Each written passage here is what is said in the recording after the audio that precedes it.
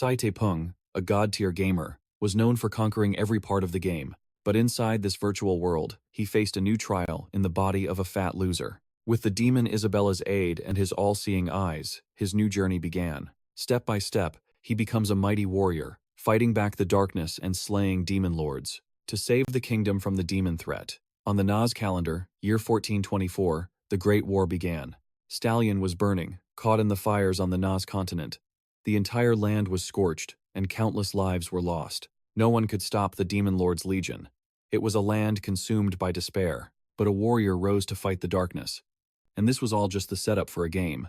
A game our main character was playing. He spent almost all his time inside the virtual world. After work, he memorized the game's lore, never losing his title as the #1 power blogger, but it seems that obsession was the very cause of his death. A fat, blonde-haired man awoke with a scream, startling a nearby maid who asked if he was okay. He glanced around the room, which had an old-fashioned English design. Finding everything strange, he asked the maid who he was and where they were, leaving her completely stunned. A moment later, seeing the character status screen, he nearly fainted. A weight gain skin had cut his lifespan by 25 years. In his past life, his name was Peng. He died from overwork, only to be reborn. He was now in the body of an obese lord named Jad. Seeing the game's user interface and powers, he knew he was inside the game he always played. He was in Trivia, a small region of the Nas continent. The more Jad thought, the more uneasy he felt. This wasn't a virtual world anymore, it was reality, and it seemed his death was near. The year was 1414, and 10 years later, in 1424, the Great War would begin.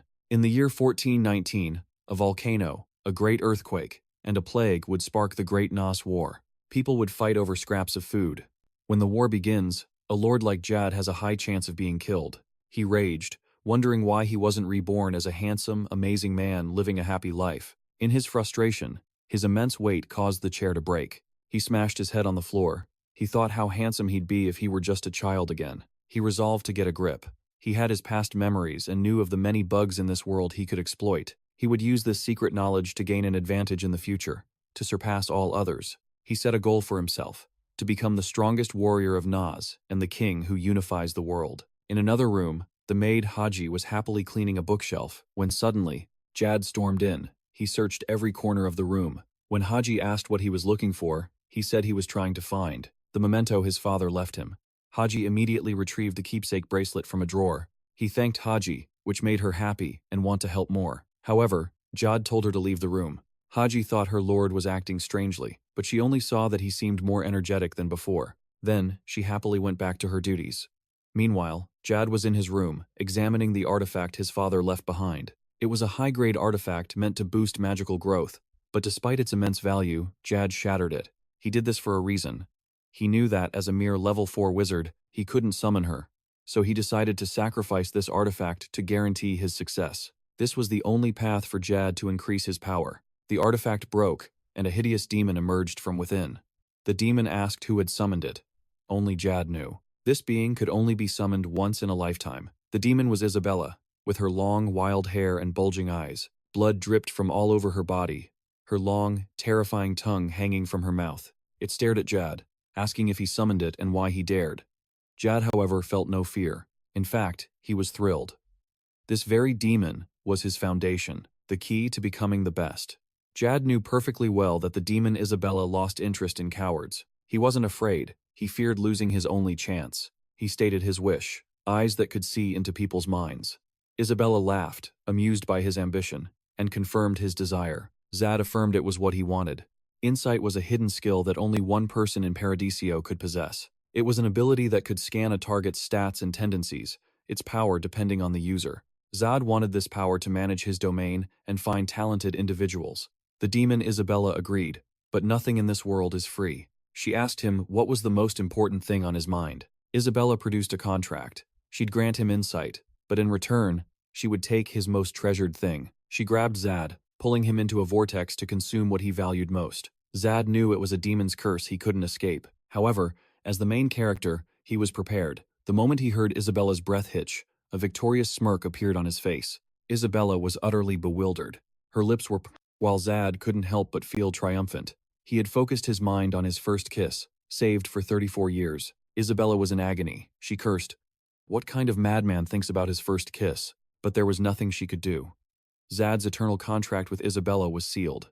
In the hall, two maids gossiped about why Zad, after days in his room, was now wandering around. They badmouthed him, calling him a man bored with his dull routine, only coming alive at the sight of food. As they chatted, Haji rushed past, her arms filled with documents. The two maids offered to help, but she refused, insisting she could handle it herself. They praised Haji's work ethic, but pitied her for always being scolded by the Lord. Haji brought the documents to Zad's room, but he told her to stand still so he could read her stats. He was surprised. Haji's loyalty was S rank, an exceptional trait for a mere maid. Zad was determined to train Haji to become a healer. Seeing her unrequited love for him, he felt guilty. He would be too busy to date her properly. He took the papers from her to look them over. Haji trembled, apologizing to Zad for her poor work. Zad remembered his past self and how cruelly he had treated her. He realized the body's previous owner was a complete scumbag. Zad approached Haji. She flinched, expecting a blow, but instead, he pulled her into an embrace and apologized profusely. He promised she would never see his pathetic side again. He vowed to change and become a better lord. He asked if she could trust him one last time. Moved, Haji's tears stained his shirt. She swore an oath to stay with Zad forever. Winning a girl's heart had never been so simple. Zad was grateful that Haji had forgiven him. At dinner, Haji grew worried as Zad only ate vegetables. Zad grimaced, forcing himself to eat. He told her it was the only way to lose weight. The game's plants had adverse effects on satiety. In a way, these plants were effective for weight loss, but they tasted absolutely awful. The greens here had fat-burning properties. Zad activated their potent effects, slowly shedding pounds. Still, the taste was so vile he had to spit some of it out. A moment later, Haji brought him a plate of meat and beans. She said she learned the recipe for the former lord's health. Zad always refused it, but she hoped he might eat it this time. The problem was, Zad was currently too weak to take advantage of it. As Zad rose from the table, Isabella appeared, demanding he give it to her. Zad was shocked, wondering why the demon was still here. Isabella declared she would follow him until he died to reclaim her insight skill. Zad helplessly told her that wouldn't happen easily. Let's rewind to 15 years ago. Before our hero was reincarnated, Lockett banged on Zad's door, telling him to move on from the past and think about the future. But no matter how much Lockett yelled or pounded on the door, Zad just huddled by his bed, crying and calling for his father. Back in the present, Ragas stumbled through the mansion, drunk. Spotting Haji nearby, he approached to tease her, frightening her and her friend. Haji tried to remain polite and greet Ragas, but he leaned in too close, making her extremely uncomfortable. He stared at Haji with undisguised lust. Ragas was obsessed. Why would she ever choose a fat man like Jad? The thought drove him mad, wanting only to claim her for himself. But just then, a sharp voice cut in. It was Lockett, scolding Ragas and warning him to stop harassing people. Seeing Lockett was like a miracle for Haji, while Ragas only showed a flicker of fear. But his demeanor changed in an instant, flaunting his authority as the city's head of security. He sneered that Lockett had no right to lecture him. Lockett's anger blazed. He dared Ragas to repeat himself. Ragas just mocked him further. Luckily, a butler arrived and intervened. He reminded them both that Jad was arriving. Ragas turned away, cursing the old man under his breath. Oren and Lockett. Lockett wondered how such a man could hold that position. Oren calmed him, urging him into the meeting room. Inside, everyone whispered, confused by Jad's summons. He had even read all the documents. Ragas, meanwhile, was already drunk and swaying. Then he openly mocked Jad's appearance while reading. He urged Jad to wrap it up so they could go drinking. Jad initially played the fool for him. It seemed Ragas was clueless, still talking about wine and women. This enraged Lockett, who stood nearby. Suddenly, Jad rose and questioned Ragas for being drunk at a meeting. Both Lockett and Ragas were stunned, but Ragas tried to laugh it off. Jad immediately unleashed his magic. A beam of light shattered his liquor bottle. Ragas snarled, about to accuse Jad of using magic. But Jad cut him off, listing the merchants Ragas had threatened and extorted for money. Hearing this, Ragas went pale. Jad continued, his voice dripping with rage for the lives ruined by greed. With every crime Jad named, the fireball in his hand grew more intense. He declared he would end Ragas's crimes by cleanly burning his face off. Terrified, Ragas tried to run, but the fireball hit his back, knocking him out cold. It was a light sentence from Jad. After the punishment, Jad announced Ragas was stripped of his title, and that all corruption in the domain would be thoroughly investigated. The other vassals fell to their knees, begging Jad for mercy. Lockett was shocked that Jad, just a level 4 mage, had defeated Ragas so easily. Lackett felt like he was seeing the old Viscount Barrett in Jad's form. While lost in thought, Jad appointed him the new security captain of Gravia. Lackett was startled by this, but he quickly knelt to accept the order. Jad turned to his vassals, asking if anyone had objections. At this moment, everyone felt his power. They all agreed with his words. Jad had begun to restore his authority. It was only a fraction, but he could see how poorly the positions of his vassals were arranged. A minister with no political skill, a commerce head with a warrior's talents, and an agriculture chief who excelled at math. Oren smiled proudly, seeing his master's revival. Seeing that, Jad was determined to fix things slowly. 1 month later, somewhere in the domain, a citizen was on his knees, pleading with a man not to take his money. But the collector didn't care, even threatening him. The collectors started discussing Ragas. They seemed to be his underlings. Suddenly, a bell rang. They sent one of them to check. At the main door was Jad, smiling warmly at the thugs. The thug opened the door to curse, but was met with Jad's fist. With a boom, a powerful punch came from Lackett. It sent the man flying into the sky. He was furious at the insult to Jad. What a pathetic man. Despite the insult, Jad kept smiling, seemingly unconcerned by it. Oh, but in reality, that man was a legal tax collector for citizens and merchants. Blood poured uncontrollably from the man's nose. Ah, and he lost a huge, perfectly white tooth. Jad feigned panic, ordering their capture with no witnesses. Lackett's eyes glowed a bright white with bold resolve. Oh my! He was thrilled to obey Jad's command. They might need a new captain soon. The tax collector's jaws dropped as they signaled for help. A person carried a large bag through the freezing snow, wondering about sneaking out. This man was huge, carrying a sharp blade. As he walked confidently, Jad called out, his voice stopping him. The muscular man jumped in shock, dropping his enormous bag and screaming in pure terror. Zed descends, unleashing a spell. 4 water orbs target the fleeing man. Chanting magic missile, his target collapses. Not far off, the Lord appears with Sir Lackett. Everyone cheers with relief. Armored guards lead the bruised tax collectors away. With a regretful face, Lackett boldly declares that the Lord had made mistakes. He vows to atone and care for his people with all his strength from now on. As the burly man is led away, he whispers, but is urged to move faster. The prisoners are starving, but the Lord's mercy grants them food to survive.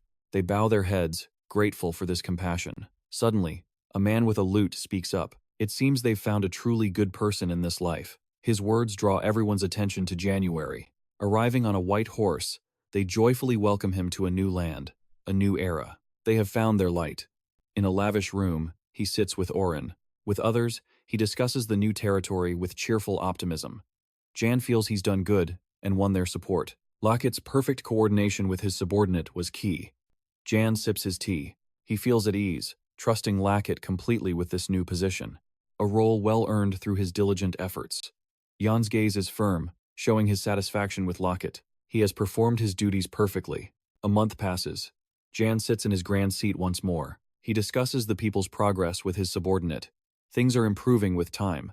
Lackett stands by a guard, sword in hand, giving orders. As Jan reads a document, a demon appears. Isabella, with huge red eyes and sharp fangs, lunges at him, demanding the return of her mind-reading eye. Oren, his aged face full of wisdom, discusses new farming methods with a man named Avila. Avila's plan is to make monostones a specialty product, but the path will be fraught with challenges. Beads of sweat trace his face, revealing his anxiety. Jan pats his large belly, vowing to work hard. He won't rely on the mind-reading eye. But just as he feels confident, Lackett voices a thought that makes Jan blush. What a strange feeling this is. Jan looks down at his gut, as if determined to lose weight. He and Lackett laugh heartily, imagining his new physique. Sweat covers Jan's determined face. He looks to the heavens, planning to cheat by absorbing mana to lose weight, skipping the diet. Blue veins of energy pulse through his body. Jan's mana is about to increase, dramatically. A man in glasses smiles, sharing his experience. After this, he'll level up 12 times. Wow, what an impressive number. A brilliant blue light erupts from January. That's a level 4 spell, cast once or twice. From out of nowhere, a pair of feet float upwards as a white cloth flutters to the ground. Lackett's subordinate, his face twisted in fear, screams for the Lord. Bandits have been spotted at the coal mine. Jan and Lackett stare blankly, recalling a month ago, watching 2 young men spar with admiration. A blonde girl named Lena watched, mesmerized by their incredible sword skills. Suddenly, 2 shadows threaten Lena. But she has incredible speed. A glowing white butterfly appears in the sky. So beautiful and pure, it lands unexpectedly on a jar full of water. She cannot accept that she's 14 and must serve nobles. A red-haired woman chats cheerfully with Lena, offering to recruit the orphan into her mercenary group. The small girl, Lena, asks if she works hard. Can she become a great sword master? The butterfly returns. She wants to change her destiny. She wants to join them, not be a servant. A blue-haired man scoffs. Few women can ever become a great sword master. For a little girl, to say so is an insult to him. The blue-haired man swings his longsword, unleashing a gust of wind, and explains to Lena, gender means nothing. Only will, spirit, talent, and effort matter. He then removes his gloves. The bloodstains on his hands prove the harsh truth of his words. He is absolutely right. A butterfly flutters by, a silent boast of its talent over the other two. The red-haired girl tried recruiting Lena with a simple pat on the head. Suddenly, Lena plunged into darkness, falling into an endless abyss. A scream of pure terror escaped her. A memory surfaced from deep within her past. A man with 2 children was calling her name. In the haze, the man smiled, welcoming Lena to the orphanage. She beamed back at him. She happily agreed to his offer. But reality snapped back with the grin of a man with a gold tooth. Her own father had sold her to traffickers. Lena refused to accept this fate and fought back fiercely. A man with a whip beat her until she sobbed, each lash a devastating blow as she was bound. She could not escape their brutal punishment. A month later, Lena was incredibly weak. She sat in a cell with others in her same miserable situation, enduring unimaginable pain. No one could understand. In that dark prison, a girl with short red hair spoke to Lena. She could somehow predict the future. Lena was shocked. How did this girl even know who she was? She knew things Lena couldn't even explain. Soon, Lena was tied and forced onto a platform. She was a pitiful sight for the crowd. That's when her friend revealed that even the priest was on their side. But Lena refused to believe the cruel truth, vowing she would escape this living hell. Seeing her fiery resolve, the red-haired girl introduced herself as Money. She explained the truth of this hell. There was no escape, only learning to accept it. Lena fell into despair, but Money just laughed. She found Lena's defiant words hilarious. That kind of talk only leads to a greater fall. But for now, they both had to endure this reality. Another month quickly passed them by. Lena and Money became the closest of friends, even carrying laundry baskets together. Together, they watched others get sold off, their faces like empty, soulless dolls. No matter their background or their current condition, they were all sold like cattle. But Lena's eyes never lost their fire. She would not give up. Time flew by, and half a year was gone. Lena and Money were forced into grueling hard labor. While eating, they shared their bitter frustrations. Moreover, Lena learned a great deal from Money. The two would discuss plans while cooking. Money informed her that mercenaries were rare in Gravia, but hunters were everywhere. That single piece of information fueled Lena's resolve. She stared at her shackles with burning hatred. Money's cynical expression broke into a wide grin. She had never met anyone as stubborn as Lena. Snow blanketed the desolate mines. The weather was freezing, and a whole year had passed. Lena and Money had now officially turned 15, but in the damp prison, Money had collapsed. She was covered in sweat and fresh wounds from the traffickers' beatings. Her friend was sick with worry. Outside, a guard drank beer, enjoying life. As he took a sip of his drink, Lena approached. She called out and begged him for a bowl of soup for her friend. She pleaded, saying she would do anything. Lena secured the soup for her friend. But her words, anything, made the guard grab her, leaving Money behind. Alone with the bowl of soup, he grabbed Lena's chin with vile intent. In a flash, Money acted. She hurled the scalding soup directly into his face. The two friends seized the chance and ran for their lives. Lena was still reeling from the shock. Money's words snapped her to her senses, just as a huge hand grabbed them. He swung his massive blade. Money was cut down instantly, while Lena dodged, barely surviving. Life is a gutter, were Money's last words. She finally understood Lena's dream, but her time was up. With her last breath, she told Lena not to give up. Lena turned to face the killer, taunting him with rage. His scarred face twisted in fury. Just then, a brilliant golden light erupted, blinding him. It was Zed. He raised a hand, engulfed in flames, and the trafficker's eyes widened in absolute terror. Fire consumed the man's body amidst the cold, falling snow. Zed had found the slavers' hideout. It was the Elami underground mine. Zed and Lockett planned their assault as Lockett, in full armor, prepared for battle. He drew his sword, leading thousands of soldiers that Zed had already prepared for this exact moment, to hunt down the traffickers and give them a taste of their own medicine. The soldiers followed, determined to bring justice to the victims. Their eyes burned with resolve. For the glory of Jakella, they charged. The soldiers crashed into the enemy, scattering them. Realizing they were outmatched, one tried to signal their boss. But a blade found him before he could raise the alarm. A single warrior with immense power had wiped them all out.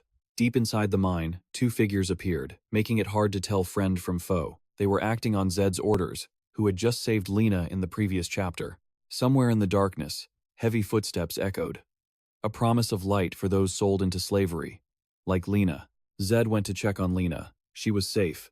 But she had lost a dear friend who shared her every joy and sorrow. Zed saw her pain, and his heart ached for the girl's cruel fate.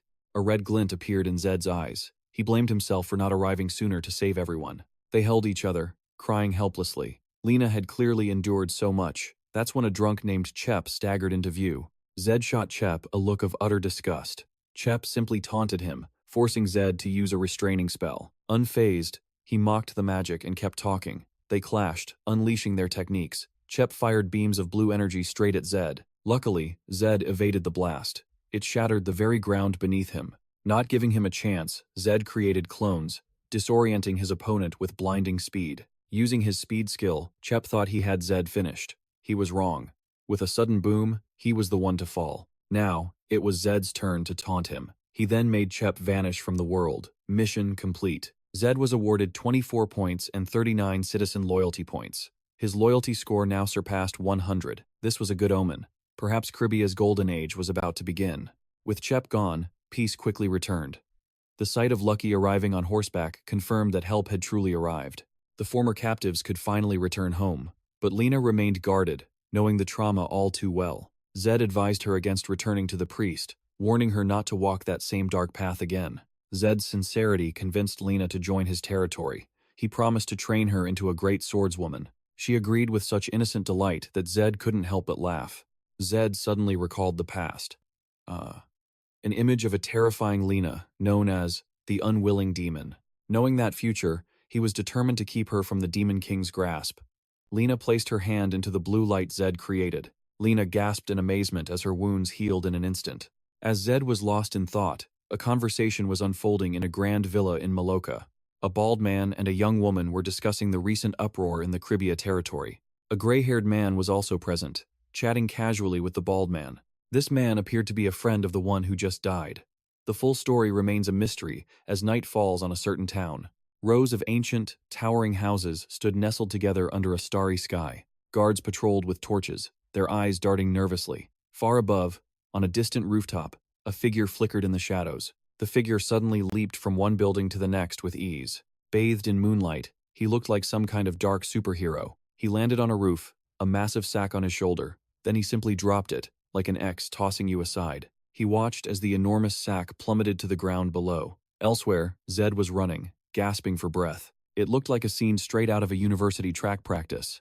Lena was right behind him, quickly catching up and then passing him. "Final lap," a supervisor yelled. Though he was panting, Zed still remembered to check on Lena. He asked if she was okay, saying morning runs are great. Lena enthusiastically agreed. This was nothing like the suffocating cold of the mines, she thought to herself. Zed encouraged her. "Let's keep building our stamina. I'll find a master for you soon." Lena smiled and thanked him. Seeing their intense resolve, Kia warned them not to overdo it. Later, Zed was sitting down for a meal. Just as he was thinking, a letter arrived from Auron and Avila. A maid presented it, explaining it had arrived that morning.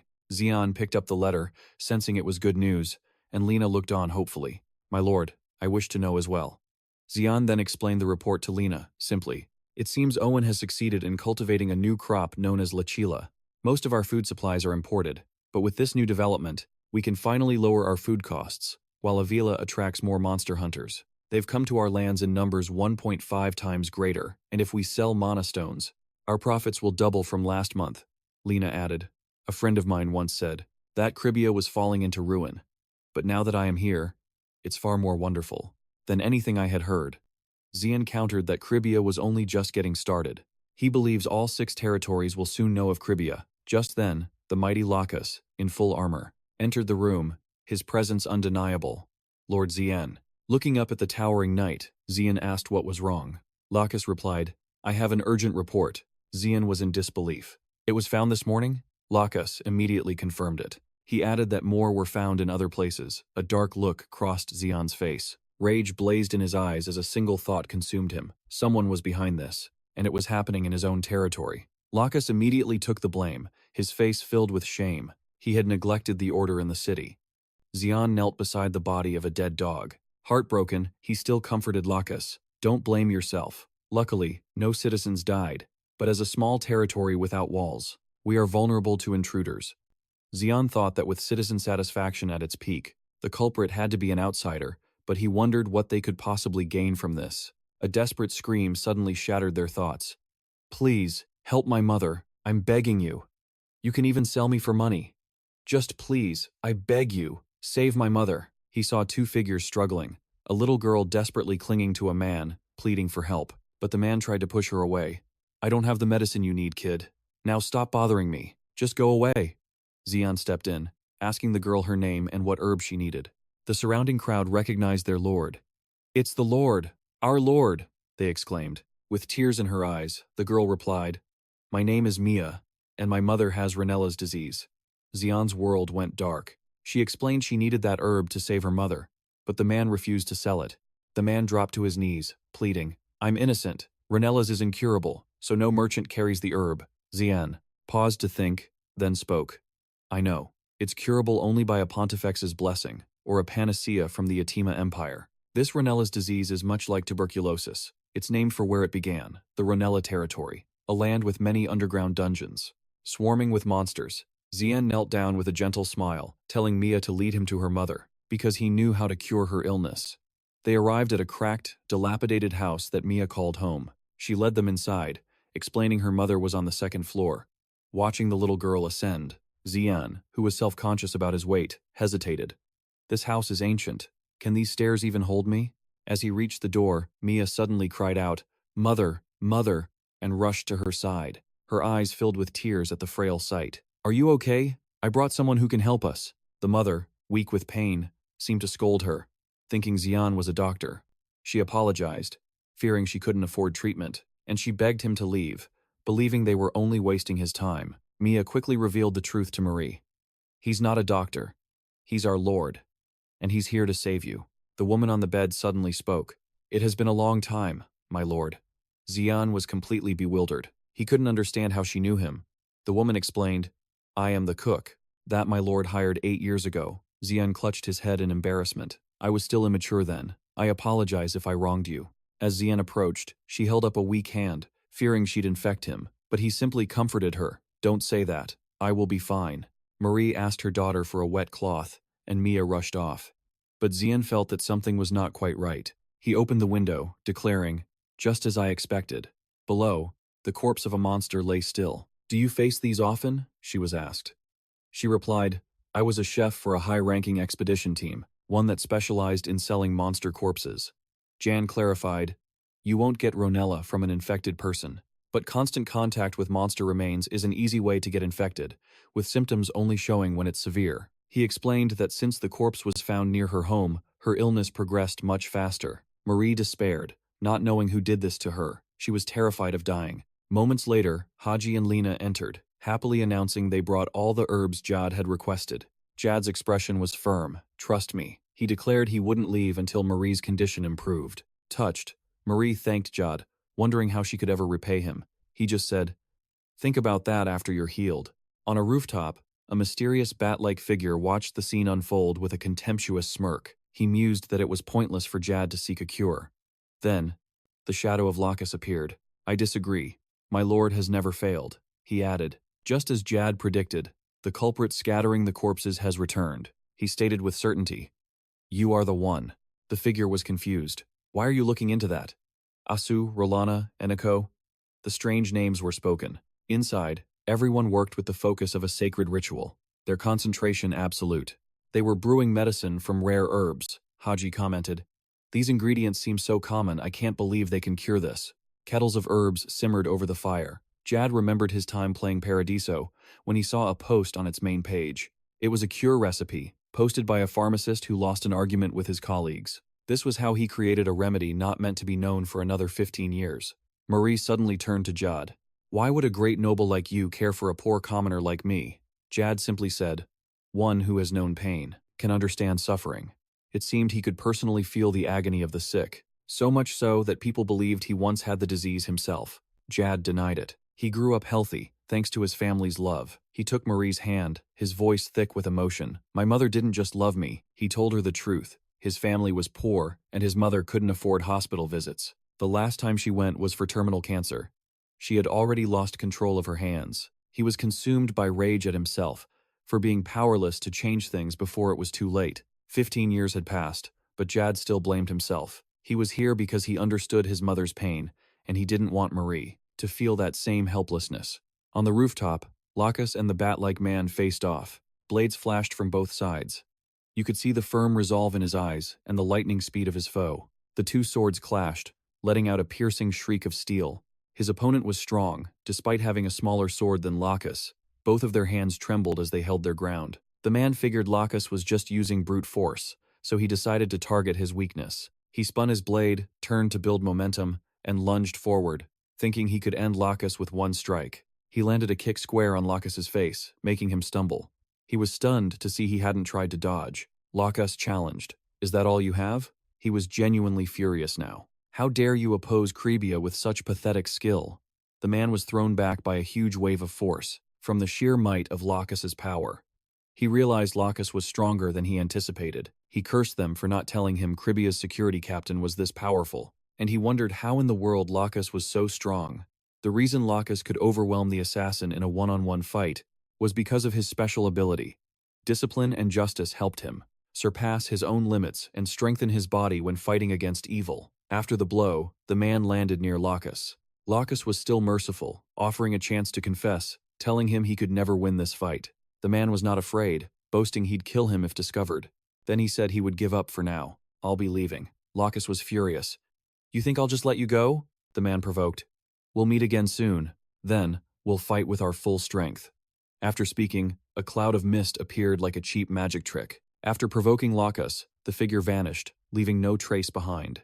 2 days later, Zack revealed something to Mia, his hand catching a mystical blue light. He explained it was mana, gathered through basic and forced bonding methods. Mia wondered if one method was enough, since both were used for magic. Zack noted that, while most think so, evil mages often corrupt the surrounding mana. If that happened, a mage using only basic bonding would be powerless. Mia gasped, realizing how terrifying it was for a mage to be unable to use magic. This was a lesson for Mia to master the difficult forced bonding method.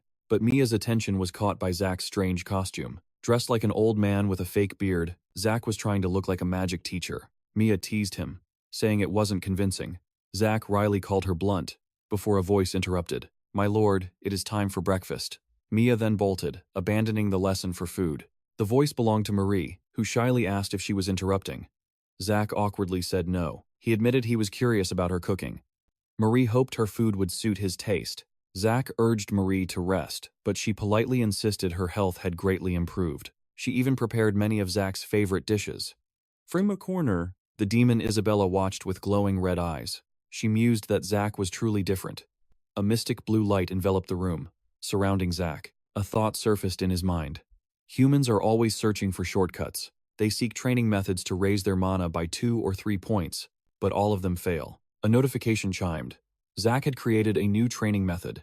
Please enter its official name. Zack thought that what truly sets the skilled apart is turning a shortcut into their own main path. This mana operating method was a blend of a faulty training method and a mage's own mana. After a moment of thought, he decided to name it the Glitch Player. The nearby demon Isabella judged his method as having an interesting difference. Zack asked if there was a flaw this time. She confirmed there was, one that normal people couldn't see. She called him a cheater, skilled at unnaturally forcing raw mana into his body. She asked if he wasn't from here, causing him to stammer in a flustered panic.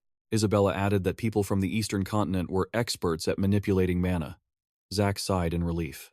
He suddenly recalled a story from his ancestors' time, a myth that said something similar. Following that thought, he realized the eastern continent was being opened for Paradisio. It was an ambitious 5-year project, and he lamented dying before that expansion was released. The demon Isabella wondered what he was thinking about. She found him fascinating and was intensely curious. Her presence sent a chill down his spine. She insisted they should take some time to talk. After all, only Zack could see her.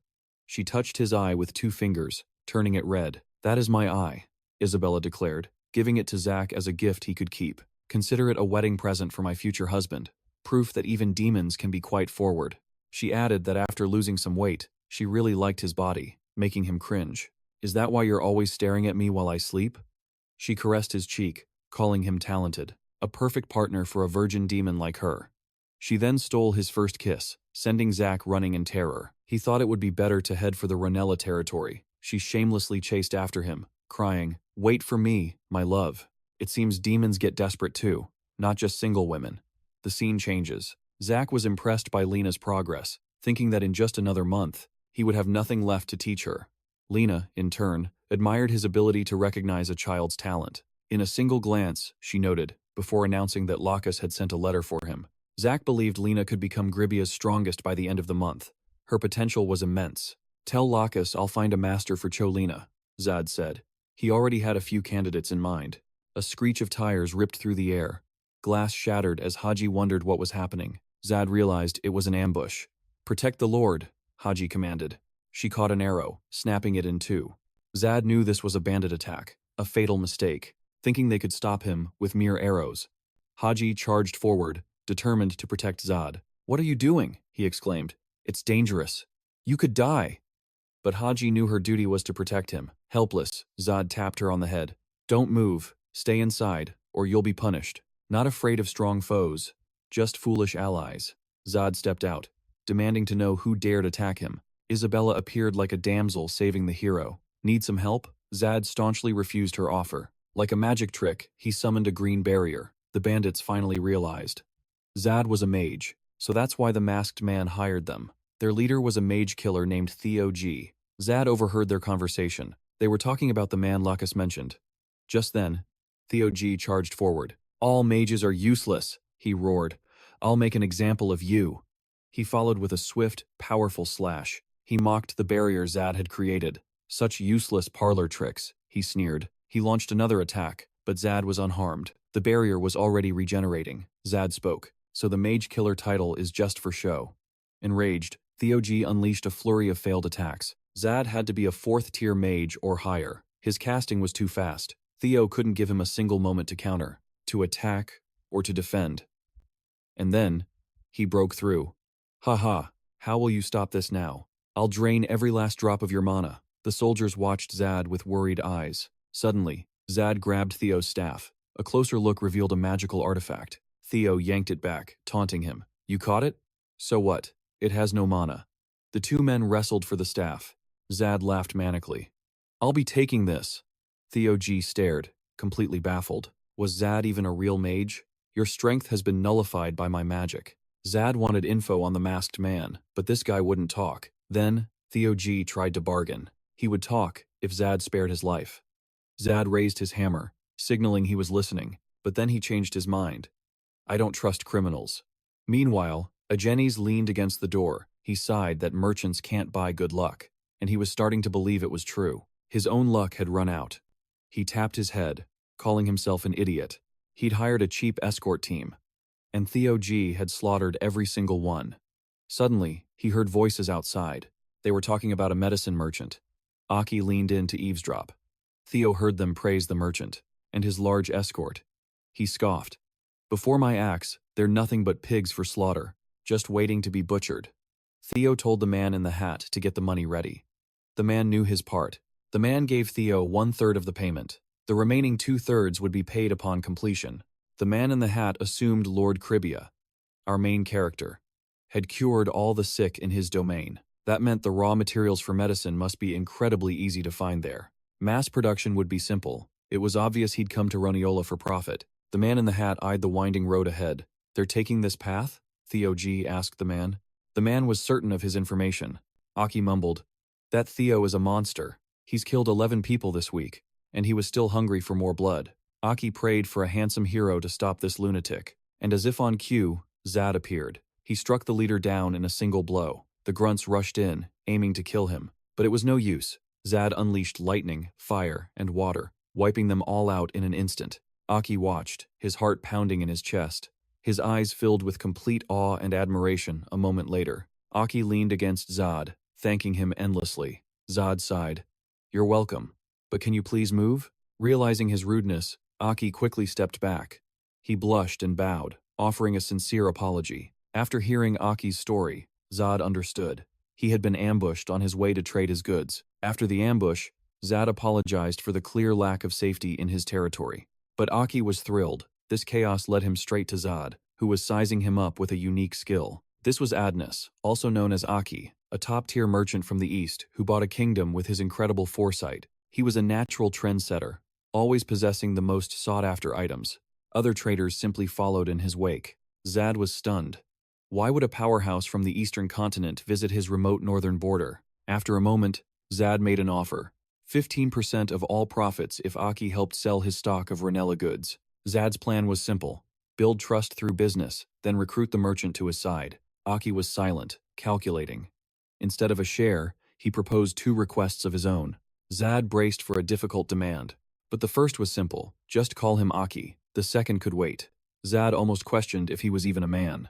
Isabella muttered a string of curses too foul to be translated. Sometime later, in Ranella, Hayes was taken aback. She expected a gloomy land, but it was far brighter than she imagined. Aki mentioned that many shared her view, but people could never abandon the pricey elixirs made there. If the local disease could be cured, Ranella's potential for future growth would be immense. Zod praised Aki's sharp eye for business, making the merchant blush and scratch his head. Aki then spotted a large container, asking if it held the cure for the Ranella disease. Not yet, Zod replied, pulling out a vial to bottle the remedy. The rare herbal medicine was finally complete. Zod handed the vial to Aki, telling him to introduce it well. A few minutes later, a man named Tolun, afflicted with the Ranella disease, hesitated to buy the cure. Aki was selling it for only 1 gold coin. Aki smiled, saying it was a special price for a good person. Tolun immediately suspected a scam. Aki quickly reassured him. Facing death for just 1 gold coin, Tolun took the risk and bought a bottle. Aki then presented a contract. The terms were odd, but Tolun signed it anyway. After the deal, he downed the medicine. Zod explained it would take 30 minutes to work and told him to return later. To ease Tolun's remaining suspicions, Zod promised a refund of 1,000 gold if the cure failed. Tolun left without a word, and Aki decided to take a stroll before the official launch. Zod used the free time to craft more medicine, raising his proficiency to level 3. Herbalism proficiency increased based on the results of crafting powerful medicine. This would normally trigger a 24-hour limit on any further proficiency gains. However, if ownership is transferred to another person, all data besides Zod's base proficiency moves with it. This simple trick bypassed the 24-hour cooldown. 2 hours later, just as Zod worried about the delay, a huge crowd stampeded toward them. Haji stared in terror. At the head of the mob were Aki and their very first customer. The people swarmed them, demanding the cure, fighting viciously just to get closer. They were shocked to learn the cure came from Gravia, and endless praise was heaped upon its lord, Zod. Aki roared above the noise, declaring the cure would only be sold here today. To get more, they'd have to visit the Gravia territory. Aki immediately launched his sales pitch. He explained that in Gravia, the cure was just 39 gold, compared to 100 in the Atima Empire. The crowd went wild, throwing money so fast that Haji and Zod were overwhelmed, while Aki masterfully hyped the product. Night fell, marking the end of an unbelievably hectic day of sales. Haji was sound asleep. Zod calculated the day's profit, 12,230 gold. In Korean currency, that was nearly 12.2 billion won. As expected, monster hunters were incredibly wealthy. Suddenly, Aki appeared, asking if Zod was satisfied with the profits. Zod wondered why he was still awake. Aki replied he was there to collect the rest of his payment. Zod knew immediately. It was time for his second request. Without hesitation, Aki declared his true desire, to become Zod's direct vassal and manage a merchant guild under his name. Jack was stunned. Aki instantly knelt and pledged his loyalty, despite his inexperience. He vowed to build it into the North's most powerful merchant guild. Jack admitted that Aki's goal would be incredibly difficult. After their talk, Aki officially became Jack's first vassal. Aki was overjoyed.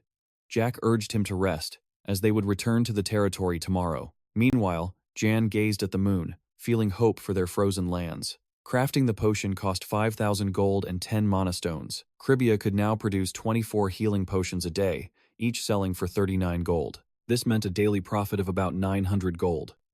With the potions exclusive to Jack's domain, hunters flocked to the Nightmare Forest. As a result, mana stone production soared, while casualties plummeted. At the same time, merchants began to hear rumors of these miraculous healing potions. With the increased traffic, Cribia's monostone began to develop, and the region was progressing faster than Jack had planned. Cribia's fame was spreading, starting with the renown of its healing potions. Just then, Jack was riding alone toward a remote location. Seeing him travel to such a desolate place, Isabella assumed the worst. She desperately begged her beloved husband not to do it. Exasperated, Jack explained he was just going to hunt Dilak. Hearing this, Isabella screamed that he was definitely on a suicide mission. Dilak was a powerful sorcerer who used cursed magic. If Jack's soul was captured, he would become an undead. But Jack didn't seem to care. He believed Dilak couldn't possibly defeat him. As a player, he knew all of Dilak's attack patterns and defenses. If Dilak grew any stronger, he'd become invincible, immune to all magic. So, Jack had to eliminate him before that could happen. Isabella found Jack's behavior strange. He knew too much about this world. She suspected he was a god disguised as a human or a monster from another world. Hitting too close to home, Jack vehemently denied it. Later, at the Lich Dilak's hideout, Jack ran his hands along the stone walls, searching for a tiny crack that was nearly impossible to find. Seeing him search, Isabella teased that he looked like a puppy searching for a bone. She asked why he was here if he wanted to catch Dilak. Jack explained that the direct path up the mountain was the real goal. However, that route was filled with deadly traps, making it impossible for him to pass alone. The frozen corpses outside were grim proof of that. Just then, his hands found a hidden passage. He slipped through the opening. Jack knew this was a bugged route. Awaiting them was a secret room filled with Dilak's plundered treasures. Isabella gasped, stunned by the massive fortune before her. Jack ignored the piles of gold and silver. He was only after one thing. It was a ring shaped like lips, called Metal Greed. This was no ordinary ring, but an item with infinite storage. The moment Jack put it on, the lips on the ring opened, spewing out countless treasures. Isabella worried about them stealing from Dilak. Jack argued that Dilak had murdered and stolen all of this from innocent people. They were simply reclaiming it on behalf of his victims. A noble excuse, considering he was already using Saintess Evanos's ring, the great sage Goga's necklace, and the queen's earring. It seemed he was thoroughly enjoying this collection of precious artifacts. High on the mountain peak, seated on a throne, was a white-haired old man, sealed by chains. He furiously swore that once free, he would turn every human on the continent into an undead, forcing them into eternal suffering. Suddenly, a voice echoed through the chamber, mocking his pathetic ambitions. A hand rested on the old man's head. He looked up, demanding to know who was there. Jack simply offered him a brilliant fireball, calmly stating that he was the one who would become this world's main character. The flames died down to reveal Dilak's true form, a horrifying skeleton with ghastly eyes. He chuckled and returned the question, asking where Jack came from and how he bypassed all the spells and traps. Seeing Dilak's true form, Jack leaped back to create distance. The undead Dilak was a warlock who used forbidden magic, sacrificing his humanity for eternal life and power. Lacking a physical body, he had to use a form of remote control magic, anchored by a vessel filled with life force. A goddess had once bound Dilak's soul to a human body, subduing him. Now, he was weakened and could not be revived if killed. Seizing the opportunity, Jack charged straight toward Dilak. His plan was simple: maintain distance and avoid the Lich's life-draining absorption magic at all costs. Even in chains, Dilak's magic raged, blasting violet flames at Zad. Zad had faced Dilak many times before. He easily dodged the attack, aiming a lightning arrow. Dilak threw up a barrier, mocking Zad's magic as inferior. But that inferior magic unexpectedly struck him right in the head. Rage flared in Dilak. He then felt the eternal flame scorching through his bones. He knew instantly Saintess Evanos's ring was gone. He was stunned. Zad found his treasure. Done wasting time, he formed a massive orb of pure magic. But Zad was a step ahead. He shattered the shield and detonated the fireball. Zad knew how to stop him. The key was a relentless, unending assault. No single blow was fatal, but Zad was certain if he kept this up, victory was his. Dilak was shocked. It was as if Zad knew his every move, but he refused to give up. He uttered a dark command, summoning his soldiers from the mud below. They were horrifying skeletons with menacing purple eyes. The sight of the undead terrified Isabella. Zad, however, remained calm, wondering why they appeared now. Had his revival changed things? Trembling with fury, he then unleashed a blast of magic, shattering the undead warrior Isabella possessed. But her sacrifice wasn't in vain. She had bought Zad the time he needed. He launched a lightning spear into Dilak's neck, then chained another attack. Dilak raised his shield, but the lightning pierced right through it, stabbing his chest. You can combine spells? Dilak panicked. Zad seized the moment, using his scepter's holy power. Dilak screamed in agony, his body reduced to nothing but bone. Did we defeat him? Isabella asked. Zad remained silent. He only stepped closer to Dilak. Suddenly, the Lich's head shot up. Die! He screamed. With a single motion, Zad sliced his skull. But he knew it wasn't over so easily. Zad gathered his magic, unleashing a holy attack. For once, Dilak felt true fear. It was a long-forgotten feeling. His instincts screamed at him to dodge, but the seal held him fast. He, though, I won't die. He would not allow it.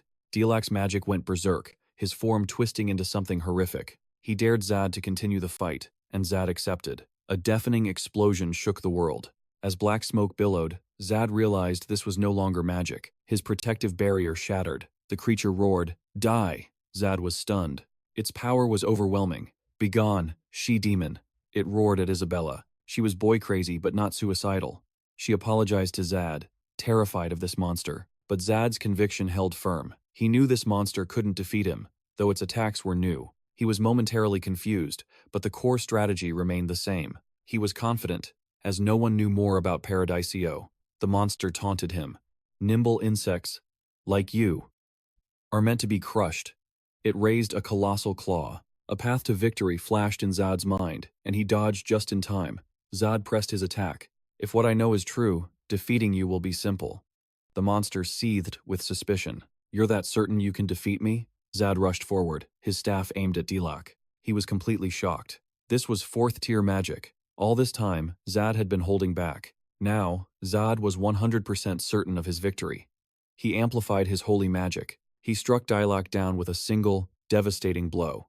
"And that," he explained, "is how you fight an incorporeal foe. You aim for the voice. Now, feel the divine blessing, with your entire being."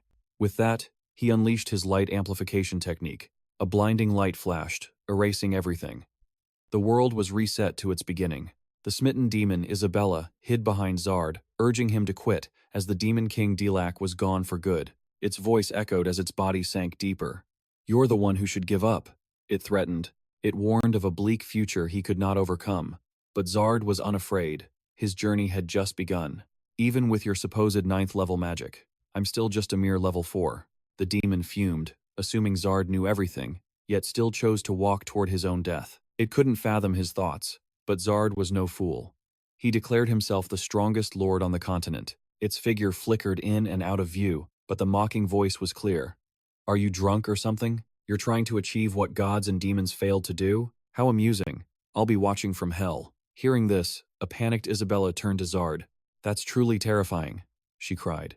The world had many strong foes, but Zard seemed completely unconcerned, because he knew he was destined to climb to the very top. Zard sighed. Relieved, the voice had finally vanished. Cradling the bracelet, he marveled at its quality. It was far better than he imagined, a genuine artifact. Just then, Isabella discovered a book.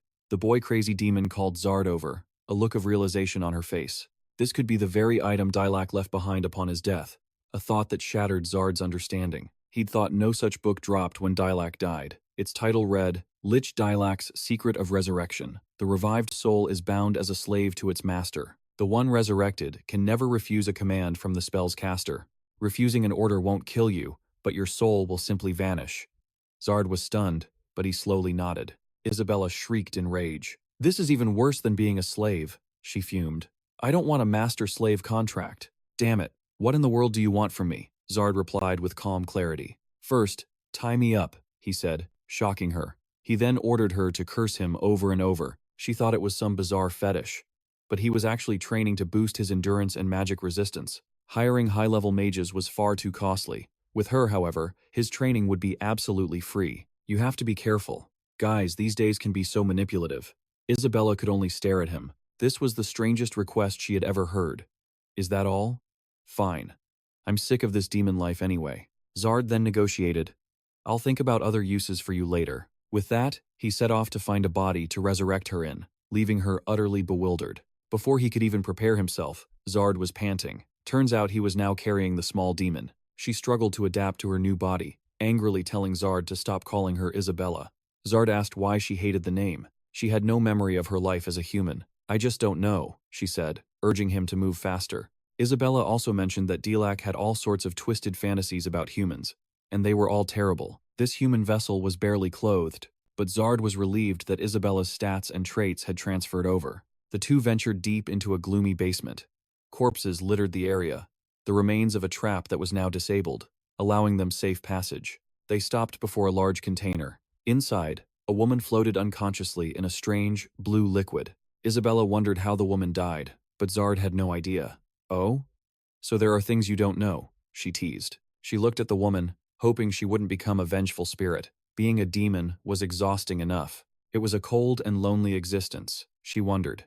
If she lived a wonderful life in this body, would its original owner be grateful? She then resolved to eat delicious food, wear beautiful makeup, and live her life to the fullest. She decided being with Zard would be incredibly interesting. Zard quipped, "It won't be boring, but it might be dangerous." She simply leaned on his shoulder and agreed. He seemed happy to have a companion. Elsewhere, a furious lord raged as the number of monster hunters continued to drop. His subordinate explained that the Ronella healing potion was sold exclusively in Gravia, and all the hunters were heading there. The lord grew even more furious, turning on his aide. "Is that why you spent a fortune hiring experts to copy that potion?" The subordinate patiently explained. "Gravia is preventing any of it from leaking out. We only managed to get a few samples, but it's not nearly enough to craft the formula." He exploded in a fit of rage, his temper flaring. He immediately threw the servant out. He cursed Zad for being a naive little brat, completely ignorant of the world. He doesn't know how terrifying the world is. The man was determined to make Zad suffer. The bald Hogers embraced a beauty, gripping his throne. He asked, "If war comes, how many men are needed to win?" His mysterious aide replied, "We require 1,239 elite soldiers." Still, he felt they lacked an ace. Then he recalled Zad, a 4th-level mage. He regretted not ordering Gragas to poison Zad. But what happened to Gragas? The assassin from Proga. He has been eliminated. The bald man was surprised to see Aaron the mage. "Oh, so you finally returned." The mage was curious. "Did anything special happen with Hogers during my absence?" He reported bringing back several mages, using a large sum as ordered by Hogers. Hogers boasted, "Money is not an issue." He asked about their ranks and seemed satisfied with the reply. The mage continued, "If we attack now, they'll be wiped off the map within a day." Lord Hogers grew more excited. At the edge of a gloomy forest, a man asked, "Sir, will you establish diplomatic relations?" "But isn't this the northern forest?" the young guard asked, confused. "Because Gravia and Malacco are rival territories." Zad answered that he came to forge ties with the tribes. "Do you mean there are elves here?" Zad kept riding, replying only, "You'll find out soon enough." Lurking shadows appeared nearby, red goblins. They were surrounded, causing panic. The guards shouted to protect Zad and form a defensive position. Before they could attack, they noticed the goblins' defensive stance. The goblin chieftain then appeared. "Welcome to our territory." A guard was amazed the chieftain could speak the southern continent's language. Zad stepped forward to introduce himself. The chieftain praised him and asked the reason for his visit. Zad said he came to trade for resources, which surprised the chieftain. He'd never met a human like him. He had his men bring a cart of nightmare stones, stunning everyone. He then asked if the chieftain was satisfied with the amount. Zad's guards were shocked, as nightmare stones were utterly worthless. They were just pretty stones scattered in the nightmare forest, collected by hunters as keepsakes. Bringing something worthless. Is this a provocation? The chieftain picked up a stone, his anger rising. The atmosphere grew tense. But suddenly, the chieftain smiled, praised Zad, and offered a handshake. Because these stones were extremely important to them, they signed a pact and became allies. Zad praised the chieftain, hoping their relationship would grow. The chieftain ordered the goblins to bring gold and silver. Everyone's eyes lit up at the sight. But the chief was still admiring the beauty of the nightmare stones. One of Zad's guards thought, "With so much gold, why not just drive them out and seize their land?" The happy chieftain wanted a feast to celebrate. He ordered the dark elves out of hiding, saying he no longer needed protection. They emerged, shocking the guard. He never expected to see that warlike race here. The red goblins lived far from humans, their only known pact being with the dark elves. The wise Ivaniba had built relationships with other races. Therefore, any who attacked the red goblins would die. A campfire was lit, and everyone chatted. The dark elves even arm wrestled with Zad's guards. Zad asked Lacus if their forges were ready to craft weapons from the exchanged iron. Lacus said they lacked materials for new production and could only make improvements. Zad immediately made a decision. Lacus understood. Zad said half the gold would be invested in the army and tasked Lacus with recruitment. The chieftain overheard this and asked, "Are you preparing for war with Maclaka?" He called it a wise choice. Zad apologized, fearing the chief would be displeased. But it was fine, since gold and iron were worthless to them. Besides, we hate Hogers, and will support you. They all toasted their new alliance. In the Nas domain, 4 weeks had passed since Isabella was reborn. Zad introduced her to the servants as a classmate.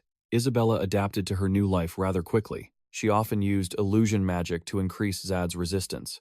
Suddenly, he handed her 2 pieces of candy. This surprised her. He said it was a day for men to give gifts to women. She was confused, so Zad explained. In the East, it's White Day. On February 14th, women give chocolate, and on March 14th, men do the same. Isabella asked curiously, "Do you like me?"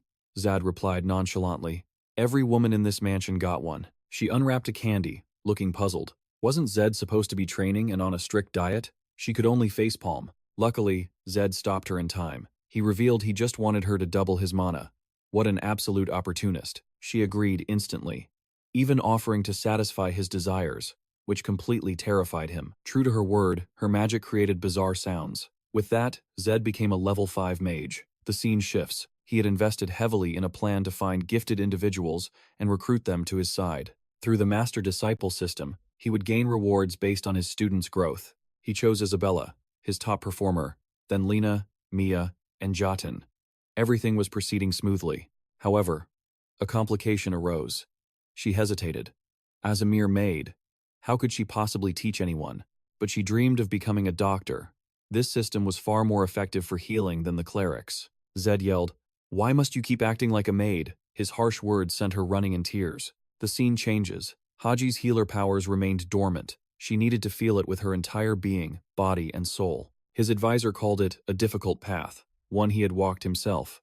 Something was suppressing Haji's true potential. Zed struggled for a solution. His advisor then thanked him for his creative teaching methods and his diverse approach, but urged him not to carry the burden alone and to trust in Haji. Something clicked for Zed. He thanked the advisor and dashed off with a new plan. Haji arrived to find Zed writhing in pain. The guards claimed an assassin struck him. A cleric was called, but his condition was critical. He needed immediate healing. Haji knew it had to be her. Exposing the wound, she focused all her will into the spell. A brilliant light engulfed the room. 30 minutes later, they confessed everything. "I hate all of you," she screamed. Her heart broke, believing Zed hurt himself for her sake. He confessed it was only animal blood. The wound was minor, but the plan had worked. He even asked her, "So, how does it feel to be a healer?" She screamed, "It was horrible," then blamed the guards. She ran off, weeping. His advisor entered, telling Zed he had gone too far this time. Scene change. A commander gives orders to a mysterious assassin. A war with Gravia would be an overwhelming victory, but if Zed dies, war becomes unnecessary. Infiltrate his domain and watch him closely. If an opportunity arises, eliminate the target. The assassin slipped in, saw Zed, and drew his blade. But before he could strike, another figure moved, stunning him. Who else was after Zed's life? Night fell amid a heavy blizzard. A man struggled through the storm when an old man's voice cut through the wind. The man froze, completely startled. The old man was just as shocked. "Is that you, kid? Lacus?" A moment later, inside the warm cabin, the old man offered Lacus a seat and a hot cup of tea. He remarked that Lacus had grown so much. Lacus chuckled, saying he was already 40 years old. The old man stoked the fire, asking why Lacus ventured so deep into the nightmare forest. Lacus simply said he missed him. As he spoke, he produced a red vial. It was Ronella treatment, a potion essential for survival in the nightmare forest. The old man asked coolly, "Is that the treatment from the rumors?" He confessed what he'd been hearing, about the current lord. He wondered if this was the same man he had once known. Lacus replied earnestly that Lord Zed had admitted his past mistakes, and it was Zed himself who had sent him to deliver this treatment. The old man laughed, disbelieving the Lord would ever think to value him. Lacus desperately explained that the territory needs the help of its veteran soldiers right now. Veterans just like him. He insisted the old man would change his mind after meeting Zed. His words began to stir something within him. Never before has there been an era filled with such relentless and brutal expeditions. On the continent of Nas, countless lives have vanished. All across the land, the heads of lords have rolled one by one, onto the ground. Morality, humanity itself, and nothing could escape the cold grasp of death. Setting down his mug, Zed savored the Caribbean lager. Today, he and his companions were disguised as commoners, visiting the local town. Everyone was excitedly discussing the local agriculture and how the townspeople were now praising their lord's recent deeds. Just then, Isabella noticed Zed's gaze had started to drift. Annoyed, she asked where he was looking. Zed's eyes had landed on a rather voluptuous woman, who had just entered the tavern. Zed recognized her instantly. It was Ella, the strange prosecutor. In Paradisio's main story, she was a prosecutor known for helping heroes in crisis for a fee. Her flaw? She'd even aid a demon for the right price. Jad used his mystic eyes to identify the girl Ella was teasing. She was Chloe, a master of absolute invisibility and disguise. Jad wondered why the Queen of Silence, Chloe, would appear here. In Jad's memory, Chloe only surfaced 5 years after the Great War, as the Queen of Grey Elvis. At age 38, she was a mysterious figure working behind the scenes of the main story. Jad recalled no records of Ella visiting the North, and Chloe had yet to make any moves. Regardless, a sly grin spread across Jad's face as he rushed toward the two, determined to recruit them. Acting on impulse, Jad dashed off, leaving a stunned Haji and Isabella behind. But because of his disguise, the moment Jad spoke, Ella completely misunderstood him. She dismissed him as a mere brat, her sharp words stunning him into silence. Haji cried out in alarm, "My lord!" He quickly rushed to clarify Jad's status as the Lord of Gravia, reminding them to be more respectful. A sudden silence fell, quickly replaced by a rising wave of excited whispers. They murmured among themselves, "Lord Jad? In a place like this?" But Ella's defiant spirit wasn't afraid of authority. She ignored Haji, her expression hardening with anger. Jad quickly recovered, placing a hand on Haji's shoulder and warmly making his offer. The moment Ella heard the word payment, her eyes lit up and her tone softened. She apologized to Jad for the misunderstanding. Jad glanced around, suggesting they move to a more private location. After they relocated and discussed the terms, Ella was thrilled by the offer to train Lena for a year in exchange for 5,000 gold coins and a private home. Jad smiled, generously offering to pay up front. He was, however, sharp enough to insist on a signed contract. Ella asked to bring Chloe, her new disciple. Jad happily agreed, showing his complete trust in Ella. Jad knew her character well. Once she accepted the money, the deal was sealed. She couldn't possibly refuse a sum worth nearly 5 billion won. Ella quickly accepted, and Lena's instructor was secured. Normally, Jad would have been exhausted by now, but thanks to the necklace of the great sage Goga, he felt no fatigue. The sheer volume of information from Paradiseo was vast, and details could easily be forgotten. In the future, as the territory grew, achieving such easy miracles would become impossible. Jad decided to write everything down in Korean, ensuring no one else could read the book containing the world's secrets. It was all recorded in his Paradise Note. Meanwhile, Lena underwent grueling daily training. Jad watched, worried Lena might become a muscle monster. He then noticed Chloe training beside her without breaking a sweat. Ella casually explained that Lena's past trainers were basic. She could have knocked them all out in 5 seconds. The physical exercises were merely supplementary, meant to build her strength and flexibility. Ella had designed a training routine using a magic tool to upgrade Lena's 4 elements. The device would fire spells in designated patterns, and Lena was trained to use her shield to block them. Repeating a single attribute gives diminishing proficiency over time, but with 4 or more, the system registers it as a real battle. Jad was amazed that Ella had accurately assessed Lena's condition after just a few days. With this, he no longer needed to worry about Lena's training. At the farm, the citizens were overjoyed to see Oren visiting them. Seeing their cheerful work ethic, he could tell the agricultural situation here was developing well. With the insect problem gone, they eagerly showed off their harvest, profusely thanking their lord and Oren. He smiled warmly, overwhelmed with happiness, and humbly thanked everyone in return. Everyone was moved by his words. The system announced a massive spike in citizen loyalty. A golden age had come to the domain.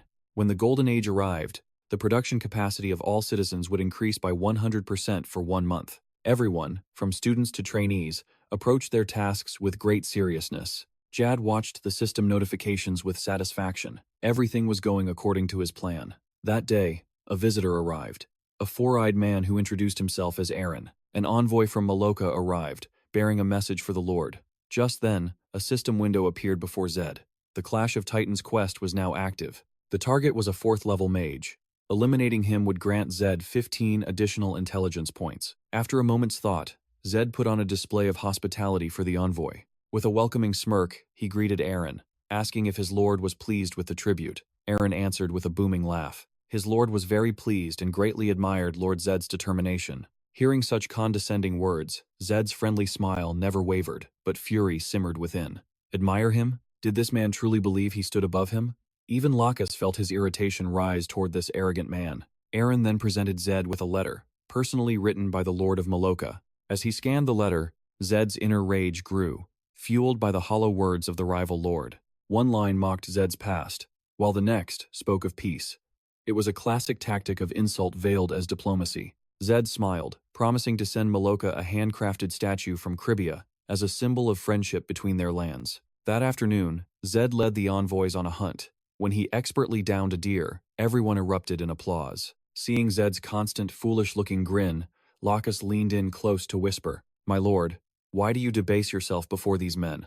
How long must we continue to appease them?" Zed's grin widened as he explained, "On the battlefield, we use our swords. In public, we use our smiles." Understanding dawned on Lacus. This strategy would lull the enemy into a false sense of security. As Zed walked away, he called back, "Only the final strike matters. The process is irrelevant." Before returning to the palace, Zed suggested they hold a small feast right there. Everyone cheerfully agreed to the idea. Though slightly drunk, Lacus was a quick study. He laughed, saying their bond with Maloka was now solid, easing fears of war. He declared a golden age was dawning, but from a shadowed corner, a figure watched Zed intently. He believed Zed had finally lowered his guard. He sneered, thinking the Lord's downfall was near. With a malicious grin, the man slipped away. But Zed saw right through him. He knew the man as Top, just as he'd thought. Another spy. Now, it was Zed's turn to smile. His perception had already unmasked the enemy's entire plot. He would make them experience a living hell. His acting was perfect, but the drinking was real. After the feast, Zed was terribly sick. Lacus had to support him, patting his back comfortingly. 1 month later, Maloka's army marched on Gravia. During training, Lena looked around and asked Chloe, "Do you know where everyone went?" Before Chloe could answer, Ella appeared at Lena's ear with a warning. No distractions during training. Her punishment, 20 laps. Poor Lena took off running. Ella recalled Zed's warning that war was inevitable. She wondered what was on his mind, then stretched and calmly walked away. Enemy forces destroyed numerous watchtowers. Caught by surprise, the Caribbean army fell back in chaos. Maloka's commander advanced smugly into the Nightmare Forest, planning a direct assault on Gravia. With the sudden war, citizens began to evacuate.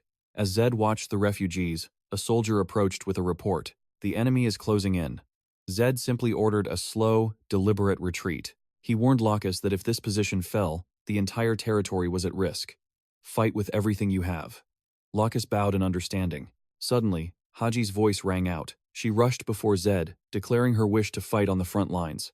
Zed immediately refused. The battlefield was far too dangerous. Death was almost certain for her. Seeing the tears in Haji's eyes, Zed softened his tone. He couldn't bear to lose her, because she was family. He took her hand, reminding her they had been together since childhood.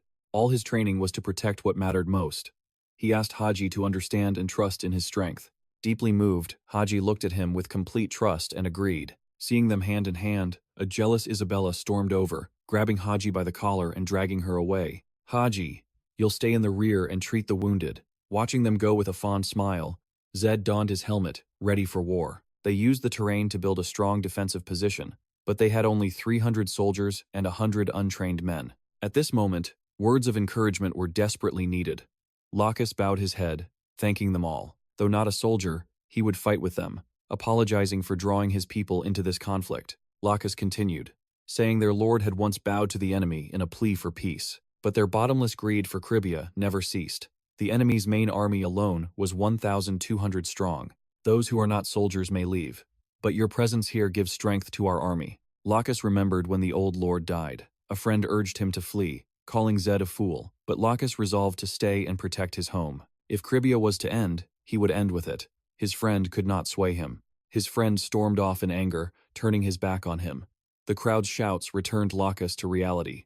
They refused to abandon their land. Their resolve to defend their home moved Lacus. Everyone was finally recognizing Lord Zed's true strength, and they trusted him completely. A fire of passion ignited within Lacus. He ordered weapons and armor for the new volunteers when a soldier frantically rushed to his side. The enemy army was approaching. With his own eyes, Lacus could see their advance. However, something was wrong. As they drew closer, Lacus realized it wasn't Maloka's forces. It was the army of Lord Batman from the Ronella fiefdom. The infamous Lord Batman. The wicked lord roared with delight. "I see you, Cribia." As hooves thundered across the ground, the army faced a shocking turn of events. It wasn't Maloka attacking, but Lord Batman of Ronella. He seemed overjoyed to see Cribia's army. 1 month prior, the lords of Ronella and Maloka were in talks. Lord Ronella noted their past conflicts were always for mutual gain.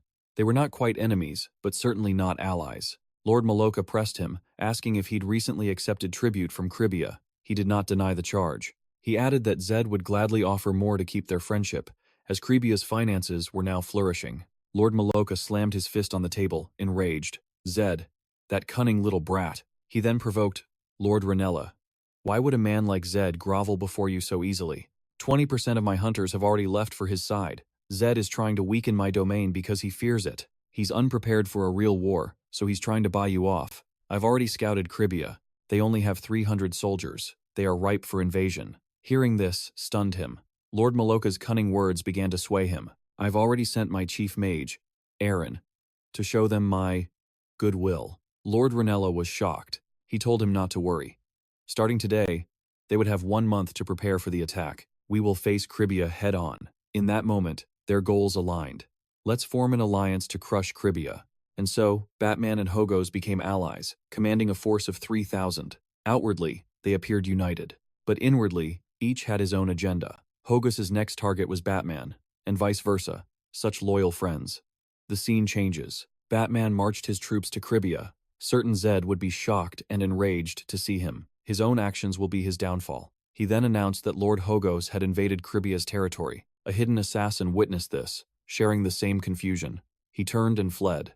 "It's a trap! I have to warn my lord." Before he could finish, a guard's blade struck him down. "Well now, looks like we've caught ourselves a rat," another guard asked. Complaining about the security? The first denied it. They wondered if this was the one spreading the Ronella plague. The spy's mind raced. All the information he had gathered, it was all fake. With that realization, the soldiers ended his life. Zed and Lacus discussed the new threat. If the two lords truly allied, could Cribia possibly survive? According to Lacus, they had 2 options for attack. The main trail was a lowland, making it an easy place for an ambush. It only gives Cribia the advantage. Meanwhile, the alliance leaders were conferring. Batman asked, "Is there another option?" The cunning Maloka said that after scouting the area, he discovered a hidden, secret trail. Zed's side had already predicted this scheme. They'll send a spy, probably disguised as a woodcutter. He'll easily find the branching paths. So Zed decided to set a trap along that very trail. In his hand, he held a Zed mini-swiper. Lacus asked him to explain how it worked. Zed told him, "Just get behind me. I will protect you." "Ah, my mistake. I'll demonstrate its principle of operation." He pulled the cord. A blue light shot down the wire. And boom, the massive explosion sent debris flying, but Jad's barrier held strong. Lacus watched in utter disbelief. Staring into the crater from the device, he marveled. "What a magnificent weapon." Jad then revealed his plan. "We'll use these to crush them. Cribia itself won't become a war zone. They'll all die in this forest." As their army marched down that trail, they were stepping onto the path that led directly to hell. His soldiers would take these devices and completely surround the enemy's path. Maloka's commanding general charged forward at lightning speed. He roared to his soldiers, "Warriors of Maloka, in my name, your leader, you will shatter every arm and break every leg of those who dare defy us. Put any who surrender in chains. This victory will bring us eternal glory and riches. Raise your weapons. It is time for the slaughter." Just as his cruel words faded, Jad's voice echoed, "That's right. It is time for a slaughter." The enemy general froze as Jad warned them to raise their shields. Because the trap he'd laid for them was simply too powerful, he taunted, "Go on, try and stop it." Exactly as Jad predicted, they were closing in on the trail that was laced with deadly traps. Aaron shuddered, sensing a massive flow of mana beneath the earth. He screamed, "Isak, Odium, defensive spells now!" But it was too late. A thunderous explosion erupted, followed by the deafening screams of men. Even with protective armor, entire squads were terrified by the flames, sinking into the inferno. They cried out in agony as the fire consumed them. The shield created by the mage Aaron could only protect those two. The blaze continued to spread, turning the lush greenery to ash that scattered into the wind. Batman watched from a distance, realizing this was the path Hocus had taken. He feared something terrible had happened to Feta, but his supposed worry was hidden by a sinister smirk. For a moment, It sounded like a horse neighing. He was unconcerned. Even without Maloka's forces, he had 1,800 warriors ready to charge at his command. He bellowed, "Wipe them all out." His fully armed soldiers surged forward, and Cribia's army met their charge. The commander ordered the shield wall to advance and hold the line. The two armies faced off, their eyes blazing with bloodlust. One side fought for conquest, the other to protect their homeland. As the flames died down, Maloka's general emerged. Seething with rage and clutching his wounded arm, he cried out in pain. The mage asked if he was all right. He grunted that he was fine and demanded the mage give him a full damage report. The mage stammered, "Well." Besides the 500 soldiers in the rear, they were all annihilated. As he spoke, he pictured the soldiers' bodies torn to shreds, cut down like wheat in a field. Around the trapped area, Maloka's proud banner lay in the dirt, scorched and ripped to pieces by the flames. It was utterly unrecognizable. The general was aghast. "What happened to my two mages?" Aaron reported grimly. Isaac and Odium have also fallen." Hearing this, the general collapsed in despair. "This is a catastrophe. I have no way to stop that man, Jad. How does he possess such a horrifying weapon? Right now, I can only trust Aaron. He begged the mage not to leave him. We must retreat and regroup with." But before he could finish, Aaron was nearly taken out by a deadly strike from a Caribbean soldier. The general screamed, "Aaron!" The mage was suddenly yanked into the sky. Our commander taunted him from above. "Why are you trembling so much?" The mage cursed. "Damn it. All this time. Were you just playing weak in front of us?" Jad mocked. "Just realizing that now. How pathetic." The man was now utterly terrified. He was being dragged higher and higher from the ground. "Damn it. How much higher are you going?" Then, Cribia's leader simply let go. "This should be high enough," he replied.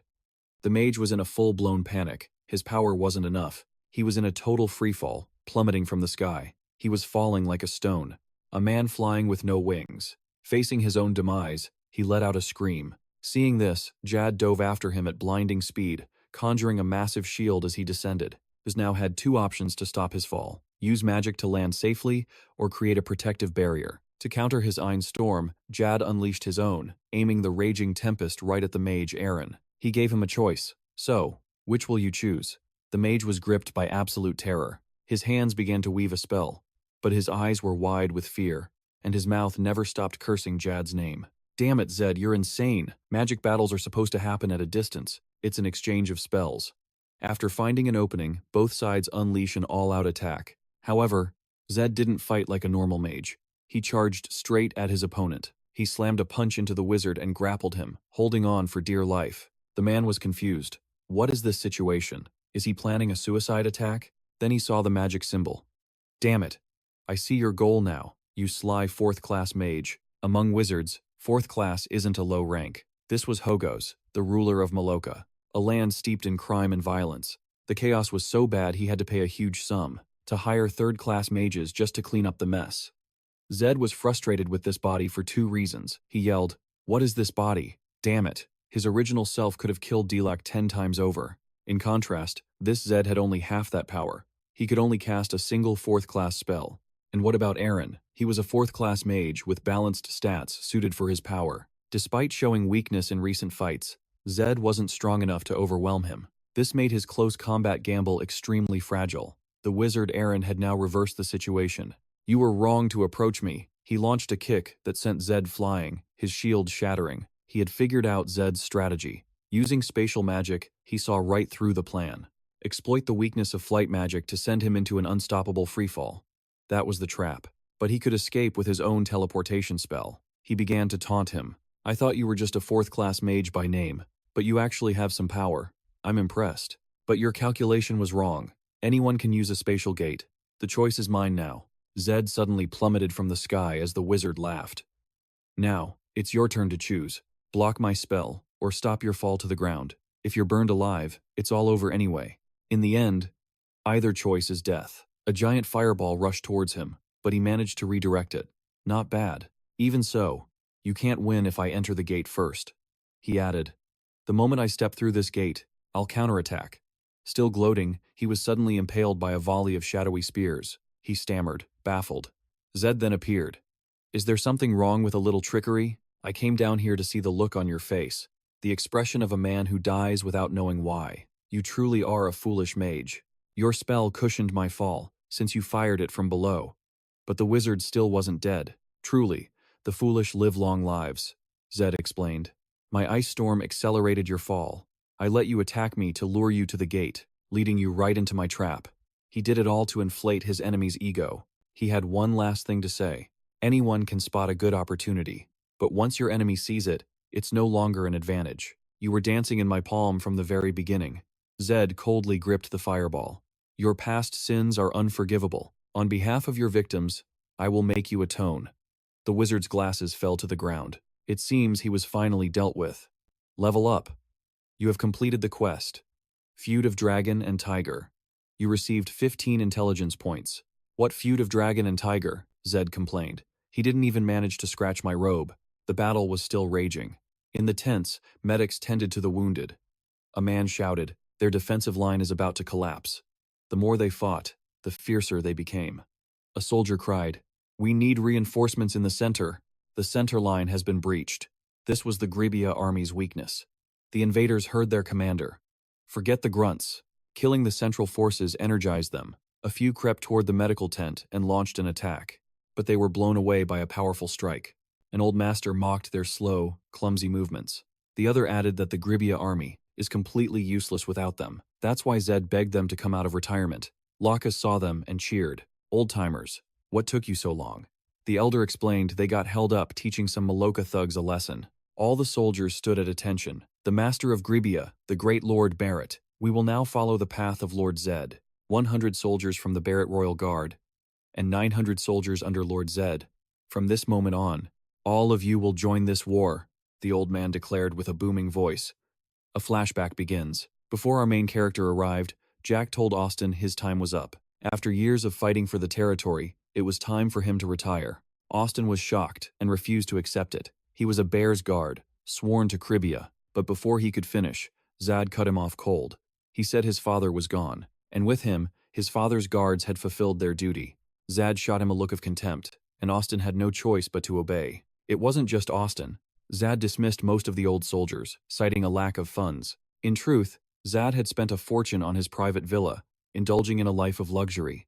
Enemies seized this chance to plant spies near Zad, aiming to conquer Cribia. All of Bears' loyal men were pushed from their posts, and army pay was constantly cut. The veterans, including Odon, couldn't bear to watch Cribia's downfall, and went their separate ways. They decided to live out their remaining days in the peace of the forest. Not long before, a fierce winter had descended, with blizzards driving all the animals into hiding. The forest was buried under a thick blanket of white snow. Austin was out hunting, but the weather was grim.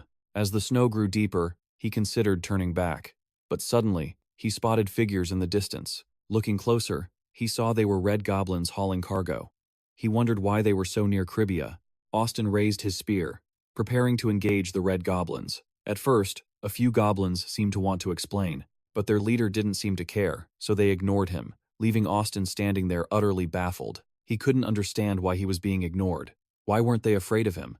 He went to a nearby forge for answers. The forge master explained the goblins were simply delivering raw materials to his workshop. Lately, they had to supply a massive number of weapons to the army. The owner then complained about working 24 hours straight at his boss's request. Austin sympathized, saying it must be exhausting. The forge master agreed, of course, but thanks to that work, he said, his blacksmiths were truly living again, and because of that day, the dying flames of this forge now roared with new life. The smith then revealed a secret. The weapons were moving to a hidden warehouse. Some secret that was. Austin helplessly said he didn't want to know anyway. He once thought Cribia's revival was a fluke. However, fixing the irrigation had solved the farmers' water problems, along with issues of income and travel. He improved soldiers' benefits, rebuilt the government, and aggressively recruited new talent. Zad was systematically changing the territory for the better. The soldiers who left now acknowledged this change, and they successfully returned to the army. Now they fought alongside new soldiers on the battlefield. Seeing Cribia's positive transformation, the Bears veterans gave Zad another chance. They had fought beside the previous lord to defend the land. These were battle-hardened warriors. The armies of Maloka and Ranella were no match for their experience and power. Indeed, the moment they arrived as reinforcements, the enemy was utterly crushed, their blood staining the earth. Austin scoffed that these insects weren't even worth his attention. The captured enemies raised their hands in surrender. unconditionally. The other survivors who weren't captured immediately fled in a chaotic retreat. They cursed Hogg's name, calling him an idiot for forming the alliance in the first place. Then they fled for their lives before Zad could arrive. But fate had other plans. Zad was already pursuing them. Looking back, Maloka saw Zod and cursed. Damn it! Zod's flying speed terrified the enemy lord. He wondered how the man had caught up so fast. Just then, Zod appeared beside him, whispering in his ear. He asked if the man truly thought he would get away safely, a polite question dripping with menace. The panicked Maloka screamed, swinging his sword wildly, but he couldn't touch Zad, who now hovered just above him. He calmly analyzed that Maloka's combat skills were poor, though perhaps a little better than Rakis's. The Lord looked up, challenging Zad. If you have the guts, come down here. As if granting a wish. With a cruel smile, Zed launched a fireball to incinerate Maloka. The remaining soldiers screamed to protect their lord, but were struck down by Zed's lightning. It was futile. Zed warned them not to interfere, causing the other soldiers to hesitate. Terrified, they watched Zed descend. To his surprise, Maloka had somehow survived the inferno. Zed slowly approached him, stating he knew from the start Maloka never desired peace. He was merely hiding his fangs. Enraged, Maloka gritted his teeth, denying this absurd reality. This can't be! In an instant, Zed's magic smashed into his face, knocking his helmet clean off. Zed relentlessly assaulted him, vowing to correct all the wrongs Maloka had done, so the people in his domain would no longer suffer under a tyrant like him. I will purify this place. Beaten and bloodied, Maloka just laughed, revealing a broken tooth. He sneered, asking if Zed truly had the power. Zed replied that while he wasn't perfect, he was far better than him. Maloka cursed in fury, but Zed immediately drove a sword through his leg, making him scream in agony. Zed calmly stated he was helping him release his anger, a rather extreme method of relief. Truly our main character. But back to the plot. Maloka lowered his head and began to mutter, asking if his death would truly end everything.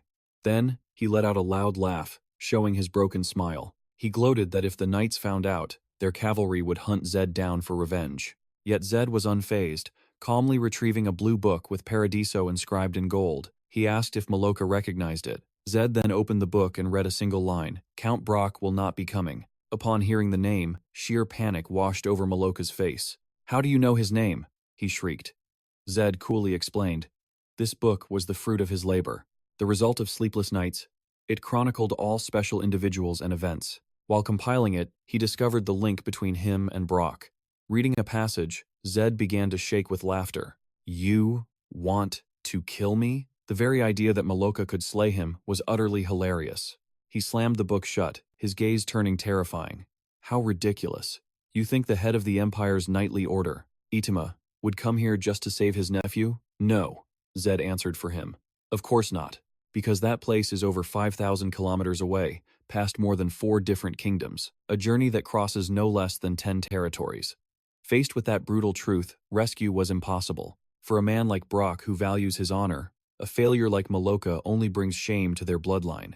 With every word Zed spoke, Maloka grew paler, accepting the harsh reality. Zed then delivered the final judgment. From the very beginning, no one was ever going to mourn your death. In fact, your death will be seen as removing an obstacle. Those words completely shattered Maloka. Moreover, Zed smiled sweetly, telling him he'd struggled through a worthless life, as if his existence meant nothing. He then summoned a massive, circular magic array, preparing Maloka's execution. A dome of blue fire trapped them both. Zed stood tall, while Maloka knelt defeated. The scene was like a judge passing sentence on a criminal. Zed kindly offered him a final chance. Offer your last words of repentance. But Maloka, now completely unhinged, only screamed. Die, you bastard, he shrieked, launching a final, insane charge at Zed. A truly pathetic last stand. With a single gesture, Zed summoned a blizzard, freezing him solid. Maloka let out one last, pained cry. He stood frozen, an ice statue. Zed approached, reaching a hand to his face, praising his final testament, spoken like a true villain, save the rest for the afterlife. And with that, he shattered him into dust. The system then announced, the mission, First Territorial War Victory, was complete. The reward was 50 charm points, plus a 50% expansion of his territory, with no special conditions attached. Zed sighed, sinking to the ground as he faced the enemy soldiers. They were utterly terrified. Every one of them dropped their weapons, hands raised in unconditional surrender. But Zed wasn't celebrating yet. He had his soldiers disguise themselves to push deeper into Maloka's territory. Model. From the start, he had one goal: to claim the lands of Maloka and Ranella. With Lucky and his soldiers, he pushed deep into Maloka. They crushed the last of its defenses, and Maloka completely collapsed. This was the moment that changed everything. The territory's lord, Zad, reviewed the stats, agriculture, commerce, security, and formed his own plans. With Cribia now beyond his control, he prepared new industrial zones. Lakid arrived to ask about his next move. He reported Cribia's current state: no major fortresses, and its main army had been annihilated. Its defenses were crippled. Now, they could barely fight off an invasion. Jack agreed with Locket's assessment. The Northern Wars were a battle of sheer numbers. And in the end, he made his decision. They would advance on Ranella. However, Zad's ambitious plan was halted by an unexpected arrival.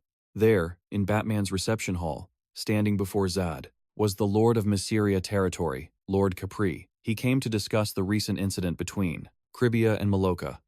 "Let's ignore the cause for now," he said. "Only the outcome matters." Zad disagreed. He glared at the Lord of Ranella, a man partly responsible for this war. Worse, he had abandoned Maloka and fled. Hearing this, the Lord of Ranella flinched. He coughed lightly, signaling Capri, who immediately proposed a ceasefire and offered reparations for the Hogs incident. He claimed to be a man of peace, one who couldn't bear to see neighboring lands consumed by fire. The Lord of Ranella could only bow his head. But Zad saw right through Capri. He knew the truth. The man was targeting Ranella, merely posing as a pacifist. Capri then turned to the Lord of Ranella. "Do you agree?" Thinking he was saved, the Lord tearfully stammered, "Yes, yes." But Zad shot up, roaring, "Don't you decide for me." He then unleashed a blizzard at them. He fired a lightning arrow at Capri, followed by a fireball. But after every attack, Capri remained completely unharmed. He simply drew his sword and slashed Zad across the chest. Of course, this was all in Zad's imagination. If he actually died now, the story would be short-lived, maybe 20 chapters long. He had to suppress his rage. His combat ability was only B rank. He couldn't pierce the man's magic armor, and Capri's territory and army were double the size of Cribia's. Capri now turned, his smile dripping with menace. "Do you agree?" What choice did Zad have? Fighting Lord Capri now would only mean certain defeat. His territory was still unstable, and he was the weaker one. So, he had no choice but to agree. Capri, with a sickening smile, praised his generous heart. Having gotten what he wanted, the Lord of Ranella beamed with a triumphant smile. As for Zad, he lowered his head.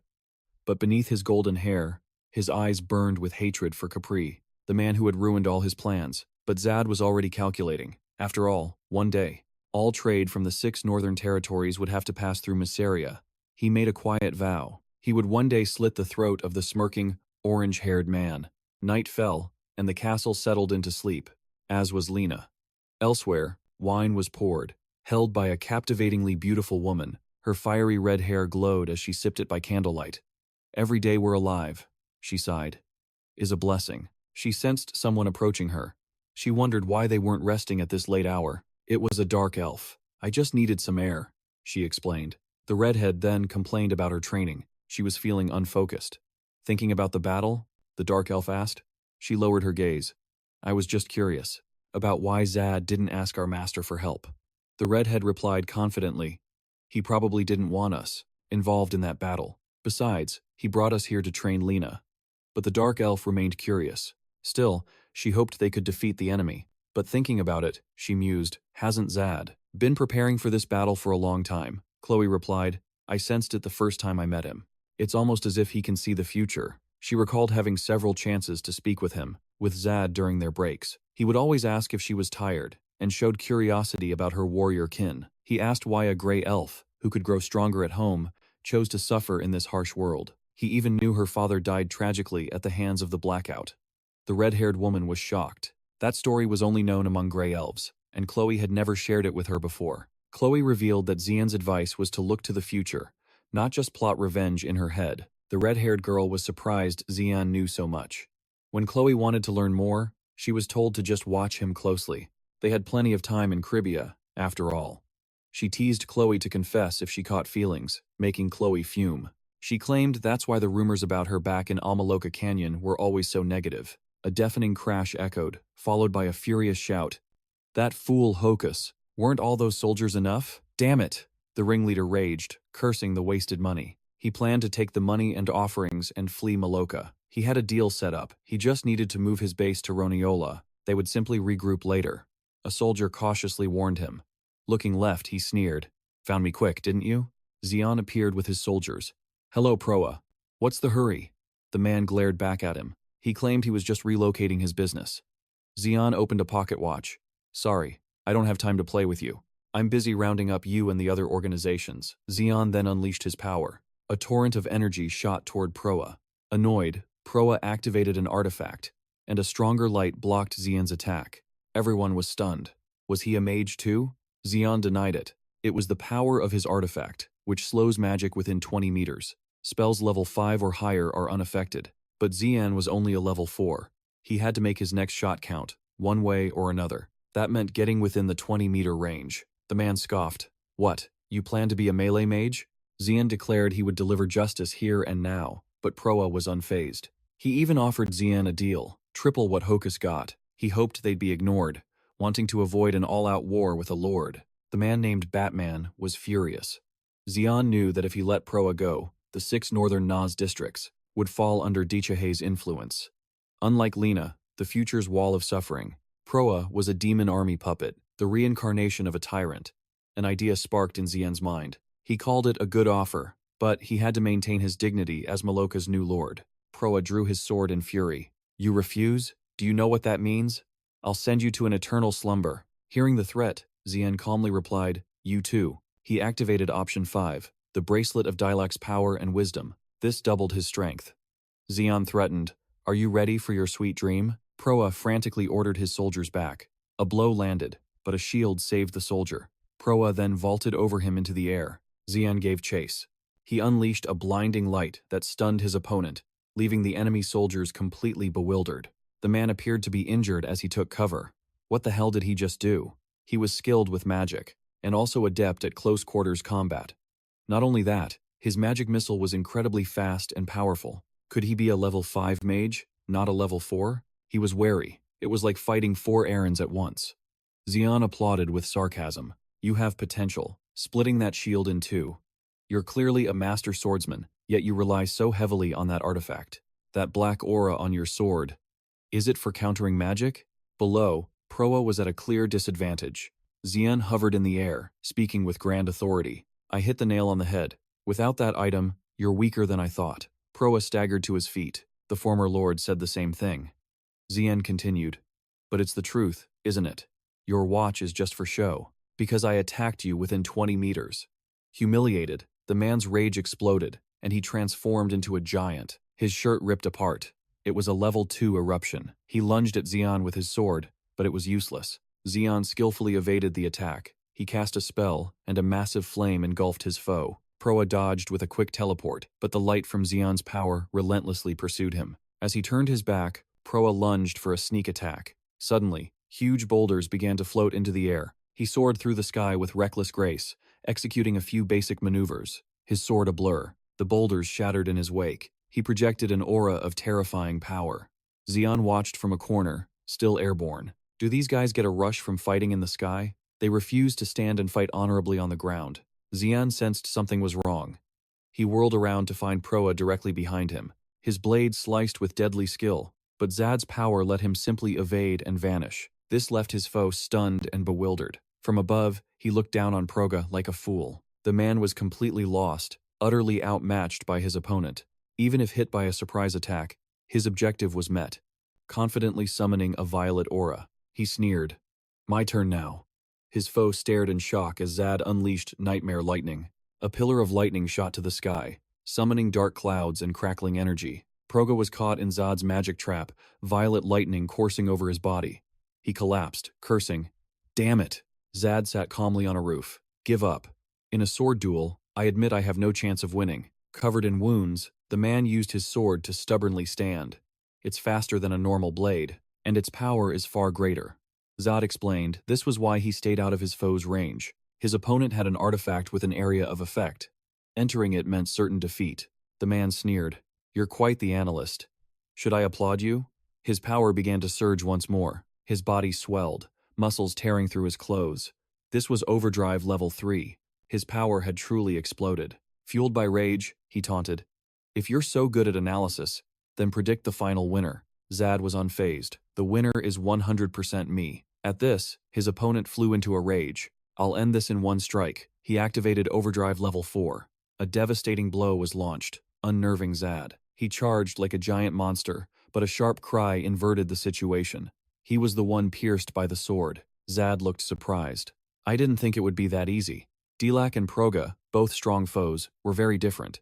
Dilak had been in a weakened state due to magic seals, with low stamina and slow casting. Proga, however, was an enemy with growth potential, favorable terrain, and an artifact. Zad had to dodge basic attacks while simultaneously chaining his spells into combos. A single opening is usually enough to defeat an enemy, but that couldn't be applied to Proga. Zad used a special tactic to counter Proga's strength, simply running away. Overdrive steadily increased his base stats over time. This was a disadvantage for Zad, who had low base stats.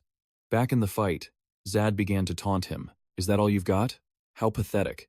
Is this truly the extent of your power?" Zad continuously provoked Proga, forcing him to quickly use Overdrive. The man grew furious at the taunts. "You're getting high thinking you're stronger than Eren, aren't you?" "What? Am I wrong? Why are you being overwhelmed in close combat by a mage? Or is this all you can do?" He roared Zad's name. His guard dropped, influenced by Overdrive and the long chase. With spatial magic, Proga was made to stab himself. He screamed in agony. "Impossible!" Proga made a mistake he would never normally make. Zad said, "The more you rush, the less you can keep a cool head. Many people have died because of the product you sell." He forced the pouch of powder into his mouth. "The unworthy are getting rich. I believe you'll like this. So consider this a gift from me. How you advertise this stuff is a death sentence in itself." The man foamed at the mouth and collapsed. Zad noted Proga could have become a lord if he had lived. His crimes received their due punishment. A system notice. Tiger Hunt mission complete. Maloka's security and loyalty increased. If the degradation isn't resolved, the stats will revert to their original values. Elsewhere, soldiers from both sides were still in a fierce battle. Lakas reported to Zad that they had it under control. But the enemy wasn't just Proga. Zad declared, "All of them will be eliminated by dawn. Kill any who resist, starting with the leader. There will be no place for criminals." Lakas was in awe of how Zad used his miraculous knowledge to solve problems, but it was also his decisiveness and swift action. He was like a descended god, a great king. Lakas's loyalty stat was rising rapidly. Loyalty reached 200, entering an awakened state. In the Maloka office, Zad was drowning in paperwork. He sighed. It was just a few minutes ago. Since Maloka became his territory, the documents piled high. "I have two things that need to be done here." The plan was to raid the ancient Maloka tomb to grow stronger. Then, find master craftsmen to forge Kenia, a metal far superior to iron. Securing this resource would give them a huge advantage in weaponry. Zak's mind was a whirlwind of problems. He recalled when Haji helped him first arrive in Gravia. He desperately missed everyone back at Maloka. An announcement came to Zak's talent development team. "Today, we will begin our search for new talent." As if watching a movie for Maloka's future, Zak listened as the candidates were called. The politician Tony appeared and was instantly approved by Zak, despite being executed for giving hocus political advice. The second candidate was Ket, a prodigy in the world of commerce. Zak approved her too, trusting her skills, though she was exiled for requesting funds from Hocus. The third, Macron, could unconditionally please his masters. He also passed, even though he fled the night he heard Hocus had died. Hearing this, Zak fell into despair. Even the good ones run away? There wasn't a single true talent in his domain. For the first time, his knowledge felt useless. He thought of bringing people from Gravia, but quickly dismissed the idea. Maloka's agriculture and trade were failing, adding to Zak's stress. Seeing this, Lakas reported, "There is a problem with Devani town." A newly appointed official there declared he would do nothing at all. The spy, Jimin, tearfully begged him to restore order to the town. They said the man just drinks and chases butterflies all day, a stark contrast to Cribia's discipline. Zak was determined to bring order to this domain and told Lakas to lead the way. His level 4 aura began to flare. Arriving at a room, he kicked the door to pieces. Lakas demanded Julian, the manager, to come out, shouting, "Julian, the manager of this town, get out here now." In the tense atmosphere, a man behind them stared at a nearby wall. His face turned red as he awkwardly scratched his head and muttered, "These are amazing." The walls were covered in explicit art, stunning anyone who saw it. Lakas roared in helpless rage, "Show some discipline. A voice called out from within. Hearing it, Lacus yelled, "Confirm if that person is Julian." Just then, Zack stepped forward, observing the scene. He'd seen many talented people in this world, each with their own unique abilities that they slowly developed. He always worked hard so they could realize their full potential. He had before, and he always would. But the person before him was unlike any talent he'd ever met. It gave Zack a feeling of impending collapse. Julian calmly asked Zack's group why they were looking for him. Lacus, more reckless than brave, was about to scream at Julian, but Zack stopped him. Zack wanted to handle this himself. Zack was confused. It was clear Julian had talent but was hiding it. What on earth was he thinking? Lord Zack asked. Why have you neglected this town for so long? Were you using the money for gambling and drinking? Julian denied it, saying those were trivial matters and not work he enjoyed. This body was not meant for such things. Hearing this, Lacus's blood began to boil. He gritted his teeth. Have you forgotten your position? But Zack calmly sat opposite Julian, asking, You don't like doing trivial work, is that right? Julian bluntly admitted it was true. Zack asked again, just to confirm it was something he disliked, not something he couldn't do. At that, Julian set down his cup and stressed, I dislike doing those things. Zack's expression challenged him to prove it. He didn't refuse and prepared to demonstrate. Julian called for his aid and ordered him to gather all the delayed tasks, from the smallest jobs up. Then, while they were waiting, he asked everyone to help him take down the erotic art, admitting he got carried away and put up too many. Zack's men awkwardly agreed and began removing the art. As they worked, they muttered, The quality of this art is actually amazing. Julian then instructed his aide, If the goat isn't growing well, check its food supply and don't feed it milk too late. If wages for the town's mill workers are too high, grain production will fall. Cut labor costs by 1/6. If the number of bees in a hive drops, it means there's a problem with the queen. Break its hive, and the swarm will move to a new one. Oh, and it seems someone has been stealing crops from the town. Lacus's jaw dropped. How could someone dare do that? He vowed to catch the thief immediately. Seeing this, Zack could only think, simply incredible. A month's work finished in just half a day. This is definitely the right person. Julian's voice boomed, declaring the crisis resolved as Zed ordered his troops to withdraw. Now, only Julian and Zed remained. Zed was intrigued by Julian's confidence, who then apologized to the village for his recent lack of attention. It wasn't a problem that required much time to solve. If one was truly determined, he had merely been delaying things. Julian was pleased his plan had succeeded, and playfully asked if his own resolve had inspired Julian. He replied, gracefully, then asked the Lord what his dream was. Suddenly, old voices echoed in Zed's mind. A lord with such a grand dream? His skills are recognized, but he's just a commoner. That is his fate. For the domain's growth, I brought you here as the highest scorer in the Imperial Management exam. So it was all just for show, the ambition of a leader, placed above the wishes of the people. Feeling small, Zed calmed himself and replied softly. He wants to become the protagonist of the 6 Nas lands, not just the ruler of his small territory. He would be the main character of the world. Julian's eyes widened, thinking Zed was bluffing. But was that the gaze of a jester, or the hero of the 6 Nas lands? Julian showed his respect for the man who had truly astonished him. If the gods abandoned this lord, the fault was theirs. Let this drink seal our shared dream. Julian gladly accepted the glass, voicing his hope. Will you witness this journey with me? Julian smirked. What could be more stimulating than watching someone enter the world of nobility? If you fail, I will leave without regret. They raised their glasses, celebrating Julian's official appointment over the entire cabinet of Maloka in Gravia. Elsewhere, a tired Hezi wandered with a duster. She sighed, wondering when the Lord would finally return. She then spotted Avelia with Austin, deep in conversation, and it seemed Avelia was about to depart. Oren gently asked if Hezi wanted to see the Lord. Her eyes lit up at his words, and she agreed without hesitation. Meanwhile, in Maloka, Julian was newly appointed, and Maloka was quickly regaining stability. Zed had worked tirelessly, and Julian gave his all. For a whole week, neither had left the estate. A sudden knock broke the silence. Hezi prepared tea, hearing it aided with weight loss, so she brought some for her lord. Julian offered them a massage, suggesting they take a brief rest. Too much focus only complicates one's thoughts. Julian then excused himself to meet with the vassals. Hearing that Gravia's vassals had arrived, they worried the young government would hinder the entire territory's growth. But now, they not only recognized Julian's ability, they openly praised his talent. Only 1 cup of hot tea remained. Zed offered to split it, but Hezi quickly refused, stopping him. He remained friendly, saying he didn't care for status or rank. Hearing this, Heezy finally sat to enjoy tea with the Lord. Suddenly, Zed turned and asked kindly, "Why won't you quit being a maid?" Hearing that question, Heezy nearly choked, thinking she'd lose her job. She recalled that, when she first arrived, the area was immaculate. The one in charge had used magic to clean the entire place, and we will use that spell from now on. You are a healer, so you deserve a higher position.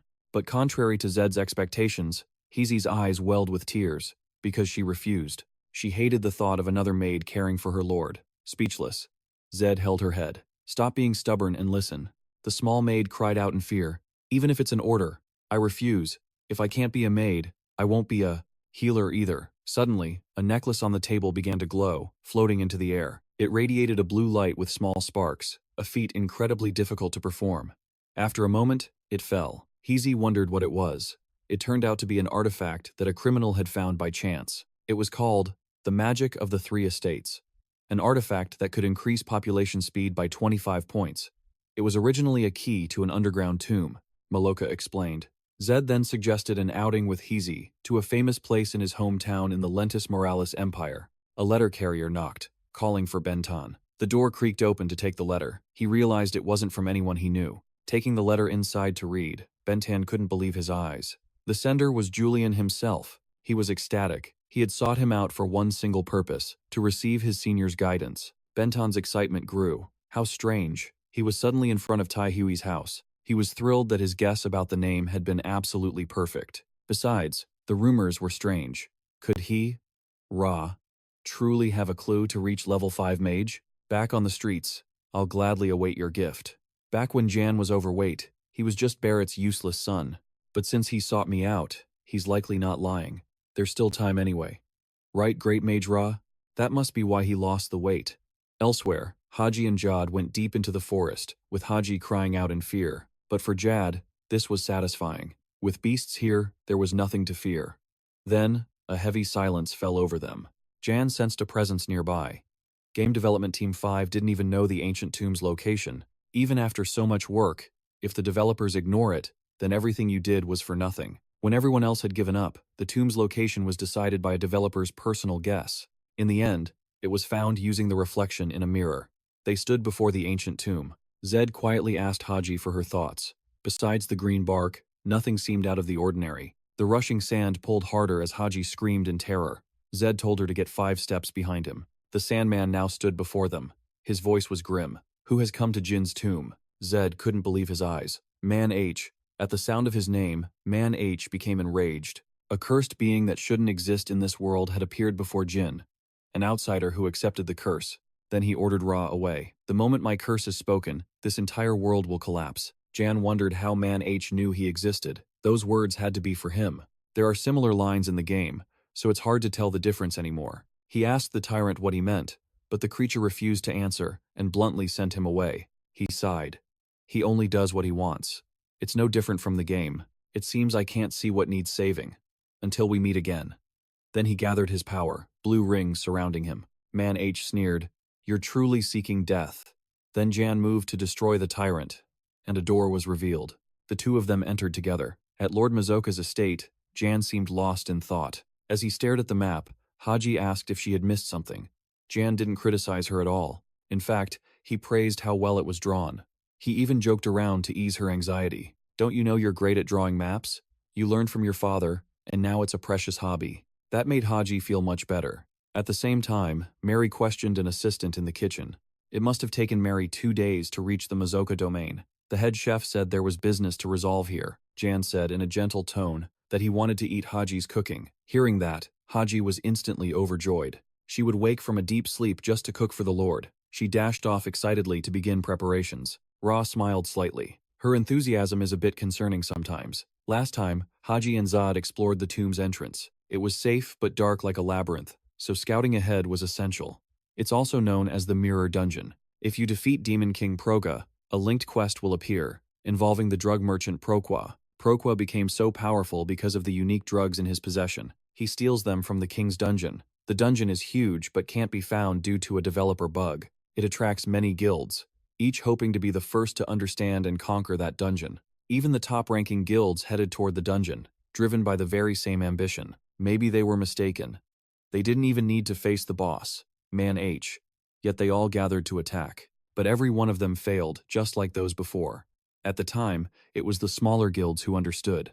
The Federation's guildmaster was a surprise, making his fight with Man H look like a simple trick. One wrong move means disaster, so preparation is key. A few days later, Haji noticed the Lord's actions. She saw he was being very mysterious.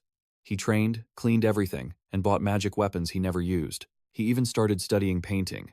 Aki found this strange and asked Zed, who asked him to find a buyer for the art. With no way to refuse, he carried the stack of paintings away. Noticing the pile was almost taller than he was, Zed wondered why the artwork was piling up. Turns out, Julian was simply bored and started sketching. The answer floored Zed. How could he be so relaxed, especially without Goza's collar?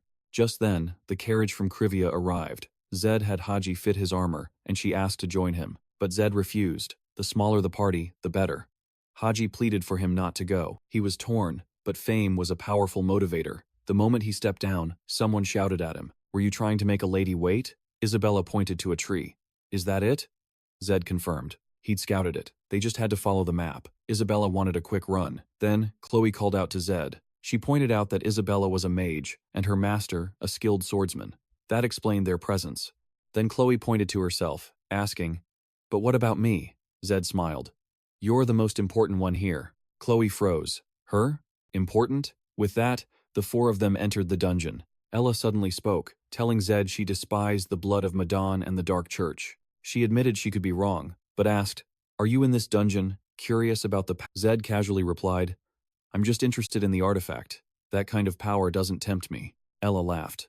"Good. Otherwise, I would have had to challenge you right here." Zed chuckled. "Lucky for us." Zed mused that her faith ran deeper than he'd expected. Has she never been betrayed by the god she worships? As they walked, Isabella pointed towards a lone light. The path ahead seemed to be brightening. Zed figured they'd reached the end of the passage. Beyond it was a single path, leading through a series of rooms. They had arrived. Standing before the first chamber, the dungeon raid officially began. Before them stood motionless, Tau soldiers with 2 eyes and 1 mouth. Zed turned to Isabella. "Follow my lead," he instructed. Isabella nodded, summoning a shadowy mass that drifted towards the Tau soldiers. The creatures tilted their heads in confusion. Then, the shadow slammed into the first soldier, ricocheting into the next. They shrieked in protest. In a straight line, they charged, right past Zed and straight for Isabella. Zed watched them calmly, then unleashed his power. An orb of energy struck a Tau soldier's head, finishing it instantly. Chloe joined the fray as well.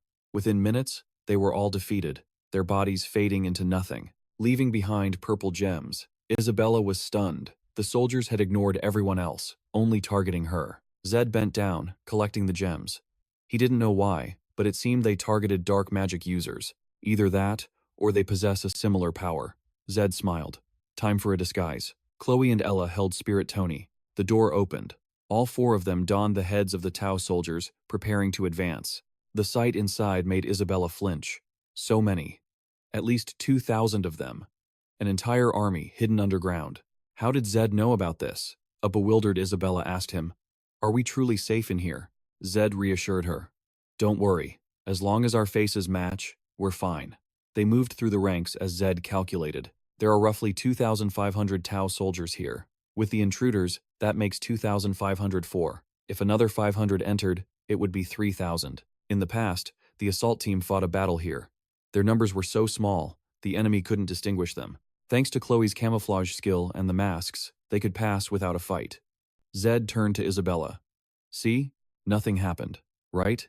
Chloe was relieved. Her camouflage skill was actually useful. Zed agreed. It's a crucial skill. Even without intelligence, they would have spotted us instantly. Without the disguise.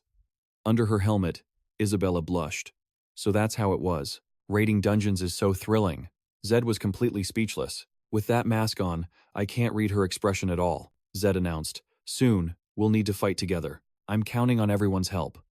But Isabella just froze, grabbing his shoulder with a fierce look. "What about me? I'm useful too." Zed sighed, seeing he had no choice. His expression changed in a flash. He clapped dramatically. "Your shadow entity at the entrance was amazing, Isabella." She beamed happily. "That's more like it." Ella and Chloe watched them, thinking they were like 2 kids playing. After walking for some time, they stopped before a massive, unmoving Tao.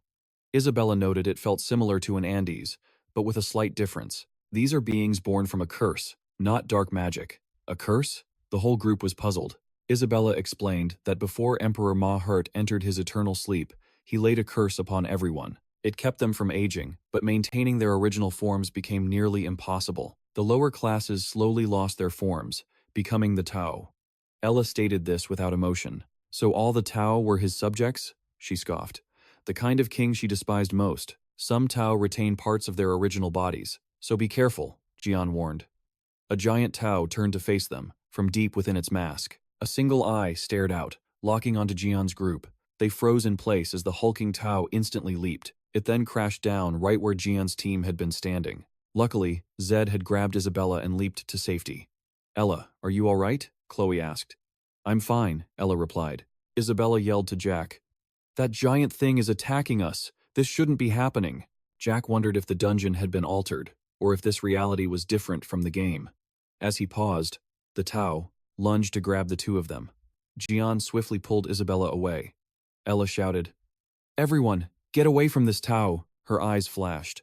Power gathered around her sword before she unleashed a devastating slash. The Tao was slammed into the wall. After the dust cleared, its body was completely unharmed. Jian was shocked. Ella frowned. She had used her full strength for that attack, and it didn't even leave a scratch? The Tao charged at them again. A terrifying smirk crossed Ella's face. Let's see just how tough you are. Suddenly, Jian jumped in front of Ella. He held out his hand and proclaimed, Long live Ma-Hurt. The Tao, about to strike, froze in midair.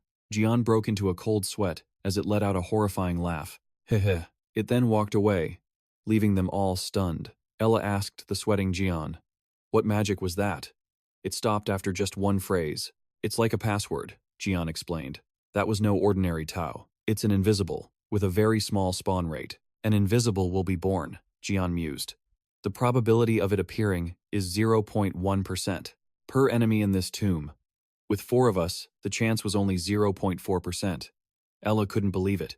Something so ridiculous actually exists? Taking off his helmet, Jian continued. Instead of being created like normal Tao, it has side effects.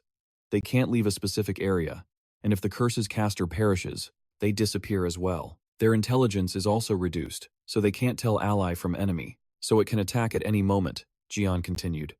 In that case, they have a unique password, which means long live. Ella asked curiously, How did you know that? Isn't that top secret intel? Jian gave a slight smile. I'd be pleased if you thought it was the result of my own research. Jian's group proceeded through another door. A voice rang out. Hello, you have successfully broken in. This is the Emperor's final resting place, the holy land of the great Ma-Hurt.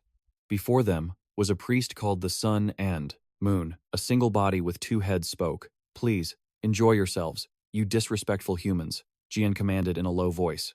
Ella and Chloe, proceed as planned. Get the priest's attention. The priest commanded his own forces.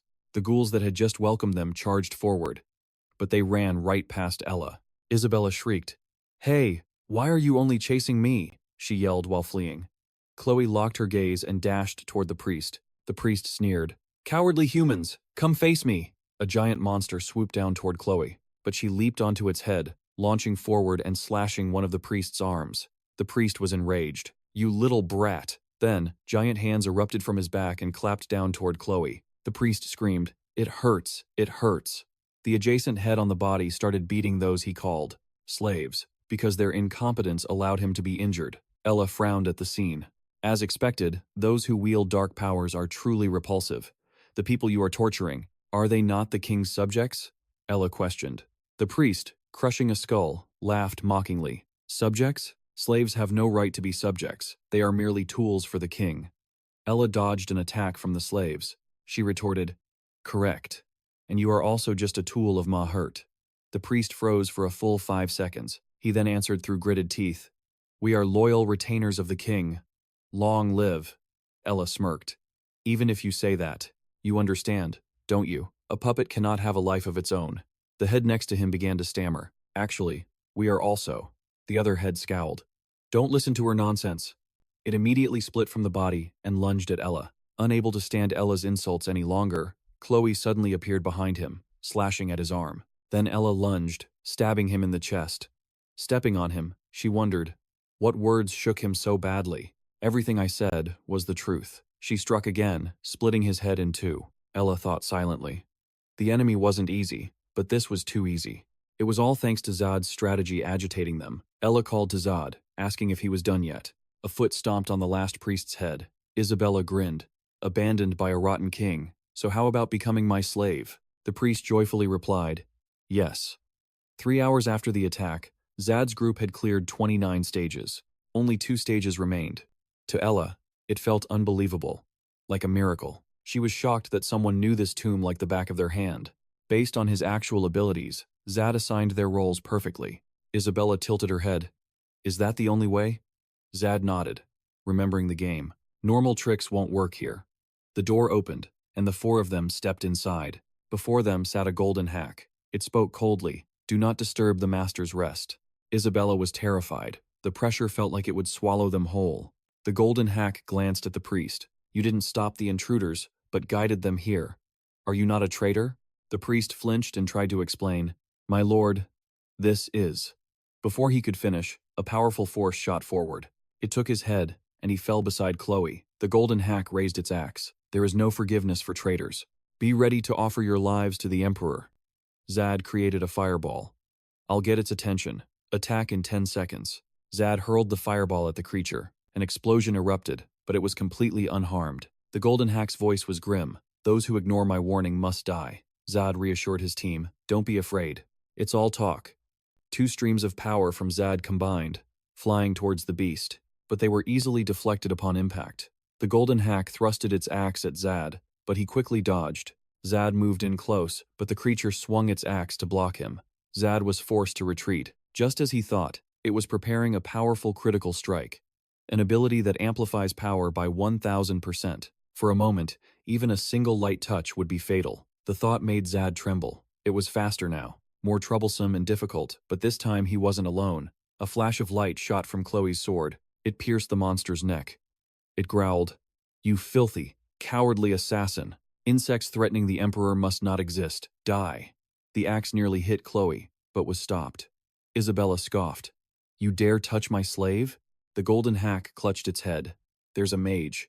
It was caught off guard by the mental attack, and blinded by fire magic. They scattered in all directions, attacking non-stop. It was a brilliant tactic few could execute. Zad's group swarmed the golden hack in a coordinated assault. As Chloe leaped to slash, Isabella launched a dark sphere. When it cut the sphere, Zad's fireball slammed into its body, causing an explosion. It thought with alarm, this is bad, and Andes's body can't last long.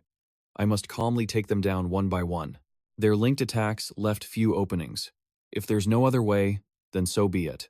The golden hack charged toward Zad. It would attack the commander first with its full strength. Zad swiftly dodged, but it anticipated him, thrusting straight forward. Zad's body was torn apart. Suddenly, a voice rang out. I knew you'd attack me. Multiple Zads looked on confidently, saying, that was a good idea, but I was prepared for it. It's useless.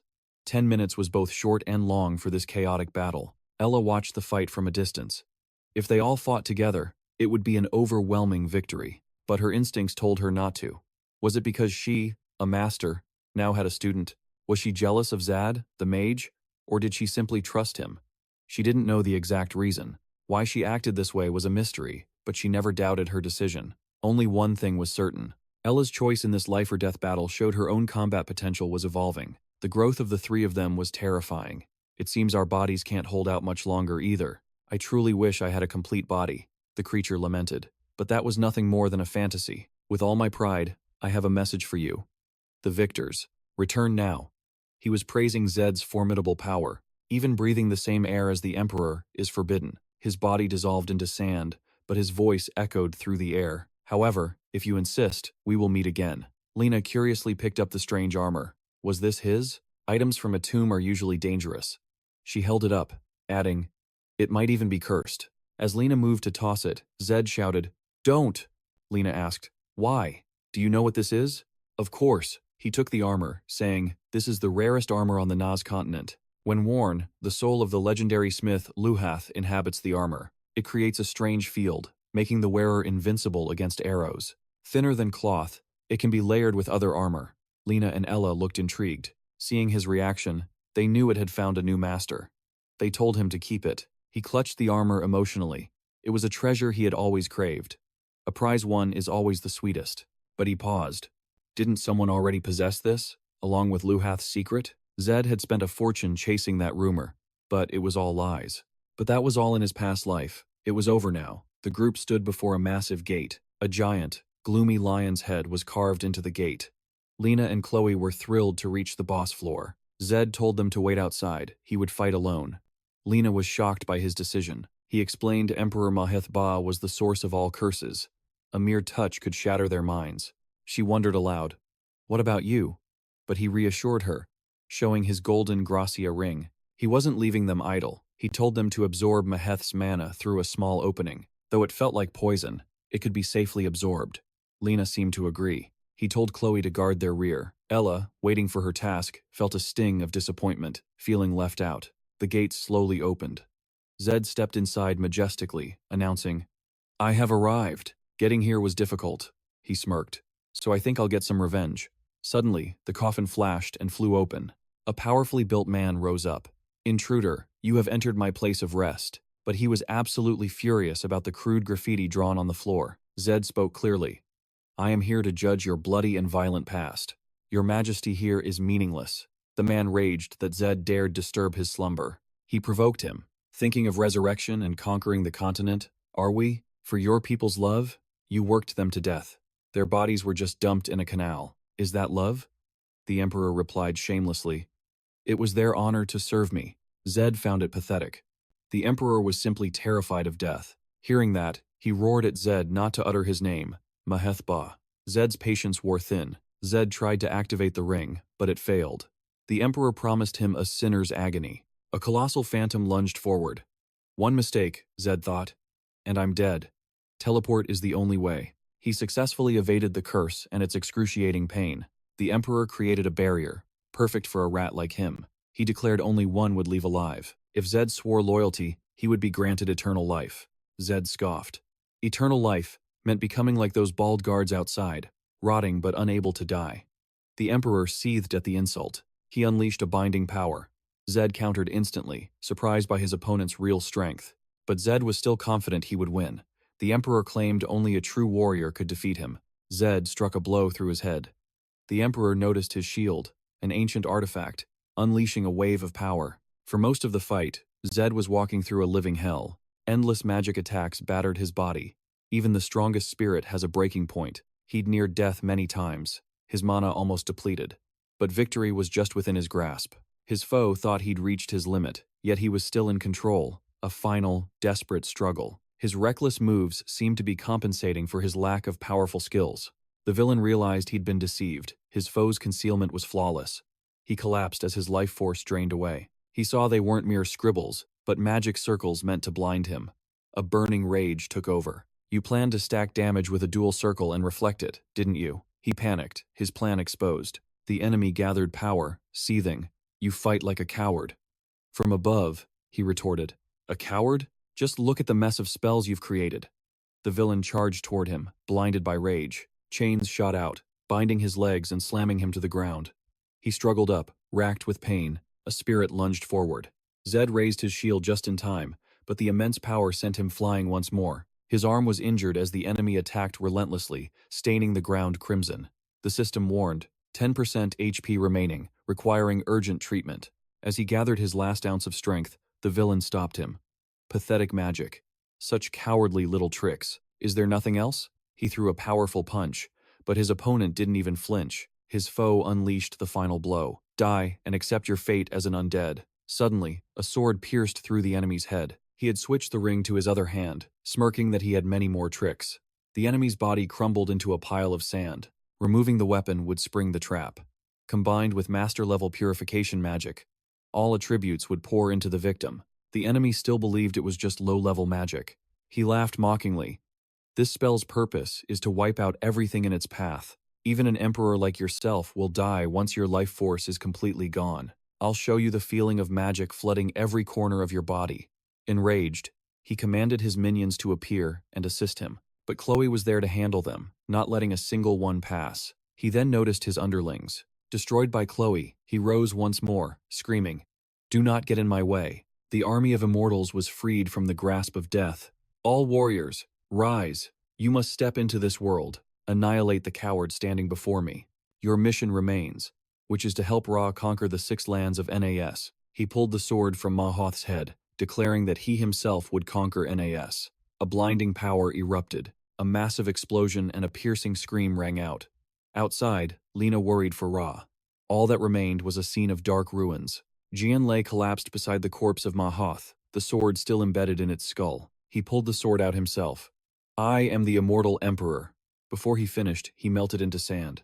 Lena rushed forward, calling Jian's name. The tyrant who once ruled 6 lands through blood and fear had been defeated by the great emperor of the empire. He smiled, satisfied. "We won." Zed's party had defeated the empire's emperor. He lay there, exhausted. Amid the desolate ruins of the battle, Lena screamed, begging him not to leave her. Ella scoffed. "It's not that bad." He called Isabel's name, making her angry. He cried out in pain. "Have you gone soft? Is it inconvenient? Please look after the legendary item for me. It's inside the ancient magic box." She yelled but followed his directions. "I know, you greedy man." Red Hair was relieved. He seemed to be all right.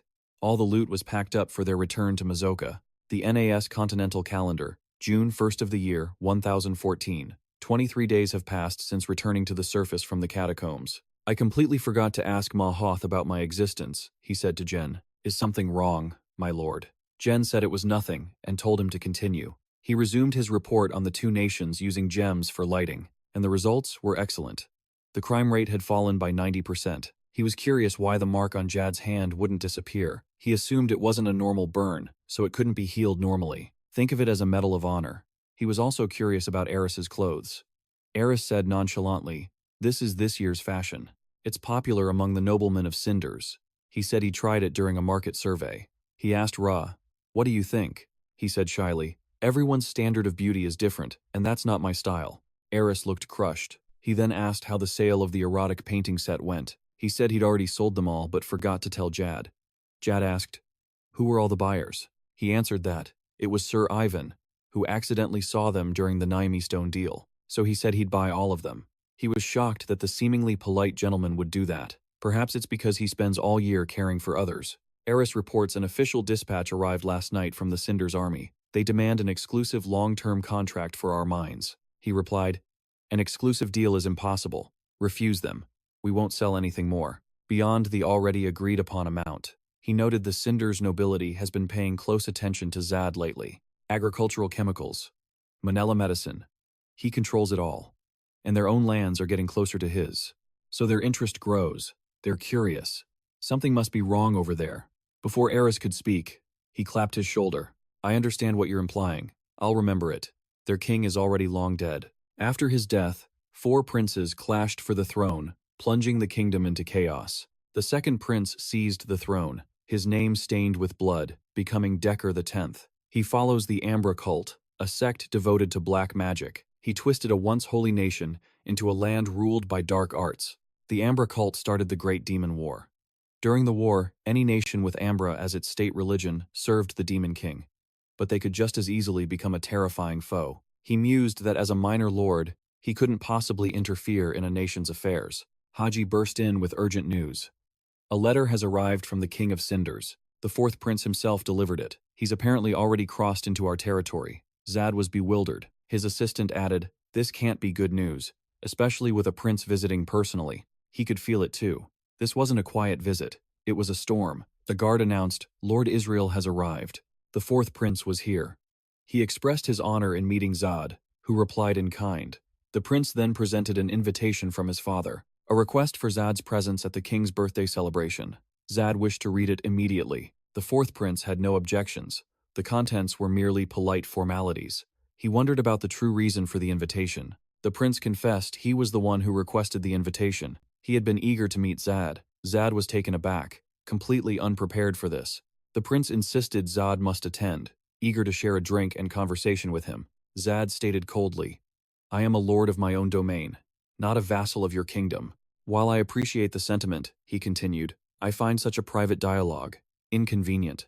The prince's eyes filled with contempt. It seems I've made a misstep, he spat, turning to leave. Do not dare disgrace my father's invitation. Zad forced a strained smile. How could I possibly do such a thing?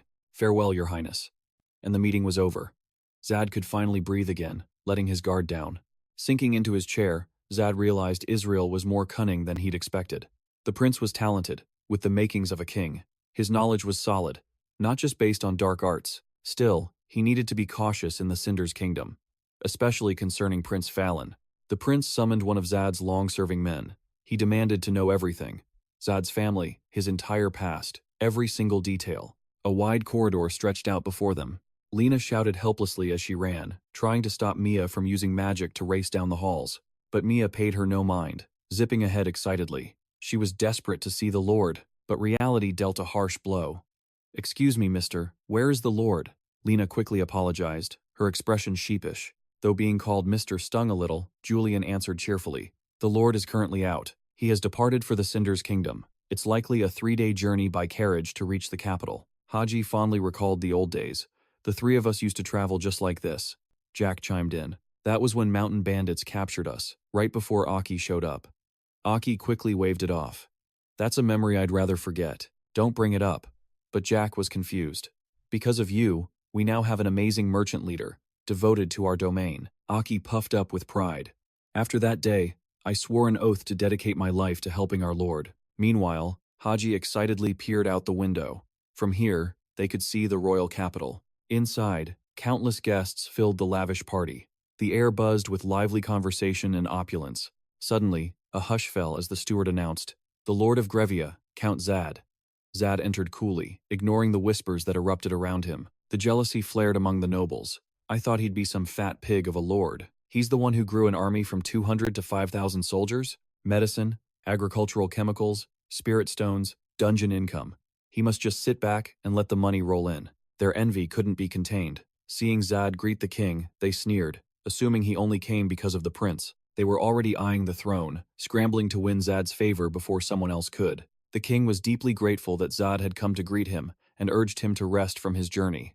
Zad was amazed by the perfect reception, only to turn and find thousands of adoring eyes on him. Then, they all rushed forward to surround Zad, each begging him to visit their territory. Trapped, Zad thought. Move! I can't even see the princes. Suddenly, the first prince, Lien, began to tremble during dinner. It seemed his old illness was acting up again.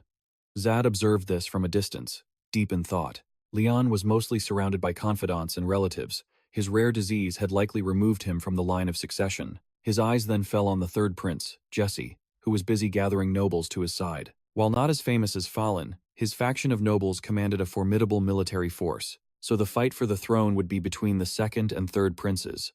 Izel's power was weak. Even with a backer, he couldn't possibly match Fallon's influence. Lost in thought, Zad was startled by a greeting from the second prince, Fallon. Trailing behind him was Lord Kavi. Zad's brow furrowed. I didn't expect you here, so you've sided with the second prince. Fallon continued smoothly.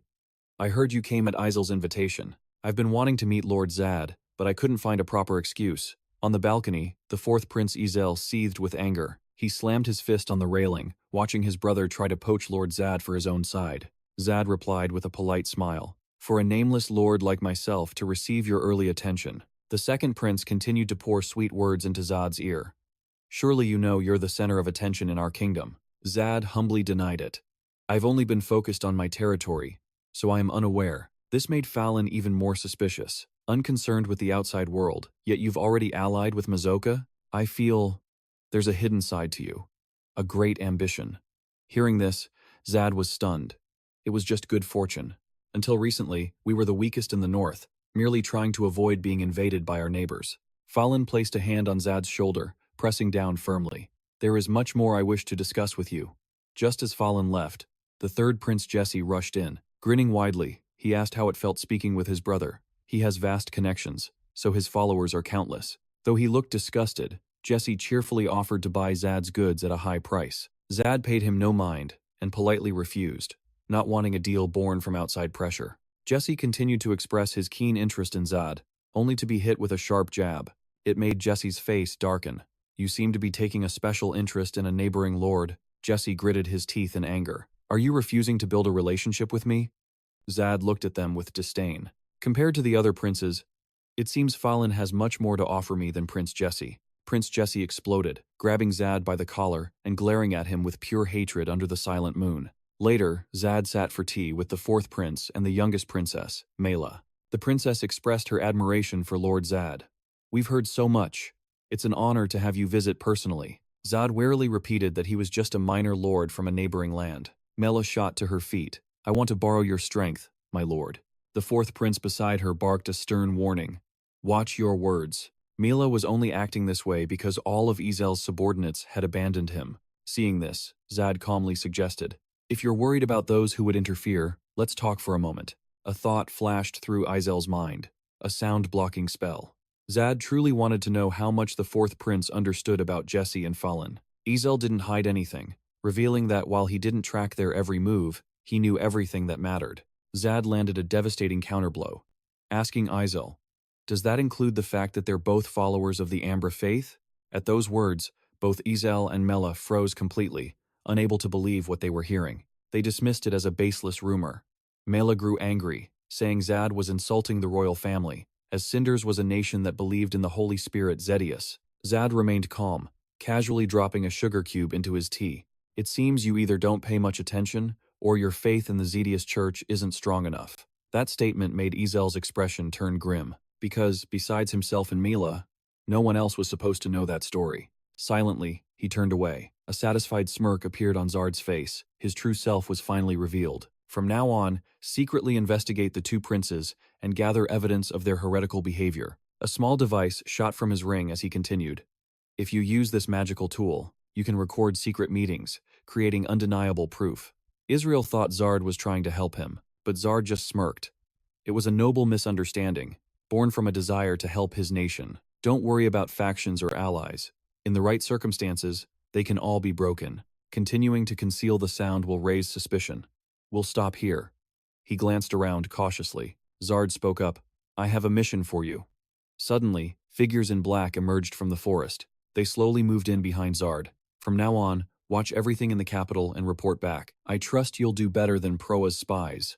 The next morning, the three of them headed back. But Aki's habit of being late resurfaced, leaving Haji and Zard waiting again. Zard glanced at Haji's outfit. He decided to buy her new clothes on their way to the capital. Haji politely refused, saying her current ones were perfectly fine. Without hesitating, Zard grabbed her hand and ran. I want to pick something for you. A moment later, she emerged in a lovely red dress. Both the butler and Zard stared in admiration. This made Haji eager to try on more. It feels like something's missing. Seeing Haji's joy, Zard smiled to himself. I was right to bring her here. Suddenly, a message arrived. It was a warning about a large-scale attack by ferocious beasts. They were heading for the Gravia territory. Zard calculated they had about 3 weeks. The coming day weighed on his mind. Even with a plan, they were facing the Albrecht monsters in the war for Gravia, a battle between General Bears of the South and the northern tribes led by Ivaniva. Intervening without a strategy would be a disaster. But with my preparations, I will seize this opportunity. Haji then emerged in a stunning new outfit. She excitedly announced Zard was practicing a spell. Amidst the roaring flames, Isabel's taunts echoed. Even for you, escaping this spell instantly will be difficult. I've neglected this kind of magic for a long time. This is a spell that can cause a fatal mistake. Zard focused, his eyes shut. By absorbing mana, its power only grows. The power test is over. Time to break free. Suddenly, Haji asked about what she just saw. Why did my face appear in those flames? A flustered Zard blamed it on a misunderstanding. Haji sighed, disappointed. But her friend added fuel to the fire. Just leave this pervert and go meet a much simpler guy. Haji's face flushed red. There's no reason for me to wear these kinds of clothes. Isn't this going too far? Isabel, speechless, clamped a hand over Haji's mouth to stop her rambling. Zard tried to dismiss them with a mission, but Isabel sent him flying with one kick. Meanwhile, in the Nightmare Forest, Tog complained. 15 years of hunting, and I've never had to wait in line. The man behind him thought it was fine. It would be easier if it was built like a shelter for the homeless. The two of them roared with laughter. They seemed pleased, having heard Nonella's dungeon was depleted. Suddenly, someone walked past, infuriating the man. Who the hell are you to just walk past us? His friend quickly stopped him. You live in Gravia, and don't recognize our lord? He was suspicious. What would a noble be doing in a place like this? The other man said he heard rumors. The Lord is visiting a place forbidden to outsiders. Zard walked onward with an imposing air. The question was, why couldn't Gravia develop like Nunella? The answer was likely the monster outbreak. Lord Bears not only helped the people but revived this barren land, only to have it trampled by demons. And Gravia had to suffer it all alone. His life's dream was an army strong enough to stop the monsters. Zard paused. He thought, I have a powerful army now. Rest easy, Gravia will be safe. He gently placed several orbs of light into a circle. They began to radiate brilliant beams of light. It created a magnificent sight. Elsewhere, war drums thundered as the demon army assembled, every soldier present. Every single one of them seethed with battle lust. Their leader's voice boomed across their ranks. Today, we receive our blessing. Devour every human you see. Offer all their food and treasure to our Lord. The world order was now in their grasp. A dimensional gate tore open, and Commander Blueout gave the order. The demon army charged forward. They plunged into the vortex, hungry for humanity's destruction. The moment they saw red, their eyes lit up as they charged without hesitation. Commander Blue then ordered his men to the most populated area, but suddenly froze for 5 seconds, confused by his surroundings. This clearly wasn't the human world. As the demon army panicked, Zad calmly explained. They were trapped in a distorted space, created by spirit stones, with no hope of escape. One demon muttered he'd never seen such magic before. Zad cheerfully introduced himself, ready to show them a true demon war. This was the army created by the Holy Empire just to deal with them. The demons were baffled. Using high-level spirit stones for such complex magic would quickly drain one's power. The demon commander defiantly challenged Zad, vowing a painful death once the barrier fell. Zad simply flicked his wrist, creating a swirl of purple light. Zad's strike forced the demon back. It realized Zad was hiding his power, and that the first wave of soldiers had died miserably. The enraged commander ordered his troops to capture Zad. He quickly unleashed the same move Manhart once used. Was this the same feeling? He worried they could arrive at any moment.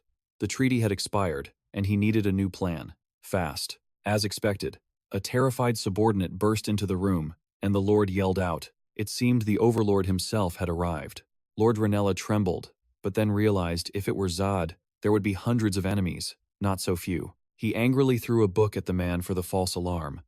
But the intruders were already inside Ranella, making it an urgent matter. He panicked, shocked that they had breached his magic barrier. He suspected a traitor. Grinding his teeth, he fumed that even Gravia wouldn't dare disrespect him this way. Facing the traitor copy, he seethed with hatred.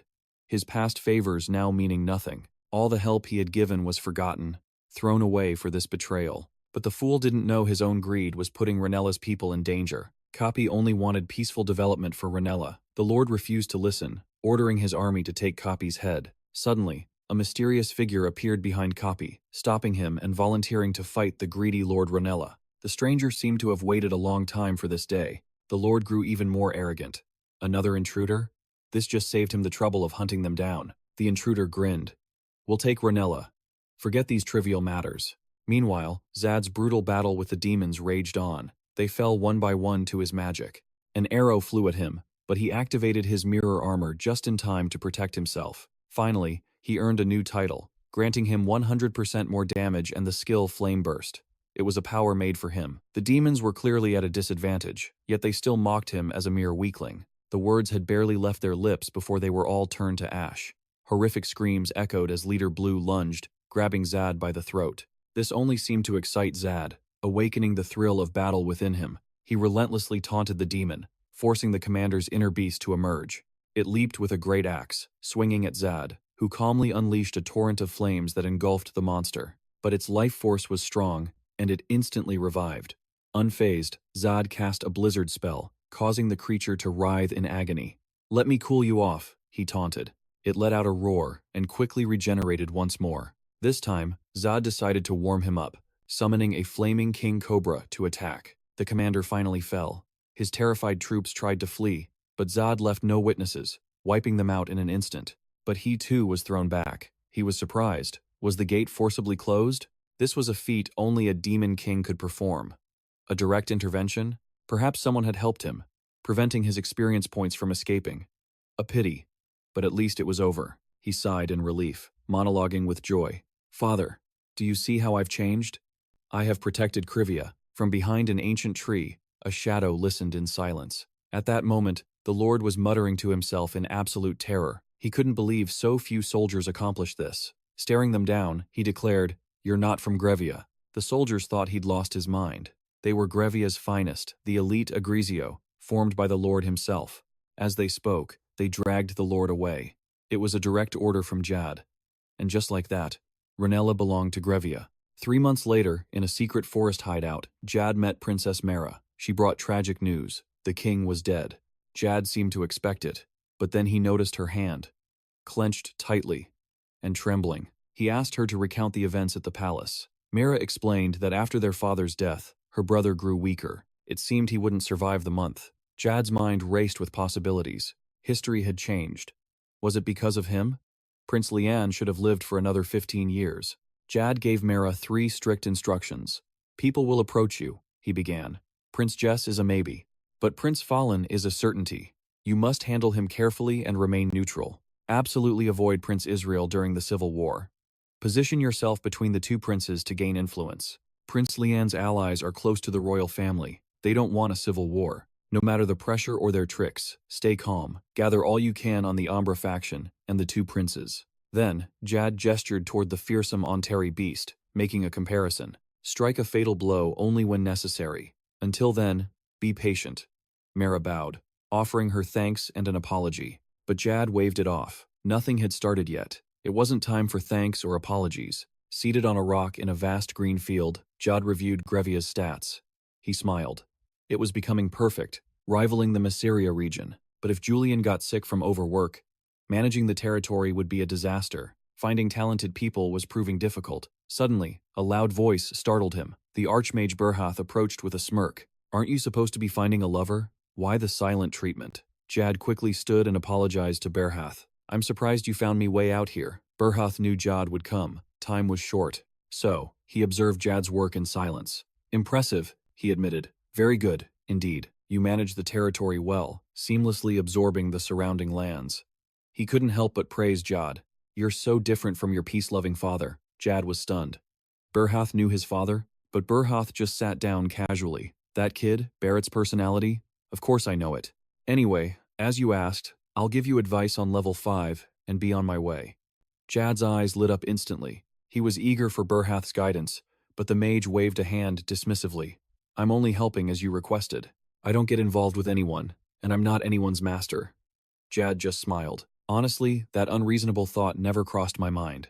Berhath recalled being just an ordinary employee when he first came to Gravia. He was driven by ambition to survive here, but as he grew, he underwent a spectacular transformation. He wasn't Shin Tae Pong anymore. He was Jad, Lord of Gravia. These people were NPCs, but he had to fight, because he refused to die. Always stay sharp and fight to protect everything. Complacency is death. Stronger enemies will isolate and crush you, even with knowledge of attacks and buffs. In the end, being human means you can't be perfect. That's why you must gather trustworthy allies. You exist because of them. Just as he finished speaking, a bolt of light shot down from the heavens, striking Jad directly. To Berhath's utter amazement, he simply stated, "I think I've reached level 5. Berhath's jaw dropped as Jad began to turn invisible. Level 5. Just from a few words of advice? Even I can't do that. Using spirit stones for light and potions is no simple feat. This kid was nothing like Barrett. A disciple like him would progress at an astonishing rate. He makes me want to be a teacher. No, he'll grow quickly on his own." With that thought, the old man turned to leave. Jad was taken aback by his sudden departure. He called out, but the old man only glanced back. "Jad, you got what you wanted. Were you going to offer me silver? If fate wills it, we will meet again." Jad wondered where he was headed. On the eastern continent of Nas, January 1st, 1415, a new year began. In his past life, he was an overworked office drone. After his reincarnation, he became the bloated Lord Jad. An entire year had now passed on the Nas continent. Jad gazed up at the star map. Dusting off his hands, he sighed. Time really flies. Then, he made his move. He glanced at the blue elixir and drank it without a second thought. He downed the divine potion, Lafia's exposure. It was an experience potion, a rare drop from the tomb of Manhwa. But if the empty vial was refilled with holy water blessed by a great god, it would reset into Lafia's exposure on the first day of each year, hiding a powerful buff inside. As he drank, Jad was thrilled to level up. He thought, "Today, all my stats go into mana." Magic skills drained power fast, requiring constant mana investment. Jad was thrilled to level up just by drinking. What an amazing gift. But looking at his stat window, Jad sighed. His stats were still disappointingly low. The leveling delay was likely due to an option on Deloc's bracelet. He'd have to watch that. Jad had also promised Julian a reward for achieving enlightenment from the Book of Knowledge. Flashback to 4 months ago, in the Paradiso system window. With every class promotion, a choice appeared. There were many rewards, but my decision was already made. Upon reaching the 5th class, there was only one option: enhancing the nurturing project. Jad declared his gains were from diligent nurturing. No one could dare argue with the results. He was now reaping the rewards of that growth. His disciples in training were Haza, Isabella, Lena, and Bia. Just as the saying goes, hard work pays off. Julian was learning far more than just administrative law. Aki was following his strict training perfectly. Lacus, overcoming his age, was also showing great progress. Jad was proud his disciples were on track.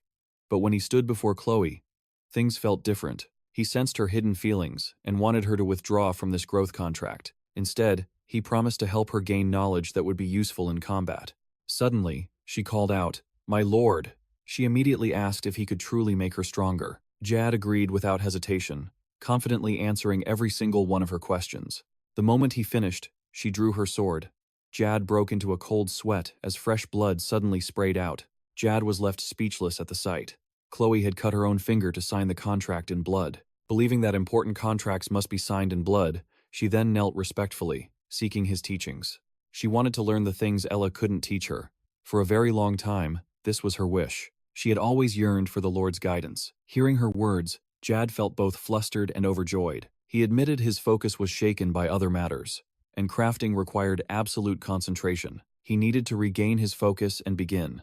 The art of recrafting was essentially a master's trick. It was a technique few artisan players in Paradiso ever used, involving dismantling legendary items and fusing their cores.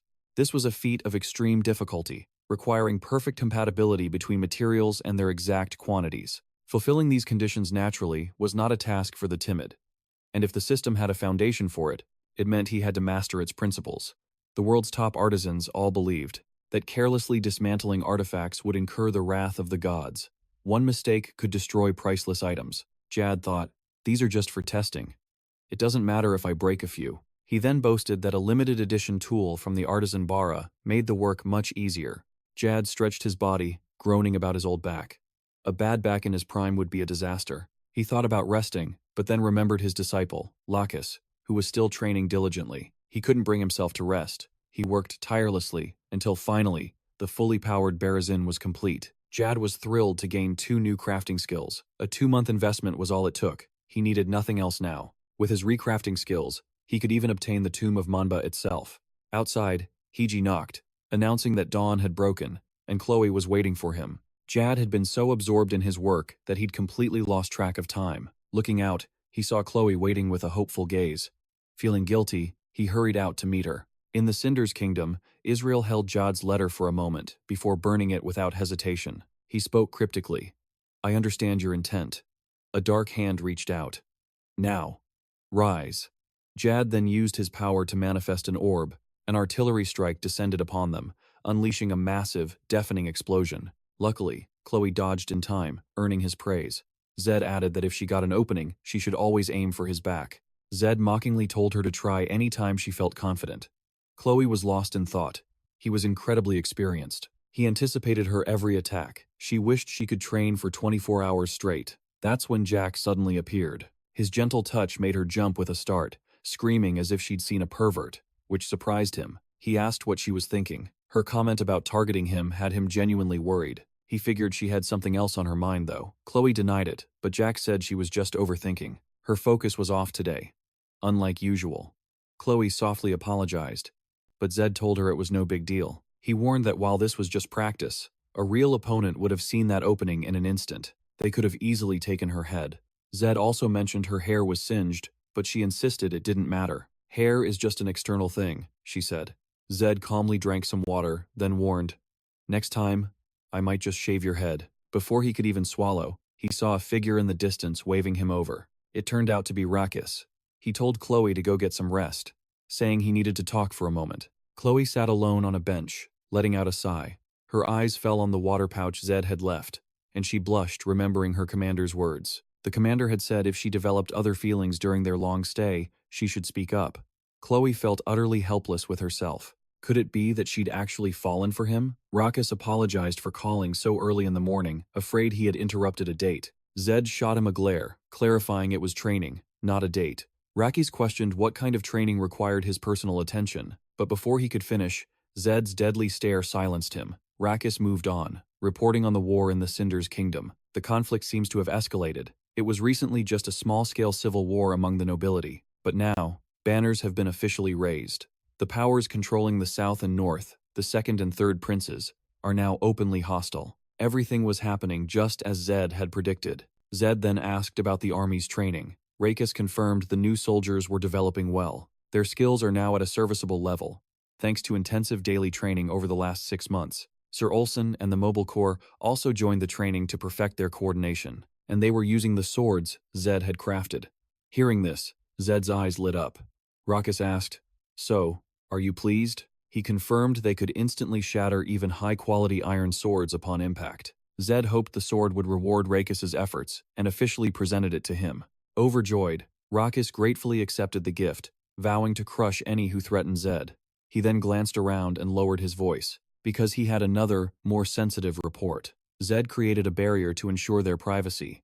Ragas began, explaining it was about the knights. They had results from the investigation of a recording device planted on the domain's outskirts. They'd discovered dark mages performing forbidden rituals on the outskirts of Gravia. After raiding the site and interrogating the captives, it was confirmed they were members of the Dark Mage Ambra's cult. Zed showed no surprise. He had already anticipated this. Within the Cinders Kingdom, this dark cult must be purged. They are the true cause of this endless war. The kingdom has made heresy its top priority. Anyone who believes in Ambra or supports that power, no matter who they are, forfeits the kingdom's protection. 3 months after Gravia declared war on its neighbors, the result was an unbroken chain of victories. No one could resist them. They all fell before Gravia's army. The key to their victories was Captain Agracio and Osen's Mobile Corps. However, the one who struck true terror into their enemies' hearts was the Gravian army's commander-in-chief, Lord Zed, 25 years old, a Class 5 mage. His accomplishments were overwhelming. Prince Jess and Prince Talon were also in the room. Crowds gathered outside, whispering and gossiping. Watching from a distance was the fourth prince, his hair the color of blazing fire. A girl with the same fiery hair approached him.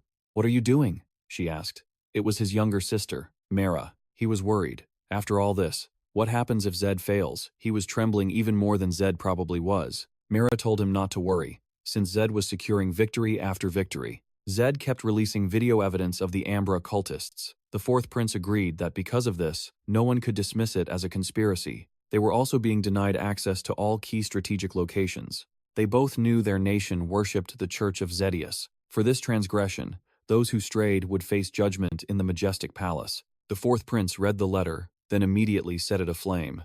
The letter's words echoed in his mind as he questioned succeeding his father. The hearts of men are truly deceitful. In the fourth domain, Post Street, a man was cursing loudly. "Damn you! Do you really think killing me will guarantee your safety? Even in death, the countless members of my order will hunt you down." Without a word, Zed plunged his blade into the man, ending him instantly. He then praised the sword's sharpness. Suddenly, a report came in about the city. All troops had opened the gates and surrendered their arms. They begged for mercy, denying any link to Ambra. He ordered their weapons seized and had them imprisoned, to be judged by the law. A soldier declared the fourth domain had finally fallen. Their momentum was unstoppable, and he praised the might of the Gravian army. Ragas clasped his hands together and knelt. Zed moved forward to raise him. He expressed his joy at being tasked by Zed, honored to fight by his side. His life finally had true meaning. Zed praised his dedication. Ragas then reported that Cinders was embroiled in civil war. This presented them with a perfect opportunity. Ragas enthusiastically requested to lead the vanguard. Zed was stunned, thinking he misheard. Ragas had called him Lord, a forbidden title. The scene changes. Gravia's mightiest army marches on. 3 months later, Zed was studying a map. Compared to 3 months prior, his domain had expanded 5-fold. His territory had now reached its limit. Further expansion was impossible. A system notification announced he had earned the title of Archlord. His charm increased by 100. He rejoiced at the news, but then learned industrial crafting was complete. The large-scale video devices were finished. He thought to himself, "It's finally time." Suddenly, Hiji rushed in. breathlessly reporting she could now use divine power. 6 months of toil had finally paid off. Zed was stunned, then overjoyed. He declared it was the best news he had heard in ages. Divine power was invaluable for treating grave injuries. It could completely restore stamina, among other effects. Hiji credited her success to the items Zed gave her. The bracelet and ring he gave her allowed her to train tirelessly. She was in awe of Zed. He asked if her power could reach the divinity of an intermediate healing art. She didn't deny it. He raised a dagger before Hiji, wanting to test her skills. She was startled. The Lord was truly unbelievable. There were other ways to test her power besides self-harm. She offered to heal the burn on his arm instead. Every time she saw it, her heart ached. It motivated her to train night and day. Touched, he agreed. Hiji cringed at his childish plea. As she began the treatment, the room filled with Zed's agonizing screams. Scene change. Damn that bastard, Zed. The prince slammed his fist on the table in a rage. His retainers flinched, asking what was wrong. It turned out Prince Leon had taken his own life with poison. Jess is losing, so he's putting the screws on Israel. But Israel never cared about the succession. That was Jess's problem, but he dared release that video behind my back. His head throbbed. Every move had been a mistake. He pointed at those born in Gravia. He berated them for their ignorance. They could only bow, pleading they didn't know, and were beaten mercilessly. He ordered a man named Capri to immediately withdraw the troops and handle Israel. The legion charged through the forest at breakneck speed. The prince and his retainer led the charge. His advisor urged him to remain calm. Israel had no part in this, the man insisted. But the prince wouldn't listen. Blinded by hatred, he was bent on revenge. His aide persisted. It's because Israel is serving under Zed. That's the reason. But he wouldn't listen, screaming, "Get to the point. I don't care about Israel. But Zed is behind this. There's no other reason for him to meddle in our kingdom." The aide despaired. It was hopeless. Lost in his own fury, the prince ordered the army to march on the capital. "We will crush Zed's army before they can counter," he roared. "Come down, Israel, you traitor." Wait. Stop.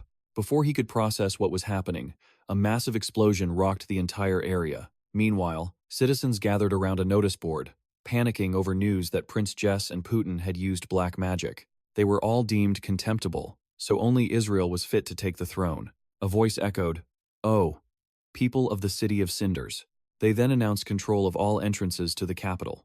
The fourth prince arrived on horseback, greeted by the people. They pleaded for the prince to save them from the Black Faith. The brothers vowed to protect everyone, a promise that held weight. And from then on, the subjects here have revered and sung their praises. At the blast zone, smoke and dust still clouded the air. An attendant checked on Pulatin, only to spot a stranger. He introduced himself as Colt Capri, saying he had to be defeated to meet Pulatin.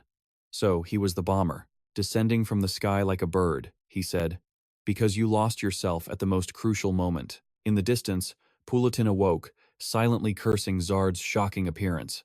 "You damned traitor! How dare you interfere in the kingdom's internal affairs? Fool! You think you can walk away from this with your head intact?" Zard taunted, saying he wouldn't die today, but Pulatin would receive no more missions. Enraged, he lunged forward to split Zard's head. Zard countered with the power of his fireball. The man's sword moved with blinding speed, leaving Zard no chance to counterattack. With a flash, Zard cried out, "You've torn my cloak, Your Highness. Or should I call you the guard dog of the Ambra Church?" Pulatin was now furious, tightening his grip on his sword as he lunged, shouting, "Shut your mouth!" He swung his sword, but the gifted Zard dodged. "Well, I suppose it's my turn now." His power transformed, growing into a colossal fire arrow that consumed the man, but it seemed to have no effect. He provoked, "Your magic is useless against my swordsmanship." Zard guessed he was referring to his special anti-magic armor and sword. He was lucky to have Dilak's bracelet, or he would have died here. He roared back, "Don't be so smug." He was shocked to find himself completely on the defensive. He thought Zard was merely a fourth-tier mage. He was supposed to have the upper hand. Zard, confident of victory, mocked him with a smirk. "Is something the matter, Your Highness? Don't tell me you're tired already." As he remained smug, believing his blade could solve any problem, Zard's power erupted in flames. Fire demons swarmed him. He tried fighting them with his sword, but it was futile. Surrounded and attacked by the fire demons, his body burned as he screamed in agony. Zard then offered a quick apology and dealt the final blow. Before that blackened face, his power rose to claim the man's life. He only had time for a curse. Zard's fire arrow then ruthlessly struck Pulatin. Pulatin was thrown back. The fireballs slammed into him, and he collapsed to the ground. Pulitan felt this was hopeless. Zard said that he could indeed repel his magic, but at the last second, he seized the opening for a fire arrow. This was the result of Pulitan's overconfidence. He mocked himself. At first, he wondered why Zard left Zedius for Ambra, but now the reason was obvious. Struggling and desperate, Pulitan asked, "Where are you, Count Gabi?" Zard answered coldly, "He is not coming." Pulitan wondered if all his efforts up to this day were about to crumble into nothing. Zard stated this was the consequence for seeking refuge by borrowing Ambra's power. Pulitan recounted that he was destined to be the successor, to make the kingdom greater than ever. It was due to Radius's outdated doctrines. He had always found Ambra's ways to be more righteous. Annoyed, Zard kicked him and told him to talk less. Suddenly, a stone fell from Pulitan's body. Zard picked it up, realizing it was Cluze's necklace, and Cluze was from the Garden of Eden organization, the leader of Ambra. A madman wanting to control all magic. A manipulative, deceitful killer who leads others down the wrong path. Someone who would sacrifice anything to achieve his goals if necessary. Zard wasn't entirely sure, but if this was Killer's doing, his objective was perfectly clear. The necklace that fell from Pulitan was the very thing that had been controlling him. On the other side, Capri raised his sword and ordered Ragas, "Do not stand in his way." The two swords clashed. Capri thought to himself, "What is with this guy? He can block a strike from the Blood Moon sword." Suddenly, a magic arrow shot toward Capri, bringing him down. Rakas wondered if Capri was dead. Jed's voice rang out, "Sorry, Rakas, looks like I'm a bit late." Carrying the unconscious Pulitan, Capri's soldiers trembled at the sight of Zad. They dared to threaten him. But before they could attack, a sword from Zad's soldier struck first. He took two of them down instantly. "Sorry, but that's not happening." Another group then charged forward. They slaughtered Capri's men, declaring they were following Lord Milo's orders, in order to eliminate all followers of dark magic. As for Pulitan, he escaped the death penalty, but he would spend the rest of his life in prison. Hearing this, Zad immediately left the kingdom, and not a single rumor was heard of him since. A source claimed Zad escaped to a place his leader, Ambra, had recommended. Following Zan's advice, Ezel waited until the very last moment. He appeared to claim all the credit, using the 9th royal rule to ascend the throne. Zan knelt respectfully before Ezel to greet him. Ezel then offered his praise for Zad, for ending the war and securing his throne. Zad felt Ezel's flattery was unnecessary. To reward Zad's deeds, Ezel offered to make him a vassal of the kingdom and asked Zad if he had any objections. Zad replied he only did what he believed was right. He didn't do all this just to become Ezel's subordinate. The nearby pope fumed at Zad's disrespect. Ezel rose and proclaimed, "From this day on, Zad would be a duke, ruling a territory of the kingdom, and Ezel himself would grant it. The decree would be absolute, with no bonds between them, meaning Ezel would require no oath, no pledge of fealty from Zad. Any objection would be considered a direct challenge to his authority as king. Therefore, Ezel expected no further discussion on the matter. Finally, Ezel would grant land to Duke Zad, thanking him for preventing the kingdom's collapse. The people also thanked Zad, vowing to never forget his service to the kingdom. The Pope and the soldiers also voiced their gratitude for Zad's monumental efforts. Citizens everywhere roared, "Long live His Majesty, Emperor Ezel! Long live Duke Zad!" As night fell, Rakas shyly asked Zad if he could please stop wearing this armor. Rakis confessed that when Zad said he just took it, he knew a victor's word was law. But wearing this armor and sword, it gave Rakas a sense of true reliability, a perfect synergy with the blade itself. Rakis then asked Zad for permission to ask him something. Rakis spoke from the heart, saying he'd never seen such unity among the soldiers before. They all respected Zad, willing to sacrifice their lives for him. They all dreamed of a better future, a future under Zad's rule. Rakas knelt reverently before Zad. While others might worship a god in the heavens, Rakas would only worship the god standing before him, Zad. Zad was taken aback by the sheer devotion Rakas was showing him. Rakis, meanwhile, shed tears before the one who had given him everything. Zad reached down, kneeling beside Rakis. He understood. His words left a profound impression, deep within his heart. Rakis wept in Zad's arms, even getting snot on his armor. In the VIP room, Mara was struggling with Ezel's new title, but out of sheer exhaustion, she defaulted to calling him Brother Ezel. Yet, instead of being reprimanded, Ezel simply said it sounded better. He then mentioned hearing she had something to discuss, and he hoped it wasn't about Zad's investiture. Right? He gave her permission to speak, and that he would hear her out. She began, stating the territory's growth was nearly unbelievable. Agriculture, printing, commerce, prisons, all to quickly stabilize the kingdom. For that, they absolutely needed Zod's help. Isabella knew it was true. A task that would take others 15 years. Zod could accomplish in just one. Mara agreed completely, thinking to herself, for the kingdom and for Isabella, Mara made a tactical decision.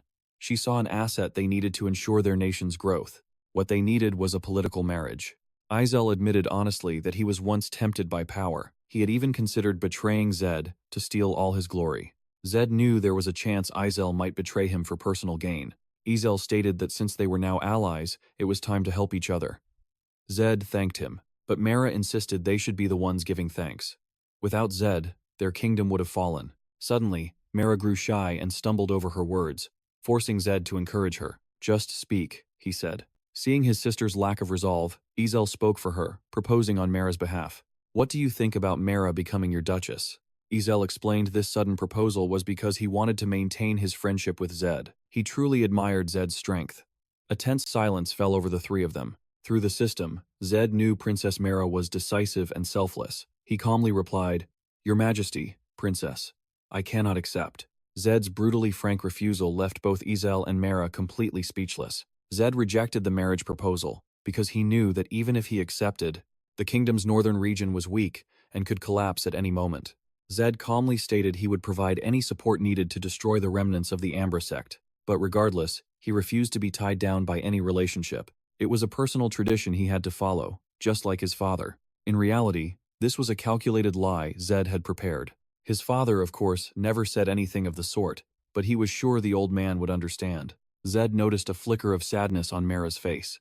He felt a pang of guilt for upsetting the princess, explaining it wasn't because she was unworthy. She was truly admirable. The truth, he lied, was that he was too lowly to be worthy of her. Zed's false words made Mara quickly insist that such things didn't matter to her. But Zed cut her off, stating he had no desire for a political marriage. He then warned that if they valued marriage over their alliance, their fears for the future would become reality. However, should they ever betray him, he would not hesitate to strike back.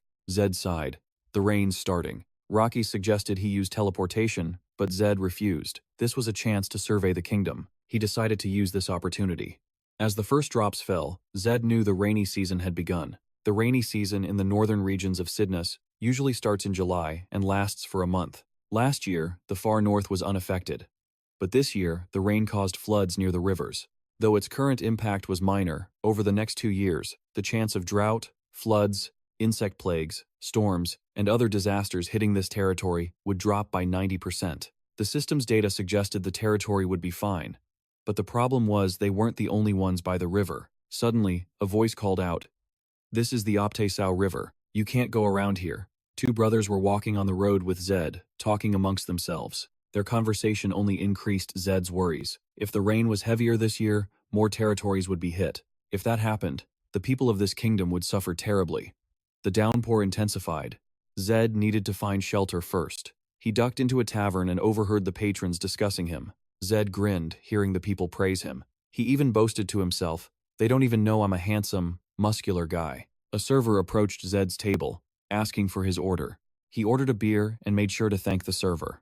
Suddenly, a loud voice boomed, complaining about the terrible weather as the tavern door swung open. He scanned the room. Every single table was taken. After a moment, he approached Zard's solo table and politely spoke up. Zard's face was stern as he asked what the man wanted, but suddenly, a flash of shock crossed his face as the man's system information appeared before him. Special trait. Blessed by the god lunatic kills. The system noted it couldn't fully analyze targets with such special traits. Meanwhile, the young man asked with a friendly smile, This seat isn't taken, is it? Mind if I join you? Zard was still processing the fact that this man held a god's blessing. The god, Lunacasios, one of the deities from the Paradiso era. If this man had a divine blessing, Zard was 100% certain he had to be a protagonist, but he had absolutely no information on him. Sensing no hostile intent from the man, Zard gestured for him to sit down. At the very least, he wanted to know his name. The young man introduced himself as Kaiko. Zard lowered his own hood, stated his name, and invited him to sit. Kaiko's eyes widened in shock, shouting Zard's name and drawing the attention of the entire tavern. But Zard just gave an awkward smile. confirming his identity while gesturing for Keiko to quiet down. Even after taking a seat, Keiko couldn't hide the starstruck look on his face. He also remembered to flag down a server and order a mug of beer. Keiko shyly asked if he could properly introduce himself before his idol, Zard. He was from Duke Merlot's territory, but he'd been cast out by his family and was now completely broke. Zard knew Duke Merlot's southern territory was a wealthy hub in the kingdom's southern trade region. That particular duke had numerous children, so it wasn't surprising that Keiko was an unknown. Zard then asked why he'd travel from the south all the way to the far north. Keiko paid for his mug of beer and insisted on paying for Zard's as well, leaving a generous tip for the server with the change. Zard felt it was unnecessary, but since Keiko was treating him, he decided to accept it with gratitude. Keiko just waved it off, saying it was nothing. Keiko's eyes suddenly sparkled with admiration. "You look so young," he praised. He himself was turning 26 this year. Zard felt a bit awkward at the intense expression, but revealed that, coincidentally, they were the exact same age. Keiko was stunned. He couldn't believe they were the same age, claiming his own eyes must be failing him. Keiko admitted he was a bit hesitant about trying to make a living with his own swordsmanship. But Keiko was also deeply envious of Zard, a powerful duke who governed a vast territory. Zard mentally assessed him. For someone with a god's blessing, Keiko's words and actions radiated a deep lack of confidence. Watching Keiko closely, Zard felt more certain this man had to be the protagonist. He wanted to see what a person backed by a god was truly capable of. Zard asked Keiko about his future plans. He confessed his plan was to join the Arakun mercenary corps. He'd heard they were forming a raid party for the underground caves of Teruins. After all, the fastest path to wealth has always been raiding dungeons. Zard knew of Arakun, a talented group famous for tackling the most difficult dungeons. Keiko cheerfully confirmed, adding that he'd heard plenty of rumors that, if you get seriously injured on a raid with them, you simply get left behind. Keiko confirmed that's precisely why they were known as such ruthless mercenaries. The underground caves were ruins from the Paradiso era, a cave-like dungeon in the kingdom's northeastern region. If Zard remembered correctly, it ranked in the top 3 most hated dungeons. Both of those facts felt strangely familiar to him. The underground caves of the ruins and the Demon Army Edrefus dungeon were 2 of Zard's personal favorites. Fearing he'd be misunderstood, he quickly clarified that he enjoyed raiding many dungeons, not just those 2. Zard raised his mug to Keiko, promising to pray for his safe return from the raid. Keiko raised his own mug, vowing to pray for the prosperity of Zard's domain. Seeing him stand, Zard asked, "Leaving already?" Keiko said he had much to prepare, and was just hiding from the rain. Jad made him an offer. If he ever changed his mind, he should visit Caribia. Jad promised to repay today's favor with their best beer. Keiko turned to leave, but not without thanking Jad, saying he would be wandering for a while. Because of that, he would surely stop by someday. Until then, Keiko wished for Jad to stay safe, and with that, he left the bar. Jad silently hoped they would meet again. Suddenly, a sharp pain lanced through his skull. He knew this wasn't a normal headache. Jad clutched his head, crying out, "What is this? This agony?" His sharp eyes scanned the area. Where? Where is it coming from? Then his gaze locked onto a woman with a powerful aura. Their eyes met, and she offered a faint smile. He had found the source. Like a rare jewel surrounded by admirers, people offered her drinks, calling her the Red Queen. Special disposition, blessed by Acma Helicist. Analysis of target with special disposition is impossible. Jad was stunned by her status info. Another blessed one. He wondered if he should start hunting hidden villains. With a friendly gaze, Jad thought to himself, this pain was no ordinary headache. It seems the woman called Red Queen had used some kind of spell to directly assault his mind. A normal person would have collapsed instantly. But luckily, Jad had a hidden protector. It was the Razor Ring, a level 45 item. No, his magic resistance surged by 100.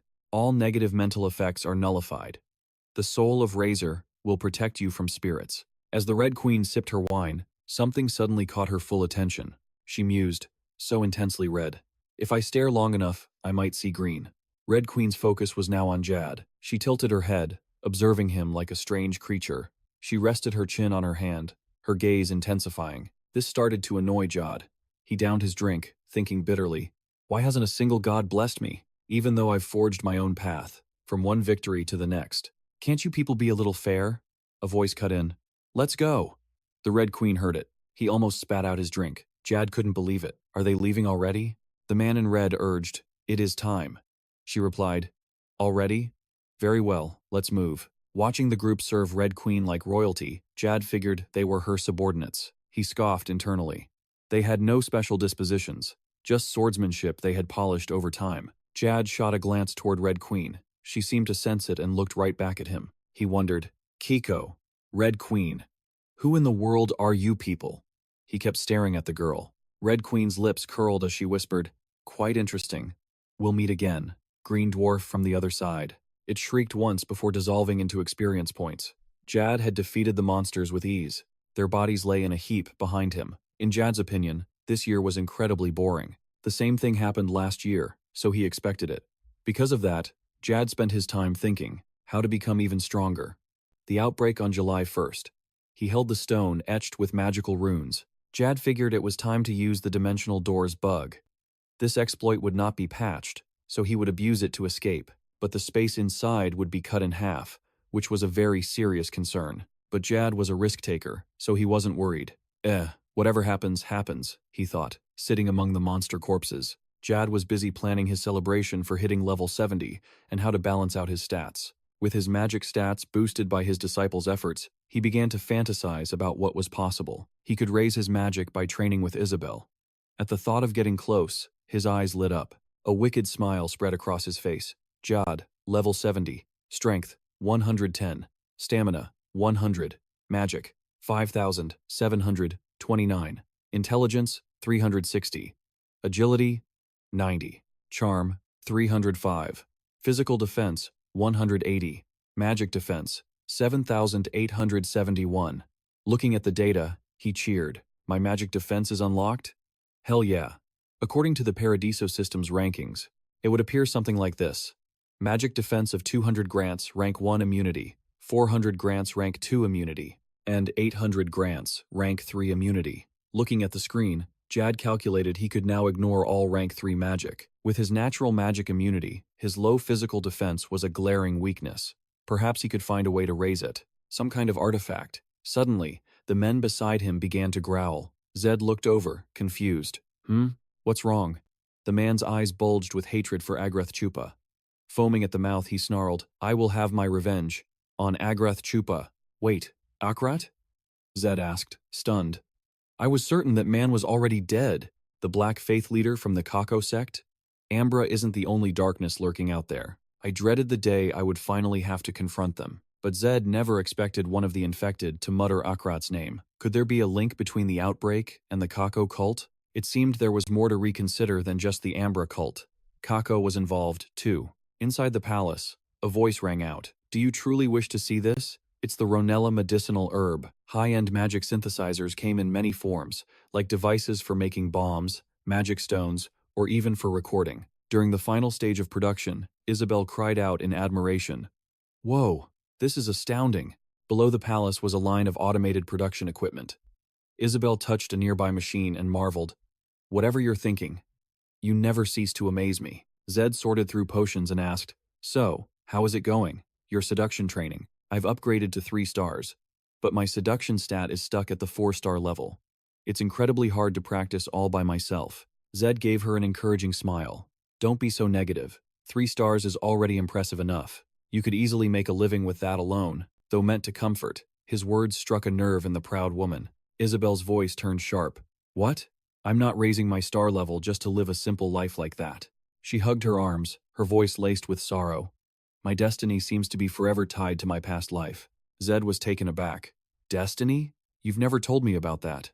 A shadow flickered in Isabel's eyes. 65 years ago, she was scorned and bound while people spat curses at her. Witch, you evil wicked witch, get out of here right now. They lit the fire, and she screamed in hopeless agony as flames consumed her body. As the fire roared, Isabel turned to dust, much to the crowd's delight. Wonderful. Our land of Cilia is pure once more. We must kill these demons and protect our empire. Isabel's voice was low. It's better if you don't know. That's the truth. I'm not trying to spark your curiosity. Zed looked at Isabel with compassion. She was so gifted with magic, and normally such a cheerful person. Perhaps it was her specialization in seduction that drew out a darker side the more she trained. The tension made Zed uneasy. He had to cheer her up. He quickly tried to change the subject. All right then, let's forget about that. Is the problem your magic management? Just as he had said, Isabel's magic was in turmoil. She couldn't control it, but she could survive in a battle for long enough if she had to. Isabel, level 75. Strength, 291. Stamina, 41. Magic, 4011. Intellect, 100. Agility, 19. Seduction, 54. Physical defense, 10. Magic defense, 33. Special tendencies, despair S, and pain healing S. Frenzy C. General personality, anger, love, and envy. Just then, an idea struck Zed. I want to organize a raid. I'll request a training difficulty equivalent to the third catacomb. Isabel was astonished. Oh my goodness. Where? The catacomb of Demon Emirifus. Isabel's jaw dropped. What, that place? I've heard of it before. I'll look into it. Isabel took on the mission to research the location. She had heard enough about it that its name still echoed in her mind. She promised to do her very best. Zed laughed. Haha. All right. Isabel had finally shaken off her negative feelings. She jumped to her feet and gave Zed a friendly wave. I'll take the lead. I was just a little down earlier. Thank you for encouraging me. Zed felt happy too. It seemed he had managed to cheer her up. He turned back to his work. Staring at a shelf of bizarre and rare items, Zed fell deep into thought. He suddenly had a flash of insight, grabbing a strange object with a shout. Something exciting is about to happen. The territory was lacking 2% in cultural content, and there was a solution. He would consider projecting a film using an imaging device. A military-grade imaging device. Using it for a cultural purpose. Zed agreed. He loved the idea. Eloquent speeches that would capture the public's mind and awaken emotions buried deep in their hearts. Speeches so powerful, they could bend the very shadows. Zed laid out the condition. He must promise 500 gold coins a month for the fanbase he built. In addition to his massive loyal audience, he demanded a position above the head of general affairs. Zed agreed, saying, "Nothing can refuse the words of a sincere man." Or so he believed. Model. No one else in this country could do it. It's a total disgrace. All for money. Jed watched him seriously, aiming to win over the final candidate. He had to meet him at Cribia's Arknest pub.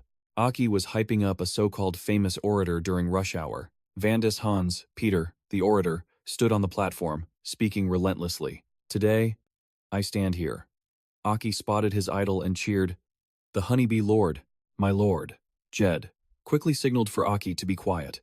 Vandis continued, "Where I belong. Cribia's great journey presses ever forward. Let's discuss this." Jed smirked, watching the murmuring crowd. They lavished praise on Vandis, talking of expanding power by sea, not land. They dreamed of building a true domain in this land. This Cribia. The speech wasn't over. Just you wait and see. Are we on the path to prosperity, or have we stepped onto the road to ruin? Just as Jed predicted, his words had a magic that captured every listener's mind. Vandis, from Paradiseo, was a notorious red beretta for the demon army, a vile criminal with a record that terrified many. Yet everyone now surrounded Vandis, asking for autographs. Everyone felt his power and sided with the demon king.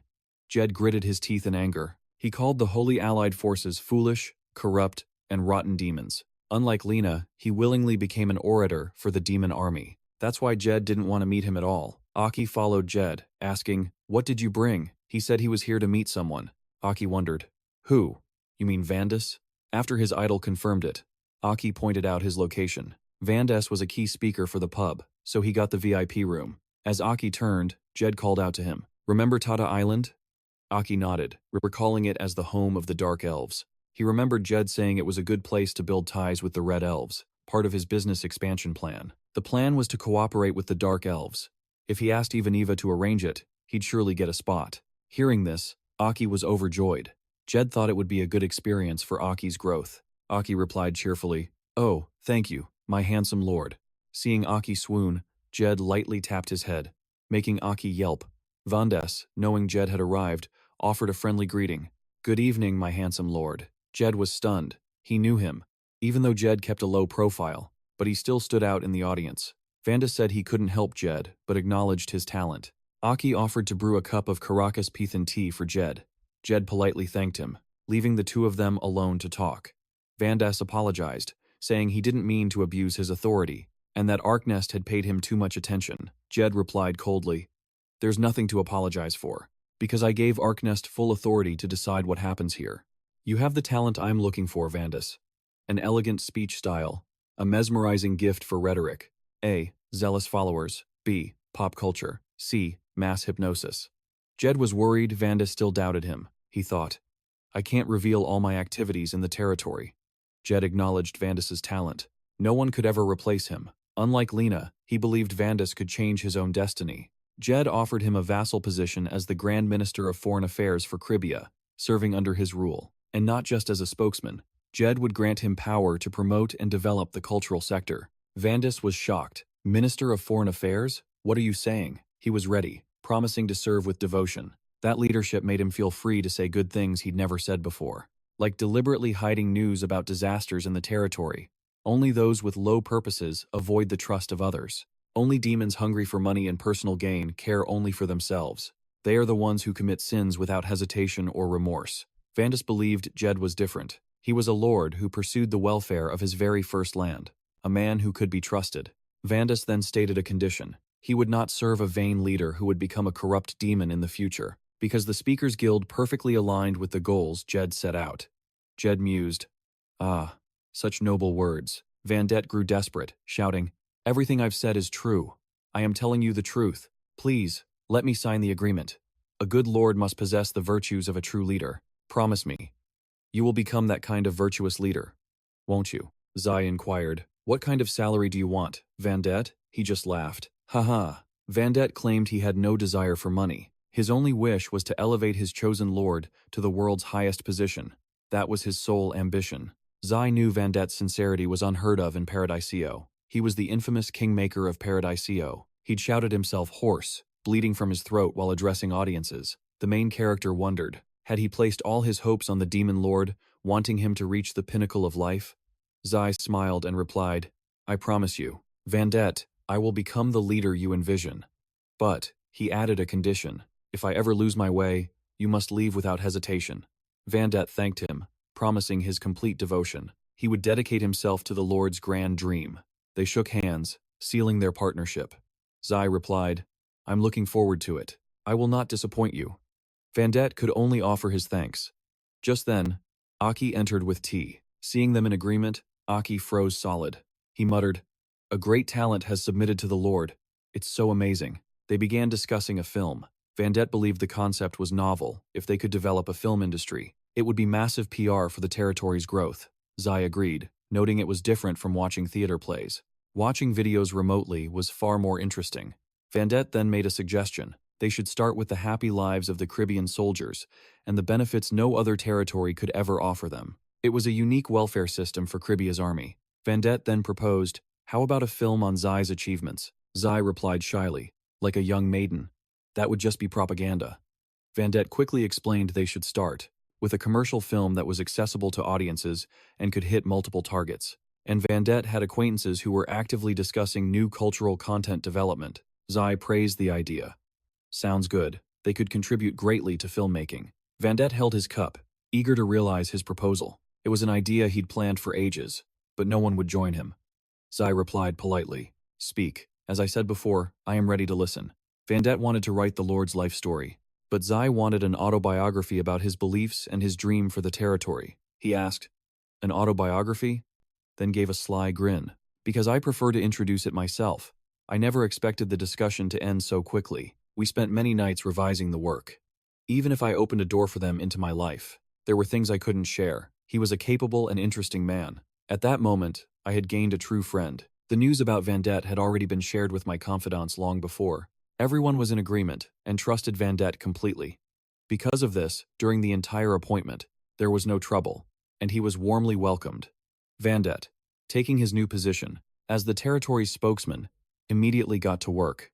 First, he began producing the propaganda film for the military. Second, writing the autobiography starring me, Zai. And so, the territory's operations ran smoothly. On the morning of July 5th, I was studying a dungeon map, the demon army's hideout. I pondered, realizing the map was more complex than I'd thought. Suddenly, Chloe's voice cut in. "It really is complex." I jumped, startled, wondering how she got in. "Shouldn't she at least knock?" Chloe retorted. But the door was open. I glanced at her absolute stealth information, SS rank.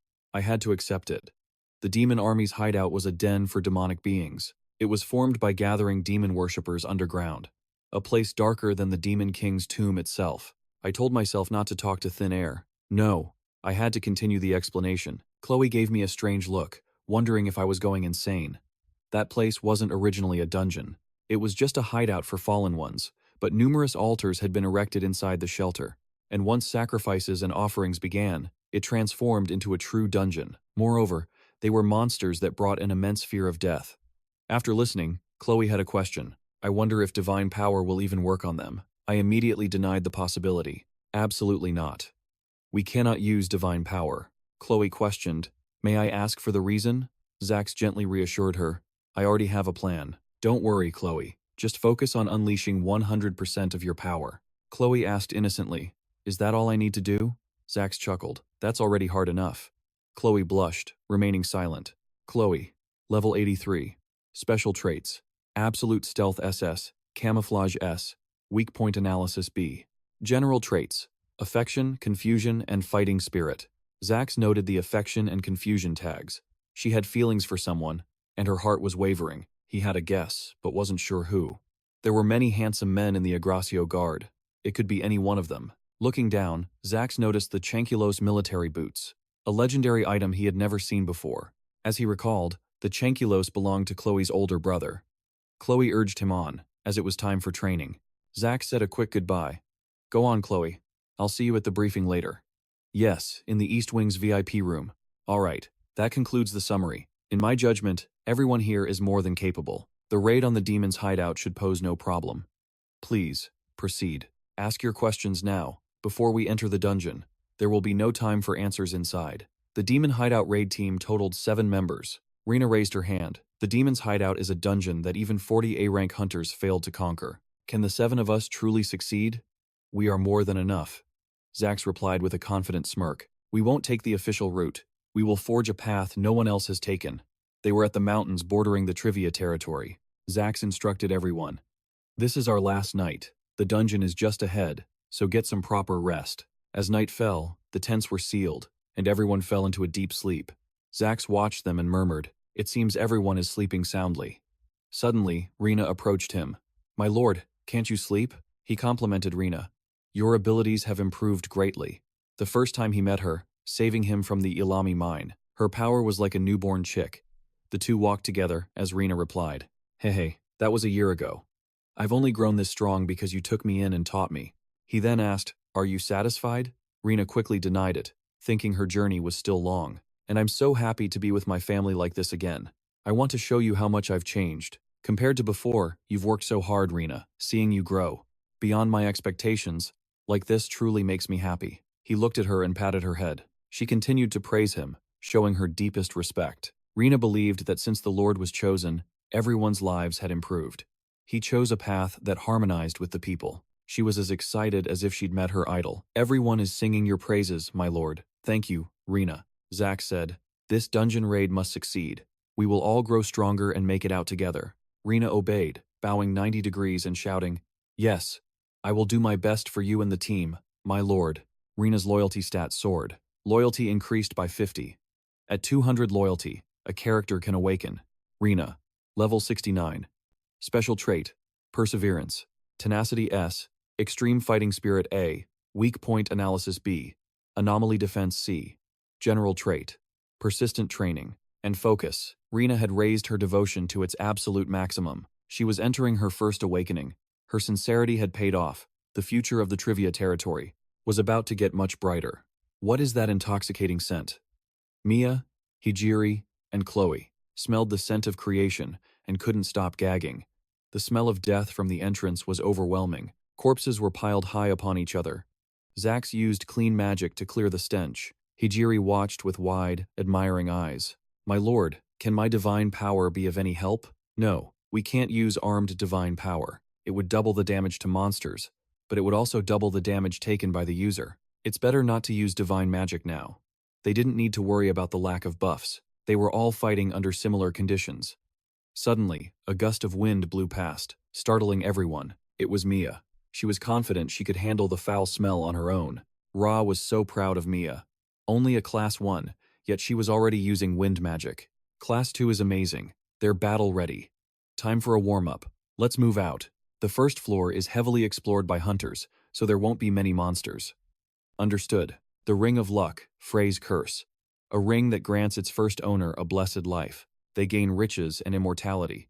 But if the owner discards it a second time, the ring will automatically kill them. It also corrodes the user's mind, causing death within 60 seconds. To break the curse, the ring must be given to 4 people within 60 seconds. Hayes asked Ra, "What is it?" while hearing him curse. "What the hell is this thing?" "This isn't a ring of luck, it's a ring of misfortune." Those twisted designers hid this monstrous thing inside the artifact. Its terrifying power is why the entrance is piled high with corpses. At the entrance, Zed felt a sharp pain in his head. Hayes asked with concern, "Zed, what's wrong?" "Just a slight headache." A system notification appeared. "Curse activated. Sacrificial target will be eliminated." Zed thought, if this were Gracia's ring, I'd be dead. But thanks to his artifact, Frey's curse had no effect on him. A similar situation to the one with the Red Queen. So useful. The cursed ring has transformed into a ring of blessing. Frey's blessed item, the Ring of Luck. Zed felt this truly was a good omen, a sign that everything would go smoothly. He thanked the fallen hunters. "I will work harder and fight in your place." Attack on the Dark Hell. First basement, 5th stone chamber. Zed cautiously scouted ahead. Rakis found it unbelievable. Other hunters all died on the way to this room, but their entry was effortless. Hayes praised him. "Zed, you're amazing." He wiped out the red demons in a flash, luring them inside with his magic power. Zed made them kill each other. He fought nearly 20 of them. Chloe watched in awe as Zed battled high-level monsters like shadow demons. Absolutely breathtaking. So impressive. Isabel had only read about this. It was her first time seeing it in person. Lena took the chance to ask, "Zed, what are you looking for?" He suddenly shouted, "Found it!" leaving everyone stunned. He then ordered everyone to turn back. With a single roar, the stone wall shattered, startling the group again. Zed smiled. "We're all done. Shall we enter?" A shortcut from the 5th stone chamber, 1st basement, to the 8th. It led to the 4th basement of the Dark Hell. The Paradiso developers created this path but abandoned it. They probably stopped because clearing higher levels offered better rewards.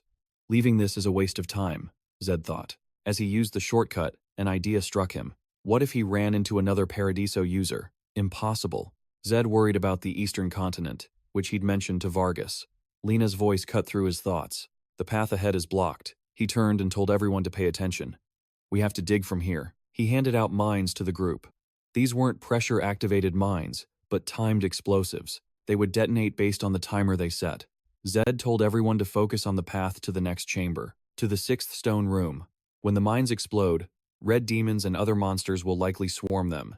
Zed tossed bombs like candy to start the excavation.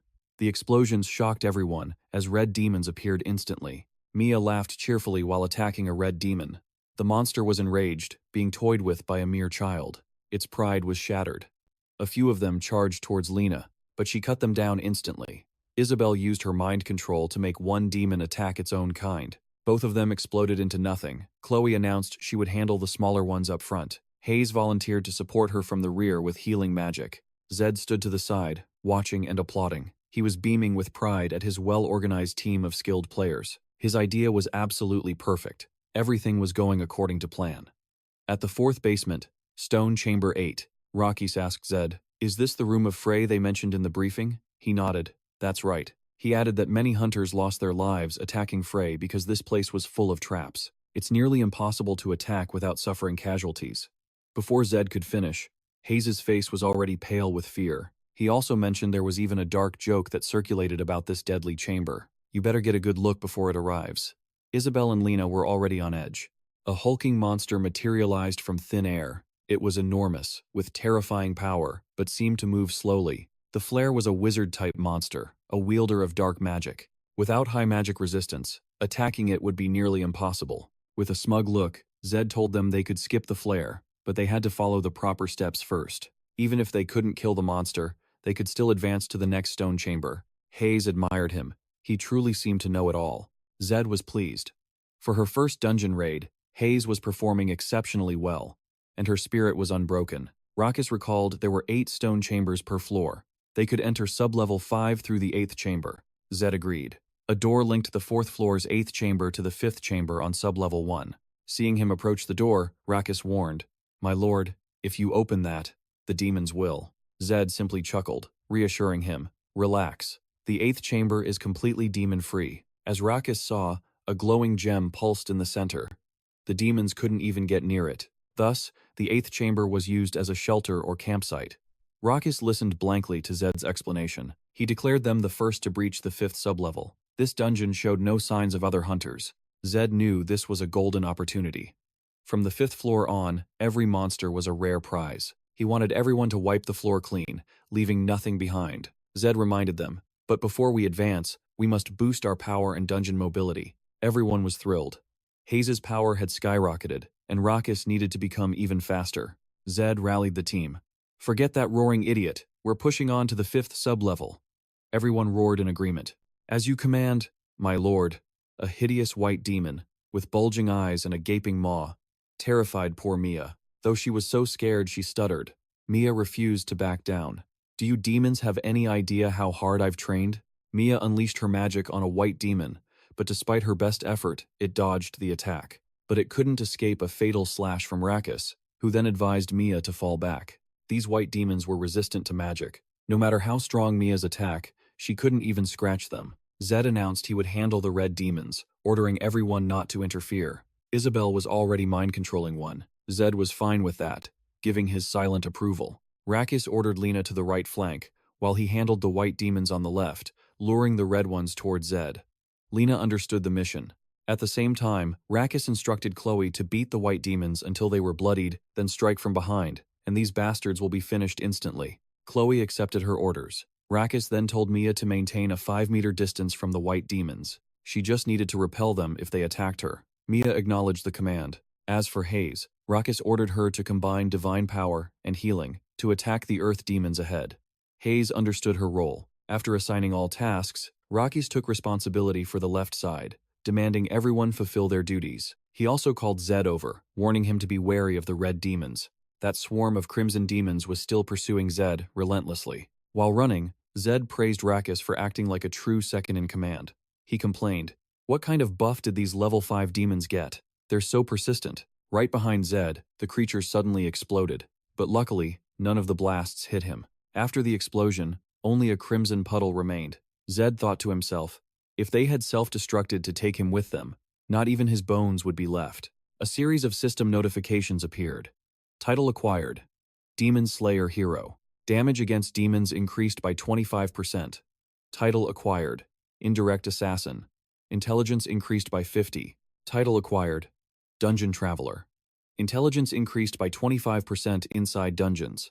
Zed smirked, thinking he should have come here much sooner. The notification windows were about to overload. 2 days later, in the 5th sublevel's 7th chamber, everyone was covered in filth and gasping for air. They were all completely spent. Zed admitted this was a tough fight. They were all out of stamina and needed rest before entering the next room. Since no other team was on their tail, the party could finally take a breather.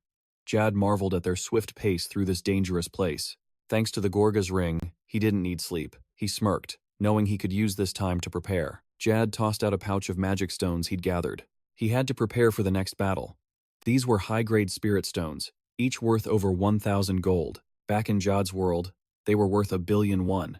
He took out the Bunti's magic tool. Crafted from the rare mineral Stella, it let him create johnstones whenever and wherever he pleased. Jad carved basic runes into the stone, his mind utterly calm. He'd used hundreds of these back in Paradiso. It seemed his mental fortitude had reached a whole new level. In his past life, he was a mere office drone.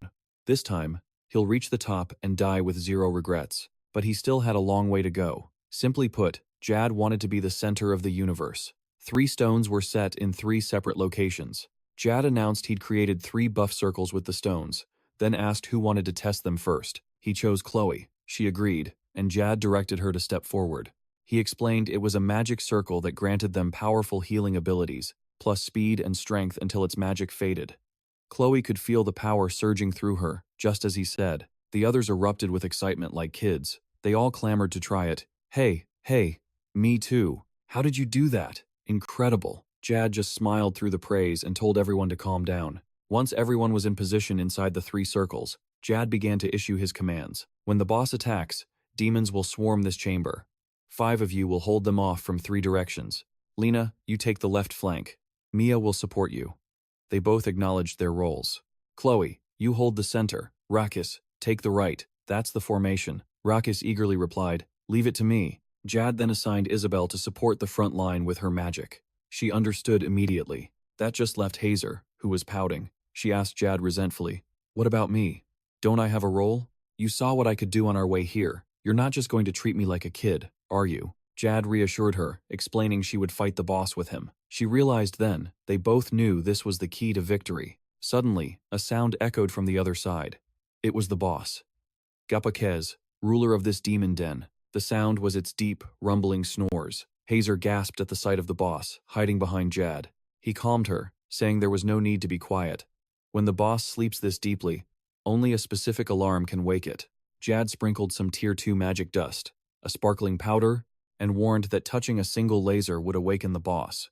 He needed Hazer to use her unique agility to get through, and with that, he zipped to the other side in a flash, leaving a bewildered Hazer behind. "Yes, my lord." "What? Ready?" Jad thought to himself. If he were a level 6 mage, he could just teleport them both. But for now, this was the only way. Jad asked Hazer, "Are you ready?" Flustered, she asked him to wait while she tied her hair. Tossing her coat aside, she was ready. The other girls watched, amazed by her slime-like flexibility. They wondered how she could bend a full 180 degrees to get past. Hazer felt the pressure. One wrong move, and she'd hit a laser. Lena noticed something bulging from her clothes and asked about it, making Hazer blush. She sighed and pushed forward. "I'm coming. Let's go." Everyone watched in awe of her incredible flexibility. Cheers rang out. "You got this, Hazer." Almost there. Suddenly, Hazer heard a sharp snap. It was her hair tie. It had broken. "Hazer, look out!" someone screamed. The entire party held their breath in fear, but she caught it just in time. Could you call that a super save? She wondered. Jad admitted that she had truly surprised him. He praised her for clearing the laser maze. "Now, let's combine our strength and take down Gapax." Panting in Jad's arms, Hazer eagerly agreed. "Yes, my lord." An old saying came to mind. Even a single drop of water can eventually wear away stone. That saying was the core of their strategy against Gapakes. Jad then asked Hazer, "How long can you maintain the DVD theory's intermediate healing spell?" With continuous use, he could hold it for a full 30 seconds. He was more than satisfied with this new limit. He had grown so much. Just a few months ago, he would have been lucky to even hit 10 seconds. He grabbed Hayes' wrist. It was time to climb to the top of Gapagest. They quickly moved behind the throne. Who knew a device like this was hidden behind the throne? Now was the moment for Zack's magic, and Hayes' healing. But she was nervous. One wrong move and Gapagest could awaken. If that happened, their entire party would be annihilated. But Ra had it all planned out, a perfect combination. The core of the attack was the balance between damage and healing. Meanwhile, the others fought back to back. Jack had warned them that a demon swarm would rush in, but the waves were truly endless. Still, thanks to the Spirit Stone's buff, they held their ground as it refreshed without end. Rakis landed hard, steadying his pained body. The magic circle was already healing his minor wounds. There was no time to feel the pressure. Isabos also felt the insane power from the Spirit Stone's buff. With a continuous buff like this, it felt as if his combat power had completely doubled, but they couldn't get careless. If a single one broke through, it would hit the alarm wire. That would awaken Gapagest, putting the two climbers, Zack and Hayes, in mortal danger. The moment Rakis finished his thought, a black demon slipped past their defenses. It charged straight for the alarm wire, a perfect jinx. While everyone else was panicking, Zed unleashed a space gate and fireball, obliterating the demon. Nearby, Hayes sensed an unusual aura. Zack understood her dilemma having to heal when all she wanted to do was fight. She was itching for a real attack. But as Zack had already warned her, Gapagest was no simple beast. To raid the demon army's stronghold head-on, their current manpower was nowhere near enough. They'd need 30 B-rank hunters at minimum if Gapagest woke up. Not only would it summon every demon, but the force field around the room belonging to Frey would also be empowered. Then, the colossal Frey with its two insane maces would rush to protect its master. This first strike had to succeed now for it to mean anything. The loophole itself was simple. Two things could awaken Gapagest. 1, touching the alarm wire, and 2, dealing more than 3 damage to it in a single strike. Ra had quickly calculated his basic attack dealt a minimum of 5 damage. But combined with Hayes' healing, which restored 2.5 damage per second, he could adjust the value, keeping the total damage below 3. This was his deal and heal exploit. Hayes just needed to push a little harder, and Gapagest's vital points would finally be exposed. Fired up by Ra's encouragement, Hayes pushed forward with unbelievable zeal. This colossal beast, which countless hunters had failed to conquer, was slowly having its life drained by them. In Gapagest's dream world, it could feel its body steadily recovering. This perfect sleep was the key. But something felt wrong. An unnatural silence had fallen. What was this uneasy feeling? But this was only a dream. After all, a terrible pain suddenly shot through its head. This was no dream. No. Intruders. But it was too late. He'd landed on try again next time. Ra didn't give it a chance. He sent the beast to meet its maker before it could even roar. The two celebrated their victory, the end of a monarch. As Gapagest fell, the other monsters vanished. A notification appeared. The party received the permanent buff. Gapagest's will. They also gained 25% of its experience. Whoever wields Gapagest's one-handed weapon will gain transcendent power. The transcendent magic amplification was now in his hands. In Paradiso, the first players to attack. Gapagest received a unique privilege, the original spirit.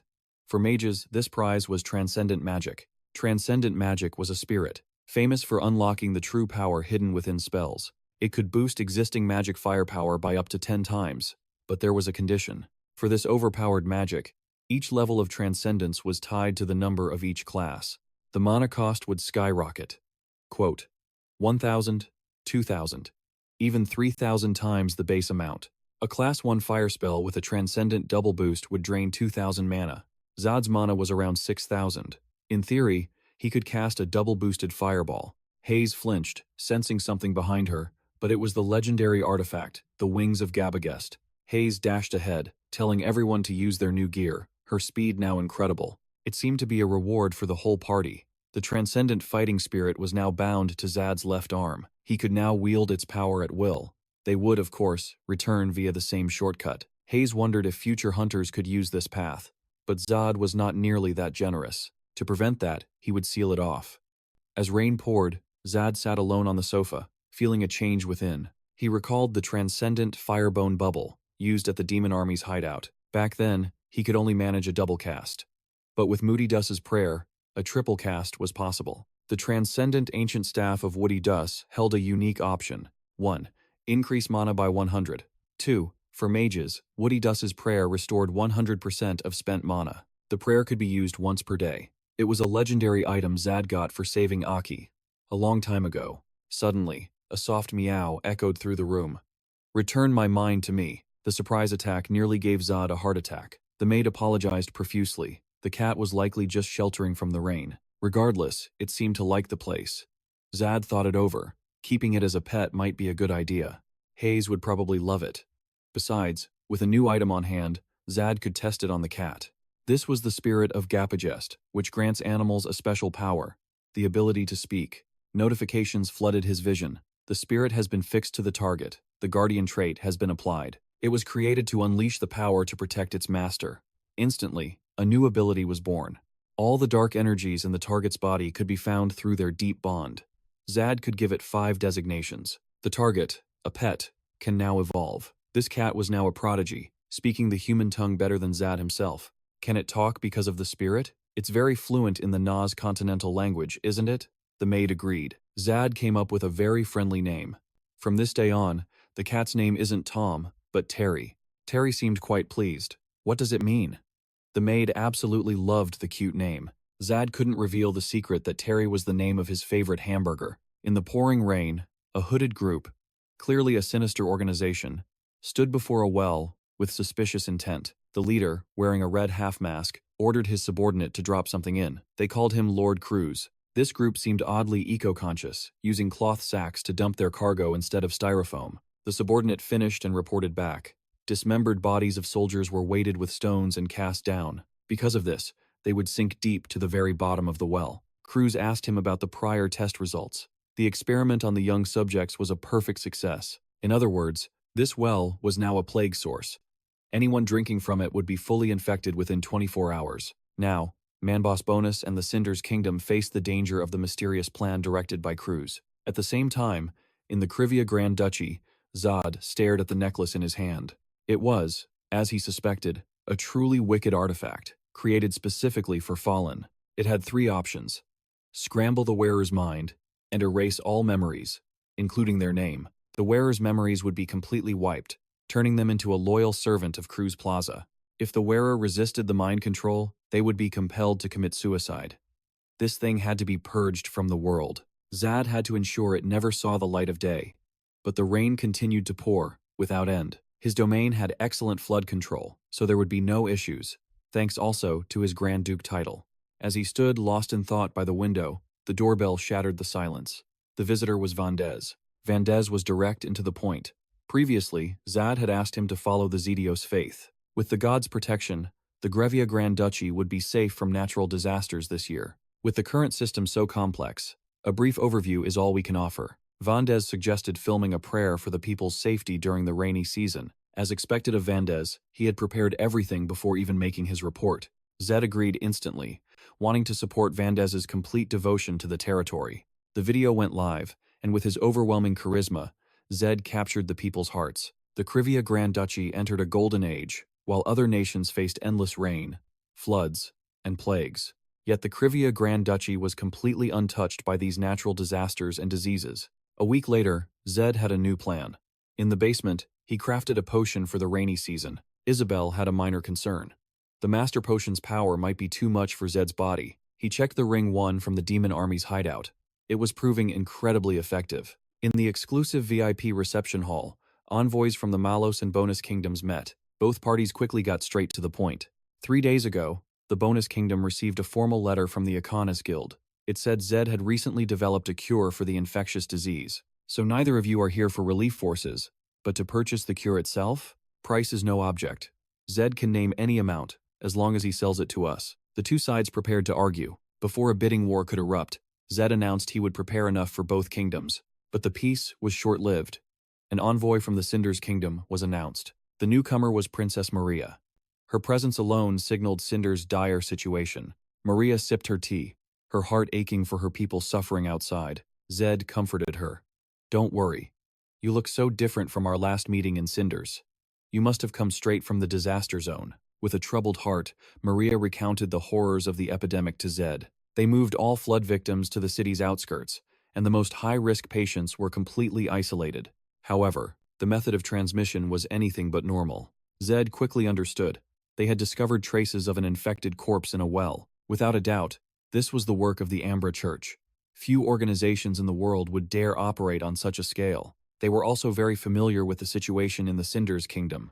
He then told Maria about the Master Potion. Maria immediately offered to buy the cure. She would pay whatever it cost to honor the effort Zed had put into creating it. Zed guaranteed 70% of her requested amount up front, leaving the other two envoys completely stunned. 2 whole nations would only receive 30% of the supply? Zed instructed her to secure the wells in the infected areas and prepare transport vehicles before he delivered the cure. From that day on, Zed focused entirely on production. Working for 24 hours straight was no issue for him. However, one issue remained: Isabella's unstable condition.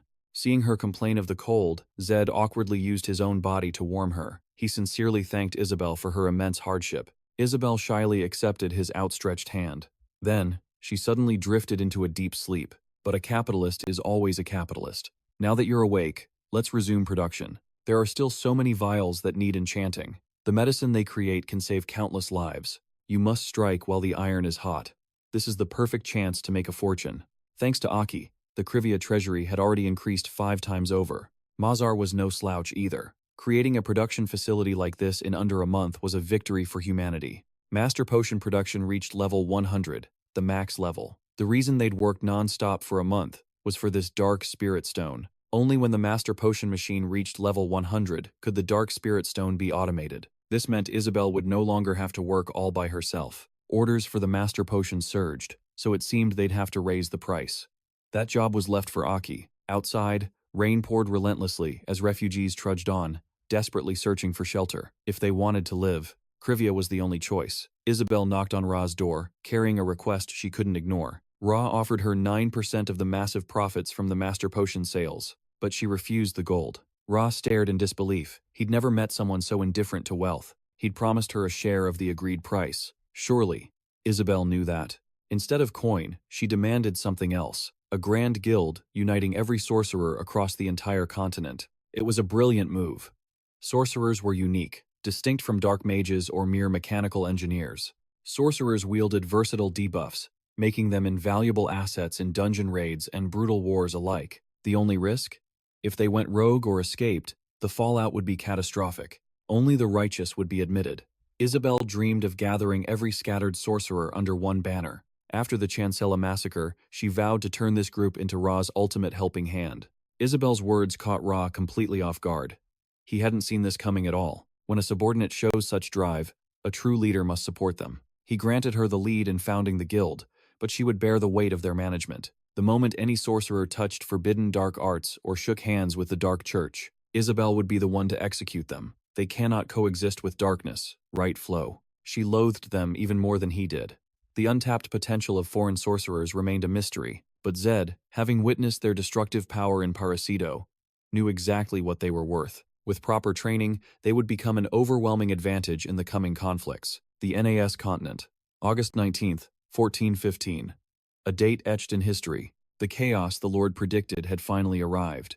Ragas stood frozen, unable to process the scale. Is this an entire nation's population? Ra himself could barely believe the sight before his eyes. He had expected refugees, but this was 4 times his highest estimate. A literal tidal wave. Famine had driven them out. Thousands fled from the falling kingdoms of Bonus and Manbus. Ra cursed those foolish, incompetent kings. Those pathetic bookworms had failed their people completely. Ra ordered Terry to scout the crowds and sniff out any traces of lurking dark energy. No need to pinpoint individuals yet. He just needed to gauge the level of corruption. Terry's unique gift was sensing dark power. Of course, he was purely a slave to his stomach. Feed him as promised, and he'll work. For now, they would settle here in a place called Sana. It was declared a refugee haven. They'd clear the vast wastelands and develop the nearby mountains. This territory had officially been merged into the Trivia domain. Development required power it currently lacked. Ra would pour every resource into Sana's growth. Ragas realized the truth. Selling the master potions was all part of this grand design. Truthfully, even Ra was shocked. He hadn't expected the population to explode so suddenly. It was a gamble. There were no dungeon beasts here, nor any precious minerals in the mines. No business value at all. That's why previous lords had left this barren land to rot. To survive, Ra had one clear solution. He would transform this land into a holy sanctuary. He would build a great citadel of the gods. Meanwhile, Terry found clues nearby. Ra called a meeting not for raises, obviously, but to discuss turning Sana into a divine holy land. Ragas would play the lead role. Ra handed him absolute authority over the entire project. The strategy was simple but firm, the classic method of the carrot and the stick. The carrot, helping the refugees settle and start fresh in this new promised land. The stick, absolute justice for any criminals trying to exploit this chaos for themselves. Ragas gained immediate power. Violence and unfair taxes in their new home would not be tolerated. The others were tasked with guiding and shielding the refugees in plain sight. First, constructing homes for the displaced in the Sana district required a 25-year loan. New land reclamation offered a 4-year tax holiday, followed by a 50% discount for 2 more years. Thirdly, priority would be given to anyone joining the massive construction efforts coming to Sana. Terrified farmers nearly collapsed as a flood of refugees from the Vunus and Magnus kingdoms surged forward. The stream of people seemed endless. If Jad could claim them as his own citizens, his territory would gain the power to rival neighboring kings, but it was a high-stakes gamble. Failure meant a descent into hell. Terry rushed back the moment he spotted Klaus making his move. The villain had crossed the peaks toward his lair, flanked by his loyal subordinates. Terry offered to lead Jad to Klaus, a name that once commanded absolute terror during the Twin Demon War. Even Rena, the Demon King's iron wall, was nothing more than a light snack to him. However, 9 years of isolation had clearly dulled his once mighty edge. Meanwhile, Jad was radiating confidence, having recently awakened his own transcendent power. The cave ahead was Klaus's den. Jad began the countdown with Terry. 1, 2, 3, 5. Did he skip a beat?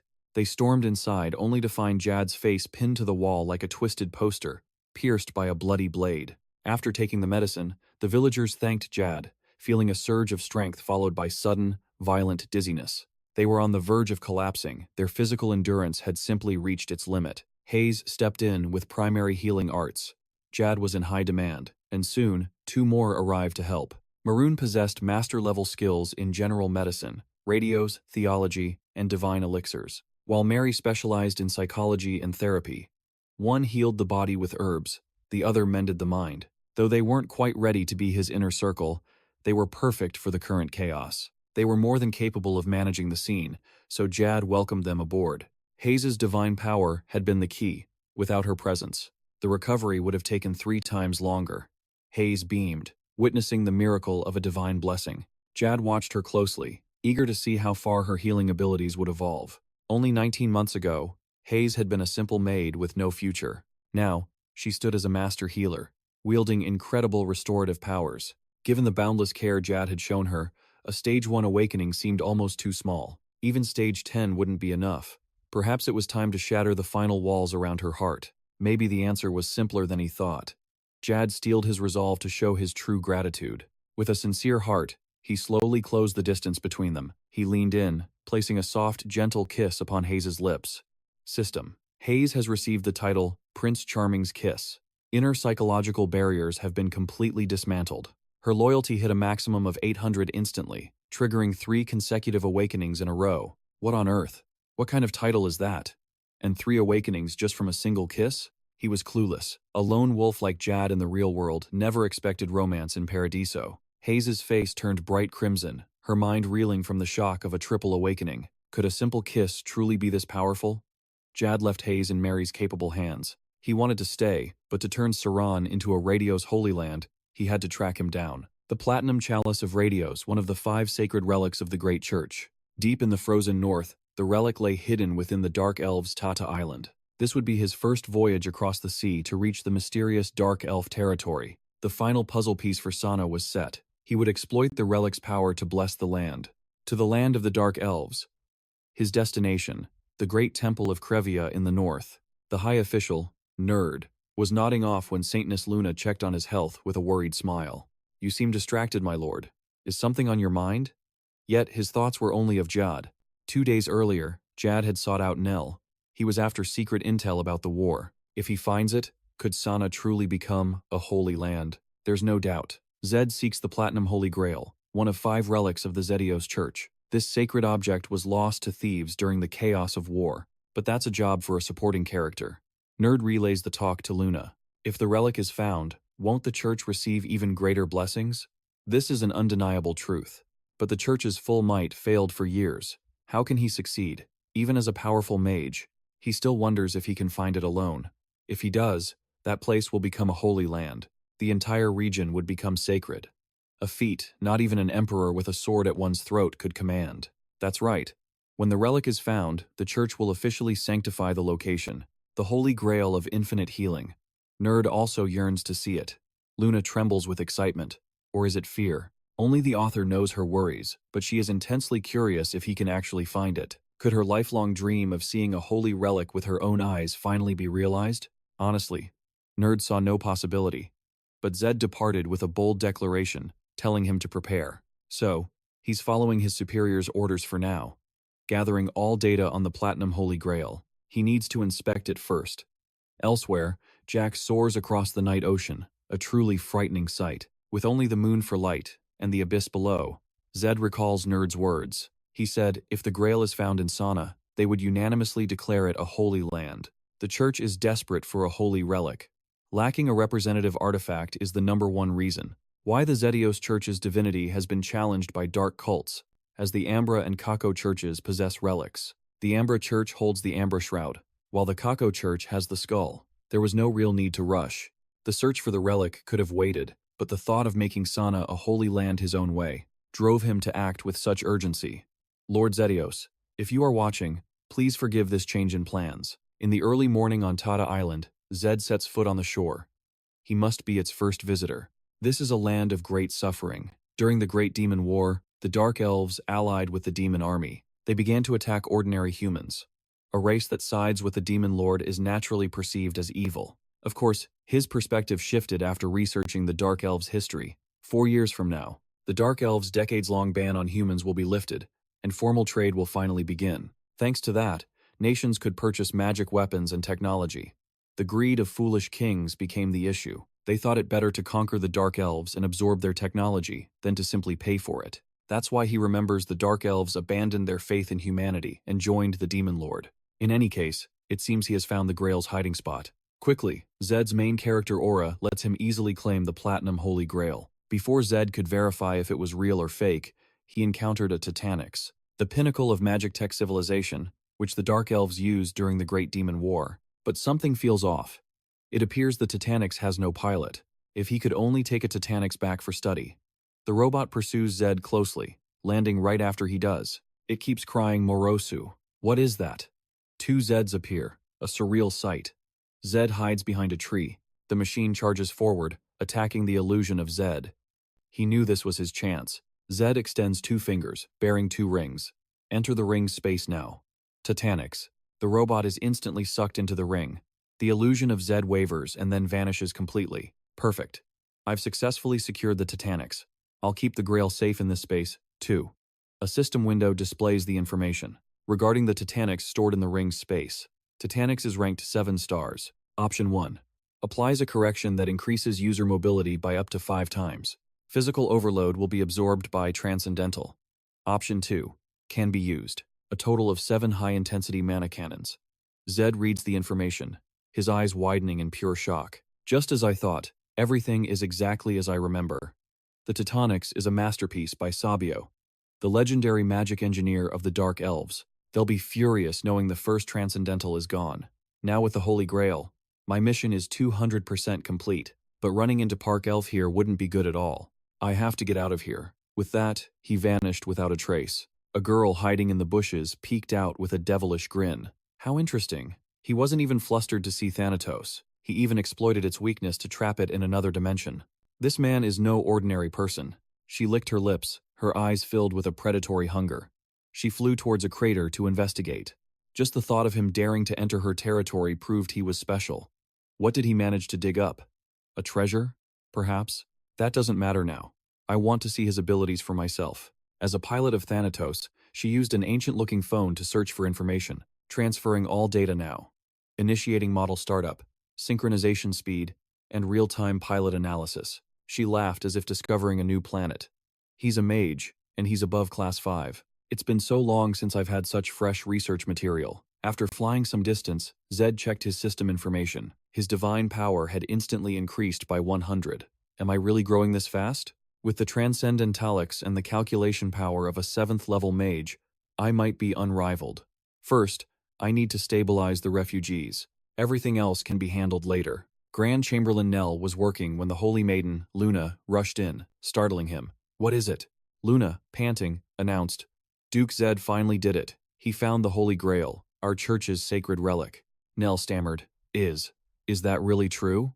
After Luna nodded, he fainted on the spot. The news was an absolute shock. It was the holy relic the radio's church had sought for 15 years, and Zed found it, truly grateful, beyond words. At Lake Margarita, Zed and the others gathered. Grand Chamberlain Nell said, "How did this happen? I can't believe it, even seeing it with my own eyes." Everyone began to praise Zed.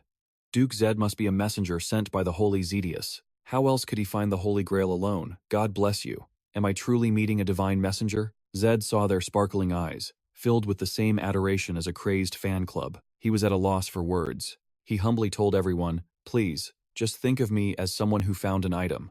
I'm no messenger." Nell asked, "You found the Holy Grail here, at Lake Margarita, correct?" Zed replied, "That's right. I brought it up to confirm, but it won't be hard to return it." He handed the Holy Grail to Nell. Taking it, he declared, "From this moment, Lake Margarita and its surroundings will become a holy land. There is no doubt. This is a perfect holy relic. His Holiness is overjoyed. He praises the Duke's glory and wishes to convey that he will be by your side forever." The system announced, "Through the Grand Chamberlain, you have received the sincere blessing of Pope Ammonia, increasing divine power by 50. After everyone left, Zed remained alone. He checked Sana's status after the change. Zed couldn't hide his surprise looking at the system information. The Holy Land page. It's just the territory window, but with added divine power. But being called a holy land feels special. Still, the path ahead is a long one. Domestic affairs must be built from the ground up, but now I have the positive attention of many gods. There's just one last thing I need to take care of." Zed thought of a certain person. Of course, I can't just let him get away with it. In the sauna area, the mercenary instructor was Ella, holding a glass of wine. She spoke to Zed. "Congratulations on finding the Holy Grail. I wonder where the fun is in that." Zed smiled and replied, That's true. You always crave novelty, Miss Ella. But your faith is more sincere than anyone's. Ella said, You are correct, my lord. Radios is the beginning and the end of my life. That is why I hate and wish to crush the dark church. Zed was silent for a moment, then pointed to the bottle. A glass of wine? Ella immediately responded. How could I refuse the Duke, who is so rarely seen? Zed raised his glass and took a sip, then asked, What is your relationship with Chloe like these days? Ella replied, Once the official contract expires, our agreement is finished. When the contract ends, we part ways. She's a brilliant disciple. I teach her one thing, and she learns three. Truthfully, I became greedy. That Grey Elf disciple and her abilities were just that special. Zen was confused. If so, then why? Ella explained. Chloe has long surpassed anything I can teach, and more importantly, there is someone far more worthy of being her master than I. I've made my decision to let Chloe go. She is now free to choose her own path. Actually, Ella, I called you here for another reason, Zen stated. I'm conducting a secret mission. Ella was taken aback. Me? And not your other confidants? Zen's gaze turned as cold as ice. The Amber Church will definitely attack. The scale is unknown, but an assault is practically guaranteed, because that's the kind of man Klaus is. He targets people's joy just to watch it all burn down. He would never pass up the chance to ruin a celebration. Sana has become a sanctuary. Downing her wine, Ella asked, So you need my experience fighting the Dark Church? Do you know anything about him? Zen answered, I know Ambra's vice leader all too well. A mysterious man with salt and pepper hair and a mask that conceals his entire face. They operate cheaply for their power. I want you to lure Klaus into a crowd using gold as bait, and of course, I will pay you generously. He then revealed a massive sack of gold to her. The rich really are different, Ella thought. I want to discuss strategy. If we do this, we must be certain. Even the slightest chance of survival requires perfect coordination. 2 days later, the caravan reached Sana. Carriages were overflowing with master potions, magic spirit stones, food, gold, and cash. All right, everyone, Ella yelled. Get this caravan to safety. She touched the bandage on her injured cheek. My face still stings. Duke Zen really did a number on me. I underestimated him. Ella shouted again. Everyone, speed up. If anything targets us, we will wipe them out. All eyes forward. The soldiers roared. Yes, Lady Ella. Ella watched them, deep in thought. Elite, well-trained troops. Quality armor and weapons. The Black Lion insignia of the Aggressio Knights. Let's see how the Duke plans to end this. High above, Zen watched the convoy move. He murmured, This invisibility magic is perfect. I must stay hidden until the right moment to strike. I need to keep refreshing it, despite the huge mana cost. But at this moment, if anyone touches me, especially the Dark Church, they must be shown. A clear sign that they will be utterly crushed. Haven't I made my intentions clear enough? After Klaus was killed by players, he was designated the next raid boss in a major update. After that, I died from overwork, so my knowledge ends here. Suddenly, the soldiers began to scream, Look out! A large group is approaching fast from the right. It's the Ambra Church. They swarmed down the mountainside, setting off an explosion to block the retreat. Zen seethed, vile creatures. The time has finally come. There is no future for the followers of the Dark Church, those who sold their souls. Not a single one can be left alive. Klaus appeared from the rocks, his grin utterly terrifying. Did you know I would come? So you laid this bait for me to bite? Not bad, Zen. If I hadn't brought my disposable vanguard, this could have been a problem. I've never met anyone like you. For my 500 slaughtered subordinates, I'll show you what true hell is. His minions yelled. He's just an elf who worships Zedios. Kill him. That false light will be extinguished by true darkness. Zen summoned a magic circle. Transcendent missile. Beams of light struck Klaus's men like lightning. As they died, they wondered, what was that? Not basic magic. Zen smirked. Nothing basic about it. In this world, only one person can wield this. This is my transcendent magic. Magic missiles rained from the sky. Like spears of wind, they were too fast for the eye to follow. Dual transcendent steel arrow. The next volley was launched. There was no way to defend from all directions. They were hit as if by lightning, their skeletons flashing into view. Even if they retreat, Klaus will just kill them. For villains, these men are surprisingly loyal. A battered man knelt weakly, saying clues ordered them to target a territory with this kind of mage. Zed declared, There was never a battle to begin with. None of you could even touch a single hair on my head. Such confidence. But the strong earn that right. Suddenly, Clues materialized behind him, his long hair giving him a ghostly look. Zed turned, his eyes burning with killing intent. "So, you've arrived, Clues?" Zed's eyes widened. In one hand, Clues held a dagger, charged for a fatal strike. On the other, he wore a special ring designed to completely shatter both physical and magical defenses. It was a flawless combination of gear, a true nightmare for any opponent. A perfect combination for his enemies. Clues spoke up. "Zed, got some time to spare? It's pathetic seeing you on the back foot. You could kneel and beg now, but it's far too late." He then unleashed a skill, creating countless illusions of himself. One Clues was bad enough, but now there were dozens of them. It was a truly chaotic, dizzying sight, Zed observed calmly. His opponent's clones were a unique ability, rendering curse magic totally ineffective.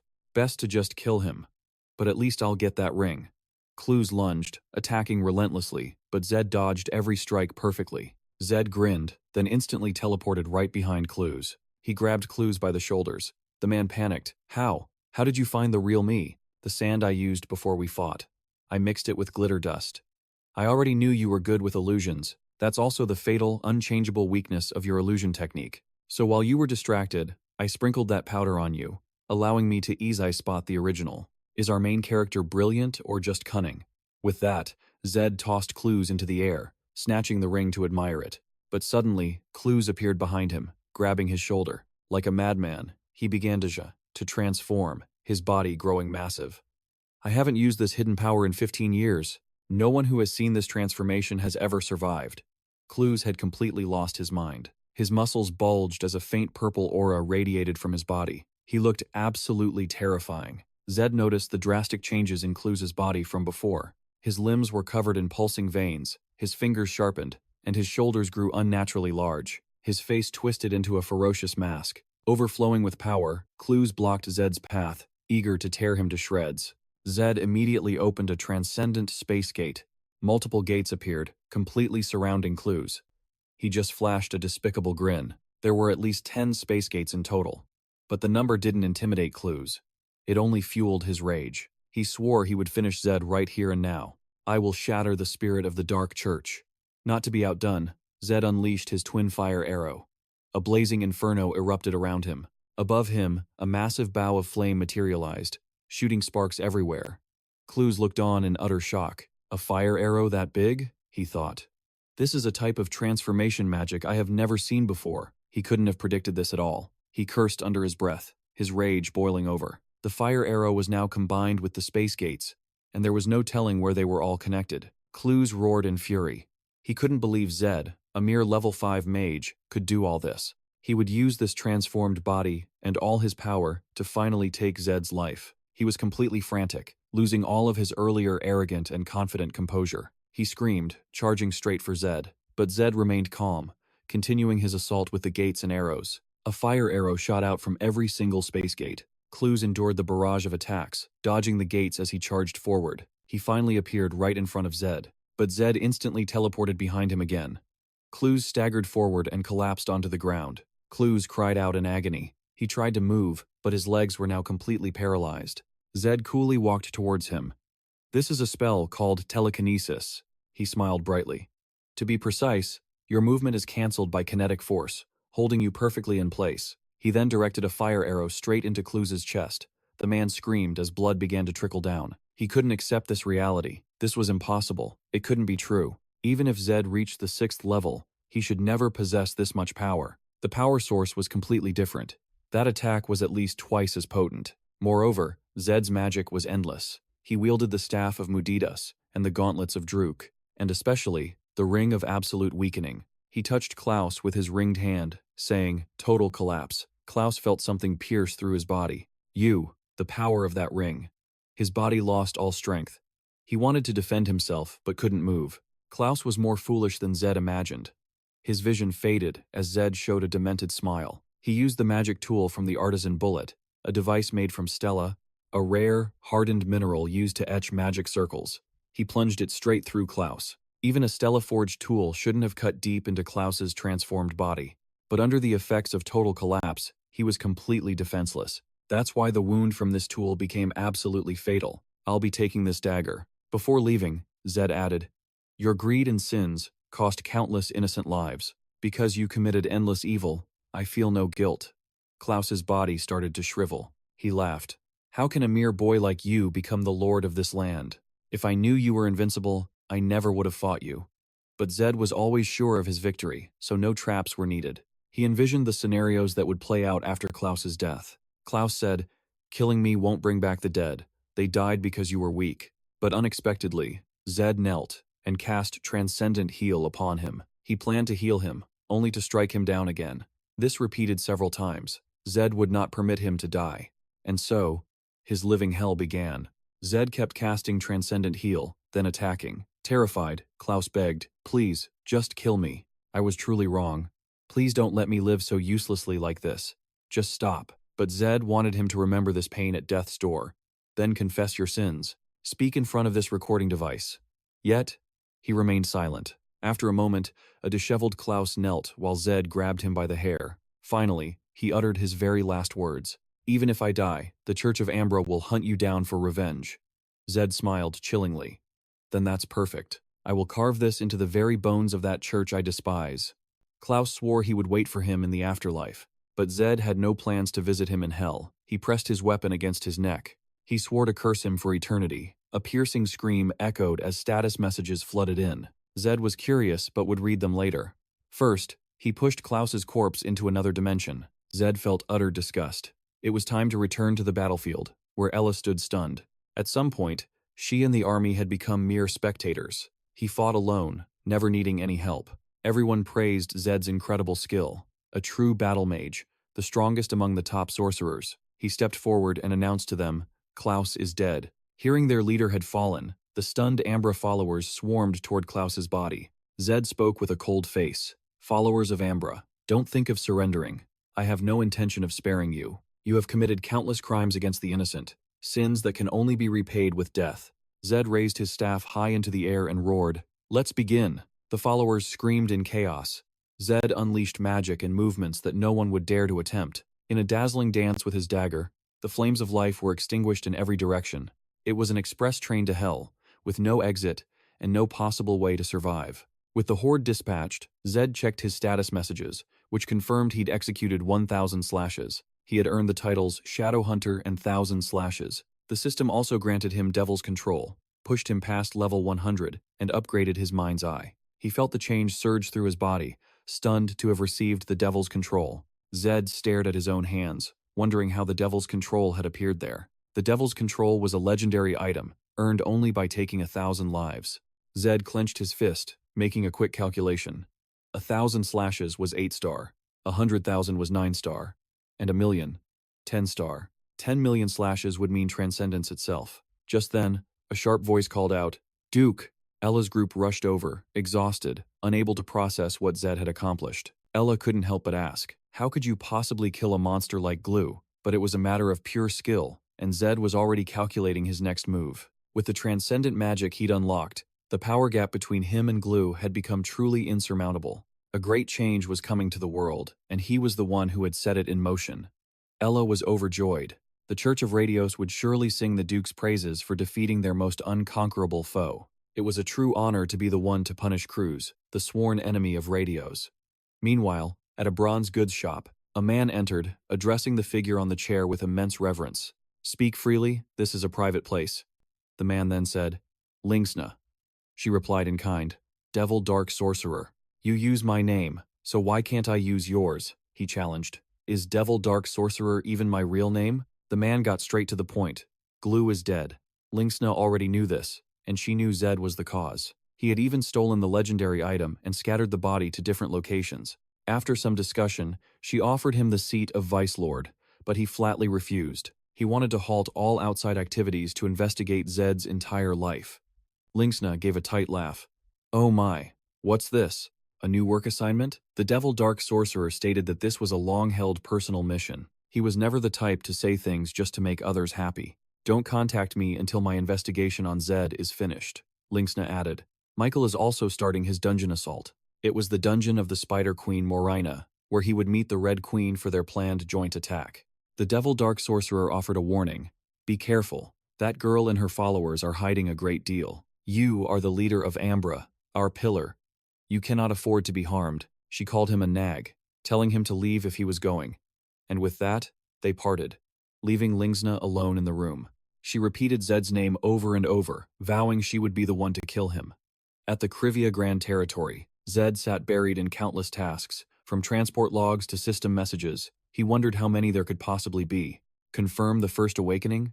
Zed's current title was now He Who Overcomes the Crisis. This was a special system alert, triggered only when a player creates a major turning point.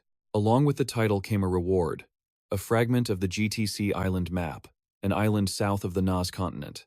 It was home to the continent's largest dungeon, the Nas Great Labyrinth, and Zed was now holding a map to it, a map that could reveal a path through the maze itself. In Paradiso, this was an item that would grab every player's attention. GTC Island was a place that sparked an infinite desire for challenge, all because of the Nas Great Labyrinth. It was an infamous dungeon.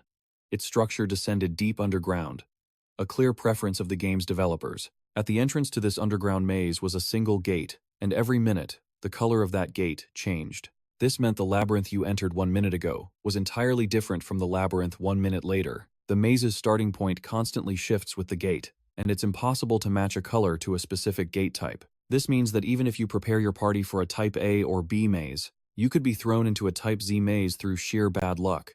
A red gate might be Type A yesterday, but today, a black gate is. But the key to deciphering this labyrinth was now in Zed's hands. This was top-secret intel on the Nas Great Labyrinth. The entire Nas Great Labyrinth belonged to the continent itself.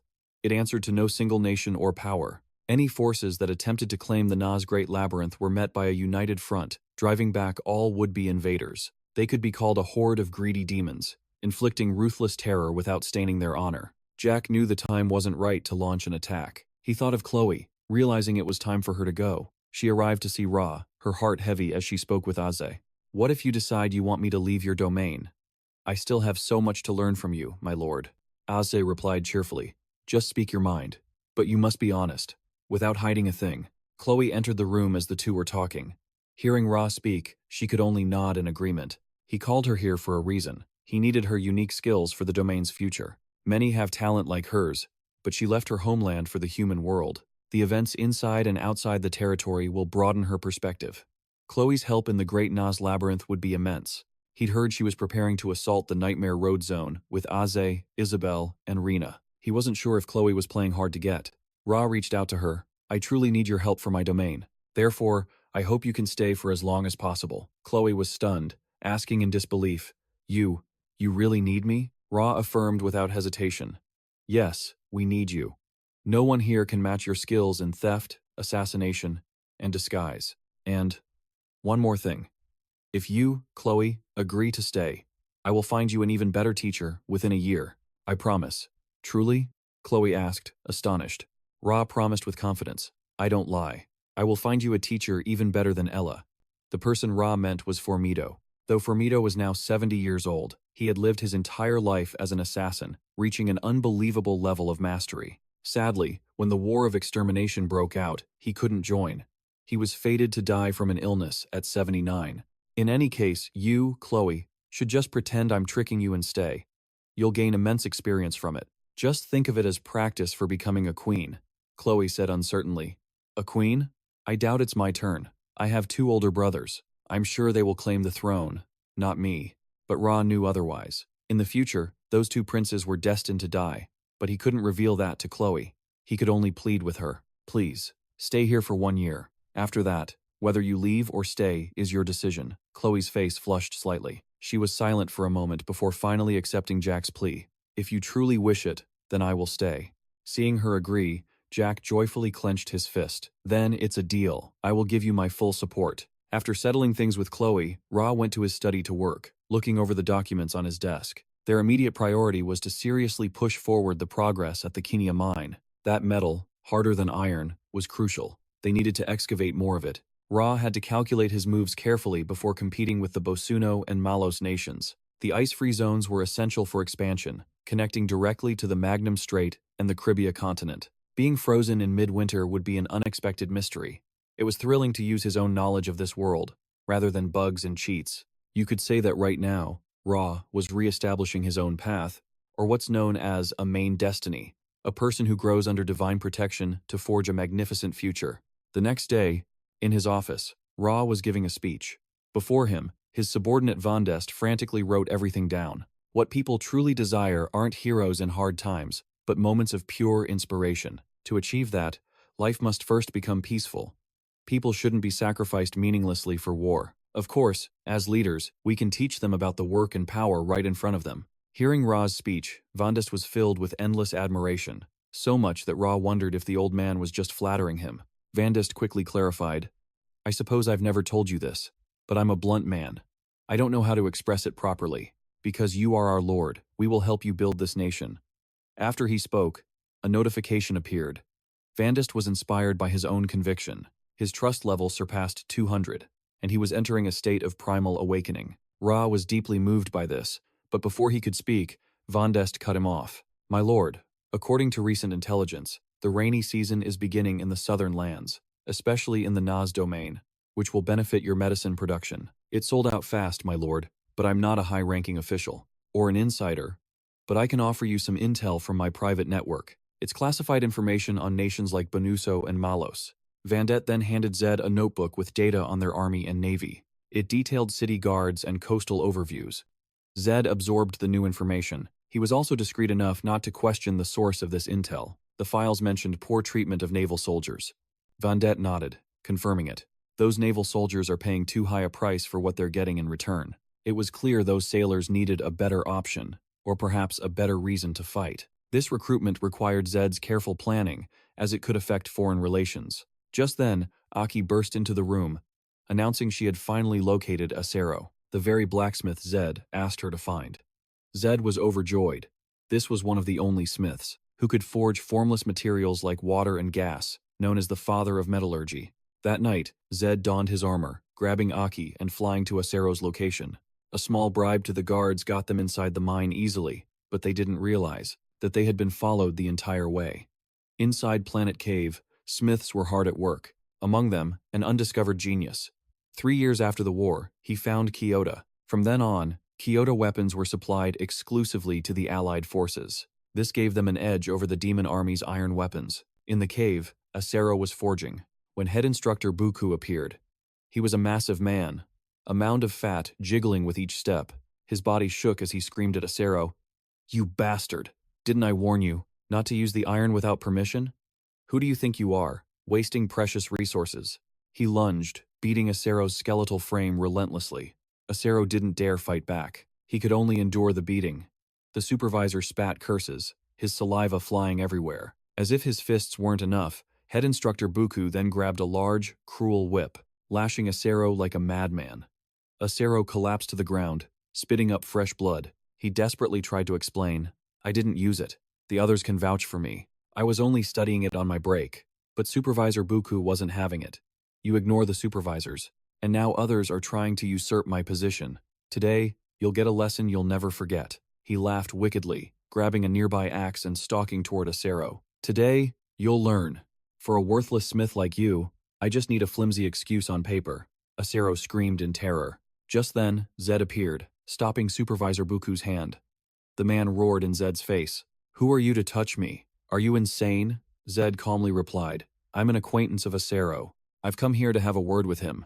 The suspicious Buku noticed a pouch, opening it to find a pile of glimmering gold. It was 3 whole years of his salary. Buku's shocked expression quickly changed.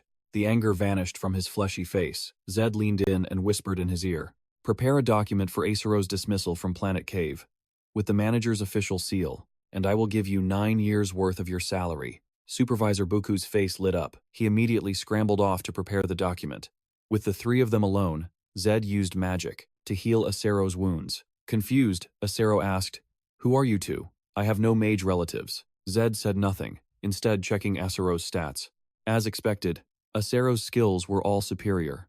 Acero asked, "How should I address you? You seem like a noble's son, but you're treating a commoner like me with such kindness." Zed knew he wasn't famous enough to be recognized, so he kept his identity secret and got straight to the point. Zad spoke with gravity. "Sir Acero, will you leave this cave and migrate to a new home with your family?" Acero was bewildered. This decision belonged to Buku, the all-powerful supervisor.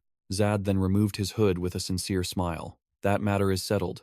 I am the lord of the Cribia territory. Sir Acero, I formally invite you to my domain. Acero was completely baffled by the Lord's offer. The Lord of Gravia was a powerful man. Why would he personally recruit an ordinary blacksmith? To entice him, Zad laid out his terms directly. Sir Acero, I will promise you 3 things. First, you will have the finest forge, fully equipped. I can't promise it's the best on the continent, but I guarantee it will be the best forge in the north. Second, if you should require them, I can also provide you with magical implements. If I can create them, I will craft them myself. I am a mage. I excel at crafting items that require intricate designs. And third, a plot of land for you and your family.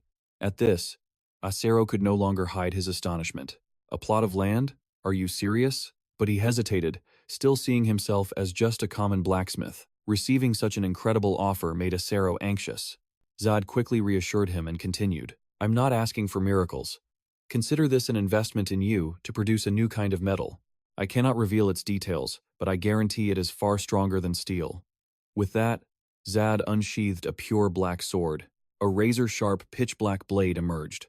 Acero's eyes widened in utter disbelief as he stared at it. With Zad's nod, Acero produced a knife, a gift marking 15 years of his craft. Against his knife, Zad's sword cut through the iron blade with ease. Acero was now trembling with excitement. He couldn't stop asking, My lord, how could you possibly find a material like this? If we could mass-produce this, it would start a revolution. Zad knew exactly how important it was, and he knew it would create a revolution. He kept that to himself, simply repeating his offer. After Zad's sincere invitation, Acero fell to his knees, deeply moved, promising to dedicate his life to the work. Just then, Supervisor Buku returned. After taking Acero's dismissal papers, Zad made one more demand before payment. He wanted permission to punch the supervisor in the face. Buku was ecstatic to receive 9 years' worth of pay. He didn't resist, seeing Zad as frail and himself as massive. But he had no idea Zad was a mage. Zad reinforced his fist with magic and landed a devastating blow right on Supervisor Buku's face. The man was knocked out instantly. Zad tossed down the gold and spoke coldly. This is a warning. Never attack the innocent again. Aki had already reported the supervisor's crimes to the authorities. The man would soon face justice. Hearing this, Acero was more certain than ever about his decision. Following Zad was the right choice. While Acero packed, Zad and Aki went to relax at the Bloom Spa. Zad invited Aki to join him in the bath, but Aki kept making excuses. Zad didn't push it, completely unaware that Aki was a girl in disguise. Only after Zad was in the water did Aki finally appear. Aki was wrapped in a large towel, claiming to be embarrassed by an excessive amount of body hair. Zad was left speechless, so he just ignored it. That night, the two rented a room at a nearby hotel to rest. As Aki slept soundly, Zad found himself recalling all of Aki's recent and unusual behavior. Something had felt off since they arrived. In fact, throughout their entire journey, Aki had acted incredibly uncomfortable around him, especially when they were alone or made physical contact. Aki's entire demeanor would change. This kid, could it be? The thought gave Zad a headache. He shook his head, telling himself he was overthinking. Is this everything? Zad asked gently. You seem to travel light. Acero just laughed. We've had to move so often, we've learned to travel with very little. Zad was taken aback by that reason. He turned to Aki. Aki, you know Juma Castle, don't you? Aki replied. Yes. Good. Prepare it to house all the necessary supplies for Acero's family, Zad commanded. Ensure it's the finest home they've ever had. Provide them with everything they need. Yes, I understand. Aki then asked, But my lord, you aren't coming with us? I'll be using a large-scale teleportation circle. Adding one more person won't be a problem. Zad replied, I understand, but I have matters to resolve here first. I'll return when this is over. Aki wonders where, but the author is keeping that a secret. Before Jad can answer, the scene shifts to a city gate. A guard demands the entrance toll. This is just standard procedure. Jad hands over a gold coin, startling the guard. Jad says, Thank you for your service. He turns to leave, but the guard calls him back after just 2 steps. Hold on. The guard gestures for Jad to come closer. I need to run a quick inspection. At those words, Jad flashes his most disarmingly innocent smile. Of course. You must be tired. He then discreetly slips another gold coin into the guard's palm. The scent of gold is enough for the guard. Ah, a merchant are you? My mistake, please enter. And just like that, Jad passes through. At that moment, another young man tries to enter, looking penniless. When the guard stops him for the fee, he becomes panicked and angry. Jad avoids the scene to not draw attention. This place is filled with corrupt people, on the verge of bankruptcy or drowning in debt. So, this is the Fofo Kingdom, a nation ruled by money, where anything is possible. Jad heads to the church dungeon. This was a dungeon he believed was explored even before he met Acero. Jad suddenly freezes. A massive line of people is queued up around the dungeon entrance. The sight gives him a headache. He approaches the guard at the entrance, holding out a sandwich stuffed with gold. Here, you must be hungry. The guard is confused but takes the offered food. The moment he feels it, he discovers the gold coin inside. He quickly hides it and yells, "Oh, a nobleman! Everyone, step aside for him." Jad successfully cuts the line but feels no joy. I can't change this country anymore. This nation is truly beyond saving. He had intended to come here and fix it with his own power. After entering the dungeon, someone strikes up a conversation with Jad. "Hey, young man, if you're heading for Gate B, give up now. The survival rate is extremely low. Gate A and Gate B are more different than you think." Jad blinks. "That's exactly why I'm here." The man tries to warn him again. "Going in there is a suicide mission, you know." Jad replies, "Don't worry about me. I know what I'm doing." The man scoffs in frustration. Damn, there goes another young warrior. The church dungeon has two gates, A and B. Most people choose Gate A. Gate A is far less dangerous, and information about it is widespread, making the risk very low. In contrast, Gate B is infamous for its high difficulty, requiring a party of at least 15. A typical party needs over 15 members to clear it. But he is entering alone, confident in his own strength. Now, Jad stands alone in a desolate, quiet place. Besides, I want all the boss loot for myself. Plus, I need to level up this item. Jad says, shaking Daryl's bracelet. I should start upgrading it now. I don't know when I'll face a stronger foe and need it. Jad begins to wander, exploring the vast space within the dungeon. This place is huge. There must be a ton of monsters. After a while, he reaches Gate B. His final preparation before the adventure is to equip the Tannex armor. After gearing up, Jad begins his conquest. In just 2 hours, he reaches the Chamber of Collapse. Jad enters the room to find two giant lizards, one black, one red, curled up and sleeping soundly. The room itself resembles a cliff face, with jagged rock formations scattered everywhere. But Jad doesn't care about the terrain. He grins victoriously. I'll take everything I need from them. While they can't attack me, I can hit them as much as I want. Now, where is that spot? As Jad flies around searching, his mind drifts back to the past. It's called Paradiso. Many developers tried to create it to support this massive world. As a result, countless ways to defeat bosses were discovered every single day. That's because Paradiso isn't perfect. It's a game that evolves daily. But since he returned 15 years in the past, the game's main story is riddled with bugs and glitches that haven't been fixed yet. I mean, I never planned on a fair fight with these overgrown lizards.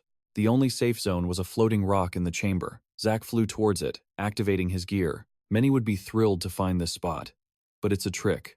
The others are all traps. This one's a fake. That one's a fake too. If I attack from a so-called safe spot, I'd get hit instantly. They'd snap the moment they wake and use an instant leap. I'd be crushed immediately by their massive tongues. Or I'd be eaten alive and turned into a pile of crap. Basically, if they catch me, I'm dead. Zack re-equipped his gear and flew onto the safe zone rock. Fortunately, these walls are immune to destruction from ice and fire-type skills. Once stable on the rock, Zack glanced at the St. Ibnis ring, hidden by his suit, smirking. All right then, now I can use the best method to fight them by dividing my power. Let's give it a try.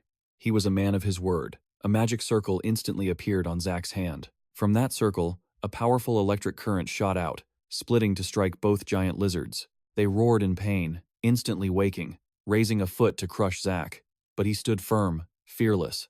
Besides, they shared a certain trait. Just as Zack predicted, the black lizard approaching him suddenly laughed, then froze as if shocked.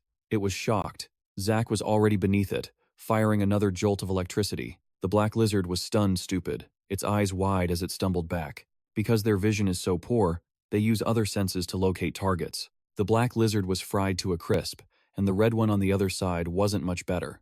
But the problem was, with electricity coursing through them and their poor sight, they mistook each other for the attacker. And so, they started brawling, while the real culprit, Zack, shouted from his safe zone, "I'm over here, you idiots. You can't touch me." Zack's taunt enraged them both. They began a coordinated attack. Oh, a combo move? Although they can't reach the safe zone, I'll need to fly to dodge their ice and heat beams. As he spoke, Zack fired again, charring the lizards a bit more. He grinned with delight. This is pretty fun. It's like hitting a huge pile of meat. They're so big that even a bad shot is guaranteed to land. Even when they get serious, I can still just play around with them. Plus, what if I use creation magic where they're standing? As he said it, Zack did it. The poor lizards were in for another world of hurt. Meanwhile, Zack casually monologued. I knew from the start your vision was poor, and you sense enemies just like other hunters. After a while, the two lizards lay motionless, like stone statues. Zack continued his battle commentary. Using hyperlink without removing my armor is pretty convenient. On the other side, the red lizard Valere and the green one Valero were almost out of mana. Suddenly, the green lizard's eyes shot open. It dug its claws into the cliff face and began to climb. Zack watched, surprised, trying to reach the safe zone. Just then, the rock Valero was clinging to began to crack. It fell right back where it started, all its effort wasted. Zack couldn't help but roar with laughter. Valero glared at Zack. Then both lizards rose, pouring their remaining life force into a final attack of fire and ice. Seeing this, Zack smirked. Time to end this. As the torrents of magic rushed him, he calmly thought, I can always repair this suit with magic. He spread his hands, magic bullets ready, focusing all his energy into a single point. 13,466 energy successfully focused. I'll pour all my remaining energy into this one finishing blow. Target acquired. Fire. The magic bullet shot straight towards the two lizards. A notification appeared. Valere and Valero of the ruined cathedral dungeon have been defeated. You have leveled up 25 times. You have obtained the title, Solo Dungeon Clearer. You have obtained the title, A Song of Ice and Fire. Zack read the series of notifications. Alright, that's better. A Song of Ice and Fire? I thought this title only came from reaching the 10th floor of the Great Nass Labyrinth. Thinking about it now, getting it this way makes sense. It was against fire and ice systems. It's incredibly difficult to defend against attacks from both of those elements. Zack was pleased to see his fire and ice magic had leveled up. Awesome. Just then, where the two lizards fell, a mountain of items began to drop. Even Zack's jaw dropped. Every single item was at least 5 stars or higher. Shocking, but Jack instantly recalled his spirit, deciding to stash them in his spatial ring for now. I'll check them later. This haul should be enough for everyone. He. Meanwhile, in another room, an elf with pointed ears had observed Jack's every move. This guy is insane. I knew he was skilled, but this shatters all expectations. He knew every safe zone, toying with the two bosses. Damage to his body and armor was a mere 2%. His base stats defy the boss's terrifying reputation in the ruined church. Ah, what a thrill. It's like watching a player blessed by the gods themselves. While the elf was still reeling, Jack finished looting and returned. On the morning of August 5th, he gathered Mary, Aki, Bandit, and Julien at his estate. You summoned us, my lord? Jack eyed the 4 of them, teasing Aki's fashion before speaking. All right, Julien, step forward. Yes, but why so suddenly? As Julien approached, Jack handed him a necklace. Try it on. Julien obeyed, his expression instantly changing. My lord, I feel a new power inside me, like I can do anything. Jack just said. Oh, then wear it on your missions. All right, Aki, you're next.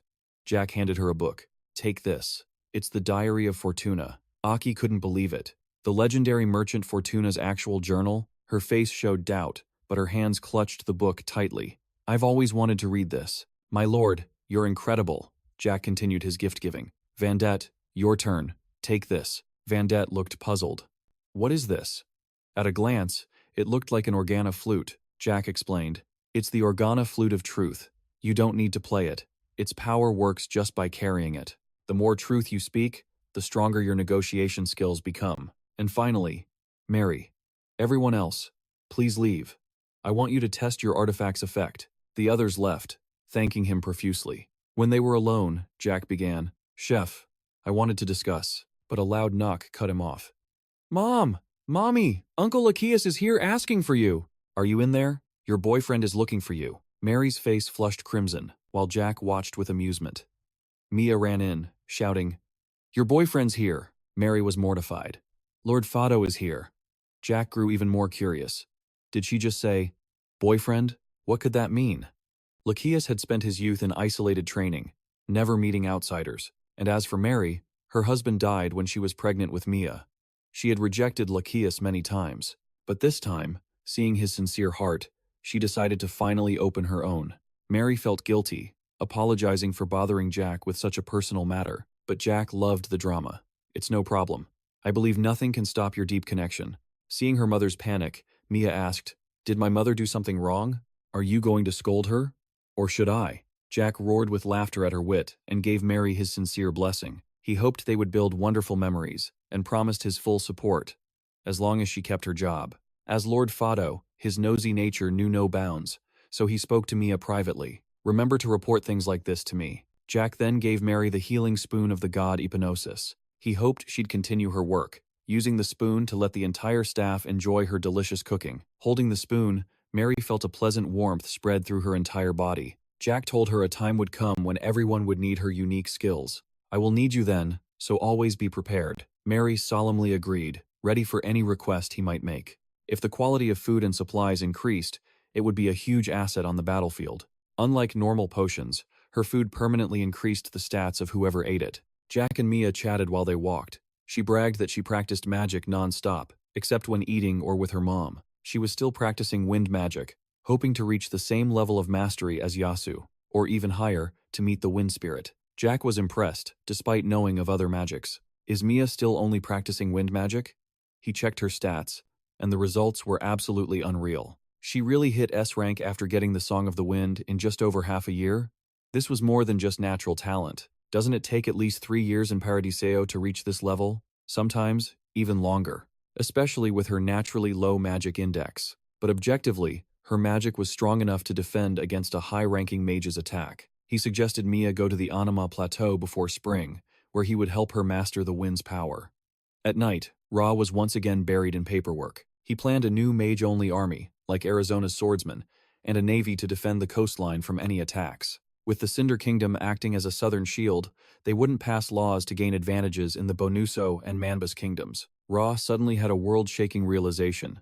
He shot to his feet, slamming his pen onto the map. He met with several vassals that night, and then, on January 1st, 1416, the new year arrived. This marked his 3rd year in this world. When he first awoke, Ra had a few of Laper's potions. He was pleased with his current stats. The truth was, he could push himself countless times without a second thought. A knock echoed on the door. The royal guard, with Linksna at its head, stood ready. The new flags of the Agrazio Knights and Demios mages fluttered in the wind.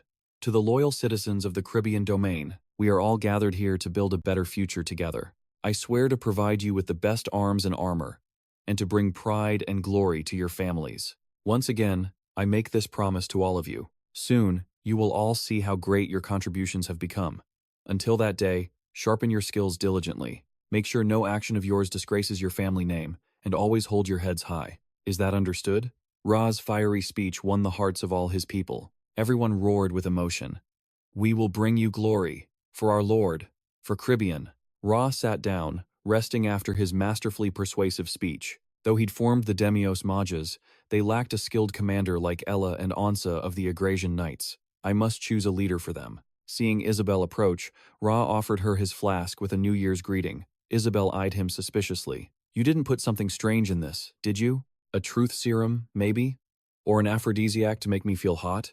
Ra gritted his teeth. "If you don't want it, I'll drink it myself." Isabel chuckled. "I'm just joking. I can tell you anything without a potion. You seem to be in high spirits lately, haven't you?" "That's right. I think it's thanks to the guild. They've treated the people from my old home very well. Although they aren't the people I lived with, but their descendants." Ra was surprised Isabel revealed her past so openly. She must have thought she'd mentioned it before. Still, her willingness to share was a good sign. "About the Mage Guild's name, Dirus." "What is that?" "Anyone can tell it's your name spelled backward." Isabel raised an eyebrow. "You're quite narcissistic these days. You think so?" In truth, she chose an ancient word, Diras, meaning prestigious. "So what? Are you daydreaming? As if I would ever use your name for the guild. I don't want any unnecessary attention.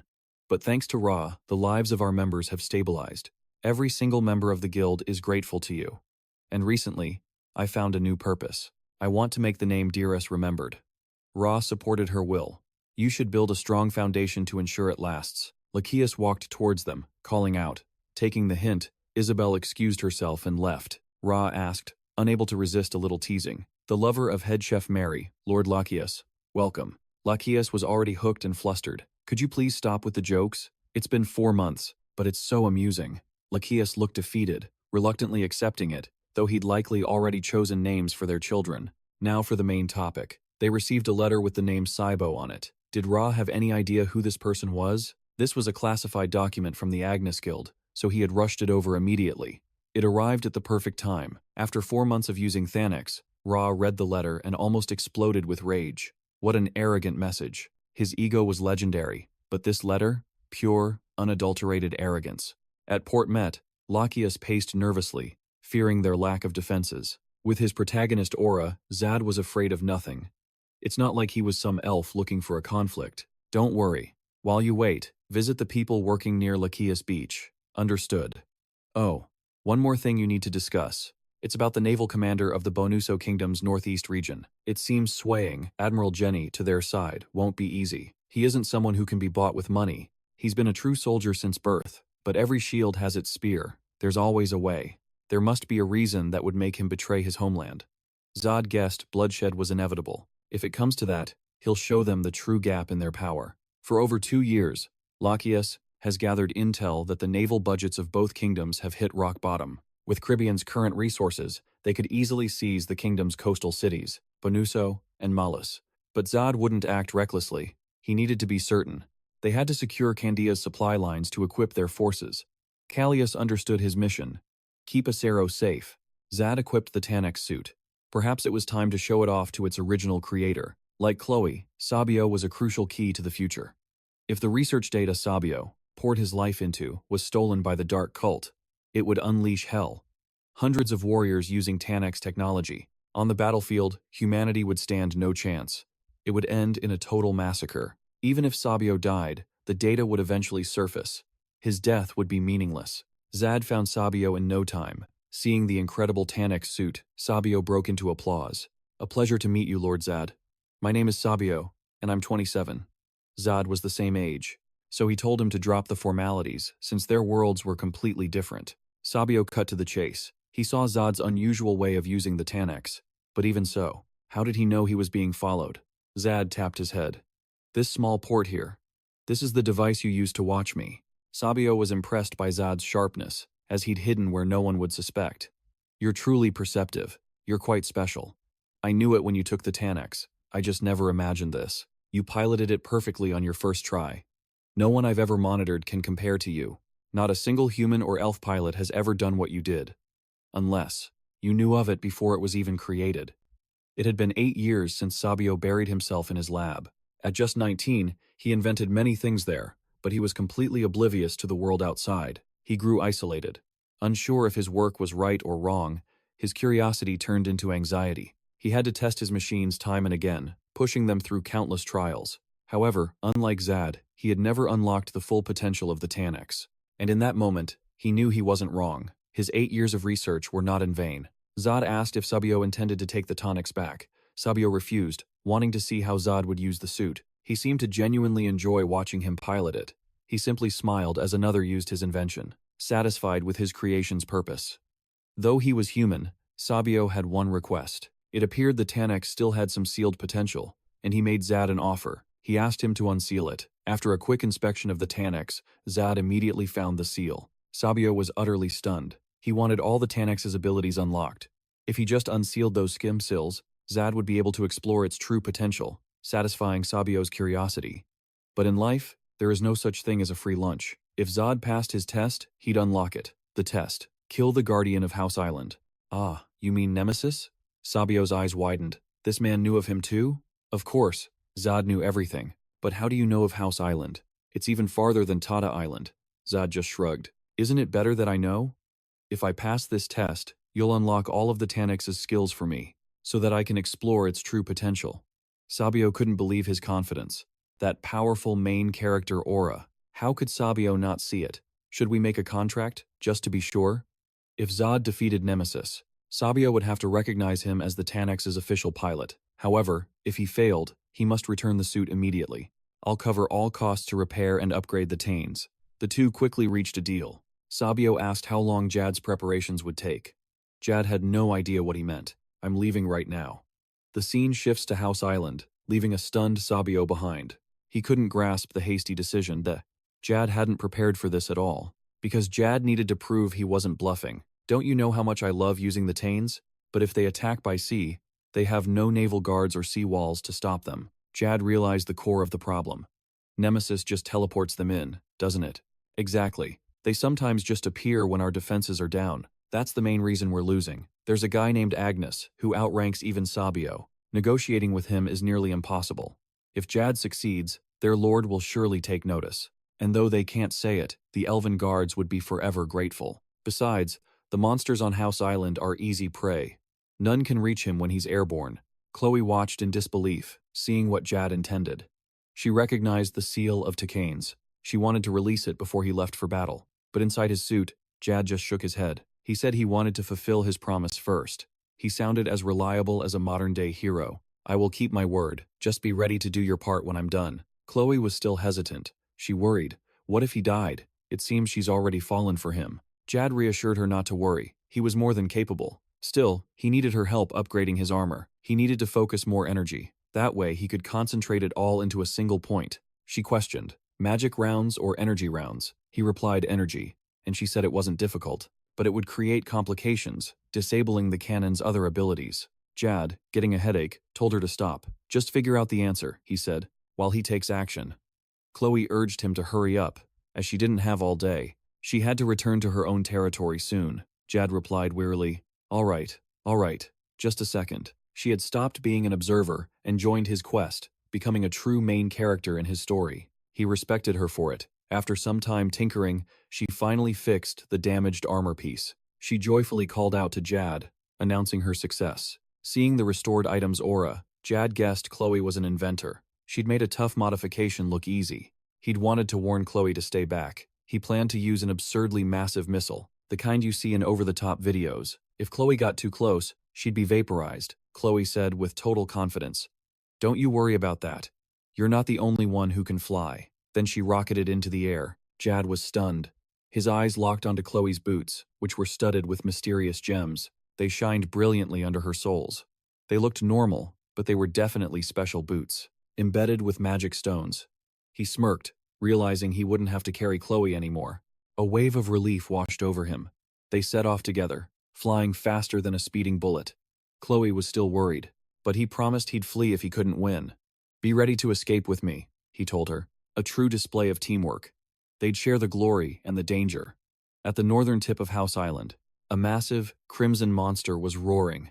No, that was the island's guardian, Nemesis. He made the ground tremble with every step. Jad flew in, sizing up his opponent. He looks dumb, but he can clearly use magic to some degree. He figured if the fight dragged on, it would summon every monster on the island. He'd lose for sure. Cutting off his thoughts, he fired a magic bullet. This was only his second time using this attack, and he was still a bit anxious about his lack of experience. He clenched his fist, vowing to end this within 5 minutes. With a single, decisive blow, the shot flew toward Nemesis, and Jad charged right behind it. This bold move shocked the beast completely. It let out a furious roar, its eyes glowing as its red body turned an even deeper crimson. It looked just like the core of a seedless watermelon. The monster was stunned, Zad thought. If this earns Sabio's trust, he'd do this 10,000 more times. The choice he made today could drastically change the future. 3 minutes later, Chloe was in a corner, taking notes. She was stunned. Even with Tachinex's support, he evaded every blow at close range. His skill with the armor was worth at least 200 points. He didn't even try to attack. Instead, he just flew around, casually throwing small bursts of magic as if he were playing. Chloe figured he couldn't face Nemesis head-on. Even the Dark Elf Knights had failed against it. Having Takanex didn't guarantee an easy fight. She was genuinely worried for Zad. The Dark Elves were skilled and numerous, yet they still lost, so Zad stood no chance of winning. Tachinex was about to fire an energy blast. The monster let out a furious roar. Its hand clenched into a fist as it charged at him. Zad grew anxious. The energy level was beyond his scale and comprehension. Zad knew he had to get closer, then double and compress his energy. Chloe saw his plan. He would focus and compress his power twice over. She worried his energy reserves weren't deep enough. They were both in absolute shock. The armor displayed an energy reading that was off the charts. He held double the maximum energy a single person could possess. A light enveloped Zod, terrifying Chloe, but the monstrosity unleashed its ultimate technique right at that moment. Zad faced mortal danger. Chloe screamed, "Zad, get out of there!" She immediately regretted distracting him, but if she didn't warn him, he would surely die. Nemesis was already too close. A direct hit would annihilate Tachenex, and Zad would die along with it. She suddenly froze when she saw Zad smiling brightly, as if nothing was wrong. She thought he'd gone mad with fear, but that wasn't it. Piercing screams echoed continuously. He and the monster continued their brutal clash. The beast became colossal and lunged, but Zad landed a devastating blow. It slammed its fist into the ground, causing an earthquake, showing off like a pro.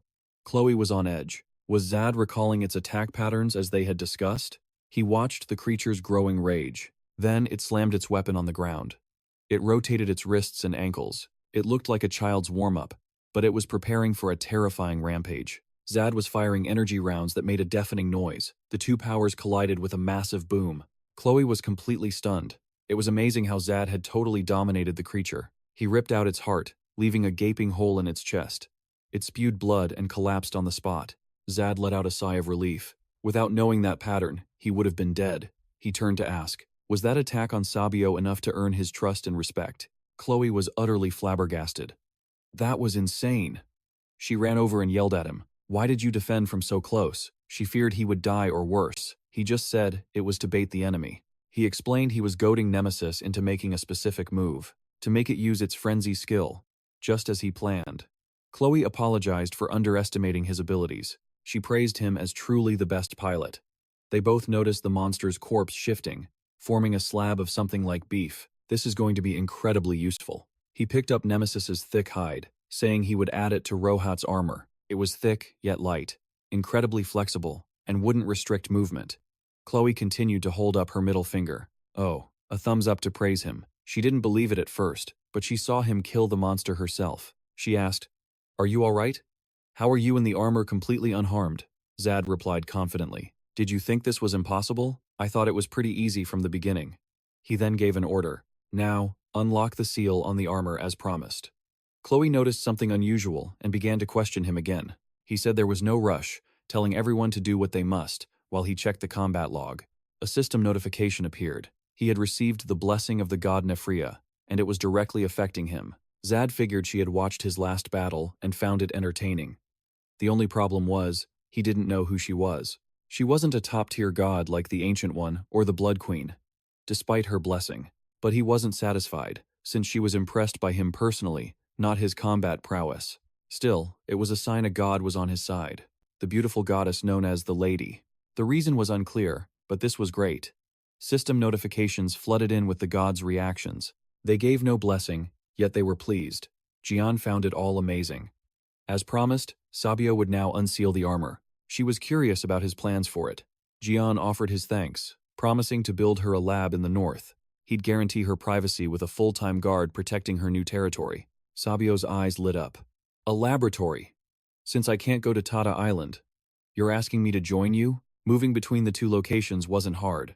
Gian promised to support all of Sabio's experiments. He would supply magic stones whenever she needed. Sabio extended her hand, ready to seal the deal. All right, just build my laboratory. Once it's done, he'll tell the Lord. The Nemesis name will surely excite them. Gian truly wanted a mutually satisfying result. Sabio announced excitedly. Go on, try it. I've just unlocked the seal. The Tachanix was unlocked. Gian was thrilled. Suddenly, the purple gem on the armor began to hum with sound. Greetings. I am Ola. It is a pleasure to meet you. All data on Paradiso will be integrated. Gian was ecstatic. The AI within the Titanic had finally awakened. Even without a pilot, it was intelligent enough to operate the armor on its own. It could even learn the pilot's combat techniques and perfectly replicate them. A system window appeared with new options. Gian was intrigued by the armor's versatility. He could use Ola for infiltration missions when the time was right, against targets like Tachigon. It would be a huge advantage with so many critical events unfolding at once, or for assassinating key figures, like the tyrant causing the collapse of Bonuso and Malos at Port Maids. Sabio told Gian she would use the lab to produce its components. Gian agreed, telling her to report any problems directly to him, Hayes, or Agnes. He insisted Sabio find a way to contact him no matter what. She then asked about equipping Ola. Did he know it consumed magic stones? Gian knew. He told her not to worry.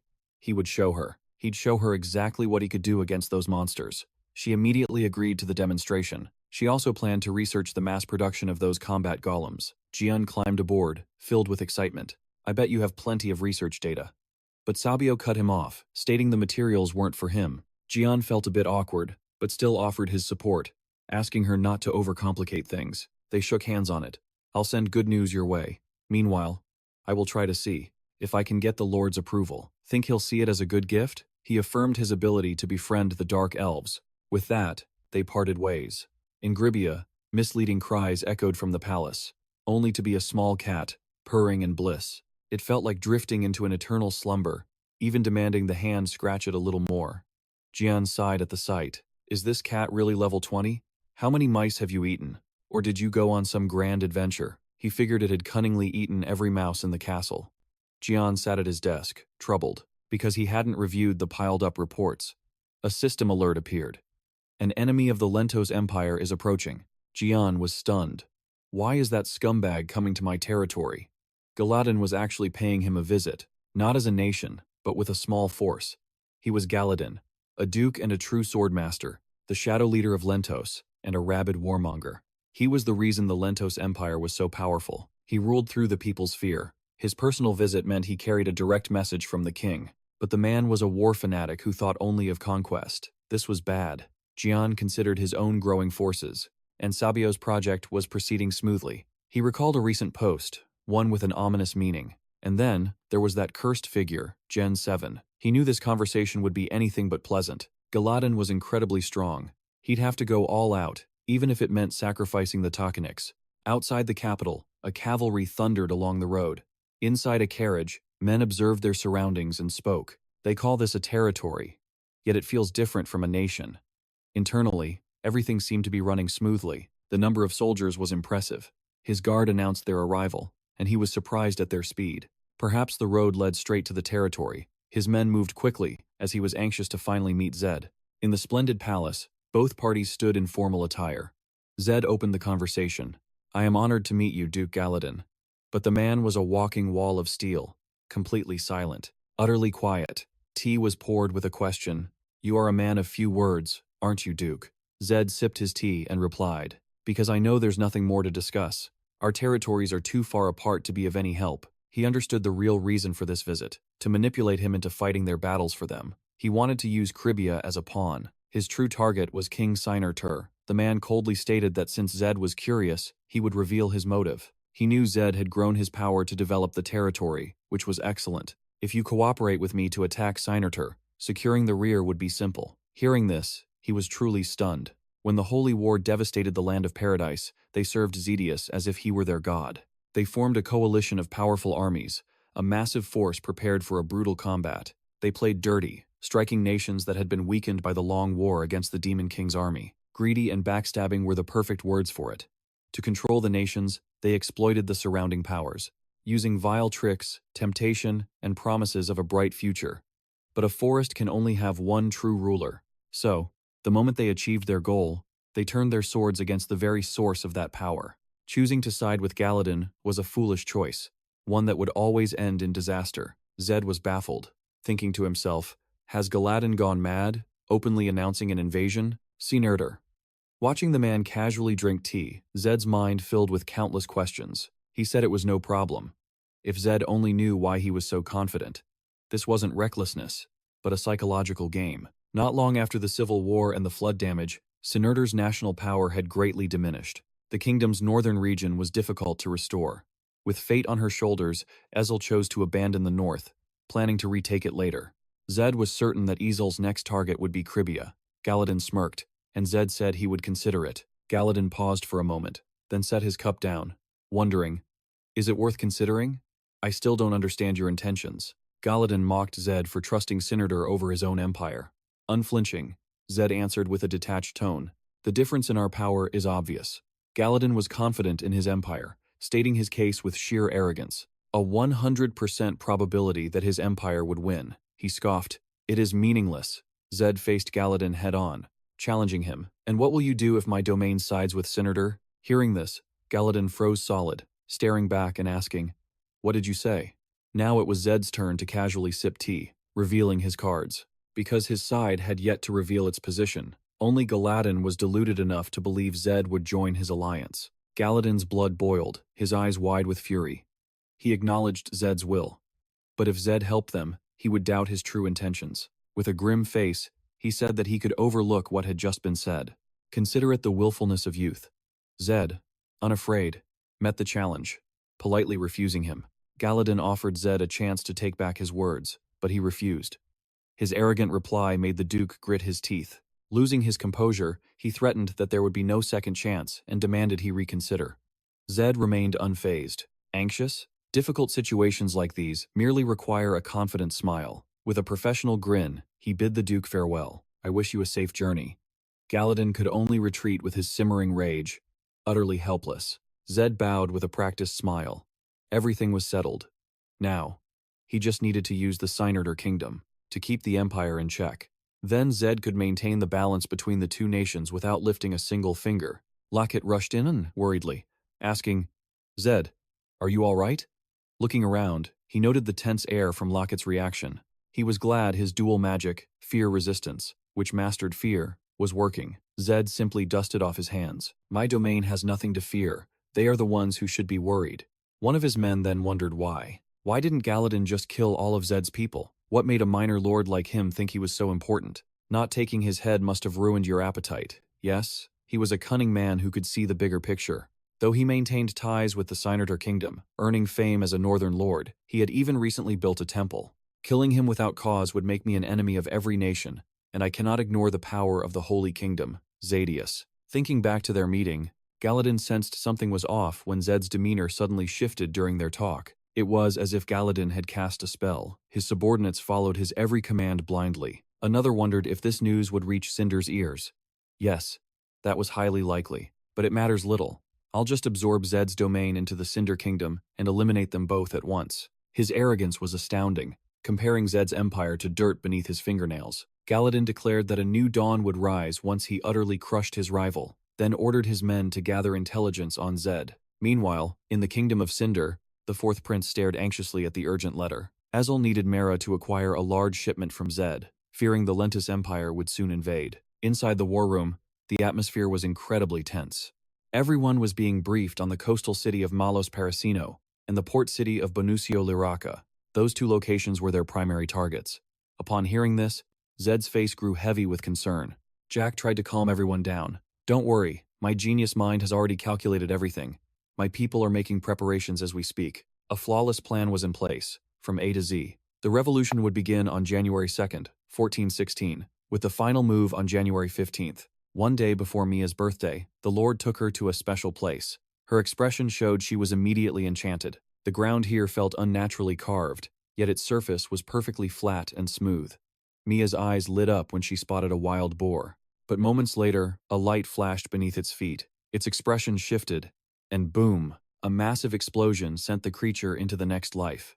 Mia was horrified by the brutal scene that unfolded before her. She wondered aloud, why would anyone set a trap out here? Jian, who knew the lands well, explained that 30 miles north lived a green dragon named Jen, the one responsible for these cruel traps. Mia found it utterly senseless. These traps could kill innocent beasts or even unsuspecting people. Jian explained calmly that they hunt humans for sport, a twisted law of nature.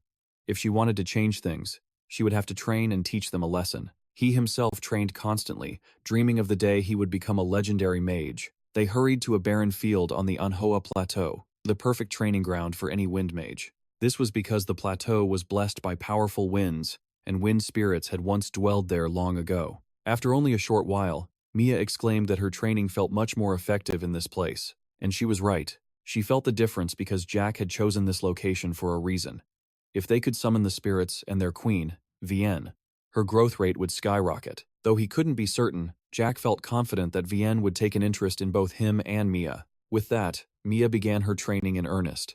As Jack watched, he pulled up her status window. The stats appeared: Fire Magic, SS, Ice Magic, B, Wind Magic, B, Earth Magic, C, Other Affinities, C. The real concern was that Mia was using only 2% of her wind magic potential. If she were to become a truly well-rounded mage, he had to get that proficiency up to an A rank. To master wind magic, one must focus their breathing before and after casting, harmonize the wind's flow, and control the entire surrounding area. Jian eagerly volunteered to be a super VIP test subject for Mia's practice. Time flew by, and after an hour of training, Jack suggested they take a short break. But Mia's excitement was peaking, and she begged him to teach her more. Exhausted, Jack was stunned and asked, "You're still not tired?" Mia explained it was her first time ever receiving such fast-paced, one-on-one tutoring. Seeing Jian hesitate, she unleashed her ultimate skill.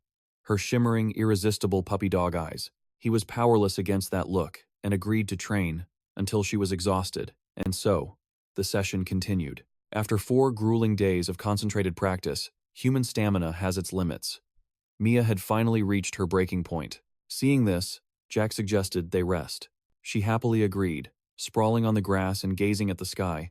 When she suddenly noticed something, Mia quickly called him over, her finger pointing toward the sky. At last, all their painstaking effort was about to pay off. Jack realized who it was, the Spirit Queen, Vienne. The Lord's eyes widened in utter disbelief. Stunned by the Spirit Queen Vienne's arrival, the goddess finally descended after days of waiting. She held a special role as the beginning and end of the wind spirits, one who could amplify Jen and Mia's magic. She could guide him to a new level. As Vienne landed, Mia grew visibly tense. Jen assured her the queen was benevolent. Though wary, Mia chose to trust his words. Jen began to praise Vienne, calling the Queen of Winds exquisite, a fact Mia had to admit. He complimented her radiant aura. Jen told Mia not to worry, for he was right beside her. He would protect her, no matter what. But even he felt a tremor of fear, having summoned her. This was Vienne, the Queen of Winds. He instantly chided himself for being so presumptuous. He tried to observe Vienne but couldn't see her stats. The Spirit Queen was divinely protected. Vienne approached with a disarming smile.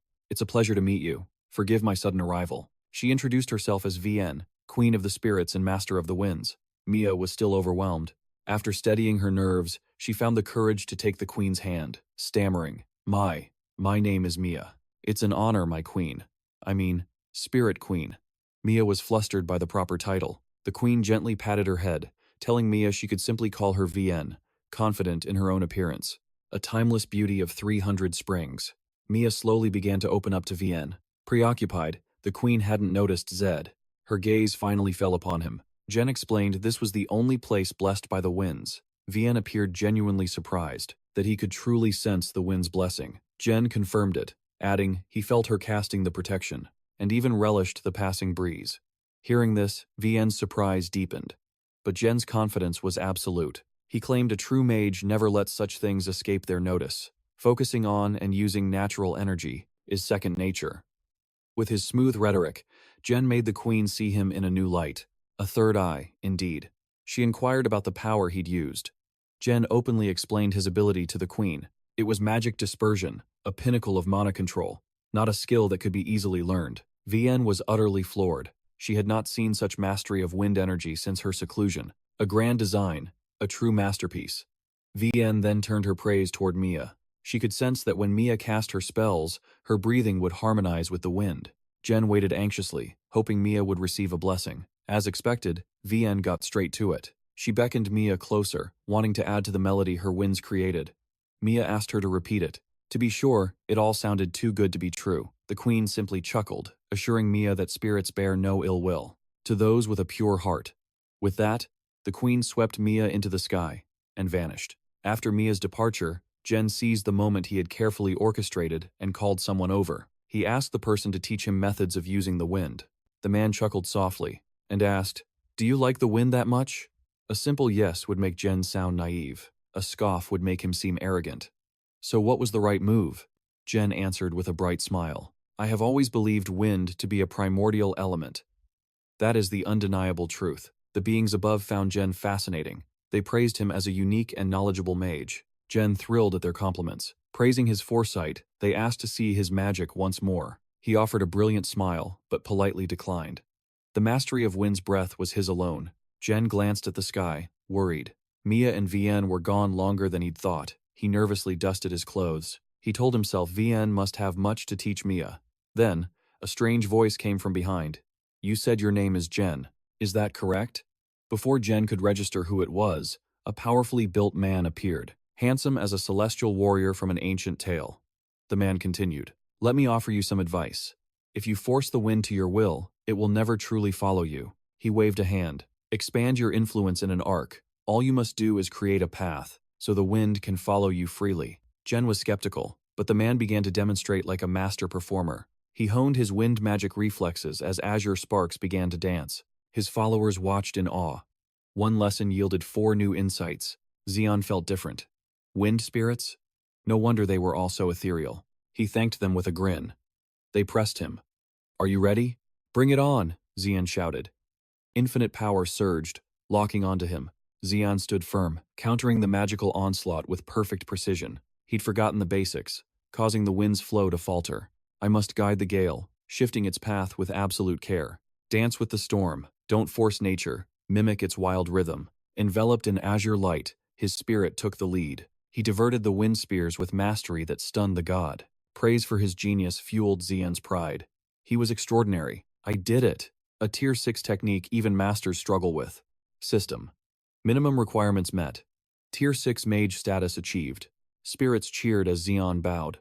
"This is thanks to your guidance. The honor is mine," Xian thought, basking in the triumph. Finally, the threshold was crossed. A tier 6 mage was born. Quest triggered. The Trials of Ascension. Complete all challenges. To advance, Xian had to find Ignis, the fire spirit, master the flame, and Ignis would reveal the next journey. Meeting the ruthless Ignis? Xian groaned. This quest was exhausting. A joyful shout. Mia and Vienne were soaring through the sky. "Having fun, Mia?" Vienne asked. Mia beamed, "Yes. Thank you." Bathed in sunlight, Vienne looked like a goddess descending. They landed softly. Xian checked on Mia, shocked by her excitement. Her aura shifted. Xian's eyes glowed red as the system flickered. A treasure reacted. Mia's bracelet pulsed. "The bracelet of Midanes? A hidden artifact? Who exactly is this Midanes?" Xian wondered. "Are you speaking of my father?" A voice interjected. It was Vienne. He chose a human death, but his love never wavered. Shock hit Xian. Mia's father was a noble wind spirit? He traded immortality for a fleeting human existence? Unbelievable. She carries a legendary bloodline, Xian mused, watching them. No wonder her magic growth these 2 years was so explosive. Vienne took Xian's hands, and they ascended into the clouds. Xian gasped. Amidst her dazzling display, she asked, "Notice it? Spirit kings crave human connection and elemental mastery. Most mages dismiss wind as simple, but they are fools. Wind is formless, yet omnipresent. Its value is beyond measure." Xian nodded. That arrogance had persisted for far too long. "I feel the wind's joy," Vienne smiled. Xian felt the same. Grateful for their bond, she asked for his friendship. Xian accepted. With a touch, she whispered a sacred blessing. Xian accepted it gratefully. A notification confirmed Vienne's blessing, which he could already feel. Vienne was amazed by his perception, a feat few mages could match. She then gifted him a spirit gem. Yvonne explained it was a priceless gem, letting him summon her and her guardians one time. Deeply grateful, Jared realized she was placing a huge bet on his future. She just smiled, saying, "Whatever you believe is true." She wanted a mage of his talent to command the winds freely. He would become a champion for the spirits. Jared was thrilled. Countless gods had sought worthy vessels for their power. The spirits were the same, seeking to bestow their favor. If he could draw their immense power and attention, he could grow stronger at an incredible pace. His bond with Yvonne was the first step on that path. Jared offered his deepest thanks to Yvonne. She vowed to always support him, urging him to prove her faith was not misplaced. Her memory remained with Jared and his team. Later that night, under a distant sky, Mia approached Jared. "So, you got a massive birthday gift, didn't you?" Jared just smiled, asking if she enjoyed her time with Yvonne. She was overjoyed, yet sad to leave with so much unsaid. Jared understood completely. Her spirit father had also departed too soon, leaving things unresolved with her mother. She then turned the question back to him. He admitted to receiving a massive gift himself, one she would surely envy. Mia's curiosity was instantly piqued. He promised to tell her on the road. For now, they had to return to Gravia and master their new skills. The two walked under the stars, enjoying the gentle breeze on their long journey home. Meanwhile, in the kingdom of Cinder, the fourth prince told Myra he'd received a letter from Gravia. It spoke of the arrogance of Bonuso and Malos, and of crimes committed across generations. The letter detailed their countless crimes, offering Cribia's aid in serving justice. The fourth prince pondered its meaning. So, Jared was targeting the kingdoms of Malos and Bonuso. Mara realized he was finally making his move. The prince noted their actions toward the refugees were well known. Most will side with Gravia, and so will I. Myra asked if they should remain silent. The prince's reply was swift and sharp. No, we will show our strength by aiding Gravia. But in truth, they had no other choice. He spat with fury. If they abandon their people, can they even be called kings? Mara scowled. Of course not. The moment they turned their backs, their kingdoms began to crumble. The prince mused that Jared was crossing the border now, but it was a vast and dangerous territory. A territory that large required a decisive plan. It was time to welcome a new king, with all their hearts. At midnight, hooves thundered across the plains, with Jared leading the charge. He roared, "Ready yourselves. Our first target is the Bonuso coastline." Liraki, his soldiers charged forward like arrows. Suddenly, he detected a scout from Bonuso. The man barely had time to react before a boot slammed into his face. "Ah, please, spare my life." Jared easily subdued the terrified scout. He asked if King Jenny himself sent him. The coward immediately confessed, his life now spared. He even offered to become a spy to save his own skin. Jared paralyzed him and had him imprisoned. Now, he had to return to his leading role in the Lyran's war. Under the light of a full moon, soldiers stormed the forest. Jared commanded them from the sky above. The red-haired woman galloped fiercely below. Jared approached Ella and Rakas, reporting the scouts were dealt with. "I'll throw Jenny's forces into chaos myself." Ella asked, "You're going alone? Will you be all right?" Jared said there were only a few mages, stationed around the headquarters, all just fourth class. He alone would be more than enough. Ella was ordered to move her forces to the outskirts. He then turned to Rakis, after Ella. "Smashes their formation. You'll strike from the rear. In this battle, speed is everything. We can't afford any mistakes from the rearguard," Rakas affirmed. "Yes, my lord. I will carve your words into my mind." The entire army stood ready. Jared then assigned Ella command of the magic division and the knights. Rakas would command the domain's main armed forces. Their rendezvous point was Liraki. They both accepted and departed. Suddenly, Jared sensed a presence behind him. It was Hayes, waving up at him from the ground. He also spotted Isabella, the Drazo witch unit, and 20,000 Caribbean soldiers. Jared saw them and breathed a sigh of relief. He clenched his fist, steeling his resolve. Forward, to the north, the light of their combined strength and unity outshone everything in the night sky, making the night brighter than ever. Meanwhile, Navan forces were stationed in the city of Costa. In the kingdom of Bonuso Liraki, Commander Jenny wondered, "Are you sure they haven't moved?" The soldier replied, "Positive, sir. With spring arriving, most of the domain's forces are focused on helping the citizens with farming." The other soldiers agreed. The commander scratched his head. "Am I overreacting?" He thought that when Gravia first sent their proposal, he was completely impressed. There was no way he could accept it. But according to his scouts, Gravia was unusually quiet. His Liraki forces were stretched thin. Deploying his army based only on suspicion was a huge risk. His train of thought was shattered when a soldier reported an intruder. An unidentified mage had been spotted in the air and was approaching fast. "All soldiers, fire at will.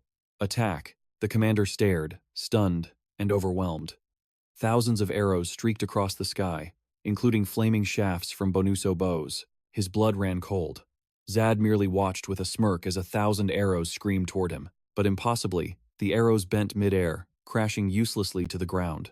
He stared, while his men laughed, enjoying the show. They fired again, but the result was the same. No matter how many volleys they shot, he remained untouched. It was his space-bending clock artifact. The commander stammered in fear. "Ganov! Where is Mage Ganov?" A soldier replied, "He's patrolling the rear." The commander cursed. Damn it, how could they fight an aerial enemy? What now? He was completely cornered when another guard reported in. Ganov had arrived, a lifeline for a drowning man. As a fourth-tier mage of the Corps, Jenny ordered him to stop the intruder. He explained the man was Zad, the Duke of Gravia. Ganov took a breath. Has the man lost his mind? But he reassured the commander, thinking Zad was alone. He was confident he could take him down in a single shot. He fired. But something felt strange. Both he and the commander stared, their jaws hanging open. What in the world? Hundreds of beams of Zad's power erupted, overwhelming them all. Ganov ordered, "Shields up, block the attack." He commanded everyone to take cover immediately. Countless soldiers were struck down as wretched screams filled the air. "Protect the commander!" he yelled. Somebody, help me! A hand reached out, begging for help. The commander was wounded. Ganov supported him, shouting non-stop, "Commander!" The chaotic battle was filled with cries for help and curses. Ganov, what are you people doing? He ordered everyone to attack Zad, while he was alone. He offered a tempting reward. Take him down and you will be honored as a hero. The soldiers took their orders and charged once more. The night was full of stars, and also many men floating in the air. Zad activated his Ola armor and the steel gun artifact's attack mode. They were about to be crushed again. Child's play, Ganov cursed. He suddenly faced Zad and sneered, "Have you come to offer your life?" The commander's presence was crucial for morale. Zad knew that if he didn't capture Ganov and end his command in front of everyone, Commander Jenny's army's spirit would shatter completely. But there was one critical problem. Ganov was thinking the exact same thing. He appeared right before him. Face to face, their eyes met, crackling with fire. He growled Zad's name, believing he had come seeking death. Zad replied calmly, "So what?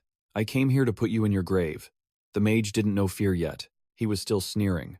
Suddenly, he unleashed a powerful magic blast. Is he trying to provoke me? Zad casually closed the distance and grabbed his throat, lifting him helplessly into the air. Ganov was stunned. That's right.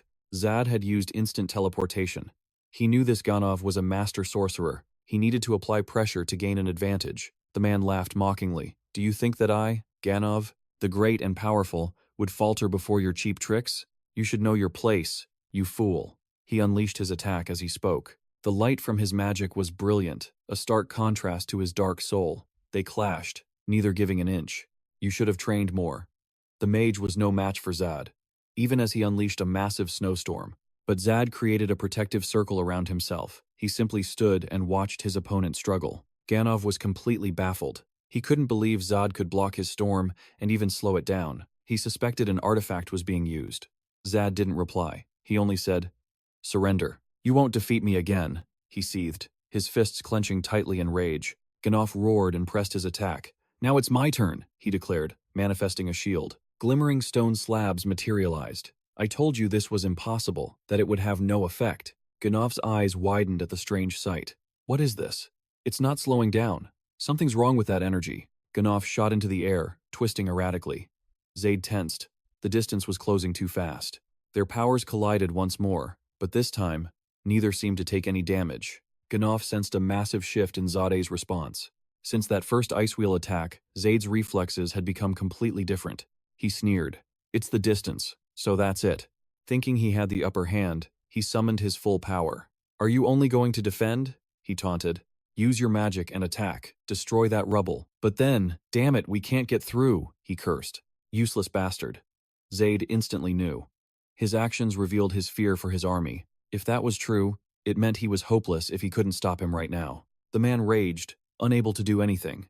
"Shut up," he roared, launching an attack as Zaid mocked him. "It's pointless." He suddenly burst out laughing. "You fool. You should be careful. Don't let that pride of yours crumble." Like a madman, he began weaving his magic again. His spell aimed to grind Zaid into dust. Zaid dodged, but it was a terrifyingly close call. The man believed Zaid had fallen for his trick. "If you can't slow me, I'll fight you up close." The two clashed again, bloodlust in the air. This time, his opponent's power felt overwhelming. He stood motionless, admiring his work.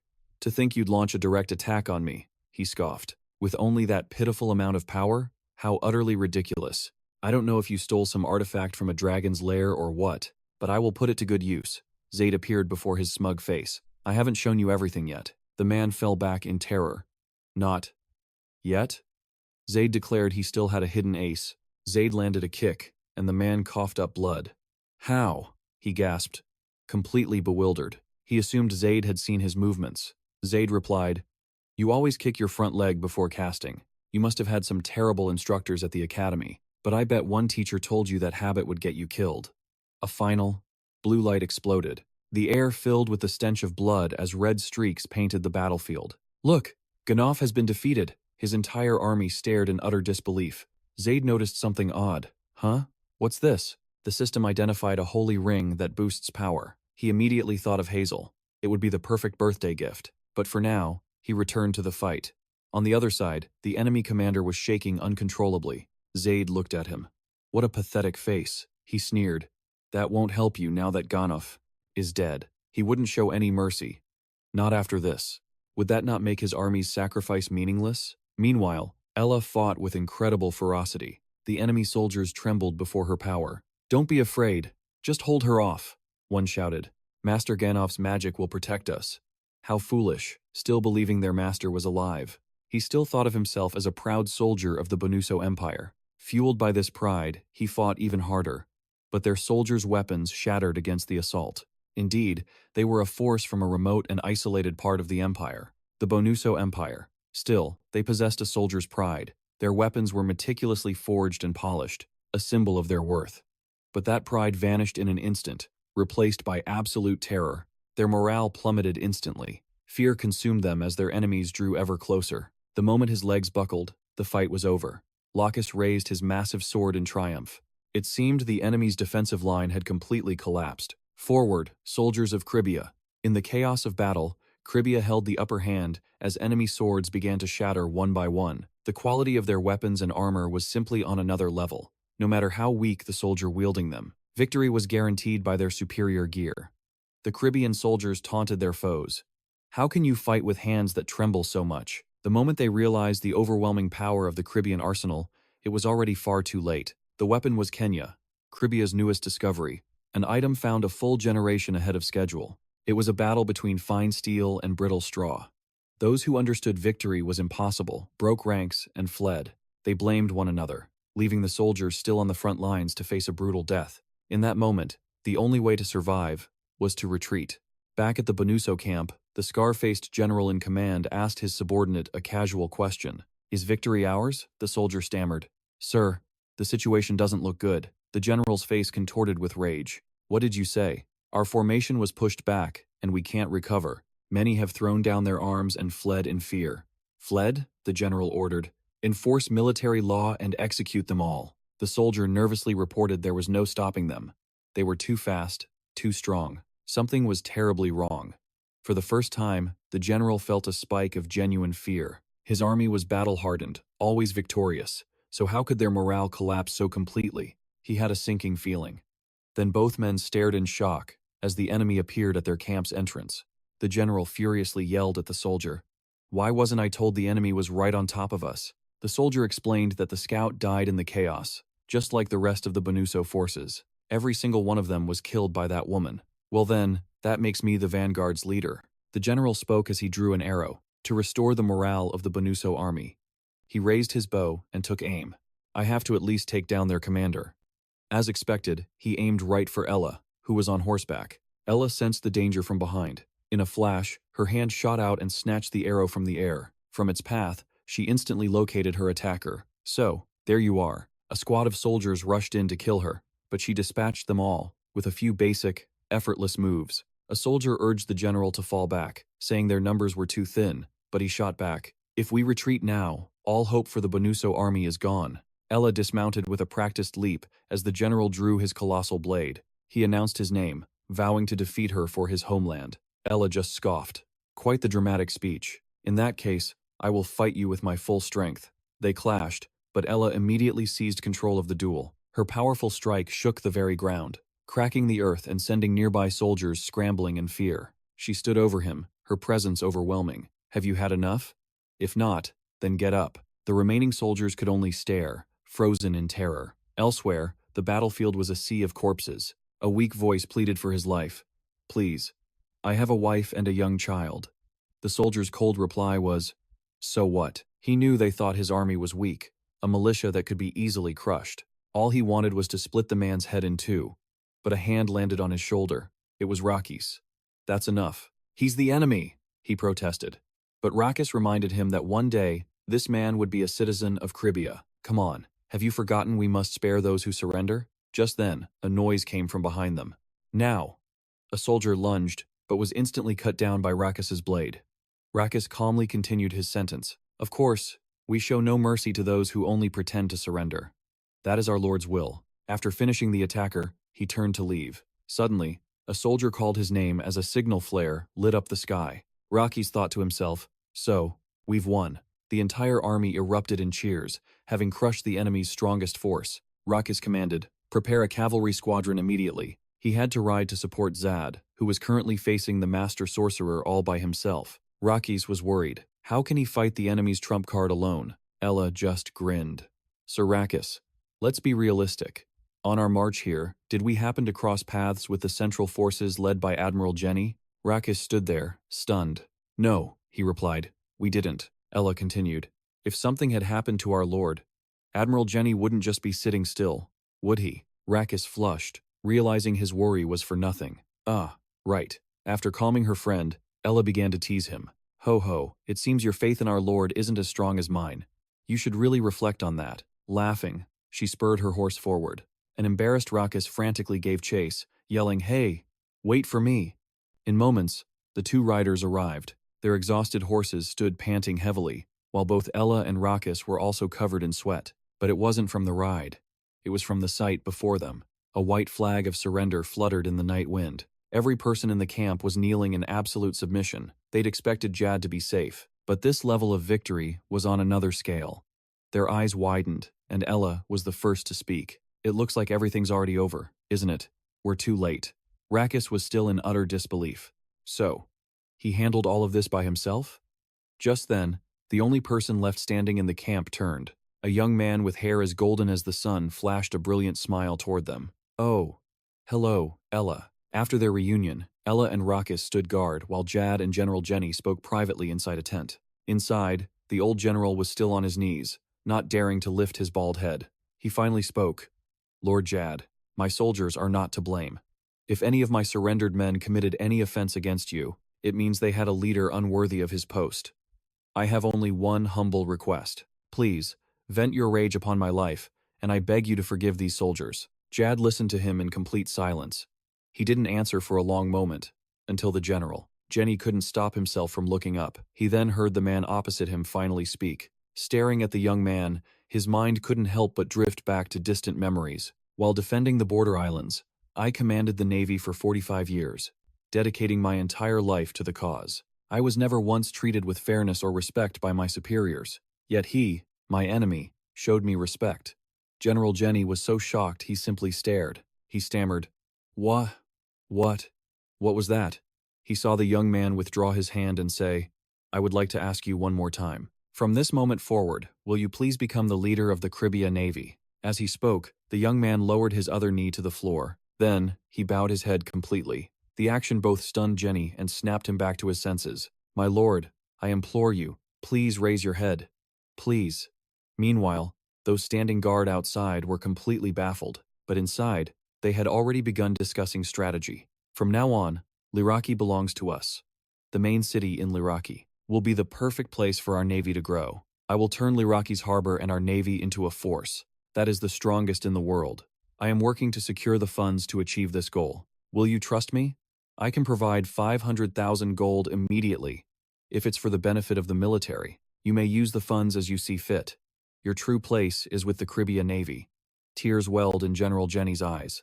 Yes, I will do it. I will support you with everything I possess. I will give my all for your cause. With General Jenny's pledge of fealty, Jad smoothly secured the Liraki Navy's surrender. He let everyone celebrate with a massive feast. During the celebration, General Jenny told Jad that the admiral operating at Placino, Admiral Jupe, was his best friend of 45 years. He believed he could help Jad secure Placino too. Jad was ecstatic to hear this. When Jenny said he would bring G up to meet him, Jad suddenly asked, Admiral, have you ever flown? The next day, as Jad was leaving his tent, a notification appeared. You have received the title, Witch Hunter. Your magic power has increased by 500. Jad thought to himself. The title you get for killing 4 mid-tier witches. I thought my progress had stopped after killing Akron, but I must have accidentally fulfilled the requirements in this last battle and earned the title. 500 magic is a massive amount. I wonder if it's even possible, but if I kill 100 people, I get the murderer title. And if I kill 1,000, I become a true murderer. All the titles in Paradiso are like that. They're all just a numbers game. Faced with so many titles like these, the act of taking a life is treated as something ordinary. Before, I didn't pay it much mind, thinking it was just a small piece of data, but now, I'm starting to think about it more. Lost in his thoughts, Jad checked his status information. He discovered his magic had soared to 10,000. His other stats were also impressive. Zen believed with this power, he could finally defeat that woman, the genius sorceress, Naomi Gray. While Zen admired his newfound strength, General Jenny returned with her old friend, Rook. He was a man with a gentle face, who bowed low before Ra. "My deepest respects to you, my future majesty." Ra eagerly replied, "Please, stand up, I have been waiting for you both." As Rook rose, he presented the Admiral's seal, a map of Placino, and a summary. He said, "You made a promise to Jenny, please, show that same warmth to my subordinates." Ra answered without hesitation, "Of course, it is my duty. I vow that I will not let such tragedies ever happen again. This is a promise from my very soul." And just like that, Ra easily secured a part of the Malos Kingdom's territory. Ra ordered the old ships repaired and allowed the two cities to join his domain, cutting their taxes in half. With things going so smoothly, Ra held a meeting inside his tent. Ella was the first to speak, eager to press their advantage. They'd never had a chance like this before. "We must advance quickly and take the surrounding cities. We've captured 2 in a single day. With weapons made from Kenia metal, we have nothing to fear." Hearing Ella's passionate speech, Rakis nodded. "I agree. With such weapons, we have little to worry about. But our soldiers need a few days to rest. Furthermore, regardless of the loyalty of Jenny and Rook, we need time to observe their true intentions." Ra pondered. "They received our declaration and lost a city instantly. No matter how foolish the kings of these 2 kingdoms are, they won't just sit back and watch this happen. Even if the king ignores it, his generals and retainers will not stand by idly. I am certain they will send troops soon. They might be marching here right now, grinding their teeth in rage. Of course, the other side won't stay quiet after losing 2 cities so quickly. They will send their army soon," Ra continued. "However, they won't send their entire force, because they're surrounded by other nations. Indeed, Malos was currently caught between Sindert and Lentis. All 3 were locked in a stalemate at the border. They wouldn't dare break the balance." Just then, a guard reported from outside. "The Bonuso Kingdom has gathered forces in the north-central region, and has begun their advance." Ra asked, "How many are there?" "Approximately 40,000 troops. In addition, a unit of sorcerers and swordsmen have left the capital to join them, and their numbers have reached 200. Ra questioned further, "Are the captains of the swordsmen or sorcerers with them?" "No, sir. Only the vice-captain is present." Ra stroked his chin. So they haven't sent their main force." Everything was going exactly as he had predicted. Just then, another soldier rushed in with a new report. 30,000 soldiers from the Malos Kingdom are on the move. They were heading north, but have suspiciously changed course. According to our intel, it seems a portion of Sindert's army has revealed itself. Hearing this, Ra's eyes lit up. He immediately commanded, "Listen up. We will build a base on the outskirts and fortify the outer walls of the 2 cities, establishing a defensive line along the ridge. After mining the main route, map their locations and bring it to me. We will prepare for a defensive battle." "Yes, sir, as you command." Meanwhile, in a dusty, foul room, infested with roaches and rats, a girl wandered aimlessly, ignoring the filth and cobwebs. "Honor, pride, the wealth of a mage. I have lost everything. There's nothing left I can do for the future of this dark kingdom." Suddenly, a glowing magic circle appeared before her. An emergency magic circle.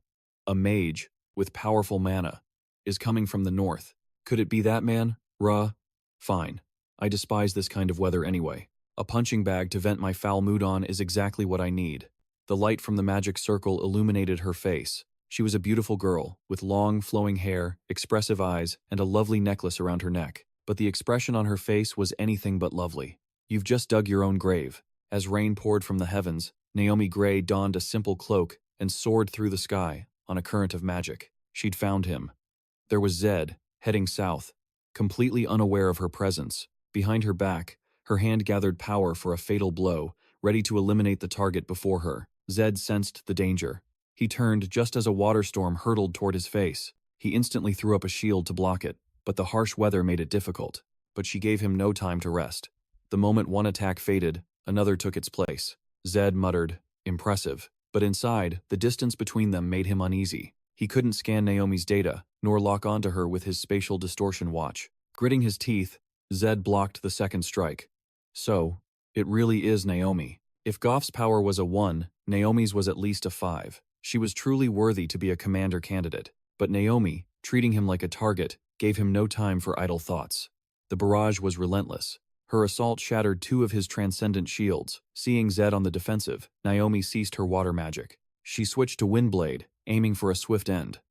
But fate had other plans. Just as Naomi believed victory was hers, the tables were about to turn. Zed suddenly dropped his defense, lunging forward with a cunning smirk. Senior Vienna. Now, I'll unveil my own wind magic. Because no matter how brutal, in the end, it's just wind. Create a path, and it will follow, obediently. With those words, Zed formed a small gale in his left hand. Change direction. At his command, the razor winds that had torn at him suddenly grew tame, parting to form a path. He smiled. The trajectory has changed. Now, let's double the fun. Wind blade, transcendent wind blade. In an instant, the blades heading for Zed stopped, doubled in number, and shot back toward Naomi. The tables had turned. Now Naomi faced the deadly storm. Her eyes widened in shock. He reflected my spell? No. He seized control of it? How? Damn it. Naomi gritted her teeth as her own magic, amplified by his, rushed back to kill her. He added his own power to it. I have only one option left. Thinking fast, Naomi threw up a protective barrier. Perfect shield. But even her ultimate defense couldn't stop Zed's assault. Cracks instantly appeared before it shattered into nothing. True panic set in, as she screamed. Naomi now realized this was no longer her game. She had lost all control. I'll kill you right now, she shrieked, grabbing her necklace. Ivy's necklace. Activate. Sunlight streamed through a window.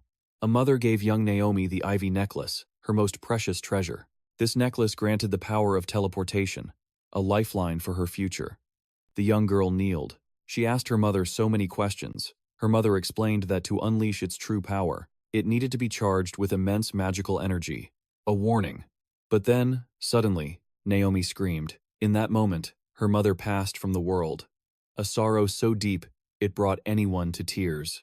A choked, silent grief. Time passed. Now, a woman's hands clenched that same ivy necklace. It pulsed with a mysterious violet light.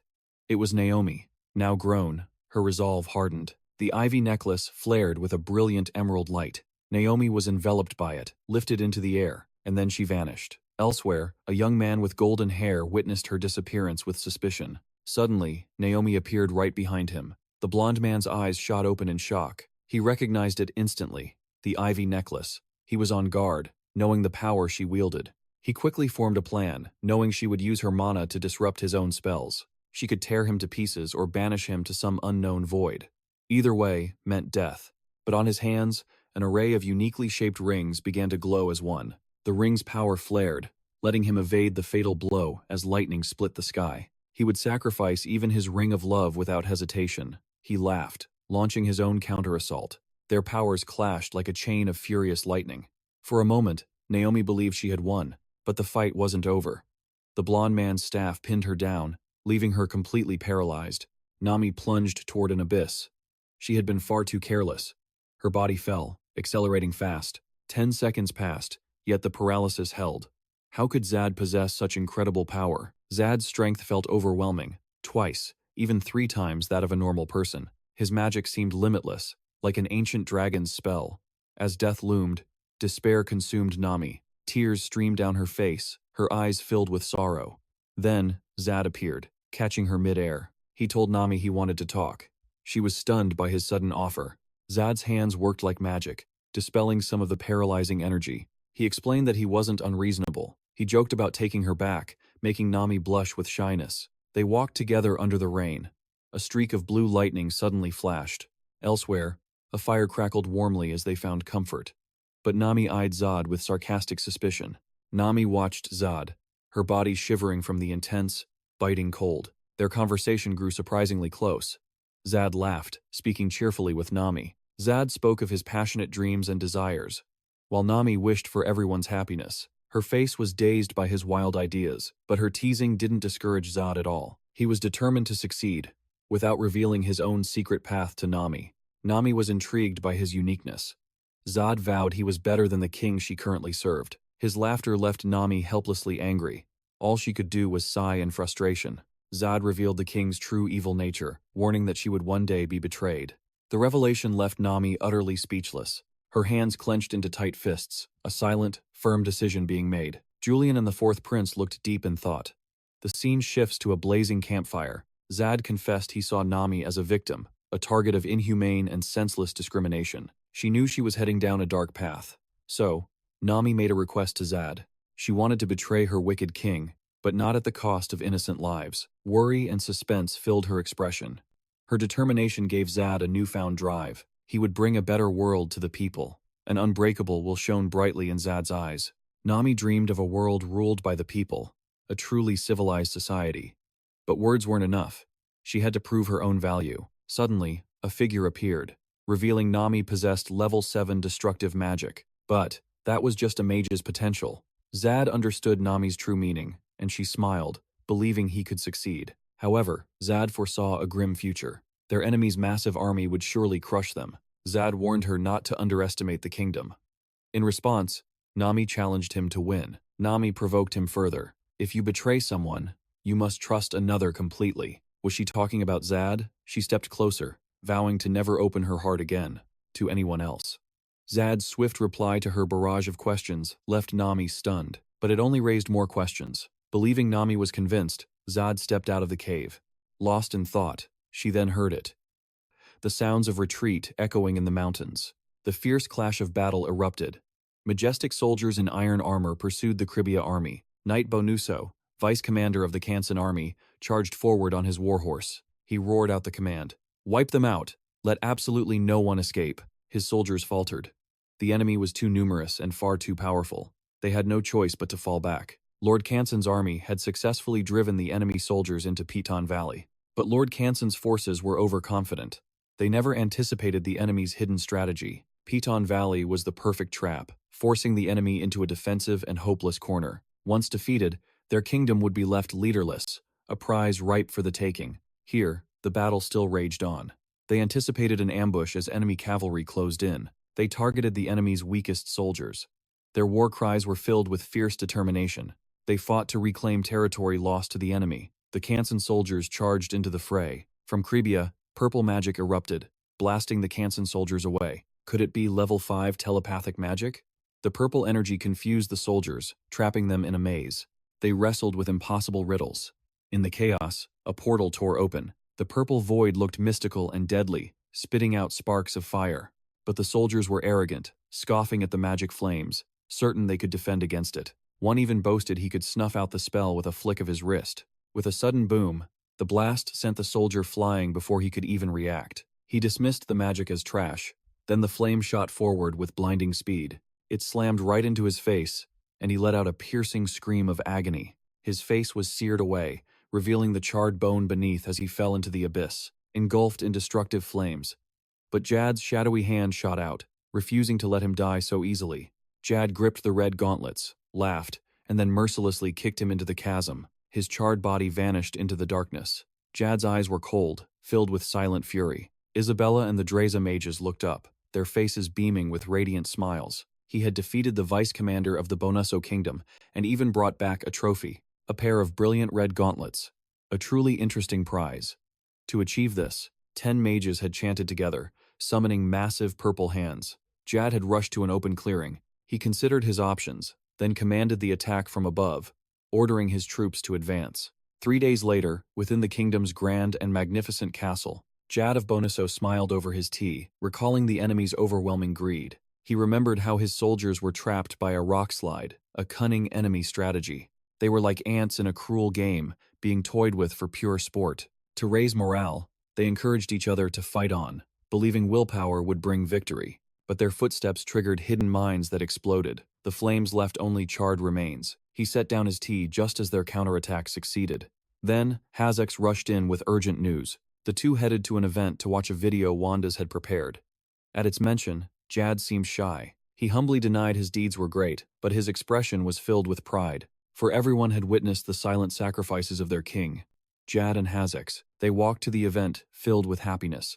Besides, Hazex was the one who aided the soldiers. Her magic helped the wounded recover, making them stronger. The men were deeply grateful. To them, Hazex was an angel. Her very words gave them strength. Her encouragement restored the weary soldiers' faith in themselves. Hazex's support for Jad was immeasurable. In a bustling hall, spotlights shone down. They focused on a single presenter, whose words held everyone's gaze. A group of men chatted happily, unable to believe the image of a family on screen. They couldn't believe anyone could live so happily, filled with such parental love. It was all because Jad had saved them. But one man yelled at Jad's name, filled with hate. He called Jad a monster for abandoning his people. An older man tried to reason with him. He explained Jad's goodness, but the man still worried. He didn't know about the coming month. What would his family eat? And how would they live? The two men found they had much in common. They agreed to work together in that sacred land. Then, one of them pointed behind him. Two people were installing lights for the path. He suggested they go and help them out. The path lit up beautifully. As the presentation went on, two carriages and their escorts passed by. The crowd stirred, a sense of unease filling the air. Whispers of a messenger spread. Two flags fluttered ominously, fueling their anxiety. Some offered words of comfort. Then Zad arrived, a confident smirk on his face. Zad assured them all, explaining there would be no war, putting their minds at ease. The people looked on in admiration. Behind them, Hayes couldn't hide a pleased smile. In a grand hall, Zad and Rakis met to forge the best path forward for their domain. Zad understood immediately, having already foreseen this. Rakis also warned him of Kenia's dangerous weaponry. Zad agreed. His expression grew heavy as he weighed the best choice for his people. Though his mind was clouded, Zad vowed to protect them. A level 5 girl named Nami appeared and surrendered. Then a level 6 mage appeared, stunning them all. As they reeled, a visitor from the Wallace Kingdom was announced. Seeking counsel, Zad ordered them all to enter. He had recently acquired the evasion gauntlets. They possessed 7 abilities. First, resistance to magic of the 3rd tier or lower. This costs 1 mana point. Second, a 200 mana boost. Third, a 100 point increase to intelligence. Fourth, a 50 point boost to water-based attacks. Fifth, a 50 point boost to magical defense. Sixth, the ability to store 5,000 mana, a reserve only the wearer could access. And seventh, it can influence 4th tier magic, draining 1,000 mana, but using it without enough is risky. Before Zad and Rakis stood 2 envoys, representing the nations of Bosuno and Malos. Zad had no patience for these nations. He leaned back, arms crossed, and said, "All right, what business brings you here?" The envoys glanced at each other, hesitating. Zad simply raised 3 fingers. "I'll count to 3. 1, 2. Terrified, the envoys finally broke their silence, shouting over each other. "Please wait," cried the envoy from Bosuno. "My king wishes to sign a peace treaty with you." The Malos envoy echoed the sentiment. "We also seek a treaty of peace." Hearing this, Rakis gritted his teeth in fury. These bastards," he seethed. "Before those innocent people were driven mad and branded as rebels, they abandoned them on foreign soil. And now they come begging for peace? Such disgusting hypocrisy." Zad placed a hand on Rakis's shoulder, then boldly climbed atop his chair. He struck a dramatic pose, a smirk on his lips. "Giving up on glory, are we? Peace is a convenient shield for those who have lost the will to fight, isn't it?" His words struck home. The envoys lowered their heads in shame. One of them produced a letter. He pushed it forward. "A letter from my king. A basic draft of the proposed treaty. We hope for your approval." The envoy from Malos then presented a similar letter from his king. The letter began, "Please consider this carefully, Lord Zad. The recent refugee outbreak was a most unfortunate waste of manpower." Rage boiled within Zad as he read. He ripped the letter to shreds before their very eyes. Then, he took the second one. He scanned it, finding more of the same empty words. Zad stepped down from the chair. He approached them, his voice like ice. "Listen well, I don't care how other kingdoms operate, but Gravia now shares a powerful bond with the Cinder Kingdom. Furthermore, the Rentos Empire recently sent Duke Aladdin to our lands. Have your nations not received this intelligence?" The 2 envoys dropped to the floor, prostrating themselves in terror, not daring to move. Zad walked over, crushing their hands under his boot. They shrieked in agony. He ignored their screams, his voice chillingly calm. "Now, I will prepare a document for you, and your kings will affix their national seals to it." Without question, the terrified envoys nodded furiously, begging for mercy. But Zad wasn't finished. "There will be no negotiations. Your kings will sign the document I provide.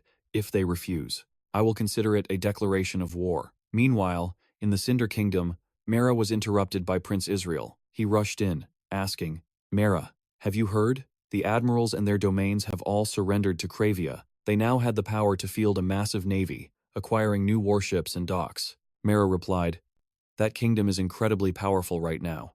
Isel agreed with her. Additionally, Naomi was now Zad's subordinate, and rumor was he'd given her the entire navy. Their nation's current relationship with Ritas was also at a great disadvantage. "Just as our kingdom cannot eliminate rentas," Mara said, with a heavy heart, But isn't our kingdom just like the Rentis Empire, being used as a pawn? Isel handed his sister a letter, ordering her to ally with Gravia at all costs.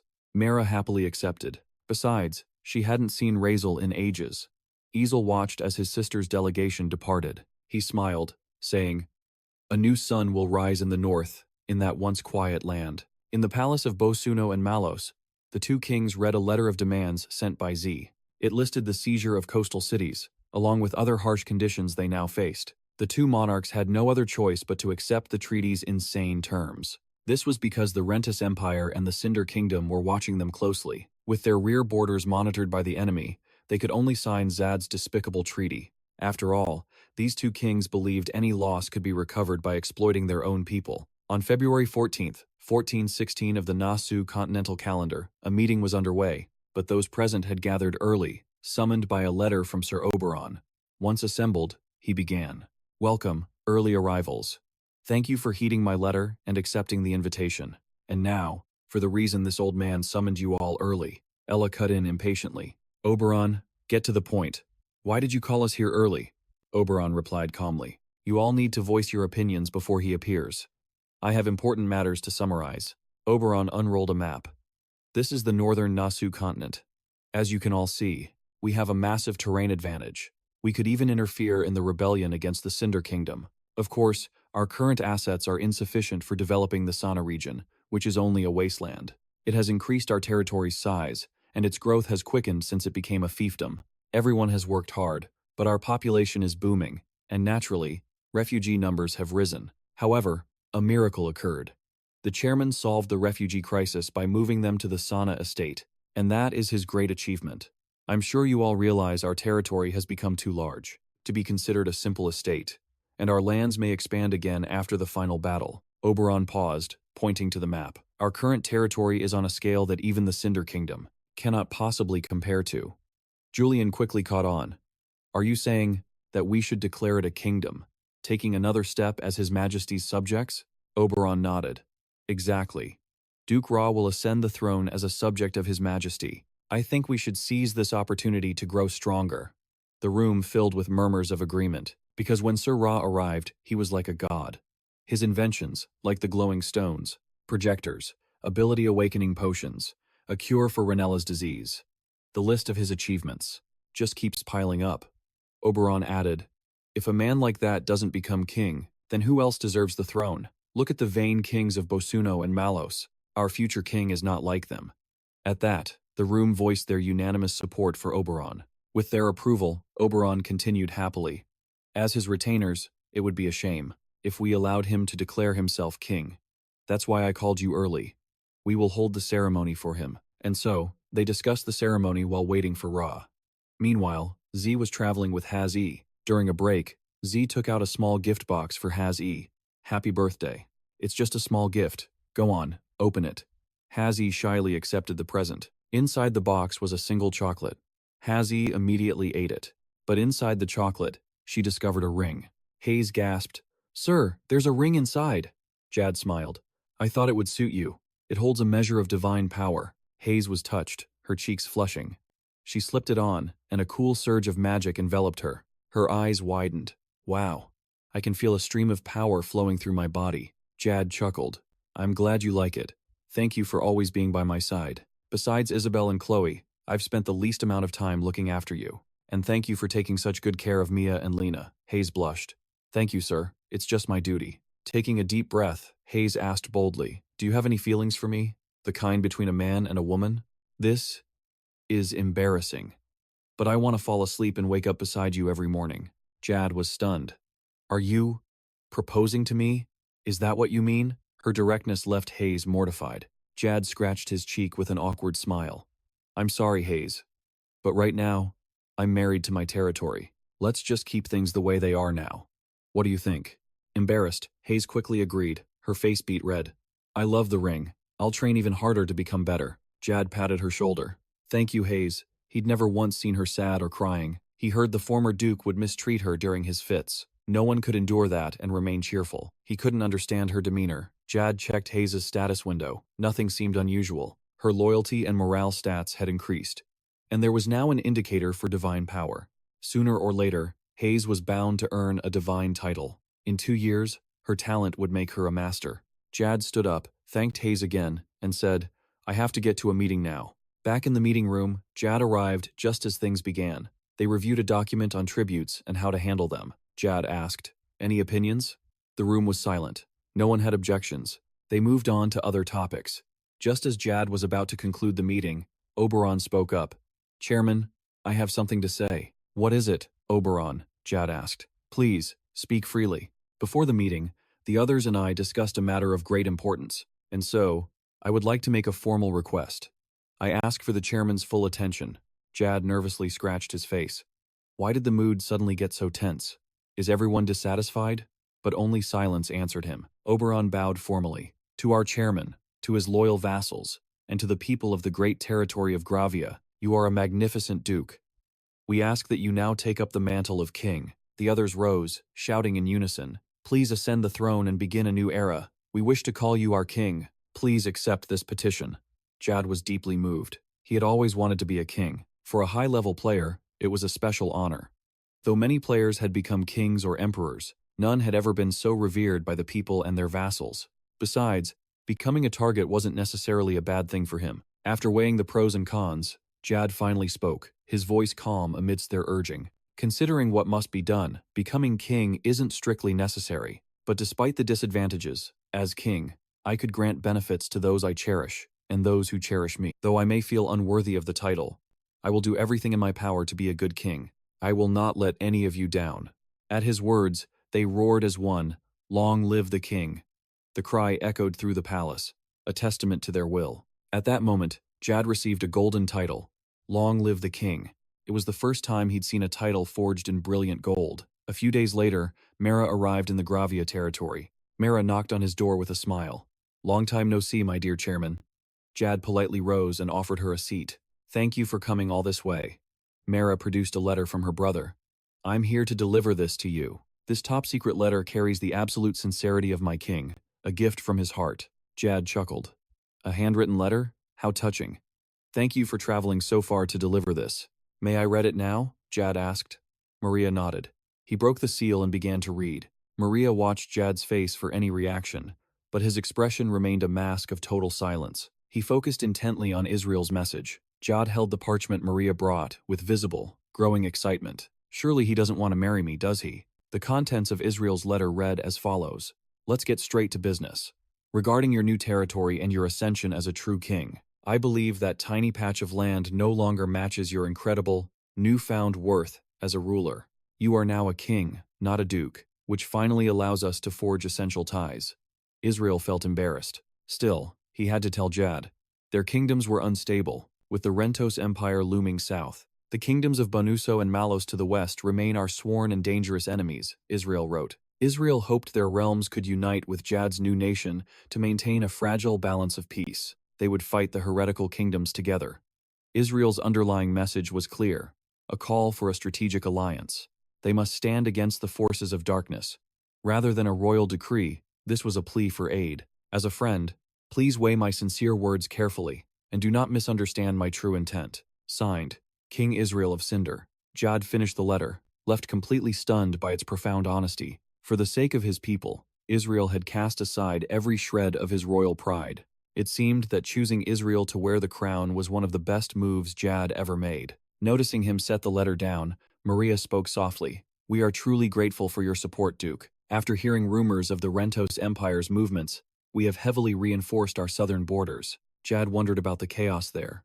Maria added earnestly, "We will never be the ones to strike first. That is why we have severed all routes to the Empire, leaving only the Jondo Passage open. A brilliant tactical move." Maria stood and bowed. "We can also prevent internal collapse this way. It's all for your sake, Jad."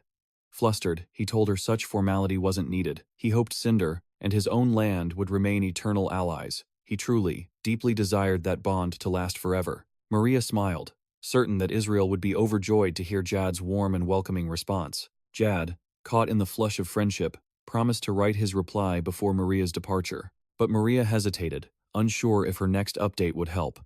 Despite the warm atmosphere, she carried a critical secret for Jad's ears. He urged her to speak freely, sensing her tension. The truth came out. Maria's scouts had finally located the hideout of her brother, Jess. Jess was currently within the Desmond Empire. Jad's eyes widened. Is he alone, or with a group? Maria shared what she knew. He seems to be traveling with a man named Agret. He is a renowned merchant. Upon hearing that name, Jad froze in place for several seconds. Agret was a monster worse than Klaus, whom Jad defeated. Klaus's dying words echoed. Agret will avenge me. Jad had interrogated the goblin then. Did you say Agret? This man was a far more powerful version of Klaus, reconstructed in Paradiso. He was supposed to have perished during the war with the Demon King, but the timeline had fractured. 8 years before the Great War, he was still breathing. He possessed the skills to lead a literal massacre. Why did the creators grant Agret such terrifying power? Perhaps because there were two masterminds. Jad kept these dark thoughts from Maria, instead saying, I think you must tighten the king's security immediately. Maria agreed. But her brother, Jess, was far too trusting. He would blindly follow anyone without a single doubt or question. Jad vowed to take full responsibility. If you don't mind, please stay at my estate a bit longer. However, Maria had to prepare for a long journey. Jad truly wished to show her creatia. Suddenly, Haun burst in cheerfully, tasked with giving Maria a grand tour of the estate. She made sure Maria would enjoy herself, offering sweet compliments. March 14th at the Sana Sanctuary. The crowds below roared with joy. A man approached Zad, holding a crown. By the great Lord's name, I bestow this blessing upon you, the king of the Gravia kingdom. Zad had earned the golden title, respected king.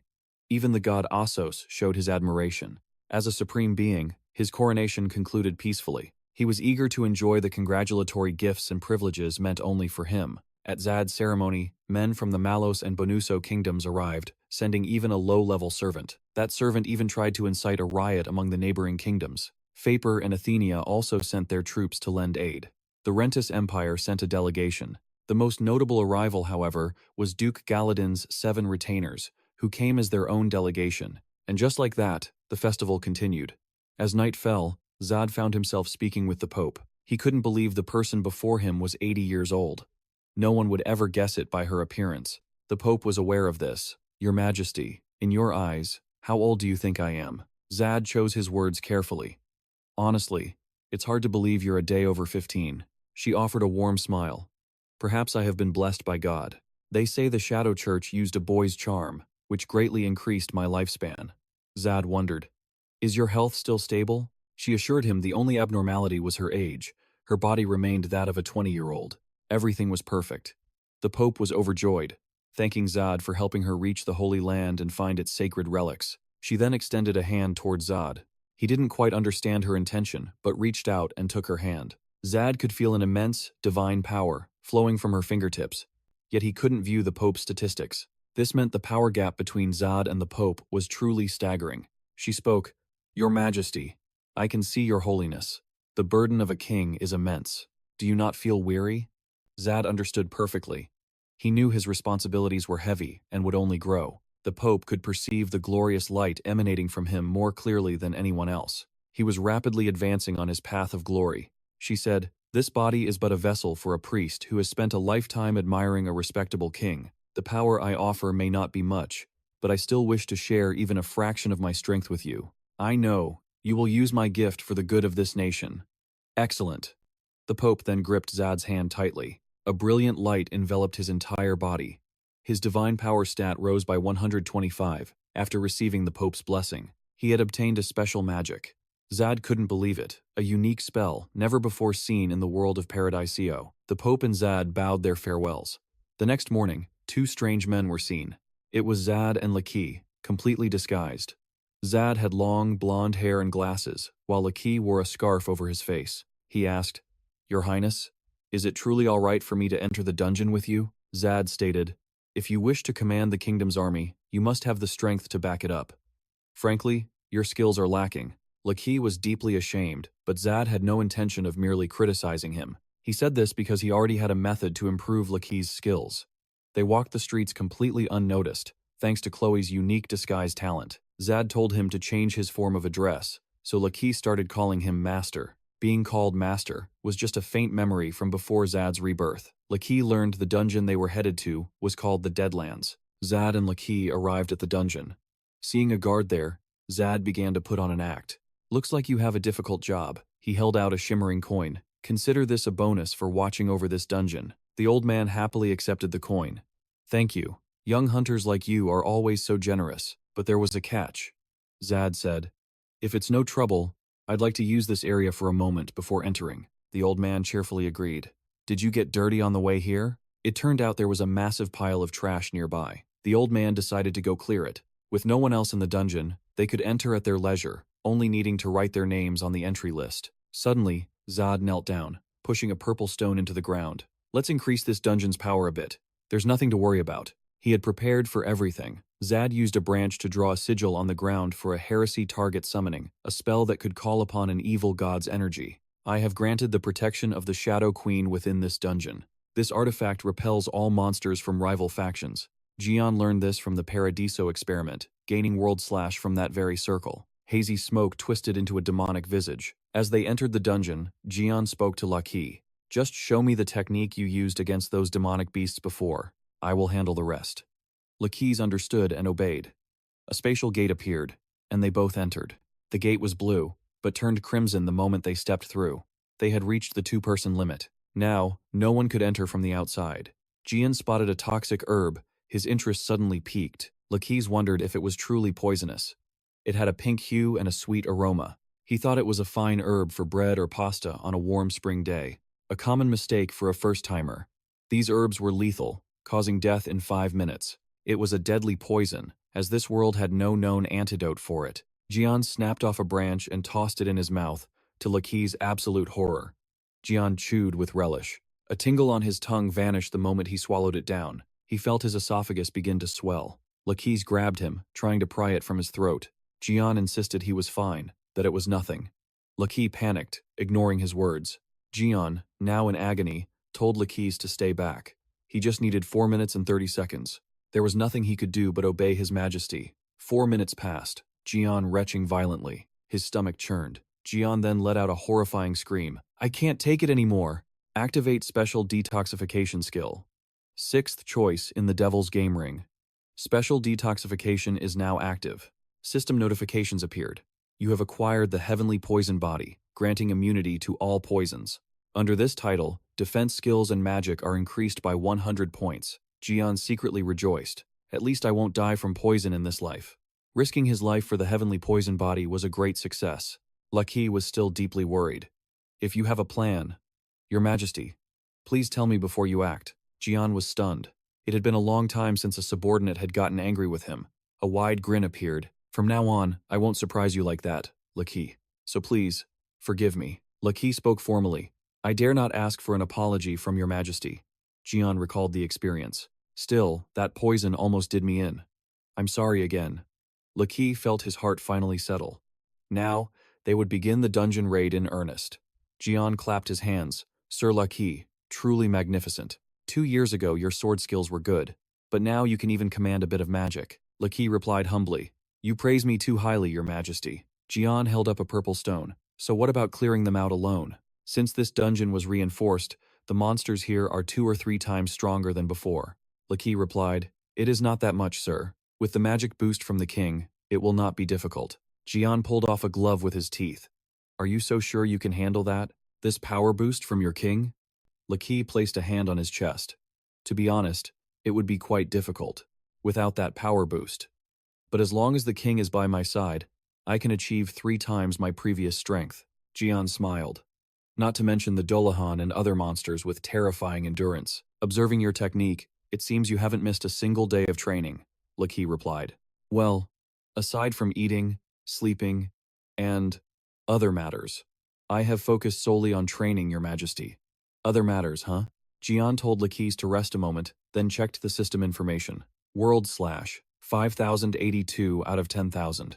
Jian considered, I'm halfway there. After clearing all the zones in the Land of the Dead, the stat should be maxed out. If this were any other dungeon, I wouldn't have even gained 10%. Thanks to this invincible body, everything should proceed smoothly. Plus, Lucky will become an S-rank swordsman. If he can achieve 1 more breakthrough, he will be qualified to become a general. Jian turned to Lucky. I think the problem with head chef Mary.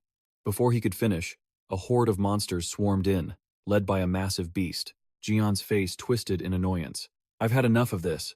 Let's just summon the boss, Laki yelled. The same way as before? Zed roared back. No. I'll take these minions. You crush those abominations over there. These vile magic beasts were once used as weapons of war by the kingdoms. They're magical, so let's end them right here.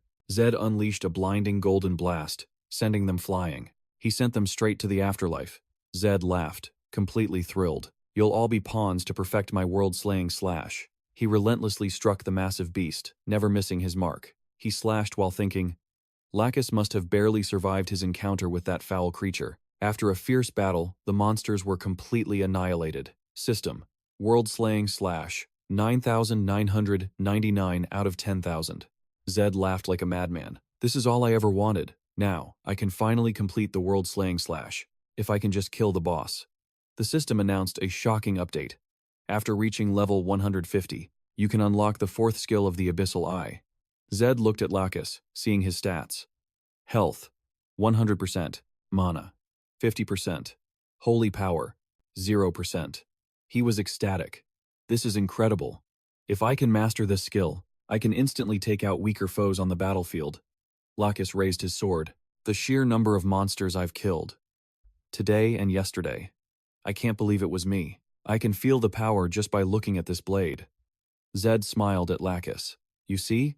Your skills are constantly improving. Feels amazing, right? Lacus replied. It is still not enough, Your Majesty. He gazed toward the door. There it is. The only one left is the boss. Zed held out a magically infused flower to Lacus. First, we need to prepare. If you can develop poison resistance, it will reduce the risks immensely, the risks against all types of enemies. Lacus broke into a cold sweat, hesitating, fearing the flower's effects. Why do you look so defeated? Come on. Lacus hesitantly reached for the flower. Then, I will eat it, Zed explained patiently. As I said, Katara is a poisonous herb. It's a blend of countless different venoms. That's why I'll detoxify you once you've absorbed enough of it. This will help you develop a resistance against all other poisons, Lacus declared. Yes, Your Majesty. I am ready. If something should happen to me. Before he could finish, Zed cut in. You want to tell Mary you love her, right? You have someone you care for. So eat it. Lacus gathered his courage and ate the flower. The result? 10 minutes later, he began to retch violently. Meanwhile, the Death Knight Lord, with its terrifying skull face, had been watching them. Foolish humans. They don't even realize they've walked into their own graves. Lacus, however, had finally stabilized. So this is what you meant. Immunity to poison.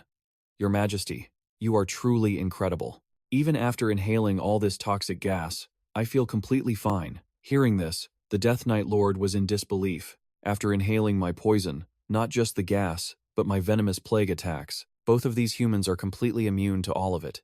And that blue-eyed mage, he can predict and dodge my attacks perfectly.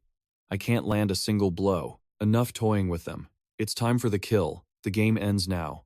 I am the Death Knight Lord, the king who commands all undead, in this land of the dead. I am the one who wields all, the poisons of this world. Even if my toxic arts are useless, I still have my ultimate skill, a technique I have perfected for over 100 years in this dead land.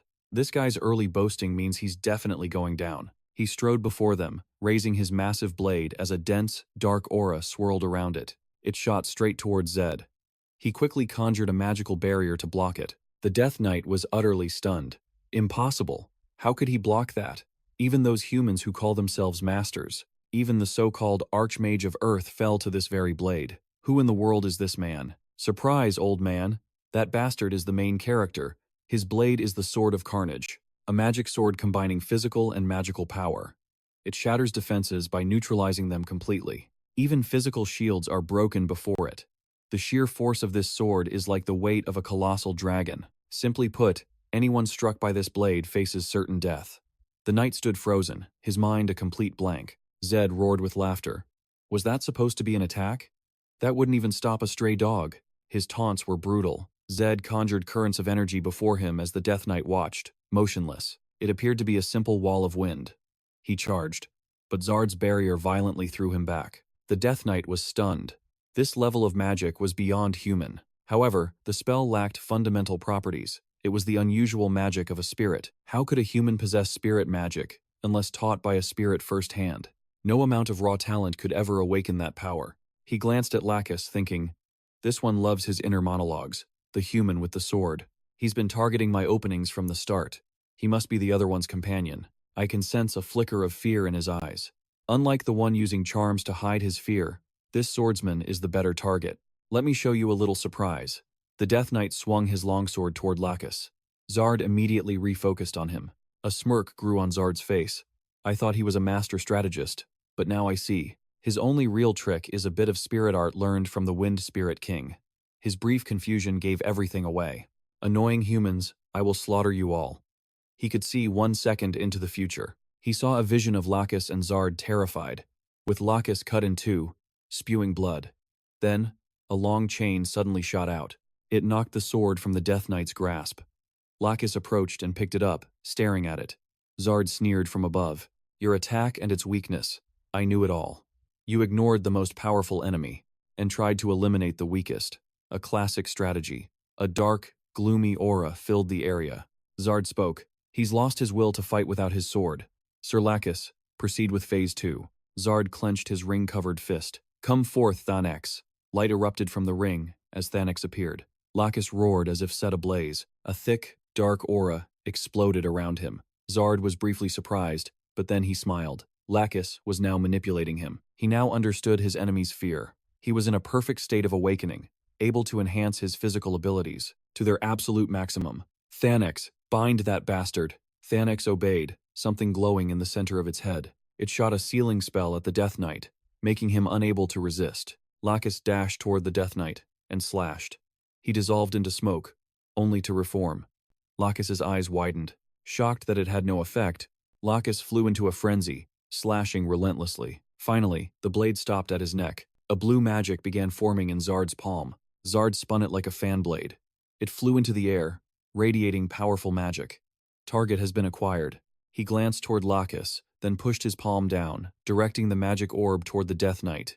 The knight was frozen in fear. Wind bullet. That wind demon has no blood or tears. This time, there's no escape. And with that, the villain's journey came to an end. I thought he was a lord, but he was surprisingly weak. System, Universal/acquired. System, title, 1000 Cut Assassin, achieved. The classification ranking of this artifact, Devil's Game, is rising from 7 to 8. The ring on Zard's little finger began to glow. He looked on in surprise. Devil's Game? Lacus showered Zard with praise. You look so majestic. You possess such immense magical power. Your power is truly mystical and wondrous. Zard, though flattered, humbly said, I didn't kill him on my own. Without your help, it would have been very difficult for me to complete the finishing blow. Successfully. Lacus raised the Death Knight's sword with both hands, offering it to Zard. I wish to present this sword to your majesty. Zard refused. I don't want it. It's a sword with its own ego. It will not allow itself to be used by someone who cannot wield a sword. Can a sword really be that arrogant? Lacus was stunned.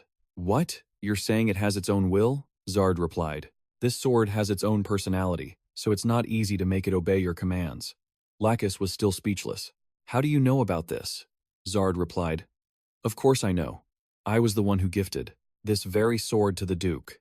The reason I came here was to help you achieve the elementary level, so that you can use this aura blade. Lacus felt a deep sense of admiration for Zard. He truly is a divine saint. Zard objected. You are mistaken. It is also beneficial for me and the kingdom if you continue to gain power. To stand with me. Don't disappoint me. Because from now on, you must work and strive much harder. Lacus knelt and bowed his head. Long live your majesty. Zard looked at Lacus, pondering. Basta's magic sword. The moment you wield this magic sword, you can feel his dormant combat instincts were finally awakening. The sword's vast experience and assassin's knowledge were instantly inherited, granting him enlightenment. It was a concept others couldn't grasp without a deep link between aura and magic. 2 years ago, he was just an ordinary soldier in the frigid northern lands. He never dreamed of becoming a swordmaster or wielding an aura blade. Yet, at this very moment, that dream became reality. Lacus was moved to tears. He looked up at Zed. Your Majesty, I am truly grateful, Lacus said, fighting the sword's power. A wild shout came with an uncontrolled slash aimed at Zed, but he dodged with his aura blade. The immense power only grazed his shoulder. Lacus panted, his face stunned and bewildered. He stammered to Zed, Your Highness, my aura blade. He trembled while holding the sword. Zed smiled, reminding Lacus of what he'd once said. If something happens to you, what will become of this kingdom? Lacus could only answer, yes. Zed declared, listen well, Lacus. You no longer fight alone. Use your power to protect me and the kingdom. Lacus swore an oath with his body, soul, and loyalty. He pledged to serve Zed until his body turned to dust. He vowed to protect him. Zed was proud. The age gap between them, once a huge issue, no longer mattered. Zed understood the bond of trust, loyalty, and gratitude between a ruler and his loyal retainers. Zed told Lacus to go on ahead, as he had things to take care of. Lacus agreed and stepped through the portal. First, Zed had to deal with 10 magic stones. He called Tanax closer, and the creature obediently approached. Through Tanax, Zed connected with his hard-working elf friend. He boasted about having 10 incredibly powerful magic stones. He would provide all the needed research materials, so everything had to be perfectly prepared. The elf friend simply said, okay, and ended the call. Zed bragged to Tanax that his friend seemed to understand. Tanax asked if he wanted a final status check. Zed's information window. Level 1, 175. Strength 435. Stamina 350. Magic 11,611. IQ 635. Agility 190. Charm 33. Aquatic defense 555. Zed felt a hit from a goblin would be like a punch from a kid. Magic defense 1,430. Divine power 300. Zed's IQ would soon reach 800. His IQ would then be triple that of mages, with an IQ of 200. Zed was happy with his stat growth, but it wasn't enough. He was still just a 5th circle mage. He had a long way to go to reach the 9th circle, and now he had to meet Ignis. Zed didn't want to see that bastard, but he had no choice. The god Helios was furious at being teased by Asos and the goddess Nephria, while those two were having the time of their lives. Zed smirked, feeling that all gods were equally foolish. He walked towards the portal. Zed knew Lacus was now far stronger than Ella, and hoped he would become his S-rank weapon. Later, in the Desmond Zilia kingdom, Lacus lay in bed, lamenting that he couldn't deny his age. Zed scoffed at him, knowing that despite his words, he was not okay. Zed figured Lacus was simply exhausted from the massive influx of power, and now, he was snoring loudly. Zed went to a tavern, which was so crowded there was barely any room, but the atmosphere was tense. Everyone seated wore an armband, one side a red rose, the other a lion. After searching, Zed couldn't find a place to sit. He decided to check the upper floor, but unfortunately, the first, second, and third floors all had signs saying, full, please wait. Left with no other choice, Zed climbed to the 4th floor and was glad to see empty seats, but an employee stopped him. The 4th floor was for VIPs only. Hearing this, Zed apologized for his rudeness. Suddenly, a girl's voice from inside told the employee, Henry, that Zed was her friend. Let him in.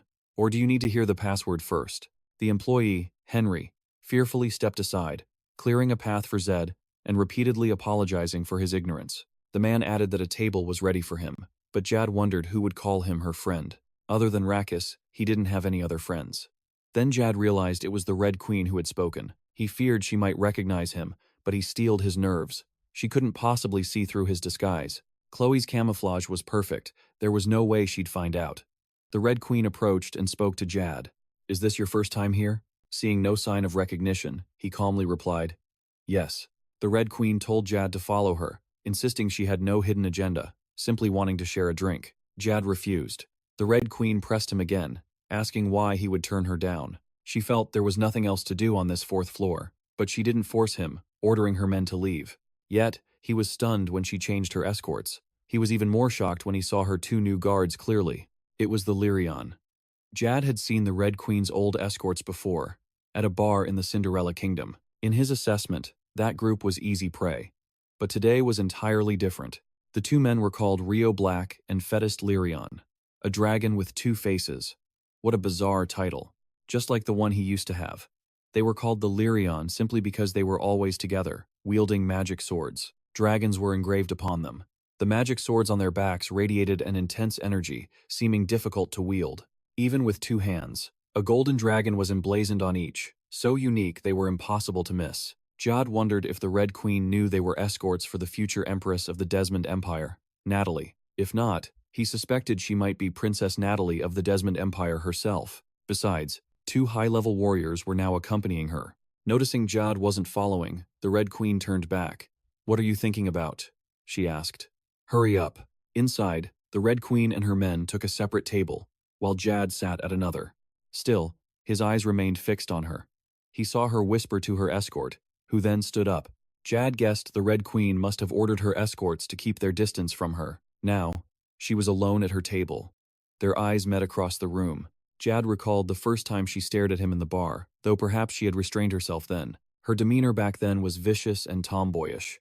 Today's gaze was different, leaving a better impression on Jad. By helping him, she hadn't caused trouble or used any foul language while drinking. She simply immersed herself in the book she had brought with her. Jad thought to himself that this made the Red Queen a worthy match for the Desmond Empire's main character. As one of the 5 great empires on the Mage continent, it was one of the most powerful, much like the Rentos Empire. Besides her status, the Red Queen's background was enough reason for Jad to be wary of her. As a princess of a magical kingdom, she was under the protection of evil spirits, a woman destined to side with the future Demon King. Realizing she was being watched, she closed her book and approached Jad. Jad gave his name as Rohat.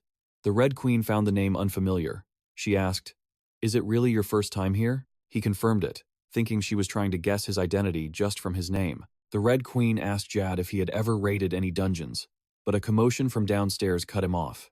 Jad rushed to the balcony to see. Below, chaos had erupted, a mess of curses and fighting. "Send them all to the afterlife. This is our territory, you bastards. Let's see who gets the last laugh." One man slashed another, while another stabbed someone else. Some fell, never to get up, while others lost limbs. Jad knew the hunters from the southern continent were more impulsive, especially compared to those from the northern regions. He was speechless at the scene before him, but he was sure things wouldn't escalate too far. "This whole neighborhood is basically a fighting pit," the Red Queen said. "Even the government abandoned it. So it's a free zone. Killing someone in this area doesn't matter." The Red Queen had appeared beside Jad at some point. He knew a free zone meant a lawless land. Casually, she advised him to just drink his beer. "Don't worry about such trivial matters. Beer should be drunk, cold. It's no good if it gets warm." Jack sat down, admitting Red Queen was right. He needed to relax in the VIP area. Suddenly, a group stormed their way to the 4th floor. They declared themselves hunters from the Slave Guild. Jack stated he'd never crossed them. "So why are you here causing trouble?" "This is our territory," they snarled, threatening him to shut up and leave, before they decided to take him out for good. Another shouted, "Get lost if you're a spy from the Kabur Guild."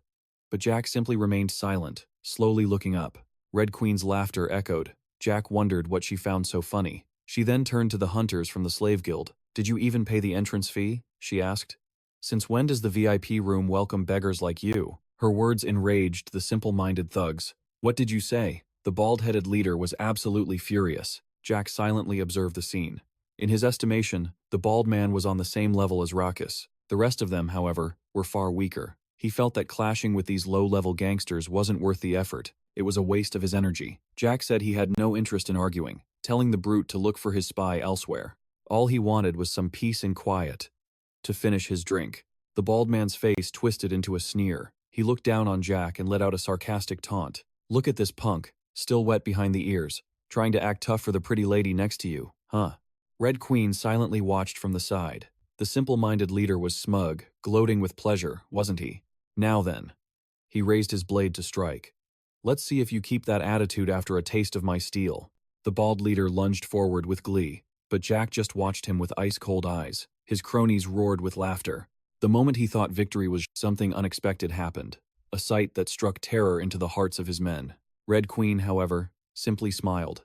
A gruesome splash of red filled the air. Jack had just sent the bald man to meet his ancestors, far sooner than planned. A system alert flashed. Artifact at risk of destruction. The leader of the Slave Guild was level 3, a man skilled enough to be an A-rank mercenary. Was dead.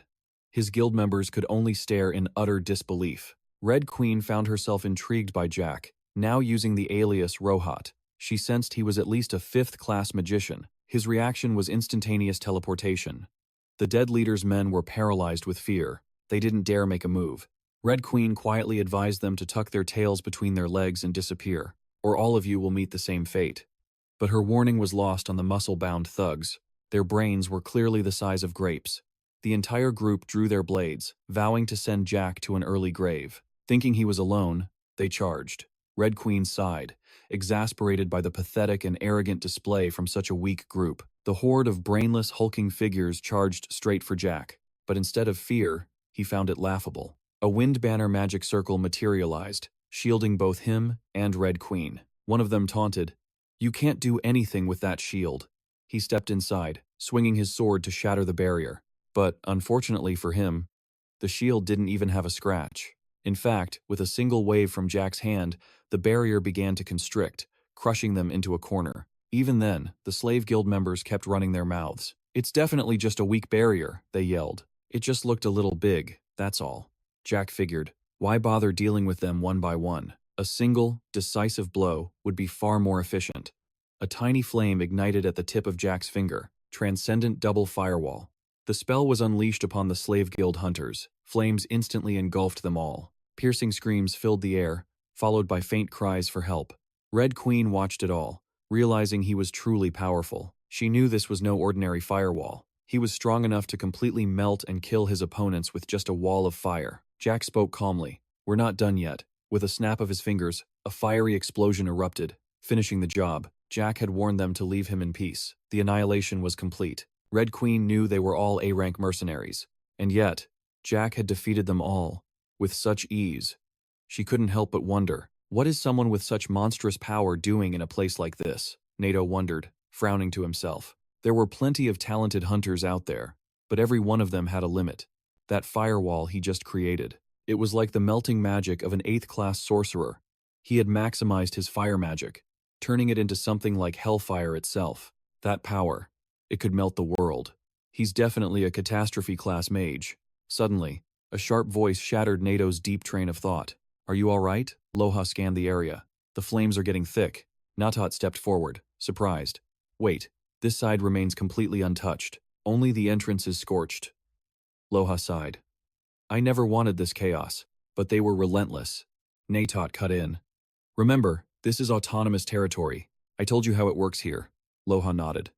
"I know. So, I'm free to kill?" Natot turned with a chilling intensity.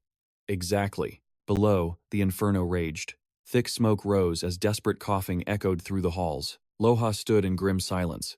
He wouldn't let this happen in his kingdom. A unified system is essential.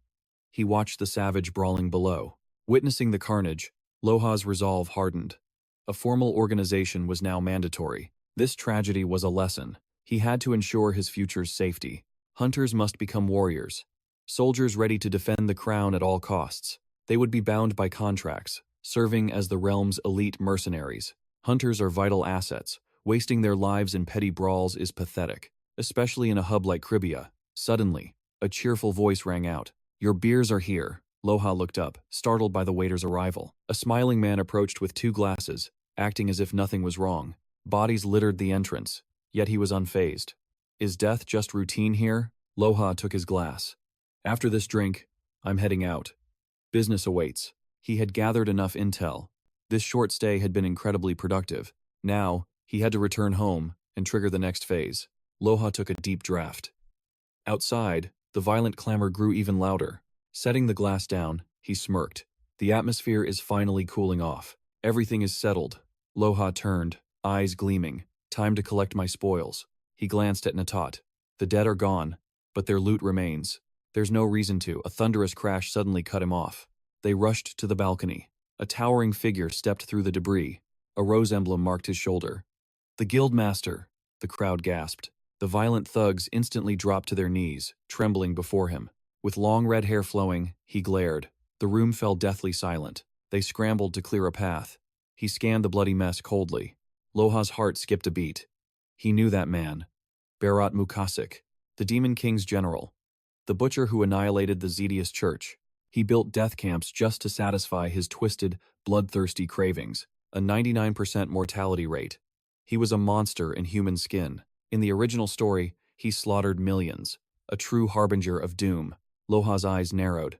"So, you've finally decided to show your face, bastard." 4 floors apart, their gazes locked. The air turned freezing cold. Violent killing intent flooded the building. If Berat lives, the war stalls. His hunters will become demon soldiers. He's a virus in the system. Every official connected to him has been murdered. It's a bloodbath. Loha let out a dark, Bitter laugh. This is a total disaster. Bharat's power level. It's going to be a massive headache. His sword skills were sharp, but the gap in internal energy spanned 10 eras. Loha sighed softly. He raised his hand, a fire blazing from his palm. Our relationship was already at rock bottom, he said. It seems a fight is unavoidable. With that, Loha summoned 2 massive pillars of fire. Nato's expression hardened at the sight. Bharat spoke with chilling indifference. So you're the one who slaughtered my brethren? He unsheathed the heavy iron blade from his back. I'll utterly destroy you, piece by piece, until nothing is left. A smirk played on Loha's lips as he thought. His build still has that same old flaw. Loha's gaze drifted down with a knowing smirk.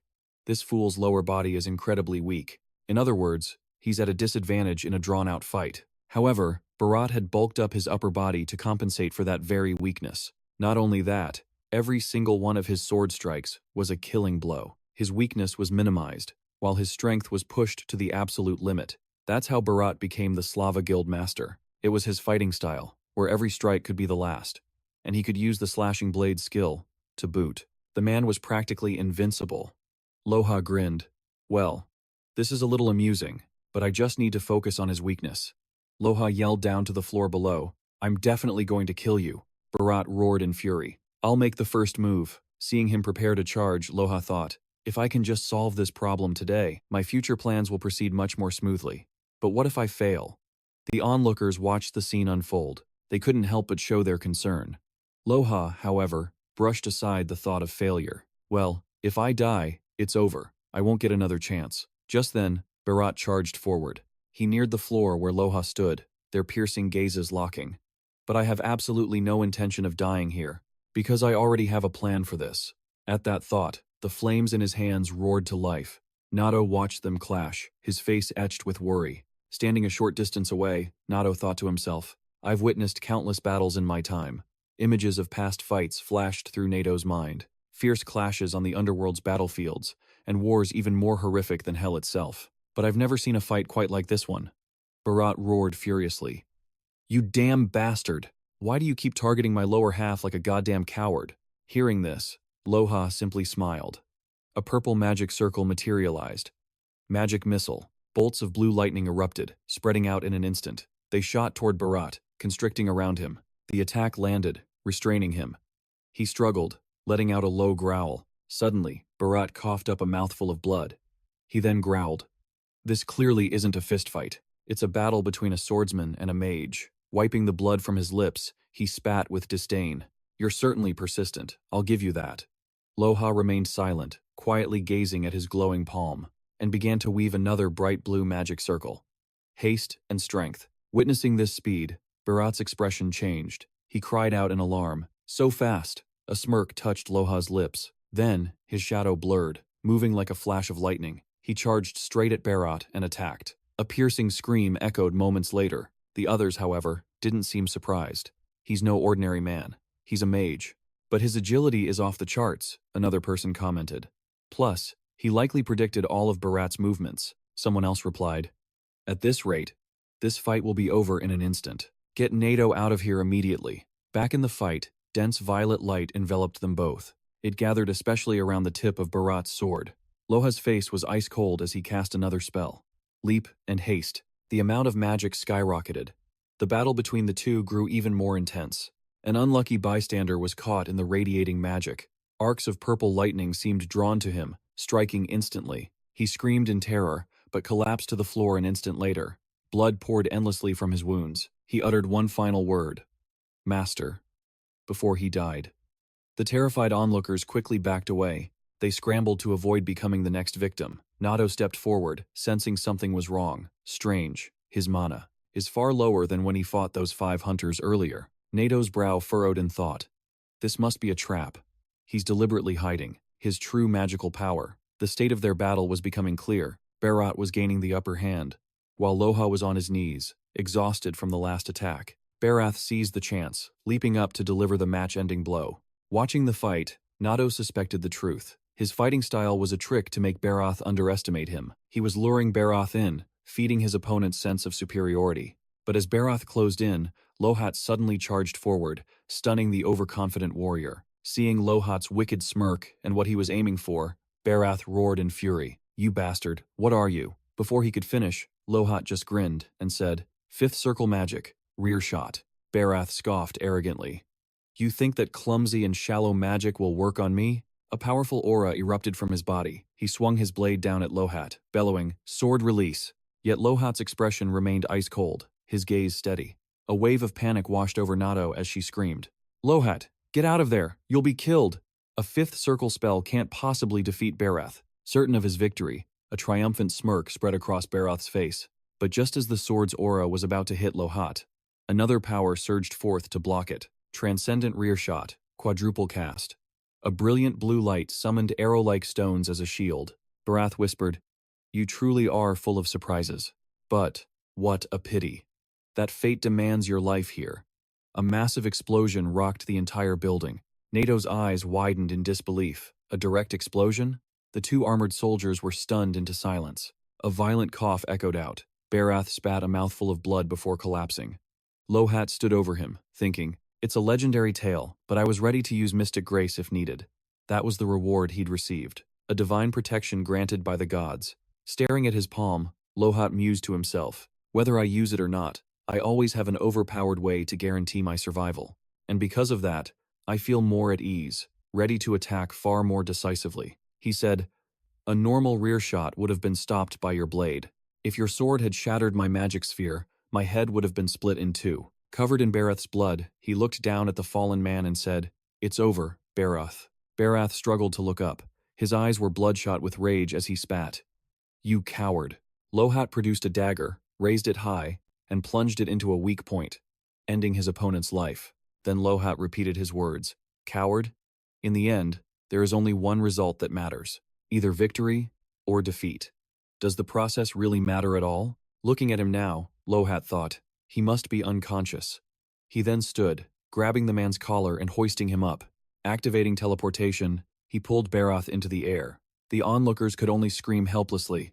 Guildmaster, Lohat and Barath were now floating in midair. One hand gripped his collar, the other quickly drew the dagger. Blood dripped from the body to the ground. At that moment, a skull icon appeared with a message. Maximum damage. 15 times the damage will now be applied. With a sickening thrust, the dagger sank deep into Barath's neck. Right into his main artery, blood gushed out like a broken faucet. The crowd below watched in utter horror. Nato looked up and softly called his name. Lohat. The others just whispered amongst themselves in fear. After finishing with Barath, Lohat released his grip, letting the corpse free fall to the earth. The terrified crowd quickly scattered, creating an open space. Barath's body landed in its own blood. Lohat descended beside it. He suddenly knelt next to the corpse and said, His belongings are now my spoils of war. Does anyone have an issue with that? Hearing this, though they were unwilling, they remembered his brutal power. They could only clench their teeth and accept it. Lohat continued, This was a battle between just him and me. So try to act like men about it. Holding his new loot, he stressed his point. The winner takes everything. He scanned their faces one last time and said, Farewell. Just as he finished, Nato rushed from the crowd, calling out, Wait, Sir Lohat. Seeing him stop, Nato approached him and asked, Where can I find you again? Lohat offered her a small smile and replied, Don't worry, you will see me again someday, because today is not the last time we will meet. Hearing him say that, a slight blush appeared on her cheeks. We'll definitely meet again? Then a thought struck her. But this is the first time we've ever met. How can he be so certain? I can't get a read on him. He's a mage of a much higher rank. If only I could see just one fragment of his memories. Natot stared intently, then sighed, dismissing her foolish thought. Completely useless? No, that can't be right. Then, that pathetic image I saw. Was that him? In the tavern? In the Cinder's kingdom? At that thought, she realized he must be hiding his true face. Seeing her confusion, he said nothing and swiftly turned to leave. Startled, she called out, Wait! But he vanished in a streak of light. After Loha left, a dreadful silence fell. After a moment, they finally gathered around Bharat's body, crying out, Guild Master! Meanwhile, in the southern Cinder's kingdom, a massive magic circle materialized, revealing two figures. Rakas asked anxiously, Your Majesty, where have you been? Loha smiled. Just out for a stroll to clear my head.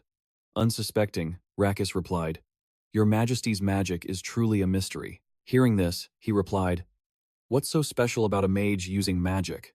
Rakas answered, But your majesty's magic. It isn't ordinary, is it? He mused. No one's ever mentioned it.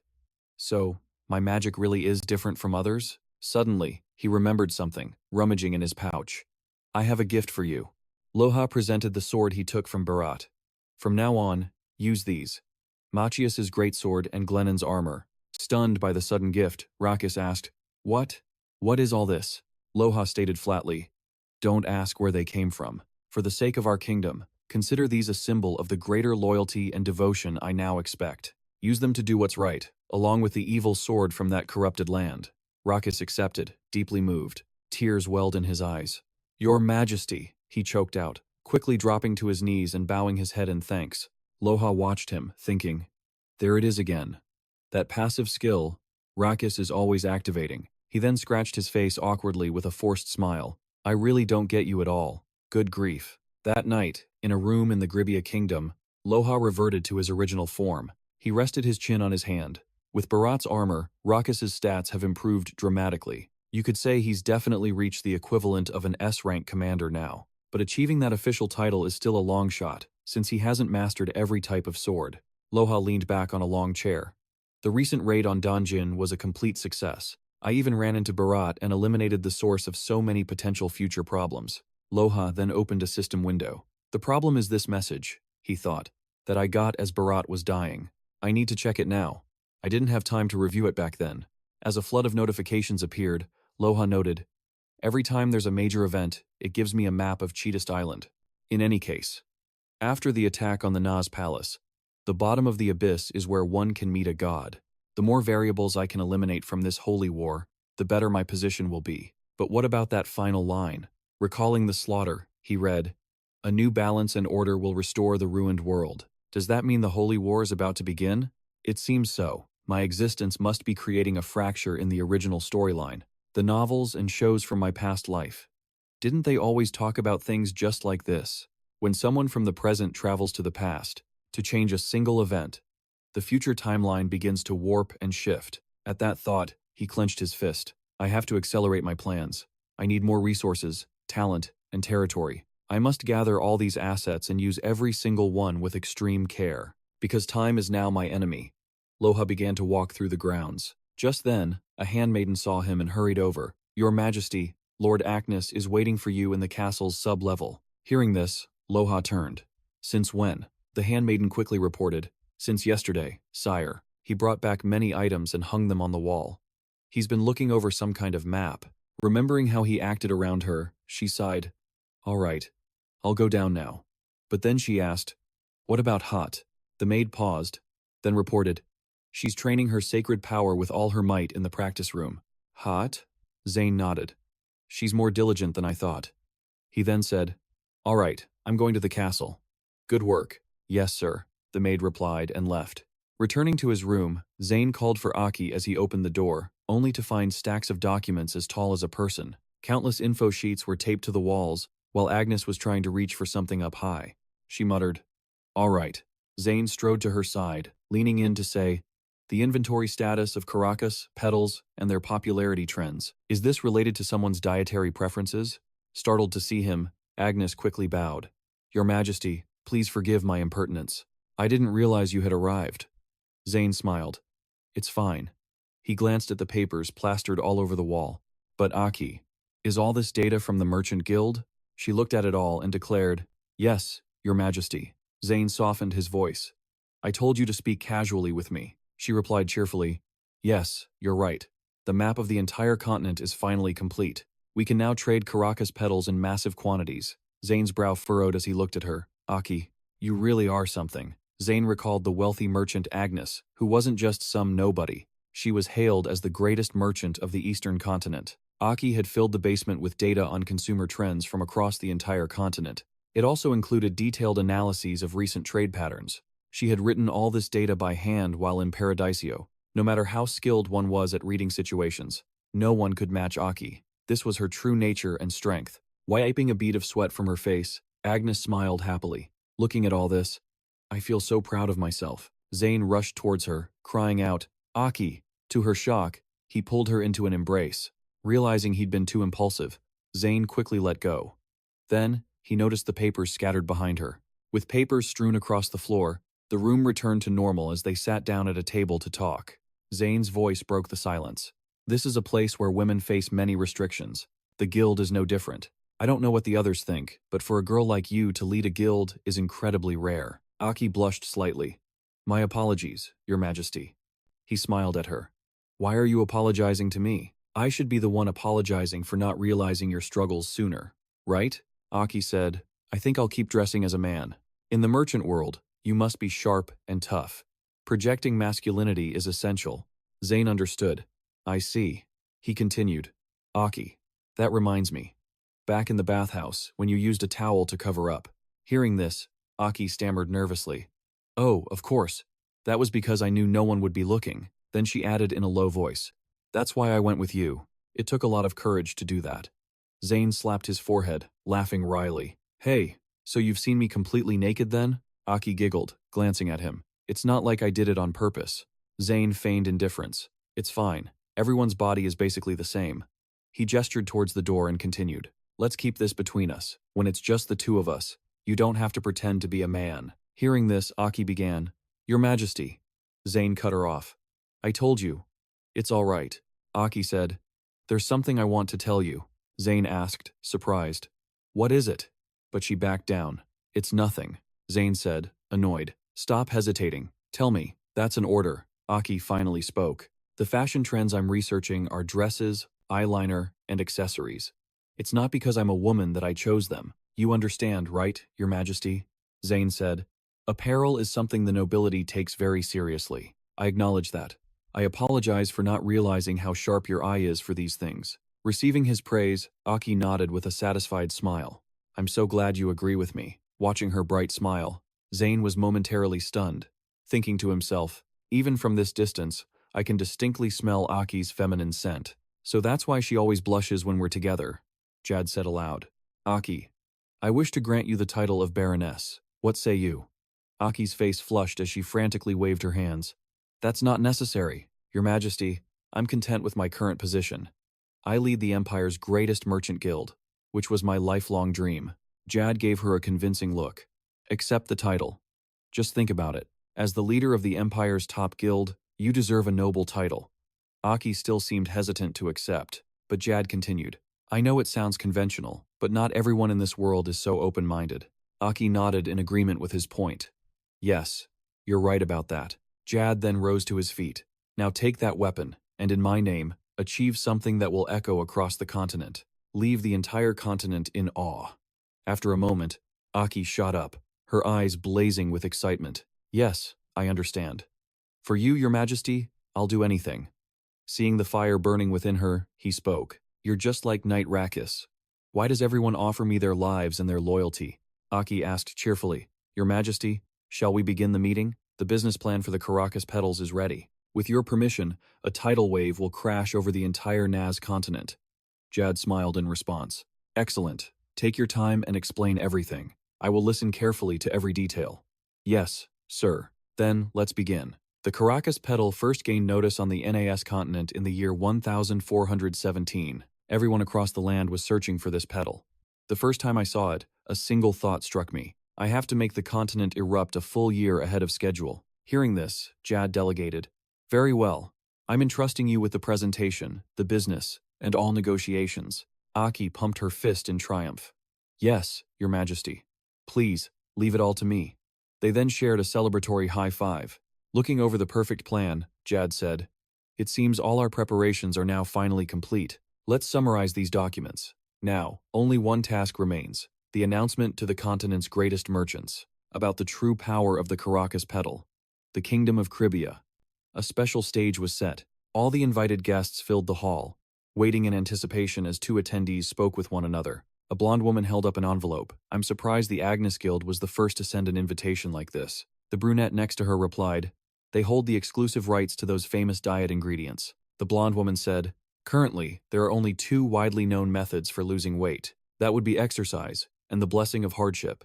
And that blessing can only be granted by a high-ranking priest. The priest needs immense holy power, so the blessing is limited to once per day, per person. Overhearing them, a knowledgeable-looking old man sitting nearby chimed in. He said, That is why the price is so astronomical, costing a minimum of 100 gold, and if you want to book it, the waiting list is 6 months long. True. Besides, everyone hates to exercise anyway, but everyone's ideal diet is to eat whatever you want and still lose weight.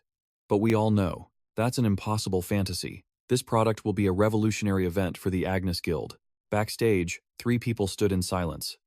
The story involved 2 siblings, Maroon and Mary, who endlessly treated patients at their general clinic, built on the holy lands of Sana. Since they were constantly seeing countless patients, they had little time and could only eat whatever was available. Because of this, Maroon's weight had doubled in just a few months.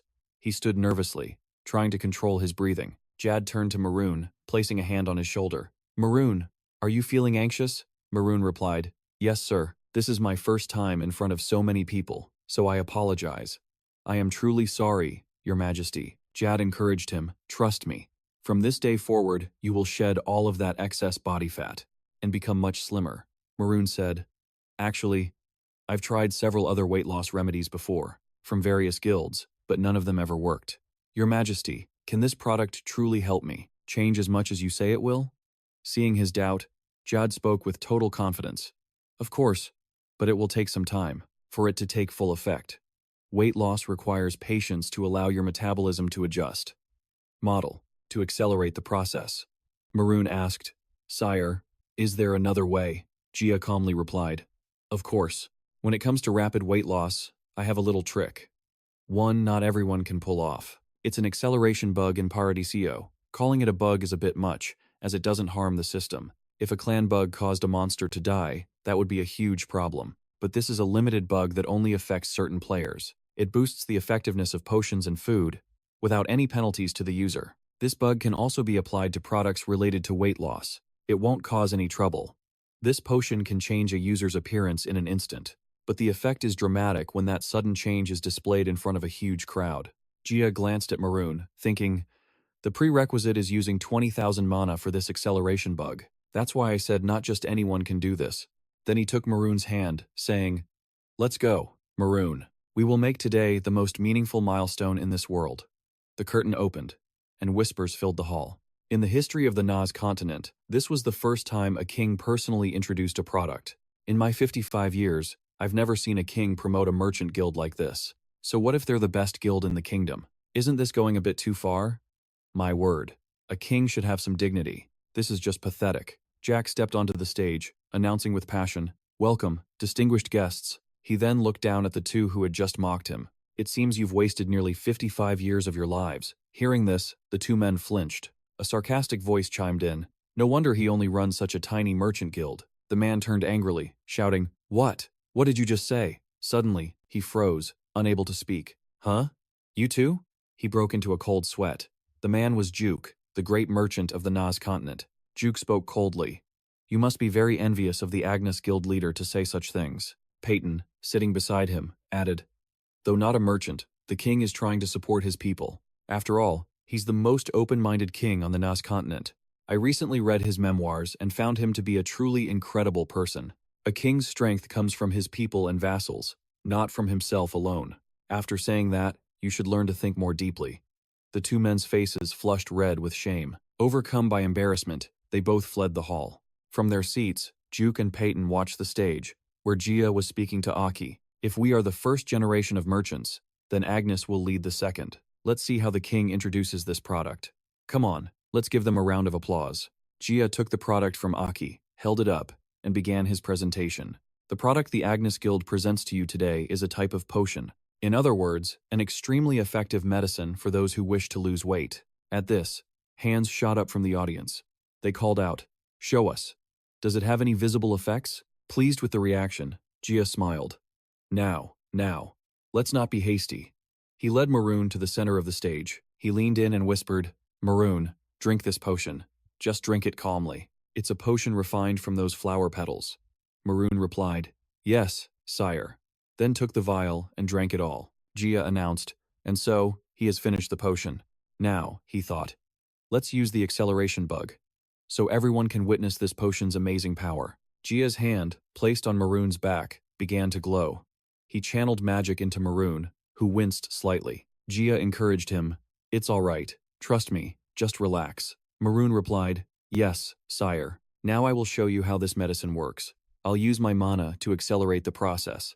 With that, the power surged. Mana flared, causing Maroon's whole body to glow as the reaction began. Sweat poured from him endlessly. Jack asked quietly, do you feel any pain? He replied, no, Your Majesty. Jack continued, tell me if you notice anything strange. After a moment, he asked, how do you feel now? Maroon answered, it feels like a wave of energy is surging through my entire body. Zed noted, the potion is working perfectly. Just relax and let the mana flow within you. Yes, sir. After taking the potion and receiving Zed's buff, Maroon began to pant heavily. Consequently, the sweat streaming from his body formed a small puddle at his feet. Maroon suddenly spoke up. Forgive me, Your Majesty. Jack simply urged, it's fine. Just focus. Below the stage, a murmur went through the crowd. My goodness, his body is actually getting slimmer. Jack leaned in to ask Maroon, how are you feeling? He closed his eyes to concentrate before replying. My body temperature feels like it's starting to cool down. Aki, standing nearby, added her thoughts. That means the potion's effect is fading. You must drink this now. She handed Maroon another vial. After he drank the second potion, Zed continued.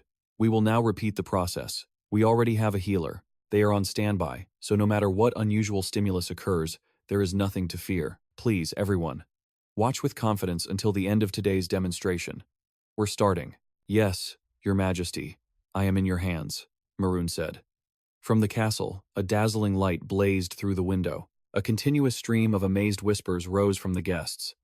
This is truly unbelievable. Can a potion really exist that changes someone this much? This isn't some kind of trick, is it? Is this all real? Even the great merchant, Duke, was witnessing this miracle for the first time. He exclaimed, how on earth did the Gravia kingdom create such an extraordinary elixir? They're the same people who discovered the cure for the virus. And in just 1 hour, he has. This whole scene is like something from a fantasy novel. Came another comment from the crowd. He's lost almost half his original weight. Will his skin even start to sag if he loses more? I must have it. Can we meet with the Agnes Merchant Guild now? Should we try to bribe them? I could make a fortune just by reselling that potion. Zed's voice cut in. You. Bring the mirror. Right away, sir. She quickly wheeled a large mirror in front of Maroon.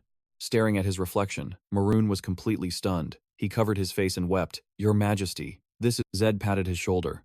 Life is always full of surprises, he said reassuringly. Jack joked, covering his mouth as he smiled. So, everything turned out perfectly, huh? Where else could you witness such a formidable transformation? Jack then turned his head to speak. Aki, are you prepared? She responded with immense excitement. Yes, Your Majesty. I have all consultation and negotiation plans ready. We will be distributing the product to various parties based on their merchant guild's rank. Jack quietly told Maroon, go and get yourself cleaned up and comfortable. Then he continued, excellent. Then I'm leaving it to you. It's your time to shine. Show them what you're made of, all right? Yes, Your Majesty. You can count on me. I guarantee that I will deliver the most outstanding results. He nodded, seeing the fire in her eyes. Good. In that case, Jack announced loudly to the audience below, these potions are now available for purchase by all interested parties. For weight loss using the method just demonstrated, please proceed to the Agnes Merchant Guild's consultation table. You will be served immediately. We are only accepting the first 100 customers. The nearby women sounded quite dejected. Their resolve only hardened. I must get my hands on that potion. The other merchant guilds rushed forward with their money. Move it. Our guild was in line first. I have plenty of money. Just sell it to me. As customers swarmed her, Aki was overjoyed. Yes, we will only be serving the first 100 people, so please form a line. 2 days later, in the Gravia kingdom. Standing by a bed, Zed watched Aki sleep like a log. Aki, you fell asleep so fast.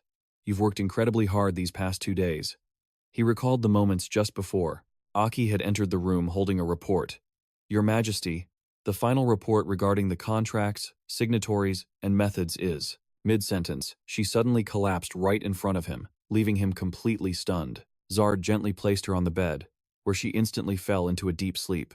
Returning to his quarters, he thought, while Aki rests, I should inspect these boots I claimed from Bharat. Looking at the twisted footwear, he murmured, an item that boosts physical resistance but lowers charm and agility. Not only that, it grants the wearer an overwhelming advantage at the start of a battle. Slipping them on, he mused, Bharat must not have known about this option. If he had, his first strike would have been an all-out assault. Instead, it was just a probe, one I easily dodged. Had he used this ability, his damage would have skyrocketed by 99%. Raising his spatial ring, he stored his old pair. These Gapagest wing boots could be a good gift for Naomi or Ella. With the Paradiso storyline shifting, I must act swiftly. He grabbed chalk and turned to the map, beginning his analysis. Uniting the empires and kingdoms to prepare for the coming holy war. That would be the ideal scenario. But for now, I have to put that plan aside. A place like the Lentis Empire is filled with nothing but warmongers. Just as I suspected, the easiest targets will be Bonuso or Malos. Their military bases are also quite formidable. An alliance with a kingdom like Cinders? No, not an alliance. I must conquer these powerless, collapsing nations before they fall into other hands. Zard circled 3 locations. I need to eliminate these nations, along with their useless kings and corrupt regimes. Bonuso, Malos, Uabia. Crushing the chalk in his fist, he declared, I'll dispose of them quietly. Meanwhile, in a room filled with armaments, a hammer rang out in a steady rhythm. At that moment, a voice shouted, Excellent! Everyone is doing fantastic work. Let's forge even greater Candia weapons. For Gravia, the blacksmiths roared in reply, Yes, Lord Acero. At that very moment, Aki's eyes fluttered open. Feeling completely refreshed, she burst out with joy. Your Majesty, we've struck gold. We've struck gold. The showcase you and Maroon hosted created a massive sensation. Zard took a calm sip of water and spoke. Don't jump around while you're talking. Settle down and take a seat. We have plenty of time to talk. Aki moved to her chair, saying, You're right, now that I think about it. Zard raised a hand, creating a perfect soundproof barrier around them both. Setting down his tea, he said, No one outside can hear us now. Speak freely. Aki sat and began her report. Your Majesty, do you know of Lord Duke and Lord Patton? Zard paused to think, then answered, Yes, I am aware of them. They are the most revered figures of the northern and southern territories. Aki spoke excitedly. I heard they also came to see our presentation. They delayed their official visit to secretly observe us. Hearing this, Zard rested his chin on his hand, deep in thought. So, this is a significant development. The world of merchants is always a cold and calculating one. Aki smiled, continuing, Do you suppose those old masters were testing the capabilities of a rookie? I can't deny that possibility. Aki added, But that's not the whole story, Your Majesty. No matter what, our merchant guild holds exclusive rights to trade and distribute the medicine. Zard nodded. That's right. And clearly, not just anyone knows about the existence of the Caracas petals. Aki continued. As you know, the petals used in the medicine come from a special flower cultivated and developed by Lord O'Brien. Of course, Zard was well aware of this. The flower doesn't grow well in the mild southern climate, which makes it extremely difficult to cultivate there. Lest they're moved north. To the continent of Naz. Aki nodded fiercely. Yes, they will surely begin analyzing the Caracas petal components in the medicine soon enough, Zard said confidently. But they won't uncover the other ingredients so easily. Exactly. Besides you and I. Your Majesty, no one else knows the form. I will absolutely maintain this secret. And you, Your Majesty? At her question, Zard merely smiled. Is that even a question? For this year and the next, we will hold an absolute monopoly on this medicine's supply. It's possible similar products will appear in 3 years or so, but before that can happen, I am certain we will have already achieved total market domination. He asked her kindly, Good work. Is there any support you need? But Aki replied, No, Your Majesty. Zard continued. The business plan, the sales methods, everything is perfect. I'm giving you full authority, Aki. So do whatever you wish. Aki immediately accepted. Yes. I've prepared various strategies, and will report to you as soon as possible. Seeing her so happy, he said, Excellent, Aki. You're always so determined and passionate. After they finished discussing, he cleared his throat and gestured. So, what's the contract situation? Aki presented a stack of contracts, saying, We've earned 500,000 gold just from pre-order deposits. It's truly a record-breaking number. Jack was startled by the figure. 500,000 gold? Aki nodded, confirming he heard correctly. Yes, that's right. He calculated in his head. 500,000 gold was like 500 billion won. Then he remarked, People are really crazy about losing weight. Aki, meanwhile, was feeling incredibly proud. She spoke of herself, saying, The results will be fascinating. Please, leave it all to me, Your Majesty. You've guided me and supported me so much. I will surely become the woman that you need. Hearing her words, Jack seemed stunned for a few seconds before asking, "In a situation like this, don't people usually say person instead of woman?" Aki scratched her head and quickly explained, "It was just a slip of the tongue." Moving past it, Jack said, "Well, I'm counting on you, Aki." She naturally accepted the task. Of course, this would be the dawn of a glorious new chapter under the setting sun. Alone in the castle, Jack thought deeply. Why do I feel like she used the word woman on purpose, or am I just overthinking things? And so, the promotional event for the weight loss potion ended just as Aki had predicted. The product was a record-shattering success. The next day at dawn, Jack geared up for a quest, saying, "I can't delay this mission any longer. I have to complete it." He thought, a level 6 quest. To meet the Fire Spirit King, Ignis. He reasoned that, if he found the Wind Spirit King, Vind, on the Manhwa Plateau, then Ignis must be at the famous active volcano, Posa. Jack muttered to himself while traveling. Ignis's infamous reputation is well known. If I attempt his quest the normal way, it's basically a suicide mission. His personality is exactly what you'd expect from a Fire Spirit King. He has a passionate hatred for others, especially humans. Because of this, players in Paradiso hated dealing with Ignis. Many would rather abandon his quests than accept them, no matter how incredible the rewards were. But with my knowledge of bugs and game exploits, I know plenty of ways to minimize the trouble for players. There's a reason they called me the glitched player, and Ignis is no exception. Even if he is the Fire Spirit King who despises humanity, I know exactly how to exploit his greatest weakness.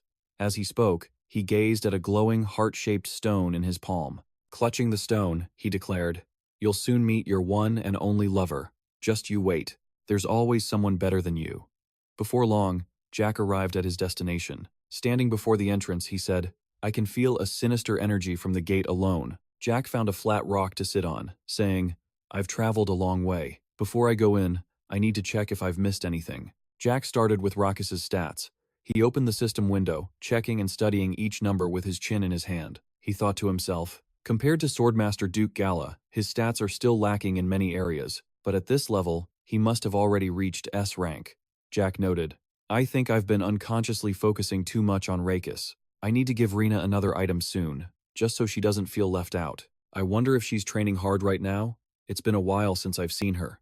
An image of her radiant smile appeared in his mind as she called out, "Your Majesty." He then said, "But there's no need to worry. She's always running around with Ella anyway. I'm the only one who hasn't made any progress. They are all getting stronger and stronger. Every time I wake up in this world, I feel truly blessed that Rakis is the leader of the security team. I'm always grateful to Rakis." As he spoke, a streak of light shot towards him at high speed. He recognized it instantly and raised his hand. A protective barrier formed around him, deflecting the surprise attack. Standing inside the shield, Jack said, "Just as I thought.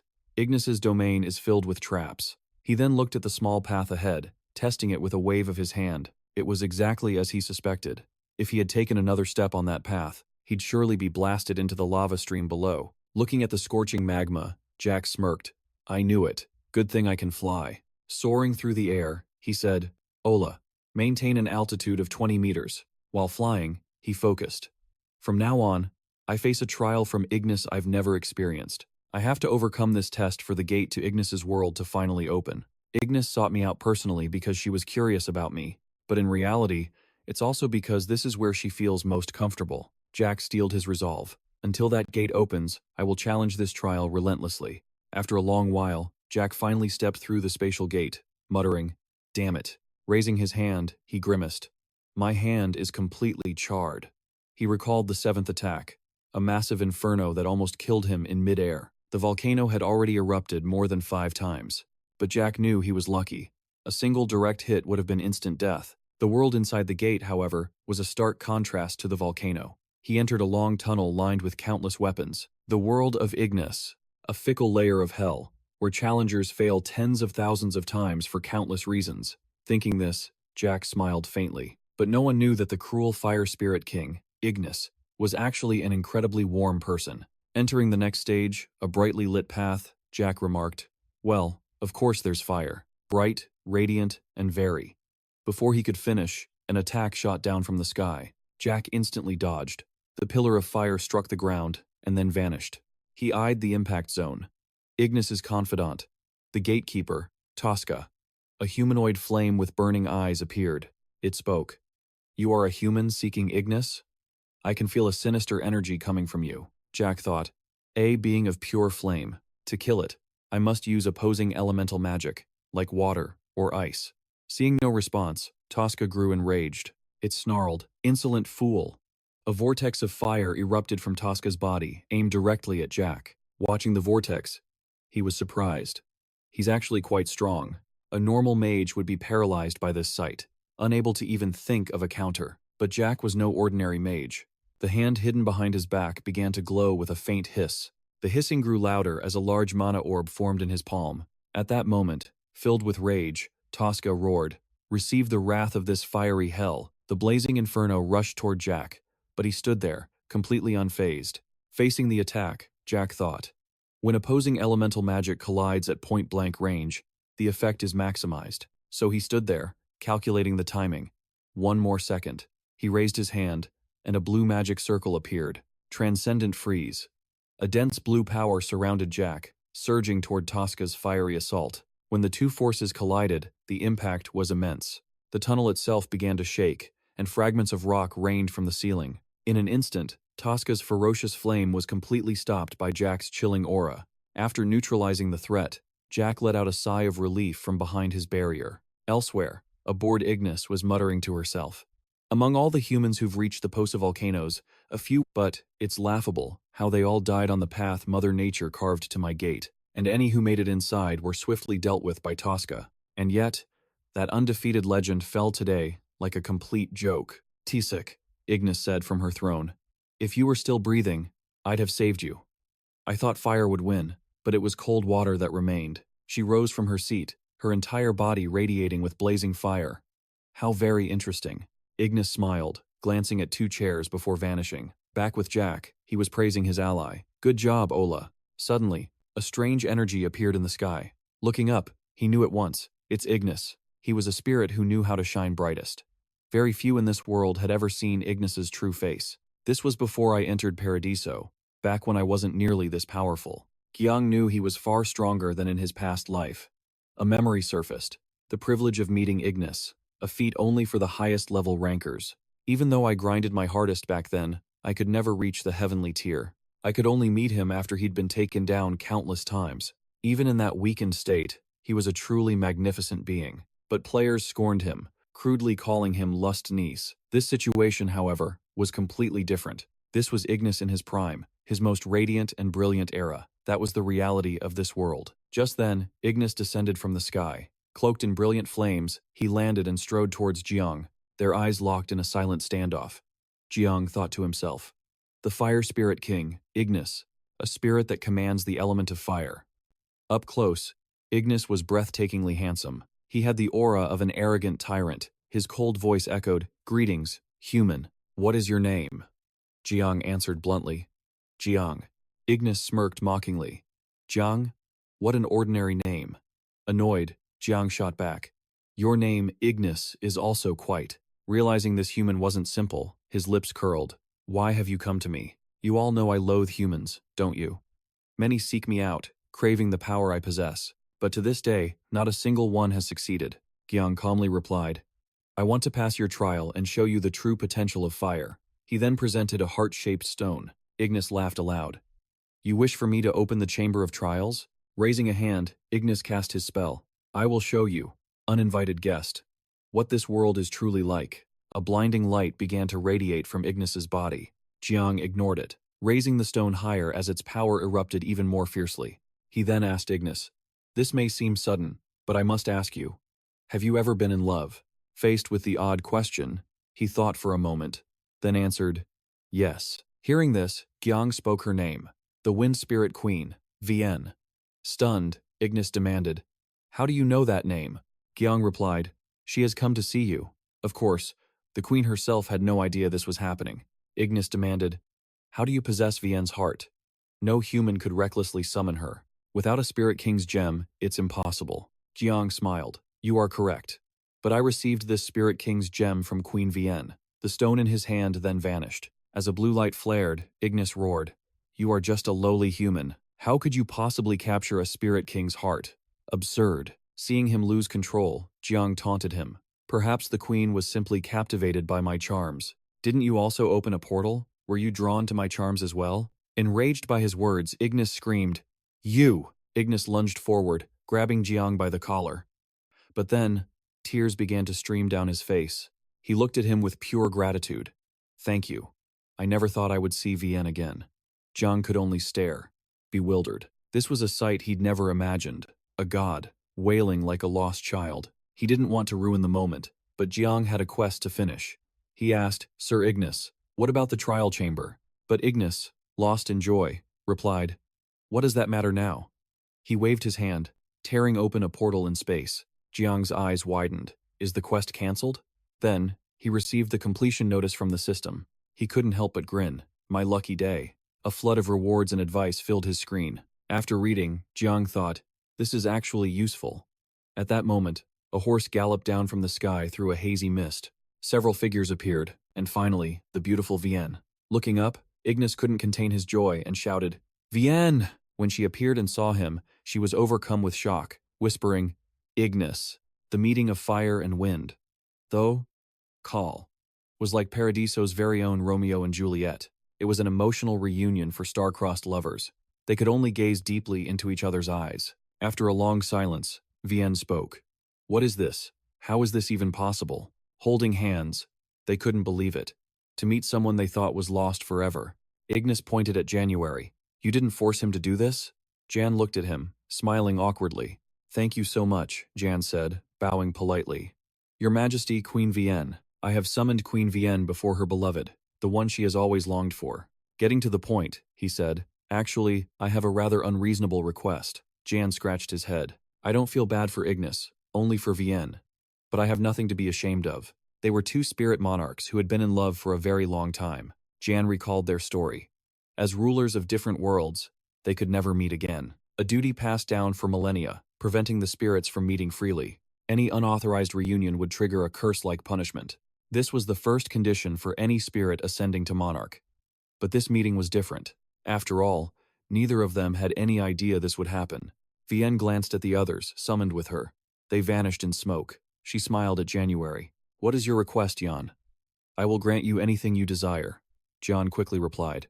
"To reach the enlightenment for level 6, I need Lord Ignis's advice." Ignis frowned. Finally, using some proper honorifics. "Are we?" he muttered, then asked, "What advice do you want from me?" Jan, seeing his system window, answered, "The origin of fire. Why would a mere human like you?" Ignis began loudly, but Vienne gently cut in. "Jan has a deep understanding of magic. You won't regret teaching him a thing or two." Hearing his beloved's words, his mood shifted instantly. "Is that so?"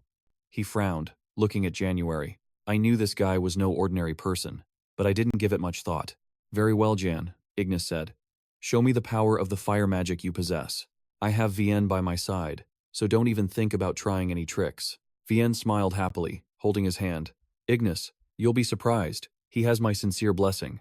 Ignis repeated, "The blessing of a spirit queen?" He pointed at January. "Show me."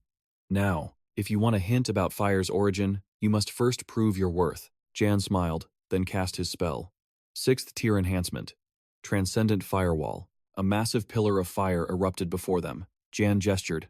"Here it is, Lord of Flames." The fierce, violent flame made Ignis stagger. He stared at Jan, thinking to himself, "They say gods only bless the most exceptional. I've never witnessed it until now." Vienne spoke from behind him. "What do you think, Ignis? Please, teach him." Ignis's voice softened.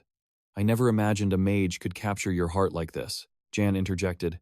"I'm quite jealous myself. But curiosity and love are very different, Sir Ignis." Annoyed at the interruption, Ignis turned to grumble at January. "You said you're curious about the origin of fire, correct? Then listen carefully to my words, because I have no intention of repeating myself." Jan raised his hand eagerly. "Yes, sir," Ignis began. "Listen. In the very beginning, the first spirits on this earth were us, the fire spirits." And just like that, Ignis began to tell his own story. It was the start of a fascinating tale for Ignis, the storyteller, Vienne the listener, and Jan, who needed enlightenment. And with that, Jan effortlessly completed the quest and received his reward. The summoned fire pillar vanished. The three of them looked at each other in silence. Ignis turned and hugged Vienne. "Vienne, I've missed you so much." "Me too." Looking at the portal, Ignis asked, Is it all right to just leave the portal open like that? Vienne answered. This gate didn't open by our will. I can step through it to visit you anytime. Ignis's voice grew urgent. Then of course we should leave it open. Why would we close the gate and return to an age of division? I even had a throne made for you, so we could sit here together. Done with their moment, Zard cleared his throat, calling Ignis and Vienne to the palace for a talk. Zard began. After we part ways, I'll lose the chance for your guidance. So while you're here, please enlighten me. I want to learn everything I can. The two listened from their seats, but Ignis remained silent. Vienne urged him, go on, teach him. Ignis paused, then finally said, listen closely. The key to wind manipulation is harmony and adaptability, but the fire element is the opposite.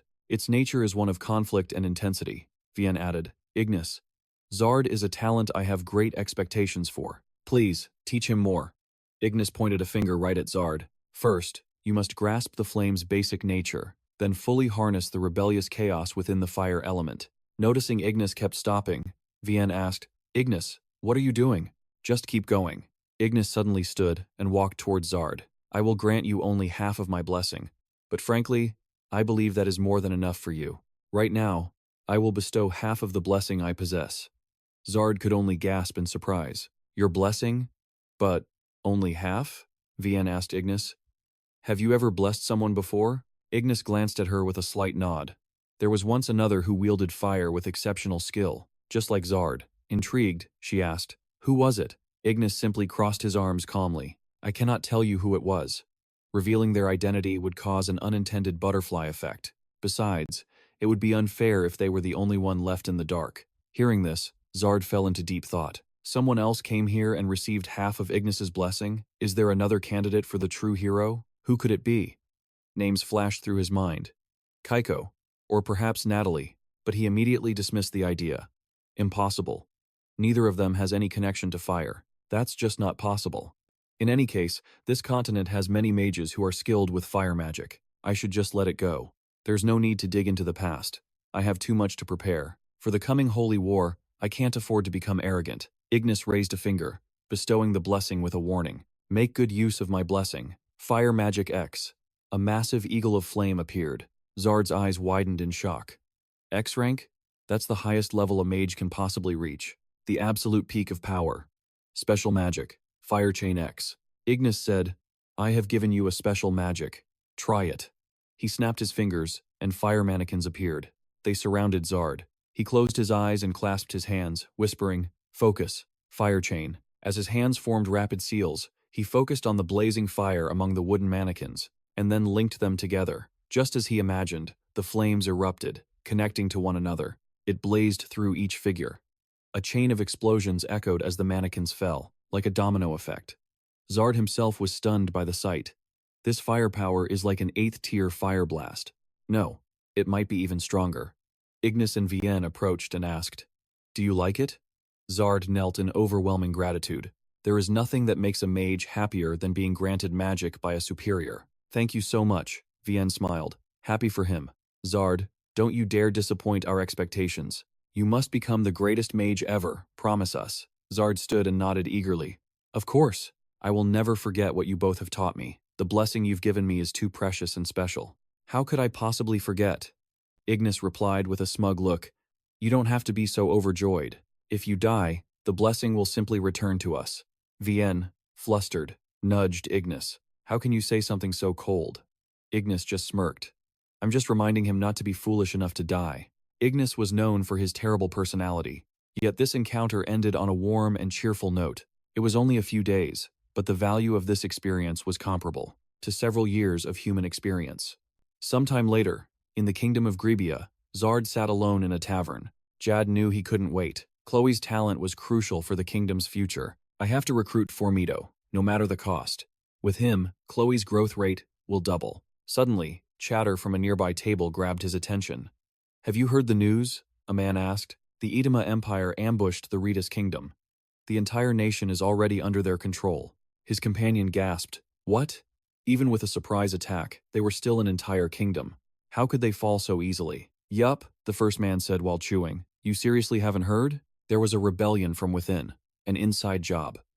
They betrayed their own kingdom? The rebels captured the king and beheaded him in the main square. Is it really over? Of course. The Itima Empire's plot ran deep.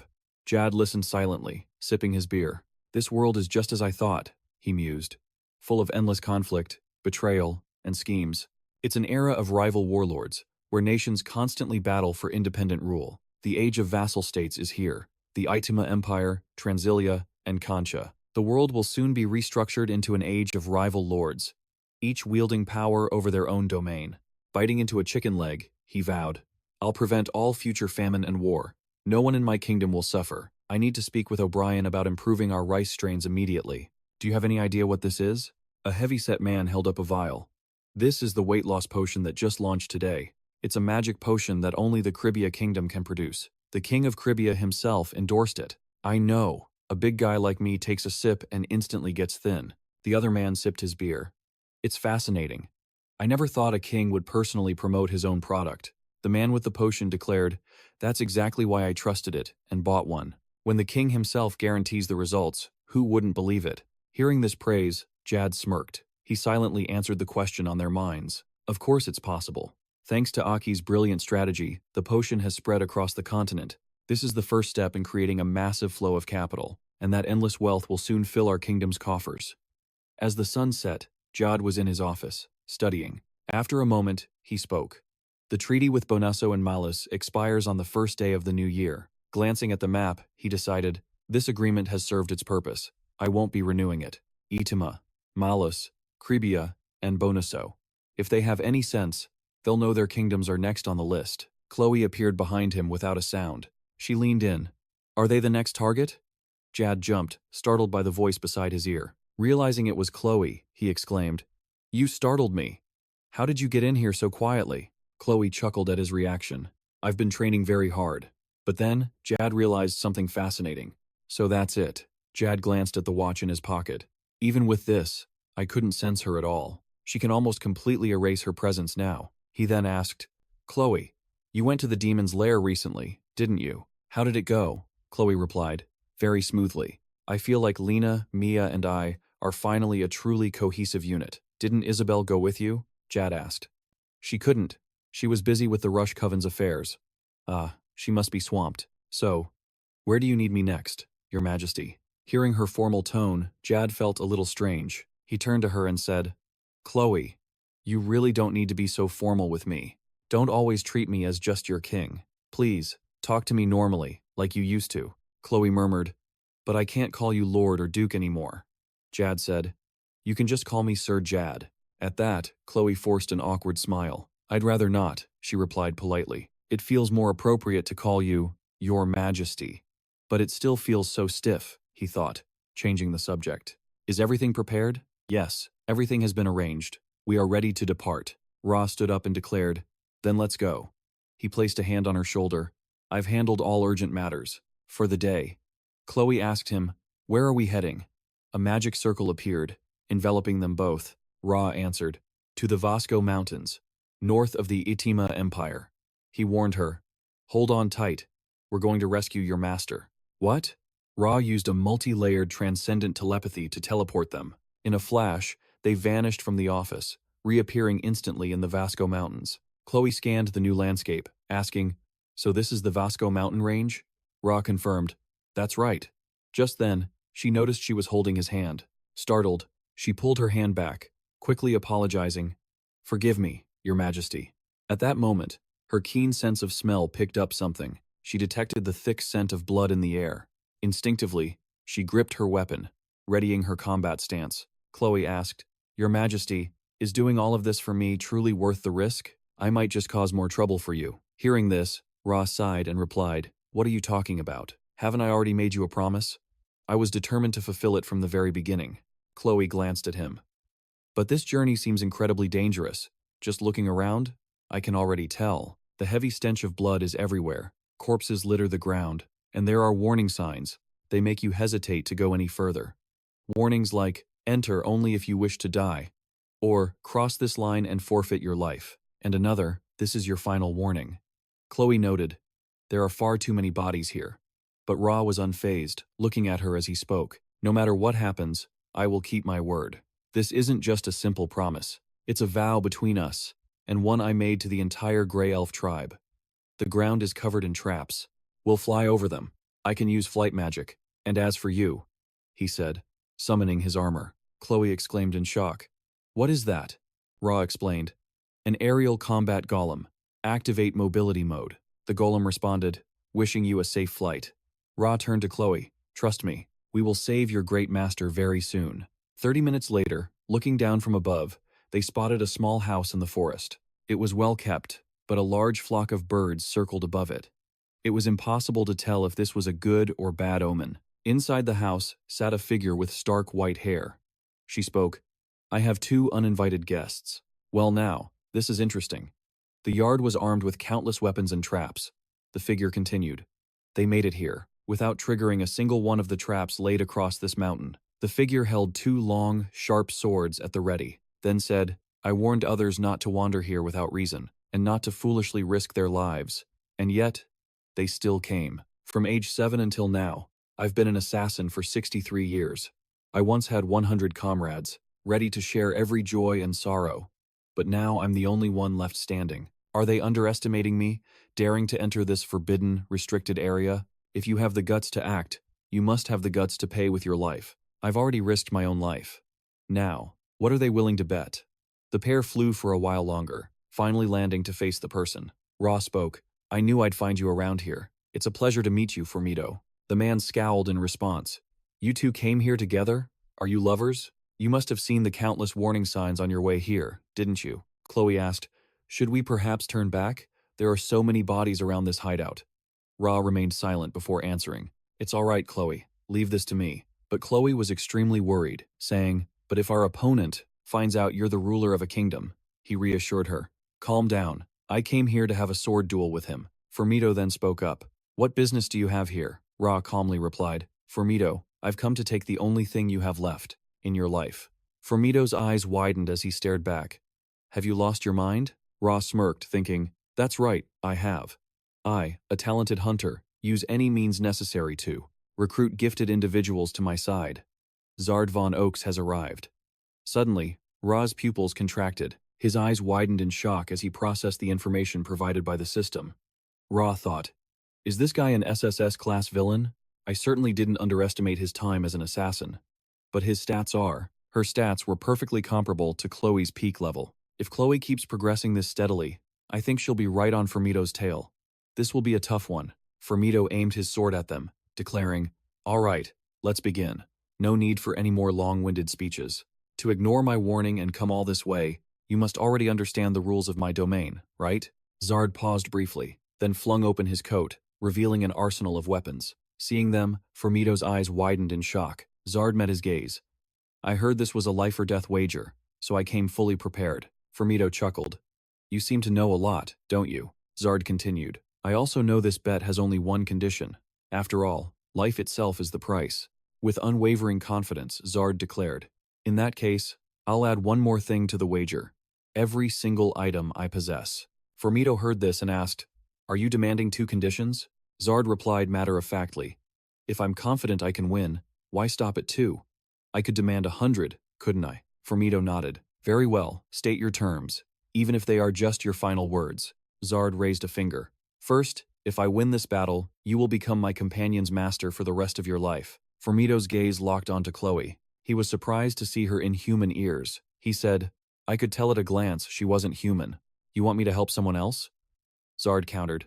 Formido. As I recall, the conditions don't allow you to pick and choose, do they? Formido, slightly flustered, said, you bastard. You have a sharp tongue. Fine. I agree. Formido glanced at Chloe, thinking, such untamed fury. Training her would be amusing. Of course, that's only if I lose this match.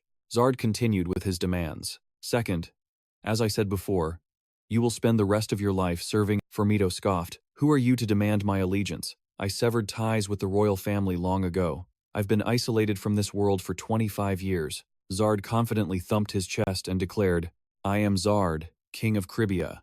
Formido erupted in laughter. You're completely insane, the ruler of an entire nation, risking your life here? So, should I kneel and bow to you? Zard replied. That won't be necessary. Is ceremony that important in an age of countless kings? Fine.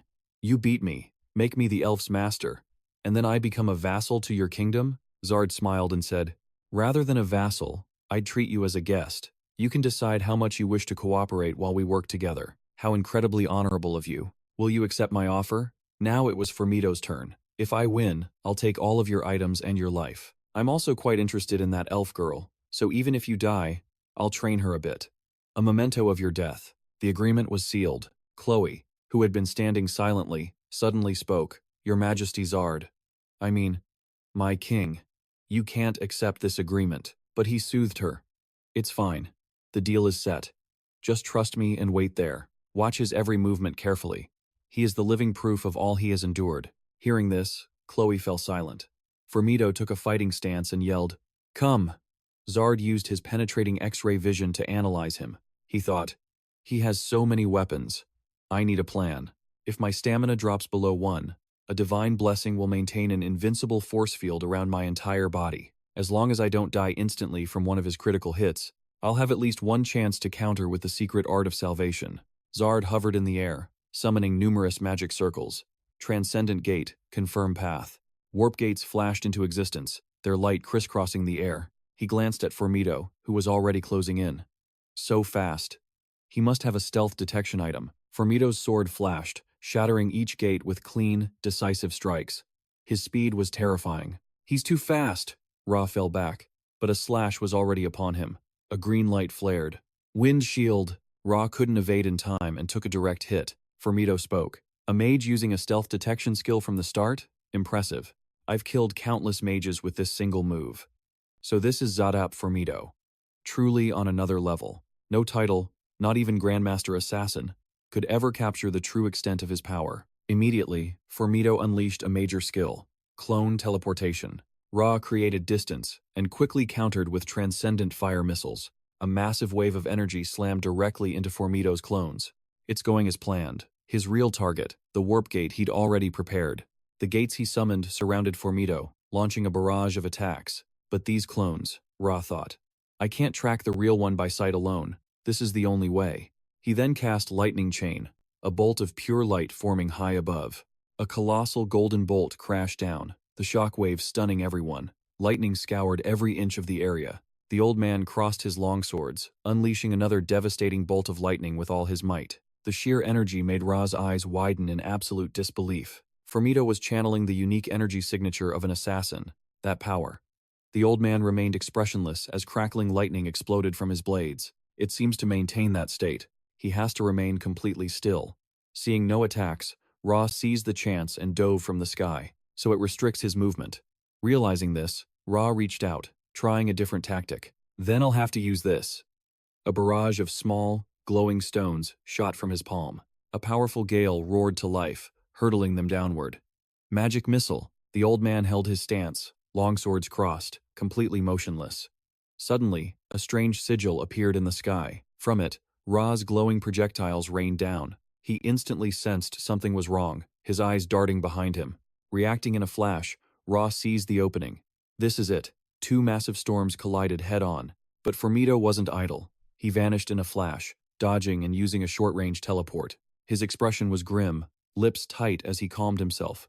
Unflinching, he stared right at Ra. His face was a mask, without a single ripple of emotion.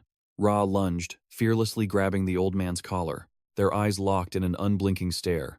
The air crackled with raw tension. Not a word was spoken. With impossible gentleness, he simply pushed Ra's hand away. Ra stared, dumbfounded, unable to process what just happened. How is this possible? A flicker of hope ignited. He must think he's the only one who can use clones. To his shock, Formido suddenly produced a throwing dagger. Die! With that, he crouched and threw with all his might. The blade flew true, and Ra couldn't block in time. Blood streamed from his lips as he reeled back in shock, leaping away. His clone was instantly destroyed, vanishing in a flash of light. From below, Chloe watched in terror, whispering, I can't see them anymore. They're too fast for my eyes to follow.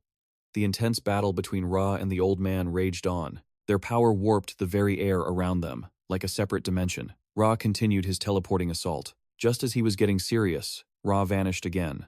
How incredibly dull. Just then, a flash of blue power streaked past. His silhouette slowly materialized. a dimension gate. With a wave of his hand, blue lightning tore through the air.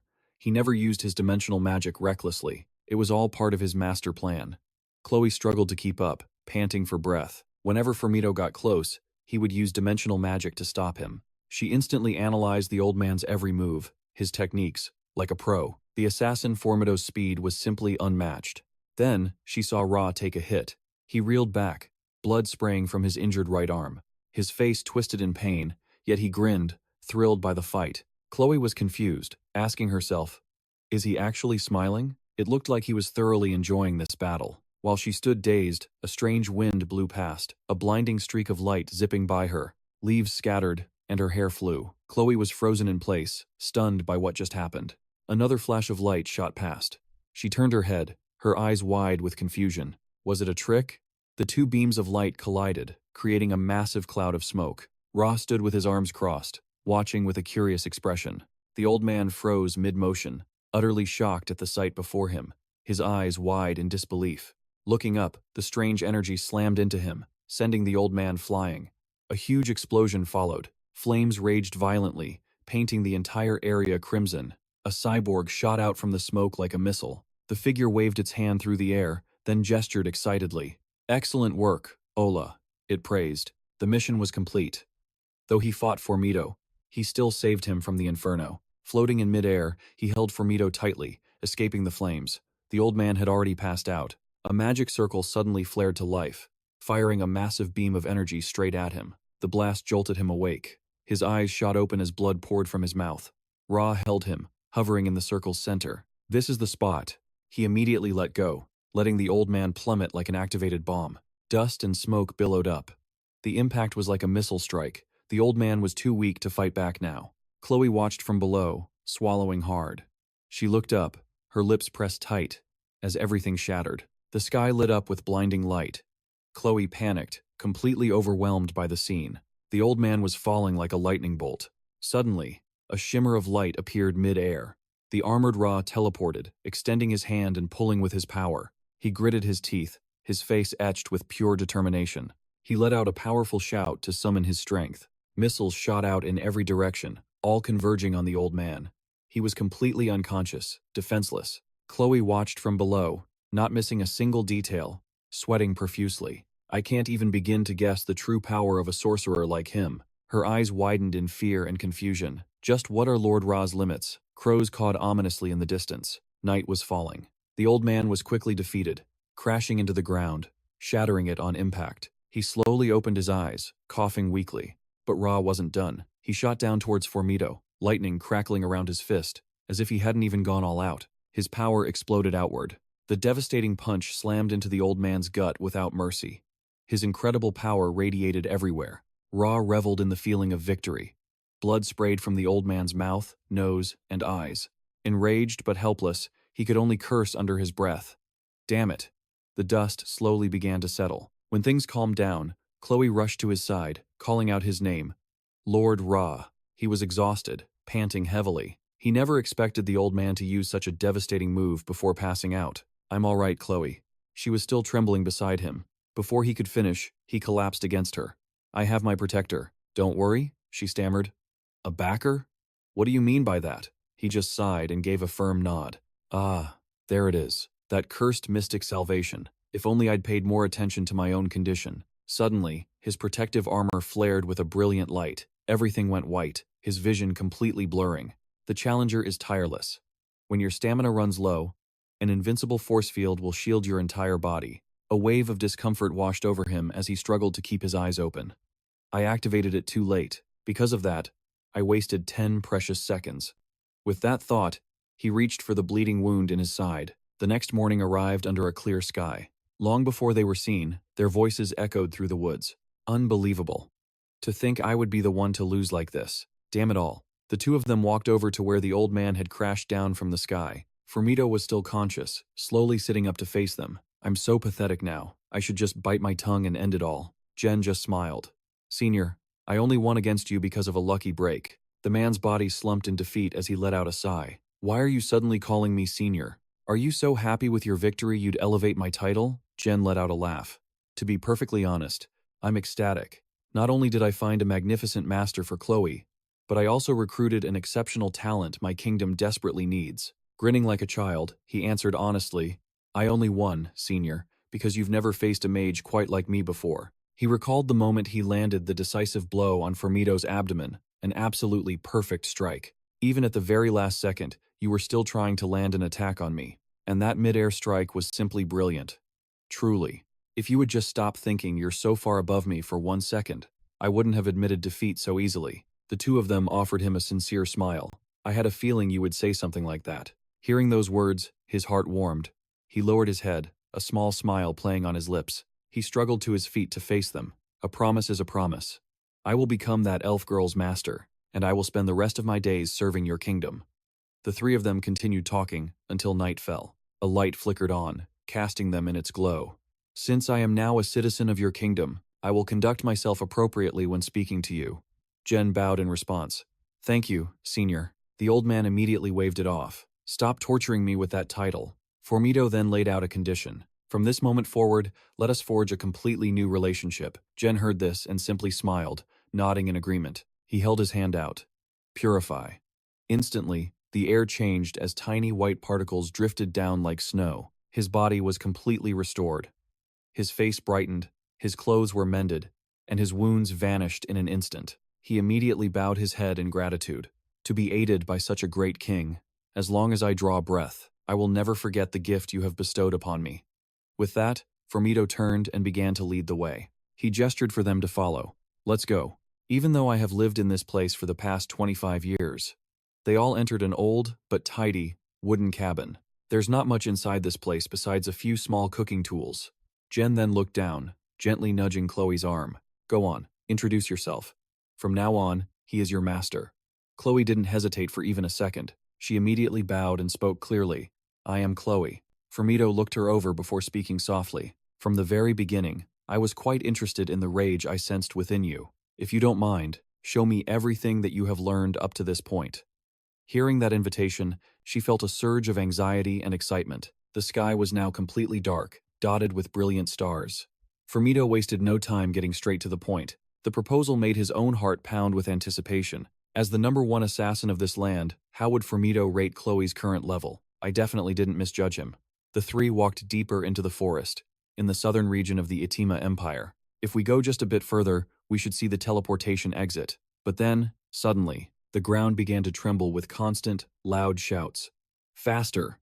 The three stood on a cliff, looking down at a long column of horses. They were charging forward at a frantic pace. He looked down at them, speaking in a low voice. His voice was laced with caution. The Lion Troop, the Itima Empire's finest. He fell into a deep thought. He knew of the Lion Troop. They were the core strength of the Itima Empire. Their flag bore the image of a ferocious lion. He stared intently at their standard. An army mobilized only for wars of conquest. Considered the nation's most elite force, they were legendary. Zad's eyes widened. He watched them, his mind racing, his expression tense. If they're heading east, their target must be the Seychelles Kingdom, a detail he'd overlooked. Focusing on such a small nation. In these 6 peaceful continents, is a storm of blood and steel truly about to begin? Meanwhile, in another corner of the building, everything lay in ruins. According to the information he'd gathered, before his reincarnation, the Itima Empire had already destroyed the Cheetah's kingdom. The Lion Troop advanced slowly on horseback. The blood from that massacre had barely cooled, yet they were already starting another war. Shaking off his wandering thoughts, he tried to calm himself, to recenter his focus. I have to concentrate on our own internal affairs. Zad turned and shouted, we must act quickly. A brand new training ground had been prepared from top to bottom. Listen up. Everything is here, even training dummies. The old man's voice rang out clearly. Your quick draw technique is too wild. Its strength is its accuracy. It will find its mark, but against targets, with keen senses, it becomes ineffective. Chloe listened intently, practicing as she absorbed every word. All right, let's adjust your stance. Just a little will do. Chloe gripped her sword tightly, her muscles aching from holding the pose. You're trembling, but if you master this, your target's awareness of you will plummet. Like this? They continued their diligent training. Yes. Now, try using that stance on the tree. Yes, sir. Chloe fixed her eyes on the target. In a flash, her blade moved like lightning. Thwack! The tree trunk was instantly shredded into pieces. Chloe landed as gently as a feather. Watching her performance, the old man applauded loudly. Excellent, he clapped enthusiastically, grinning from ear to ear. So this is what it feels like to teach a genius. Even Jack was stunned, frozen in place by her incredible skill. Formito only started teaching her his single-point technique 5 minutes ago. Unbelievable. She stood up straight, letting out a sigh of relief and wiping sweat from her face. Jack watched her, deep in thought. My analysis of her weakness and her own technique have both leveled up. Chloe turned slowly and spoke calmly. My concealment ability has improved at a visible rate. Master, thank you so much. But Formito suddenly clenched his fist and spoke directly. This is a change you've never experienced before. He looked at her with trust and anticipation. You are a diamond in the rough. I've met many gray elves, Your Majesty, but this is the first time I've seen a natural, a prodigy like her. Seeing her potential about to be unlocked, Zad's eyes lit up as he exclaimed, Are you serious? Formito chuckled and nodded. I'm not one for empty compliments. It's been 35 years since I've had a student like this. Even my own heart is pounding. Chloe immediately bowed to Formito. Master, please continue to guide me. The air filled with the old man's echoing laughter. He even joked, My student, I'm sorry you have to endure such an old master like me. Seeing his joyful expression warmed Zad's heart. If only Formito could live a long, long time. The more he thought, the more a sense of unease crept into his heart. Of course, there shouldn't be any issues for the next 8 years, but I hope he can stay with us until the Holy War begins. Seeing Zad staring at him silently, the old man felt a bit awkward. Your Majesty, is there something on my face? Zad quickly laughed to hide his thoughts, shaking his head. No, I was just enjoying this wonderful atmosphere. Relieved that he wasn't being questioned further, Zad let out a quiet sigh. The mood between them became lighter. Perhaps in Paradiso, some kind of plague appeared that took Formito's life. He glanced around the area. With this training, slow and steady, we will prepare meticulously and constantly check his condition. It's very likely he'll live much longer than before. Time passed, and dusk fell over NAS District 6. The palace construction site was now 50% complete. Ra stood at his window, looking down, seeing it come together step by step with my own eyes. It's truly heartwarming. A sense of excitement and anticipation grew as the structure rose. The progress is a bit slow, but safety must come first. Suddenly, a voice called out, Your Majesty, it seems we have results. Hearing this, his jaw dropped in shock. They won again? Rockies shouted with excitement, as if to make sure the world could hear. Yes, sire. Admiral Suke and Admiral Jenny defeated the Arnado pirates in the blink of an eye. Seychella Island has been completely conquered by us. Ra could hardly believe what he was hearing. They just cleared the coastal area. And they're already conquering the surrounding cities? Rakis nodded firmly. Yes, sire. His gaze lowered slightly, his expression tense. Before, as admirals under the Bonuso and Malos kingdoms, they were seen by others as mere paper tigers. And yet, Ra turned away, lost in thought. Now, they've grown into ferocious beasts, straight from the depths of hell. It's all because I gave them absolute authority. The power of final judgment. He remembered the man steering the ship alone, and the old man with the scruffy beard. Indeed, Your Majesty.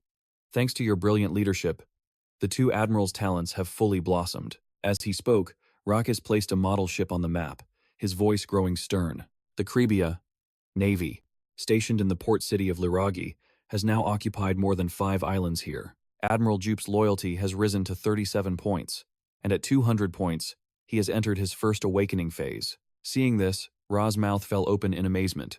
Oh, wow. He looked at Rakis and asked, Are there any issues with supplies for the army and navy? The man grinned, waving a hand dismissively. You don't have to worry, Your Majesty. All supplies crafted in Kanda are of the highest quality. According to Lord Acero, production will increase by over 50% starting next week. Those men work tirelessly, forging day and night. It seems things with Acero are progressing exceptionally well. Rockies clenched his fist, his expression filled with fierce hope.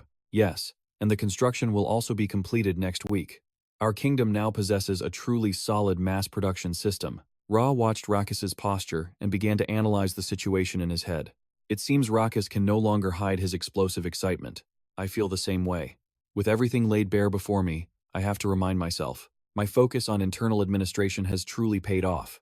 The weight loss drug business from Caracas Petals with Aki was a massive hit, generating a river of gold coins. Thanks to that, the kingdom's finances are overflowing. However, I never let my guard down, carefully managing this massive flow of wealth to prevent any losses. Suddenly, he recalled another important matter and quickly asked Rakis, "Is the installation of magic stone streetlights across the territory still proceeding smoothly?"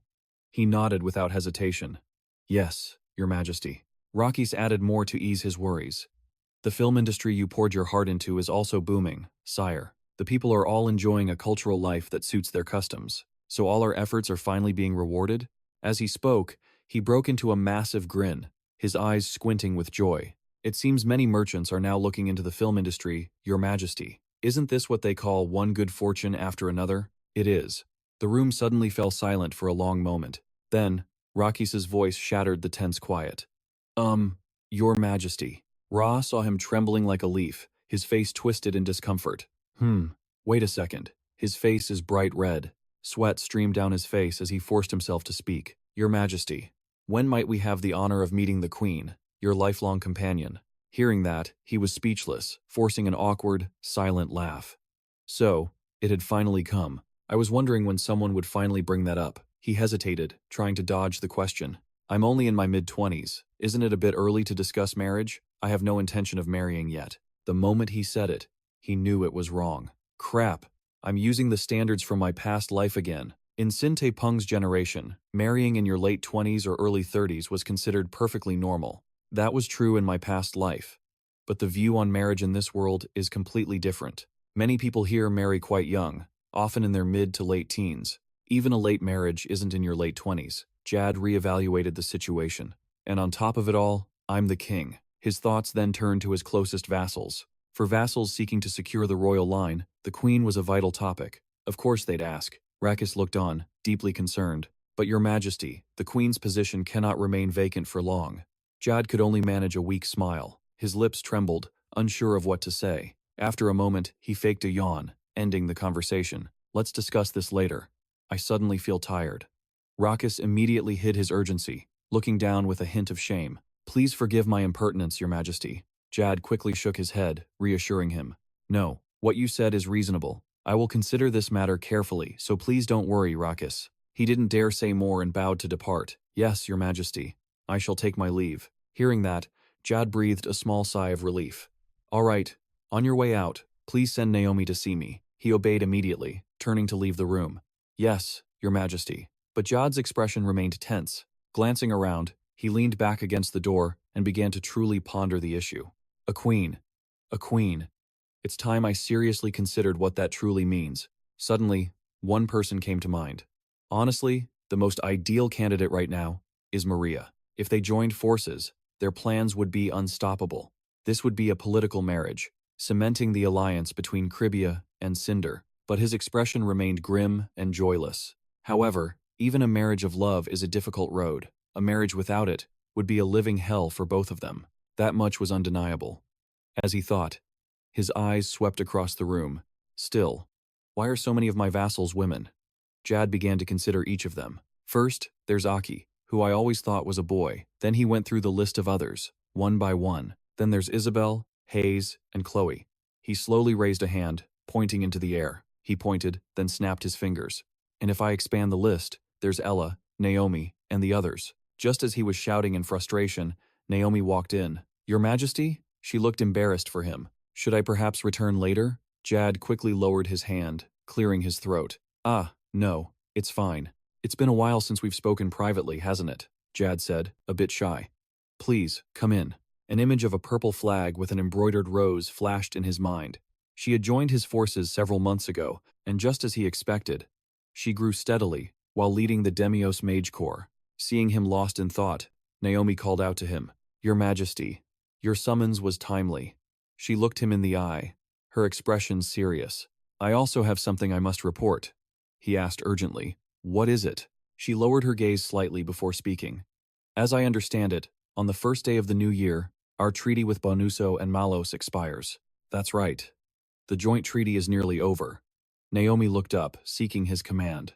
"Does Your Majesty intend to attack?" His brow furrowed slightly, but he nodded without hesitation. Naomi then elaborated on their preparations. "We are proceeding with the naval island conquest, and our army's entire training plan is now focused on those two nations." She continued, her words seeming to allude to someone specific. Moreover, our border troops are swelling. We're allied with the Cinder's kingdom, applying pressure on both nations. Ziat stepped closer, hands in his pockets, speaking slowly. Before this war even begins, I want their kingdoms to crumble from within. He grew more excited with his plan. Next year, our kingdom's long-awaited campaign will be their conquest, and I want you and the Demios mages to become the tip of our spear.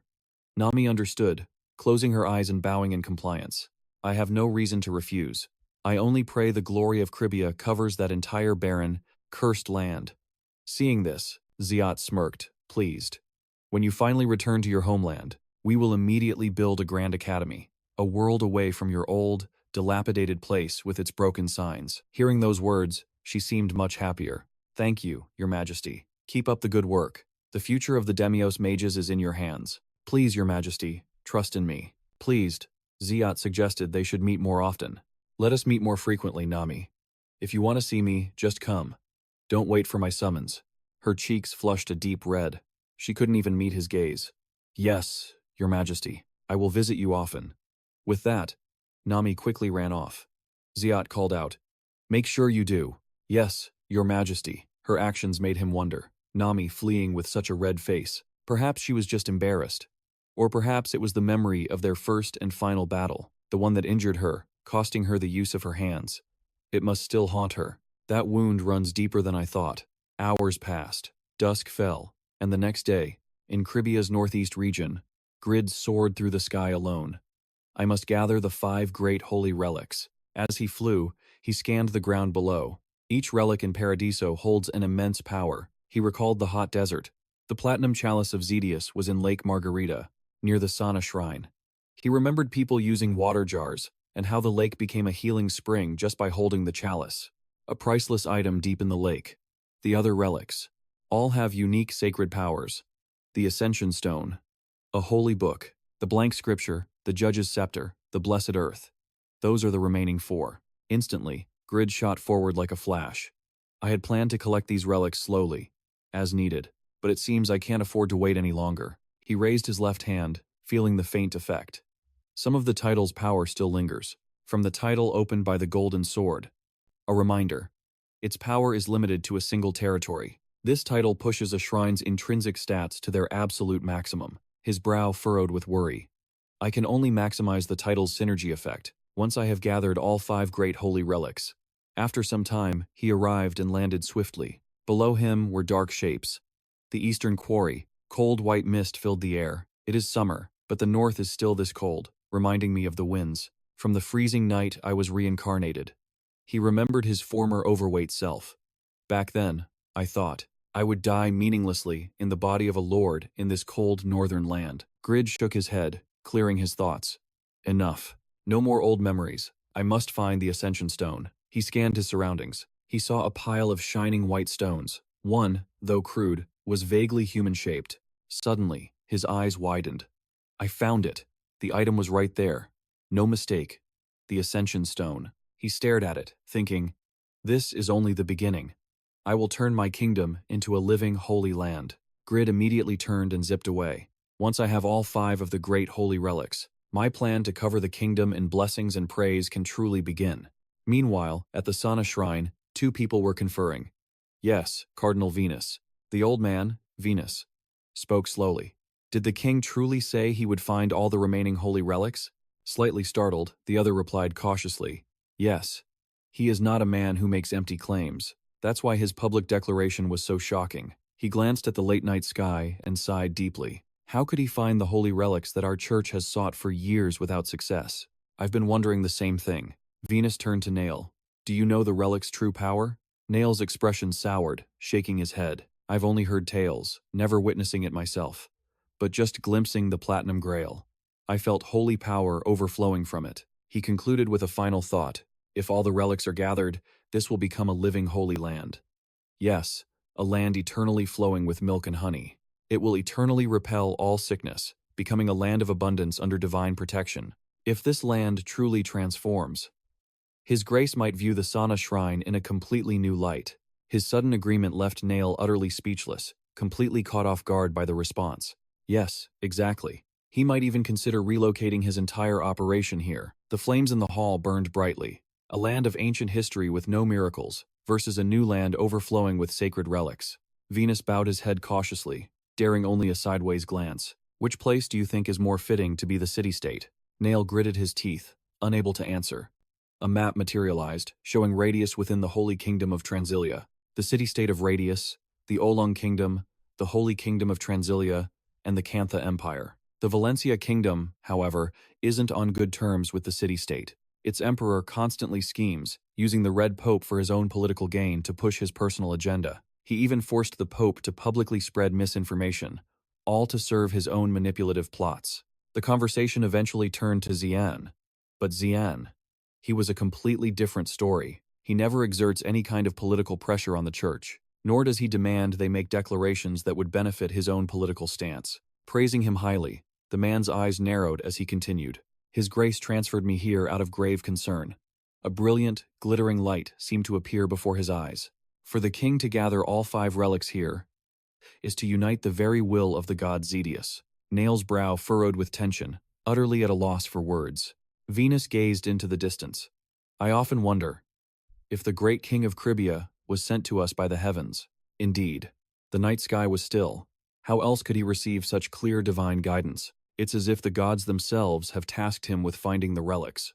The thought is both magnificent and terrifying. He seems to wield a transcendent power that no one can possibly comprehend. After a long search, Jack finally found the holy book. Icy in a dingy shop at an old antique market. The scripture was blank. The shopkeeper was baffled when Jack asked to buy it. The ancient book was completely empty, which is why nobody ever bought it. In a flash, he collected the 3rd item from a small rural village, the elder's statue, the judge's scepter. He took it without hesitation and left. Now, he was on the remote and frigid Hio Island. He finally obtained the blessed earth, panting with exhaustion. At this rate, I'll have the entire northern map memorized. With that, he clenched his fist. His face was radiant, filled with unshakable resolve. But I can't help but feel proud. Just bringing these holy relics to the sacred land of Sana means the entire kingdom will prosper for a year. The very thought of it fills me with excitement. Suddenly, a brilliant golden system window appeared before his eyes. It displayed the integrated information for the Cribia Kingdom, an A-rank nation, with detailed stats. Jack scanned it and smiled, noting the progress from Cribia's previous state.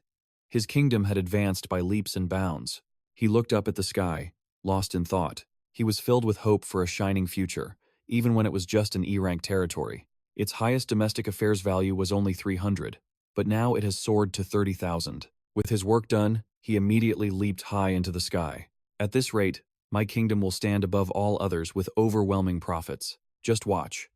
And what will happen if I add the holy relics and raise the total domestic achievement effect from the Long Live the King title to 100%? He tore through the air like a gust of wind. The Naz continent is sure to enter a golden age, unmatched by any empire or kingdom. I will keep monitoring its progress. As exciting as this is, I still have things to worry about. In this world, anything that stands out will immediately attract envy. That's because no one will ever acknowledge our kingdom's newfound power objectively and correctly, he muttered to himself as he soared through the sky. We're at 9 stars now. I must collect more items. In a flash, he had visited 4 places, gathering 4 items. Once this is settled, I have to get to the Lost Island at all costs. The Lost Island, Hios, House Island, and Tata Island, to get the 10-star items. Thinking about it, he clicked his tongue in frustration. It's annoying that because of holy power and magic interference, I can't teleport directly to the Holy Land.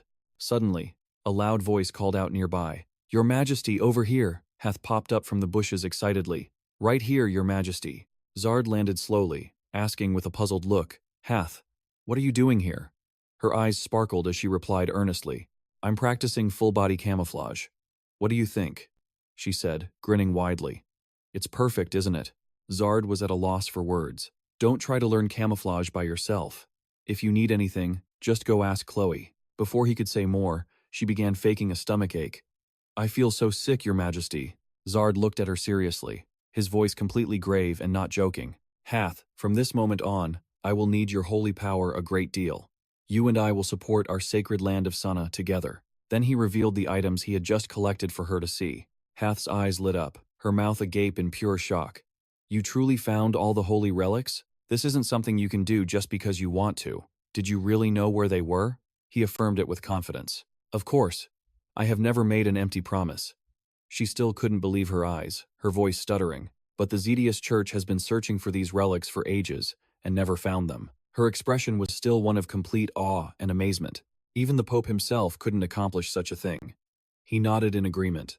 That's right, but that is no longer an issue. Suddenly, Hath's voice chimed in, Your Majesty, you're so cool. But he paid her words little mind. He thought to himself that not using his special privileges would be an insult to the god who reincarnated him into this world. Zard held up the iron armor to remind her, Stop the flattery and put on the tains. Yes, sir. She put on the armor, laughing with excitement. Ola will deliver the passenger to safety. Ola, I'll be counting on you. Yes, please trust in Ola. Ola will provide a safe and comfortable flight. Zard had a slightly worried expression. Stop hyping yourself up and let's fly. They immediately held hands and flew into the sky. Let's head to the southern holy temple. Yes. After flying for a while, they landed in a land called the Sana Plains. Hath busily dug a hole in the ground, and then buried the items. Their light radiated with a dazzling brilliance. Instantly, the task was complete, leaving no trace behind. Suddenly, a strange phenomenon appeared below, as countless small specks of light began to rise. They stared with wide-open mouths, watching everything unfold. The entire land became fertile in an instant. Is this the miracle of the holy relics? A statue holding a judge's scepter appeared before her.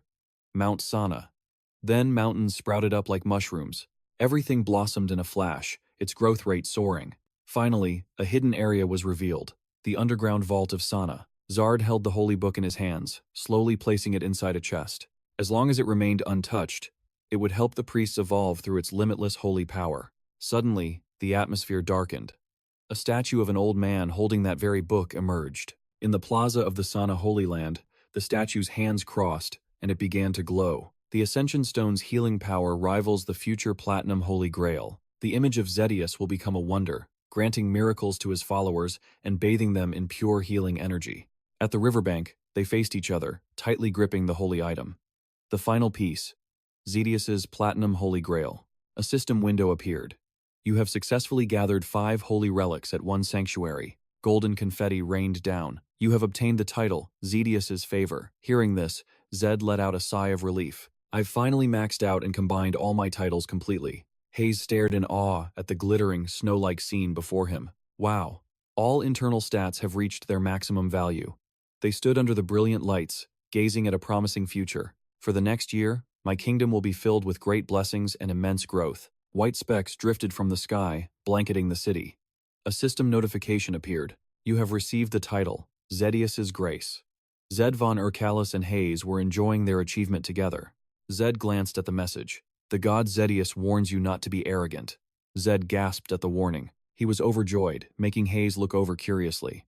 This is the first time I've ever contacted a god, and Zedius isn't just the supreme god ruling over others in the world of paradise. He is truly a transcendent being of the highest rank. For higher-level gods to notice me now, it means my influence on this world is steadily growing.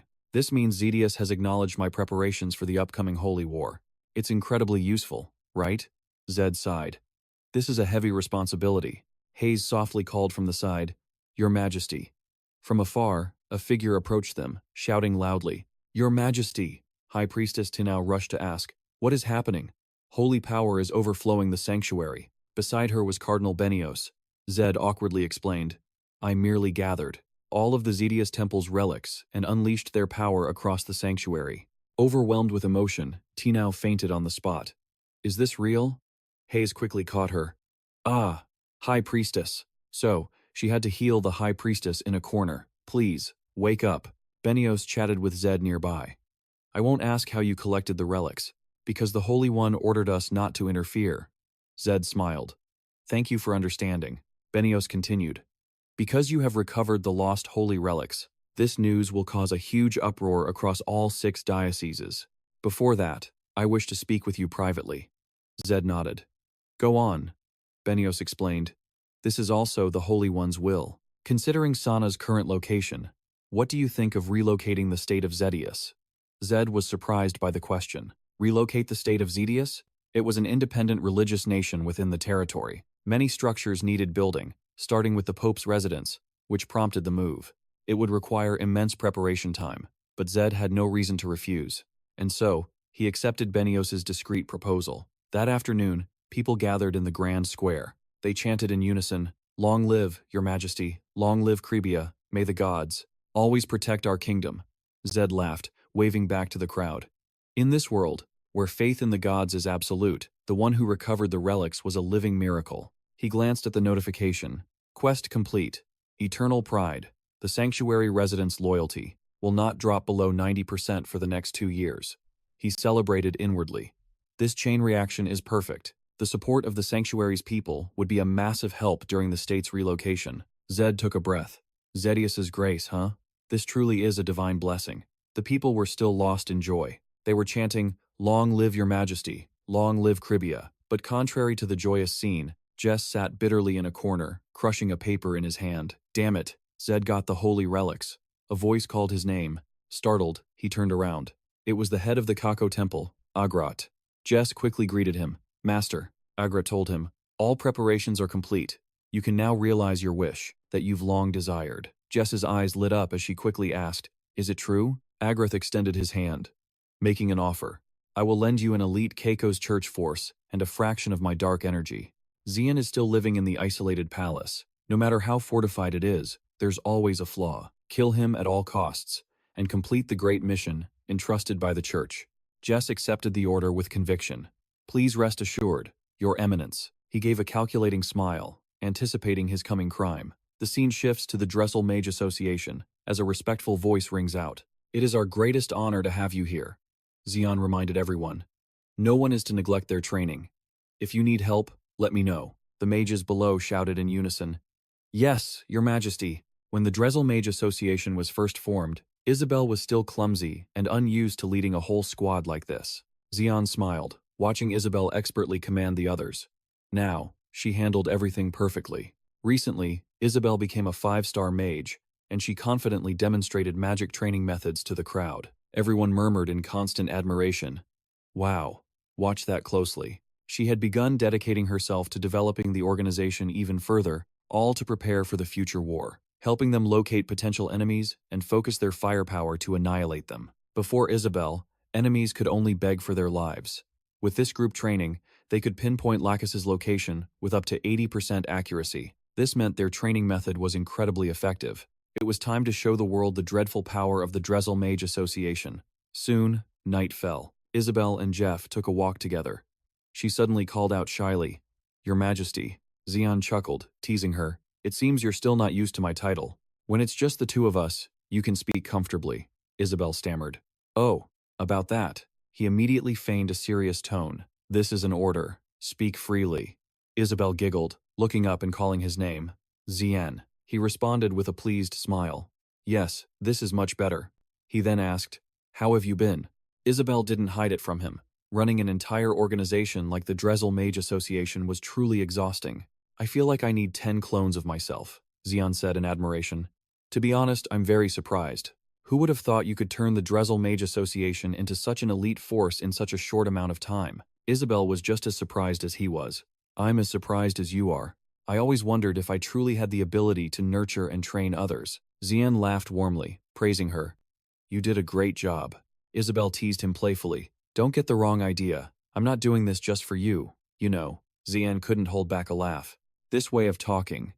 This is the real you, Isabel." As he spoke, images flashed through his mind like a film, replaying their moments together from the very beginning until now. From the times they stood shoulder to shoulder through danger, to the sweet, unspoken moments between them. A soft voice called out, "Xian." He turned to see Isabel smiling happily, tears welling in her eyes. "I like you very much, but maybe it's time I let you go." Xian's surprise softened into a gentle smile as he joked, "Do you hate me now?" Isabel immediately shook her head. "Of course not. I mean, you're destined for even greater heights. I want to be the one who supports you on this path. Not as a woman standing beside a man, but as a loyal vassal to her king." Xian stared in surprise. "Isabel.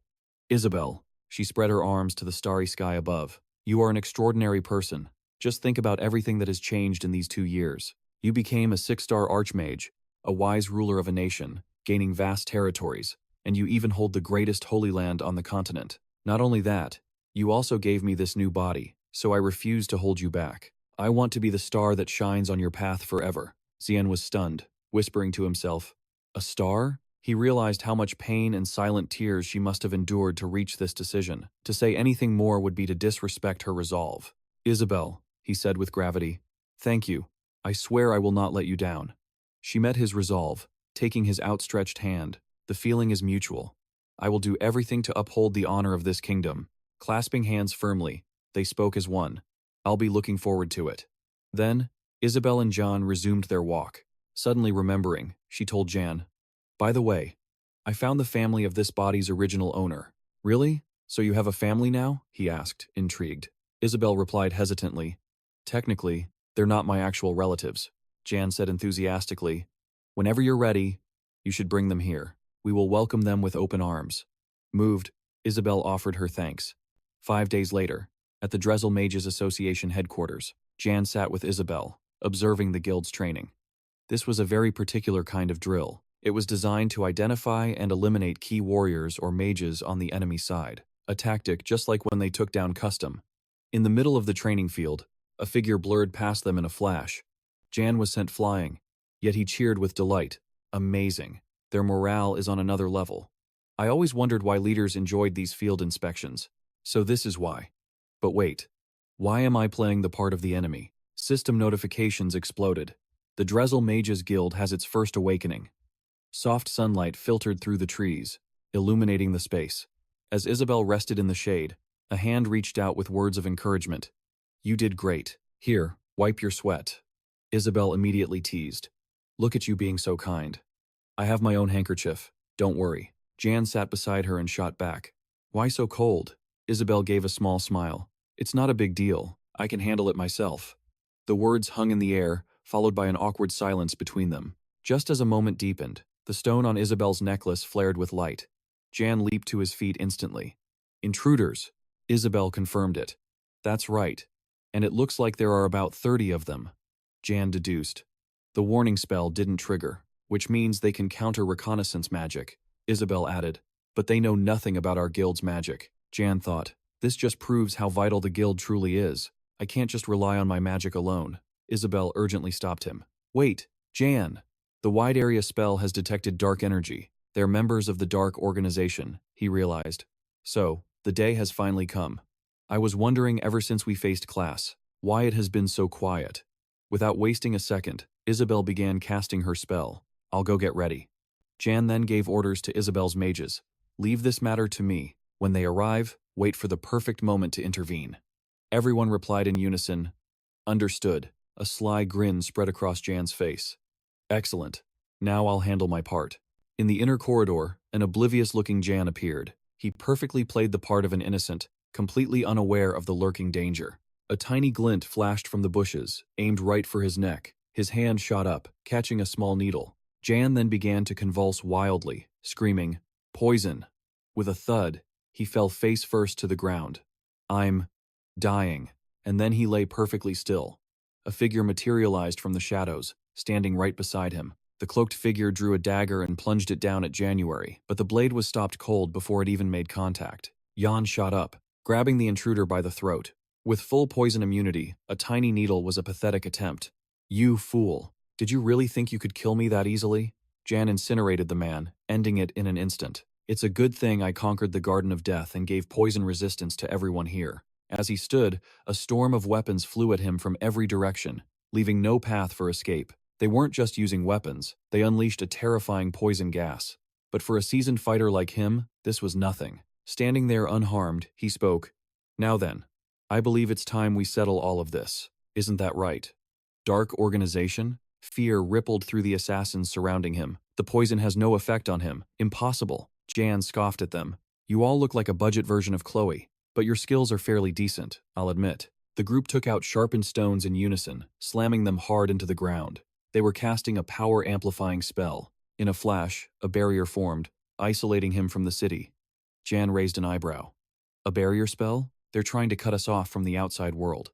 But Isabel and the other guild members are also inside this barrier. For now, I'll just observe. He stared in shock at the notification. The target had the backing of the evil god, Reborn. Zad scoffed in disbelief. Protected by a god and still getting wiped out like this? Did he not obtain this power through legitimate means? He must be in league with the Keiko Church. That would make High Priest Agraz their backer. Could that really be it? He fumed at the injustice. Who rents out a god like a common vehicle? Jess gloated, pointing his sword at him. Zad, you're a dead man today, you bastard. Are you underestimating me? Zad warned him grimly. Jess, you've made a fatal mistake. As a prince of the Cinder's kingdom, you chose to flee to a dark organization. Jess cut him off. Shut your mouth. It's because of you I lost my chance at the throne, and was exiled to this god-forsaken frozen land. Zad sighed, defeated. Even without me, you would have never touched the crown. Your brother Talon had far more potential. Faced with the insult, Jess flew into a rage. He unleashed a torrent of curses. What? Zad didn't want this, but he had no choice. I'm a rightful king now. Forgive me, Izuen and Myra, but those who target a king's life must know their fate. I will execute every last one of them, right here. A suffocating silence fell between both sides. Zad beckoned tauntingly. Jess, cut the nonsense. If you're going to attack, then hurry up. Are you all coming at once, or will you stand for them alone? Jess sneered back. Huh. I will end your life myself. Zad mocked him. So courageous. Are we? The taunt worked. Jess lost control, charging with his blade. You bastard. He unleashed his first skill. Berserk. Zad didn't meet the blow head-on, leaping back to dodge. Facing a berserker cultist like this will provide some interesting data. He cast Windshield, but Jess's sword was surprisingly potent. It pierced his barrier, catching Zad off guard. Jess seemed to have the upper hand, relentlessly pushing Zad back. Zad analyzed him curiously. So this is the power of the berserk state? In this empowered form, he's as strong as the monster Formido. Seeing Zad on the defensive, Jess's ego swelled. You're already struggling just to keep up with my attacks, you pathetic coward. Jess casually cleaned his ear. Even if I am a coward, it's better than abandoning one's kingdom to save your own skin. Struck by the insult, Jess roared in fury and charged again. Zad watched his loss of control with amusement. His personality hasn't changed at all. Jess cursed him. Zad, you son of a bitch. The two clashed again, sparks flying. The Dark Organization members grew restless, eager to join. Let's join the fight. But wait. A bolt of lightning struck the commander's position. Isabel and her troops had arrived. He couldn't believe they had breached the barrier. The threat was enough to make the dark cultists' faces turn pale. Zad fought as if it were a game, constantly provoking Jess. Didn't you say you were going to kill me? Then you better start trying. Goaded, Jess couldn't maintain his composure. He was about to taste a few of Zod's techniques. Isabel glanced over at Zod. Zod's magic was truly incredible. Nami from the Demios Legion was skilled, but Zod's magic was on another level entirely. Though they were both level 6 mages, he could overwhelm an opponent with such ferocious sword speed. Jess was now kneeling on the ground, battered and beaten. It was unbelievable, but just when it seemed over, Jess awakened his second skill. Jess's muscles twitched and swelled, tearing his clothes, his entire body turning crimson like a boiled lobster. He used Berserk's healing transformation, greatly boosting his agility. Jess smiled brightly again. All right, now, let's start over, Zad. Urena, a 3-star mage from the Dressel Mage Association, whispered to Isabel. Sir, he has altered his physical state 5 times already. Won't his lifespan be drastically reduced? Isabel explained to her. His goal is to assassinate His Majesty. He doesn't care about his own life. Urena grew a little worried for Zad. But, Your Majesty, how is that speed even possible? Isabel chuckled. It's useless to measure His Majesty with common sense. Urena. Stunned, Urena simply replied, Yes, you're right. Meanwhile, Jad was having trouble with Jess's new form. He launched a massive fireball, but Jess felt no pain, charging right through the flames to attack. Jad, I'll kill you. His sharp blade found its mark while Jad was distracted. Damn it. Landing the hit, Jess was instantly electrified with excitement. His crazed state gave Jad pause. Seeing their chance, the Dark Army moved. Now, the commander roared. All forces, attack. Kill Jad. They swarmed him from all sides. Urena cried out, Your Majesty.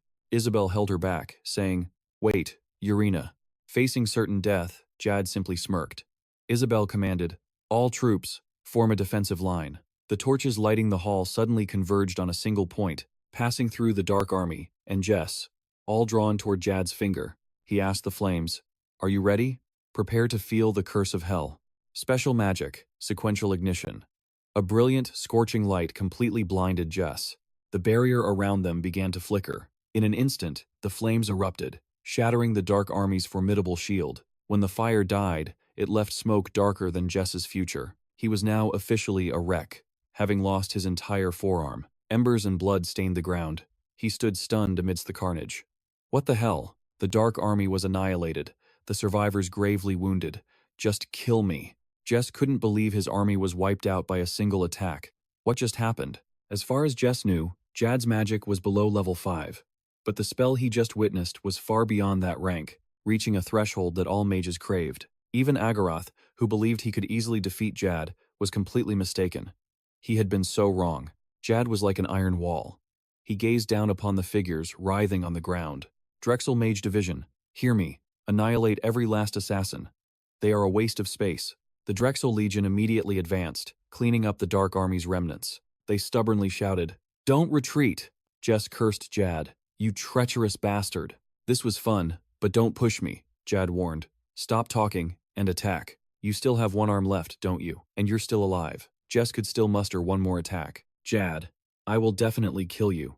But the Drexel mages completely outclassed the Dark Army, who could only struggle to survive. Watching from above, Jad could visualize the entire battlefield. This is incredibly useful. The enemy's health and mana are linked to my senses, making strategy much easier.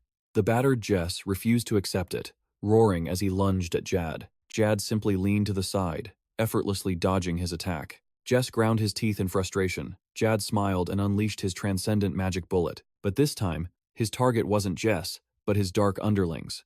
Caught off guard, the Dark Army could only endure the assault. They shouted, "Be careful of Jad's magic." Jad prepared another spell. "Ignored," Jess screamed in a rage. "That bastard! How dare he look down on me?" Jad paid him no mind, using support magic on the army. The Drexel Legion cheered. "His Majesty is helping us. Don't be afraid." The buffs from Asos raised their morale and struck fear into the enemy. The Drexel mages fought more fiercely than ever, while Kako's troops had lost all will to fight. Now, only one thing remained. With his last sliver of life, Jess attempted one final berserker transformation. He sacrificed half his remaining life force to trigger this physical change. I can feel his desperate resolve, his will to die just for a chance to kill me. Is this what they call true determination? But to me, intervening in this internal conflict was the right call, but to Jess, it was a malicious act. He launched himself upward with renewed determination. "Even if I die, I'm taking you with me." Jack felt his sheer obsession. The man was moving too fast. He raised a hand to block Jess's blade, but this time, the impact threw Jack backward, just as I thought. He wants to drag me into close-quarters combat. After using his rage skill repeatedly, he's become a formidable foe. Too dangerous for me to fight him up close. I never thought I'd have to use this here. Jess was lost in a storm of rage and hatred. He roared and charged at Jack, but then stopped dead, as if sensing something. It turned out, Jess had brought out the big guns, an ancient spellbook, one of the 5 Avena grimoires I got from defeating the barbarian tyrant. I wanted to keep it hidden, but now I have no other choice. Jess swung his sword, slashing relentlessly at Jack. He cursed with every strike. "Die. Just die for me. Die, you bastard." Jack calculated he still had enough mana. But this substitution technique drains mana heavily. "I'll end this now." He reached his hand back. He opened a dimensional gate right behind Jess. In the instant his foe paused, he unleashed transcendent telekinesis. Jess was sucked into the portal. When he was halfway through, Jack knew this was his chance. He clenched his fist. A dimensional gate has both an entrance and an exit, but what if you close it, while someone is still passing through? What happens then? That's right. Jess was sliced in two, high above the ground. This grotesque scene horrified everyone who witnessed it, from the Dark Army to Isabel and Razel. Their shock was undeniable. Jess was officially dead. One half of him fell, while the other half vanished. Jack landed lightly, surrounded by the mangled bodies of the Dark Legion. Not a single one of them gets out of here alive. After defeating every enemy, Jack gave the order, "Capture them all. Do not untie them. Gag every single one. Tomorrow, we'll hold a public execution in the main square." The soldiers replied, "Yes, sir." Jack turned to Isabel. "Check if any remnants are using magic formations to hide their presence. Are their movements concealed?" Isabel obeyed. "Yes, Your Majesty." Through the lingering smoke of battle, Jack spoke with contempt for his fallen enemy. "Jess, I'll return you to the earth to repent for your sins." Jess replied with pure hatred. "Even if I become a demon, I will kill you." Jack scoffed. "Do you have any last words before you die?" Jess screamed in fury. "A demon like you will one day seize control of our kingdom for yourself. Am I wrong?" That question angered Jack. He swung his sword, ending Jess's life. That's not worth an answer. Ask them in hell. Jack acquired Jess's holy sword, a 4-star light-grade artifact. This will be useful for Rena, who needs something to pair with her shield techniques. He thought to himself, just what I needed. A way to raise her loyalty by 13 points. Suddenly, purple energy rose from Jess's bloody corpse. Jack was stunned. My insight skill doesn't work? Impossible. A phantom with a bizarre shape appeared. It was the evil god, Quairado. He was a deity temporarily residing in Jess after leaving Agras. Most gods cannot appear before mortals. But evil gods are different. They can actively interfere in human affairs and appear frequently. The evil god spoke in a low tone. I observed your little fight. Quite interesting. Now I see why Asos and Napira are so interested in you. Jack replied mockingly, thanks for the compliment, but I don't associate with evil gods. Did you really need to appear like this? The god seemed intrigued by Jack. You've got some nerve. I've taken a liking to you. It lunged toward Jack but dealt no damage. Jack realized, this wasn't Quairado's complete form, merely a projection. It shouldn't have been a threat. The demon god sensed Jack's aura, saying, you are no ordinary human. We can clearly taste your power, radiating from you. He proposed an alliance. You would be fun. What do you say? Will you grant me shelter? He tempted Jack, offering his full power to conquer the entire human world. Jack replied softly, you rank below Agras, correct? The evil god seemed surprised. You have some wit about you. Jad shot him a glare. I have no intention of joining hands with an evil god. At this, the being raged. You dare refuse my offer? You will regret this, Jad. And with that, he vanished into thin air. The main character simply raised a middle finger. I'll make my own deal with Agras later. You just wait. Jad understood then. This is how evil gods always meddle in the affairs of mortals. Natalie must have experienced something similar with Heresis. The Natalie I met the second time didn't seem like a villain, but that still didn't explain everything. Later, Jess's body was transported to the Cinder's kingdom. Every member of the Kako cult was executed in the Grand Square. The citizens were enraged to learn the truth about them. They were the ones who tried to assassinate the king. The crowd roared, hurling stones at the condemned. How dare they target His Majesty after he brought us peace? Damn those Kako bastards. Another group gossiped. I thought it was just the Amber Church. But now there's this Kako cult too. I heard they came from the 6 southern lands. But why would they set foot in our kingdom? They're here to sabotage the king's wise reforms. That's what. Hidden in the shadows was Lisa, leader of the Ambra Church, and Black Scorpion, commander of the Black Legion, watching silently. After the failed assassination attempt at Razel Tower, many opinions were voiced during the trial. One was to accelerate the construction of the royal palace. Normally, I'd say no, but this time, I approved the minister's proposal. His reasoning was sound. Although we successfully handled the threat this time, without a single casualty, we might not be so lucky next time. Meanwhile, in the Northern Kingdom, at Savio's lab, he was thrilled to see Jad. Your Majesty, have you eaten? Jad waved him off. Just call me what you used to, Savio. Besides, I'm not your king anymore. Without missing a beat, Savio asked Jad, want to try this drink? It's my latest invention. Jad laughed. You dropped the formalities fast. Ah, but it doesn't really matter. Savio looked on eagerly, but seeing the vial, Jad couldn't help but feel suspicious. He really expects me to drink from a test tube? Still, he gave it a try. Unexpectedly. Was this sparkling water? He actually made carbonated water himself? A dark, determined look crossed Jad's face. Savio, can you mass-produce this? Savio hesitated. Well, that's still a bit. But Jad pressed on. I'll increase your funding and cover some of the costs. Just run the numbers for me. See if it's possible to mass-produce it. We'll add sugar. And we can't forget the flavoring. Something like lemon or citrus. A grin spread across his face. This is going to make a fortune. Savio asked skeptically. How can you be so certain? Well, if my funding increases, I'll be thrilled. Drawing on his past life memories, Jad named it. Let's call it Coca-Cola. Savio was left speechless. Judging by your expression, I don't think that name is very good. Meanwhile, the two began repairing the robot. Take a look at Tanit first. It's taken a lot of damage. Savio replied. No wonder the data feed went haywire. So this little guy was the cause. Jad was surprised. You've already analyzed everything? Of course. I study Tanit first thing every morning. Jad wondered. What are we upgrading today? Savio simply replied, you're getting ahead of yourself. First, take this. Jad accepted the scroll. What is this? A letter from the Lord. Jad stared at Savio in shock. The Lord of the Dark Elves? Savio just grinned in response. Who else could my lord be? This left Jad wondering endlessly. The Dark Elf Lord sent a letter to me? After getting the letter, Jad was floored. He had already sent 3 letters to the Dark Elf Lord. All were written in good faith after the Nemesis incident. But he had never received a single reply. Since Dark Elves generally despise humans, he had expected as much. But he never imagined that he would one day receive a letter from him. Savio added gravely, "The Lord never personally sends letters to individuals. I hope you realize what this means," Jad replied happily. "I'll read his letter very carefully." "Thank you." Savio looked surprised. "Thanks? I didn't do anything to deserve your thanks." The merchant, Agnes. She's the one who really struggled. Jad asked. Agnes? Savio explained. That's right. She had to travel to Tata Island and bowed a dozen times just to request an audience. Scoundrels threatened her, but she persevered and got the letter to you, model. Well, Jian said shyly. About that.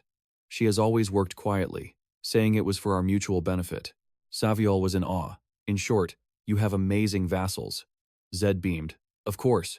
2 hours later, Zed equipped the modern Tacha Next armor. He no longer needed his own mana to charge it. Magic stones were now the power source. Available any time. It could even store 15,000 mana points, needing only the prayer of Muditas. And with the capacity from the Xeno gauntlets, he could use 40,000 mana points at once. This was perfect. The strategic preparations were finally complete. The Forgotten Island. Located in the far northern region of the world. It was time to go to the Forgotten Island, located in the remote area north of Tata Island. It is the homeland of the Dark Elves and the northernmost island. The Forgotten Island is comprised of 3 isles, Hias, House, and Tata. The place Zed sought was a dungeon on that island, but players usually just referred to the entire dungeon as the Forgotten Island.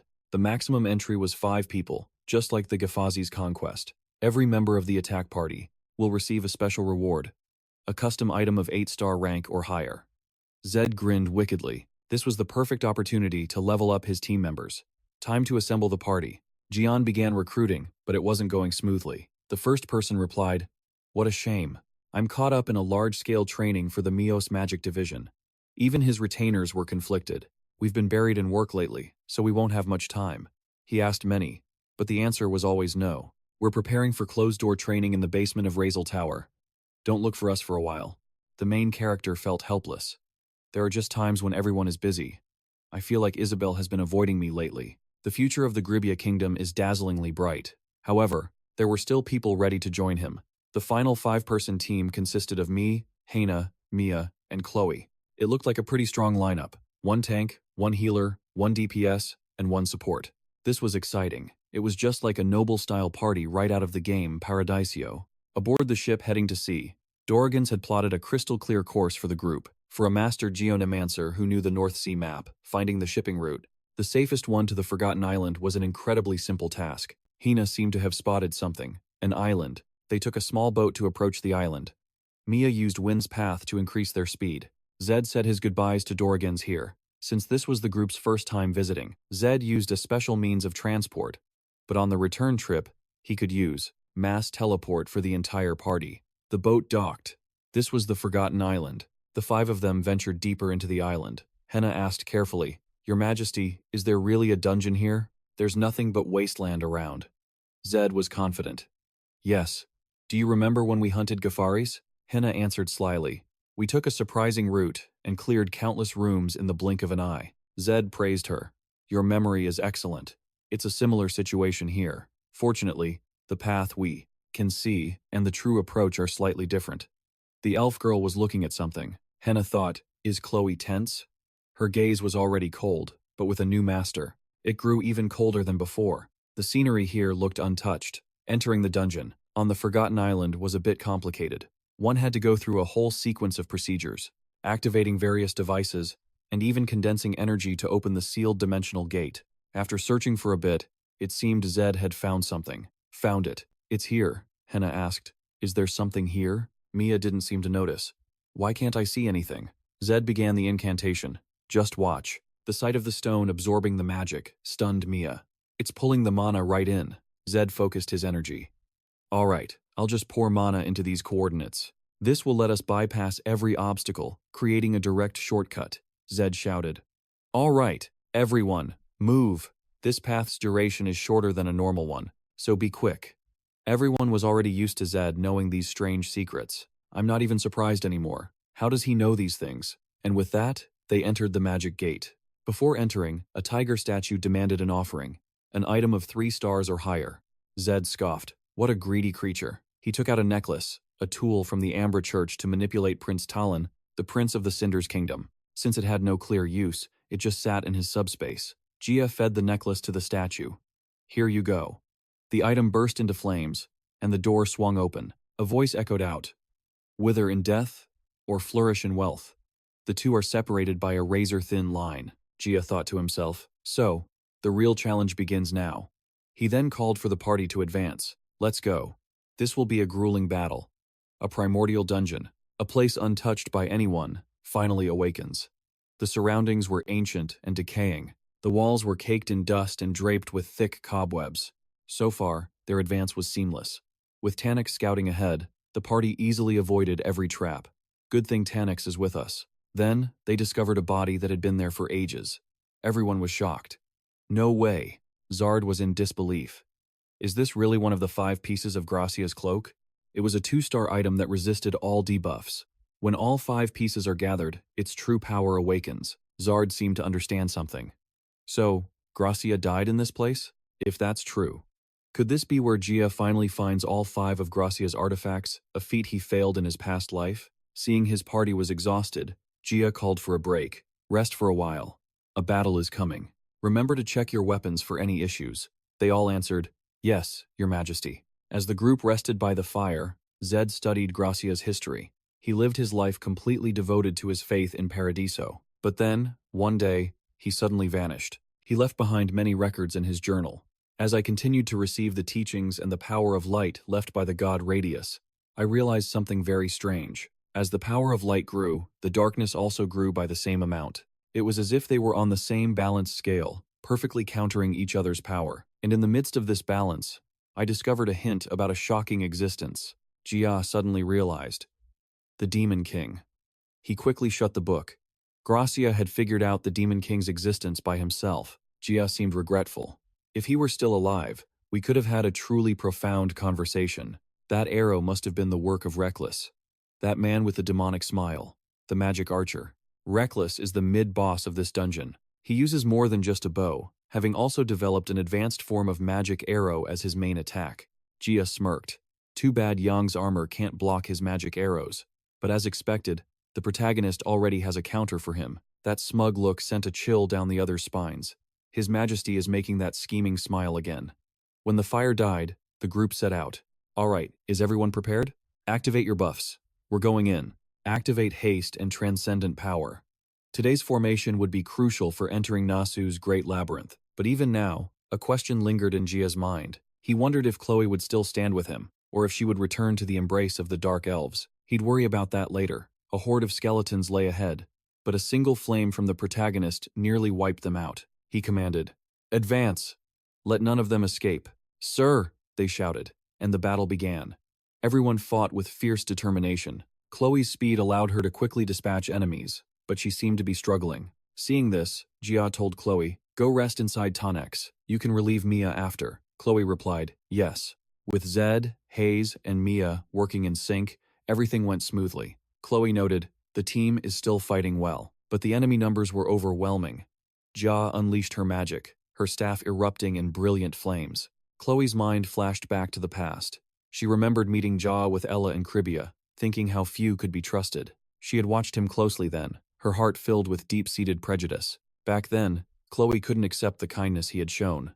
And so, for the first 2 months, I secretly stood guard outside my own bedroom every night. But as time went on, so much happened. She finally began to see the truth. The burden he carried on his shoulders and how he risked his life for her. He sacrificed more than anyone, and he was stronger than anyone. Chloe's master said Jad's magic was so powerful, no words could describe it. That is precisely why I faced such a crushing defeat. Chloe had to admit, even with all her training, her magic was no match for His Majesty's power. The old man agreed. Indeed, one can never learn enough. He is truly an extraordinary person. If you have a chance to fight by his side, you must learn everything you possibly can. And right here today, Jad was gathering a massive orb of magic, able to burn everything to ashes. It made Chloe wonder, if one day her dark elf tribe allied with humanity, would the Gravia kingdom truly be worthy of her people's complete trust? After slaughtering them all, and leaving behind countless mana stones, Jad said happily, "We have to grab every last one." Jad was truly someone she could trust, and because of that, a smile graced the elf's lips. It surprised everyone, especially Jad. It had been so long since he'd seen Chloe smile. Did Chloe just smile? The teasing made her blush as she retorted, "No, I didn't." Everyone was thrilled. "Come on. What's there to be shy about? Let us see it too." It was a smile of true happiness after so long. After clearing the stage, Jad gave a dark smirk. Just the first area, and they'd already scored so much good loot. Suddenly, Jad realized, thanks to the mentor system, his team members' growth would also affect him. This battle alone had increased his mana by 500 points. The kind of essence that only appeared in higher-level dungeons was dropping frequently here. So, everyone on the team received a 10% growth increase in their respective stats. With the mentor system's blessing, his disciples' growth rose to 11%, meaning his own mana growth would skyrocket even faster. Jad was ecstatic. His target was 1 million mana. With that much mana, he could finally cast the incantation, a level 9 spell like Meteor Storm, but with 10 times the transcendence. It was a true disaster-class magic. Its destructive power was immense, but it was exactly what he needed now. The Holy Magic War was no child's game. Arriving at the next gate, Jad asked if everyone was ready. They all shouted, "Yes," Jad ordered. "Good. We stick to the plan. This mission is tough, but I believe we can absolutely do this." The gate swung open. "Now, go invisible, and let's move out." Everyone readied their stance. A voice boomed out with terrifying force, startling Jad. "It seems we have honored guests." Luckily, Rena blocked the blow. Chloe was worried. Jad asked, "Rena, are you all right?" A figure emerged, smiling faintly. "Well, what adorable guests. Have you all come to visit me, Reckless?" Everyone was certain. That was the mid-boss, Reckless. But what was with his bizarre way of speaking? The archer attacked again. Rena's shield held strong. Jad warned, "Mia, don't stray too far from Rena." Her incredible agility made Reckless exclaim, "You blocked my arrow? You're quite a cute little thing." Rena fumed. His speech is strange, but his power is absolutely terrifying. Seeing Rena's skill, Reckless unleashed his third attack. "All right then, let's see if you can block this." It was a magic arrow. Suddenly, from above, Chloe dove down and decisively severed the magic arrow. Jad commanded, "Nice, continue with the plan." This move infuriated Reckless. He screamed, "You coward!" and fired an arrow at the others. But Mia intercepted it with her own magic. This intrigued Reckless. "I thought you were just a bunch of cute little brats." He seemed to be warming up. "Looks like it's time to get a little serious." After witnessing a few attacks, Jad began his analysis. Reckless was a dark elf, but he was a traitor serving the Demon King. He used magic arrows, a special technique. It channeled the user's magic into his arrows, a force not even Rena's shield could stop. This left Rena stunned. Then what are we supposed to do? But Rena's faith in Jad was absolute. His majesty is here, after all. "Don't worry, we've got this." But Jad shattered their confidence. "For this first battle, you all must fight without me." Hayes stammered in fear. "What do you mean? How can we possibly fight without you, your majesty?" Rena, however, seemed to understand. "You must have a plan." Jad agreed, and began to explain. "That's right. Let me break it down for you. Mia will use magic to create a massive storm, distorting the arrow's trajectory. Any stray arrows will be handled by Rena's barrier spell." The team understood the strategy, but things wouldn't be that easy. It was too early to celebrate. Reckless immediately launched his attack, but this was all within Jad's calculations. His simple enchanted archery was having no effect, so he would have to use his magic bow. But a magic bow requires casting time, and during that window, Chloe would interrupt his casting process. Her swift action immediately canceled the magic bow. This put Reckless at a disadvantage. He scowled, "This is so annoying." But Chloe was still hit by the magical backlash. Hayes instantly healed her with his recovery magic. They all agreed. Jad was hiding because he trusted them. That's why Hayes had to show him. To show everyone that the kid who couldn't even swing a sword properly had finally grown up. Meanwhile, Jad felt the heat rising after the prolonged battle. Damn it, his attacks are getting stronger. Reckless taunted them. "Are you all exhausted already? You'll have to try a little harder than that." But they had to admit, his power was incredible. To be this strong, using only archery, was truly on another level. Hayes grew worried as Rena began to tire. "Rena, are you all right?" She healed the warrior. "Thank you so much." But they wouldn't get to rest for long. Reckless unleashed another attack. "Think you can heal her? Don't even try." He fired a volley of arrows at Hayes, Rena, and Mia. The warrior's quick reflexes saved them from the blow. He warned, "Watch yourselves, ladies." This event forced Chloe to attack rashly. "We have to regroup immediately." But her haste created an opening.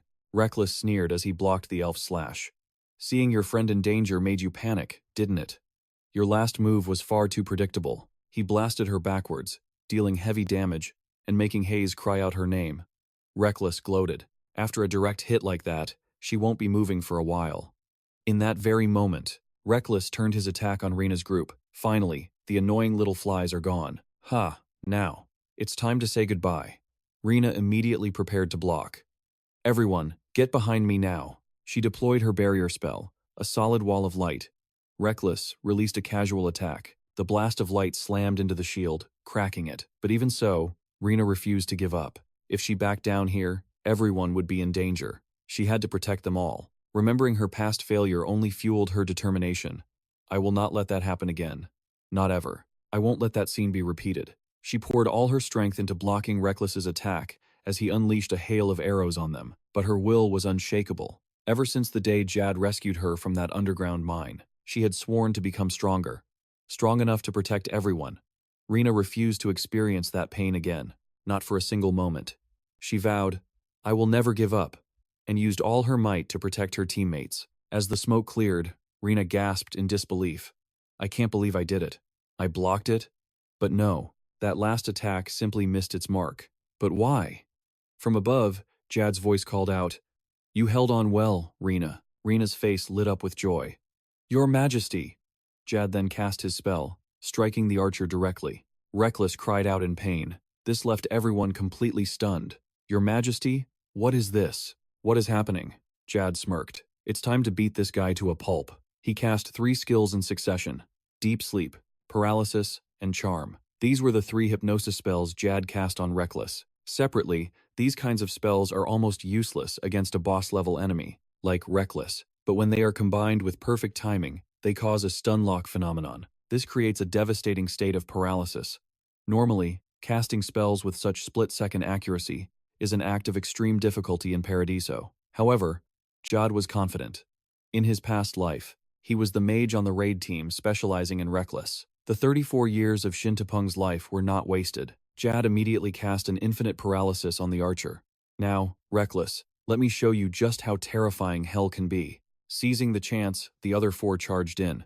Chloe yelled, "His movement is limited. Watch out for stray shots." Jack immediately commanded a focused assault. In an instant, Reckless was struck by Chloe's lightning-fast slash, but the blow didn't faze him. He fired an arrow, but Rena blocked it, scoffing, "Is that all?" Suddenly, Mia's paralysis spell locked him down.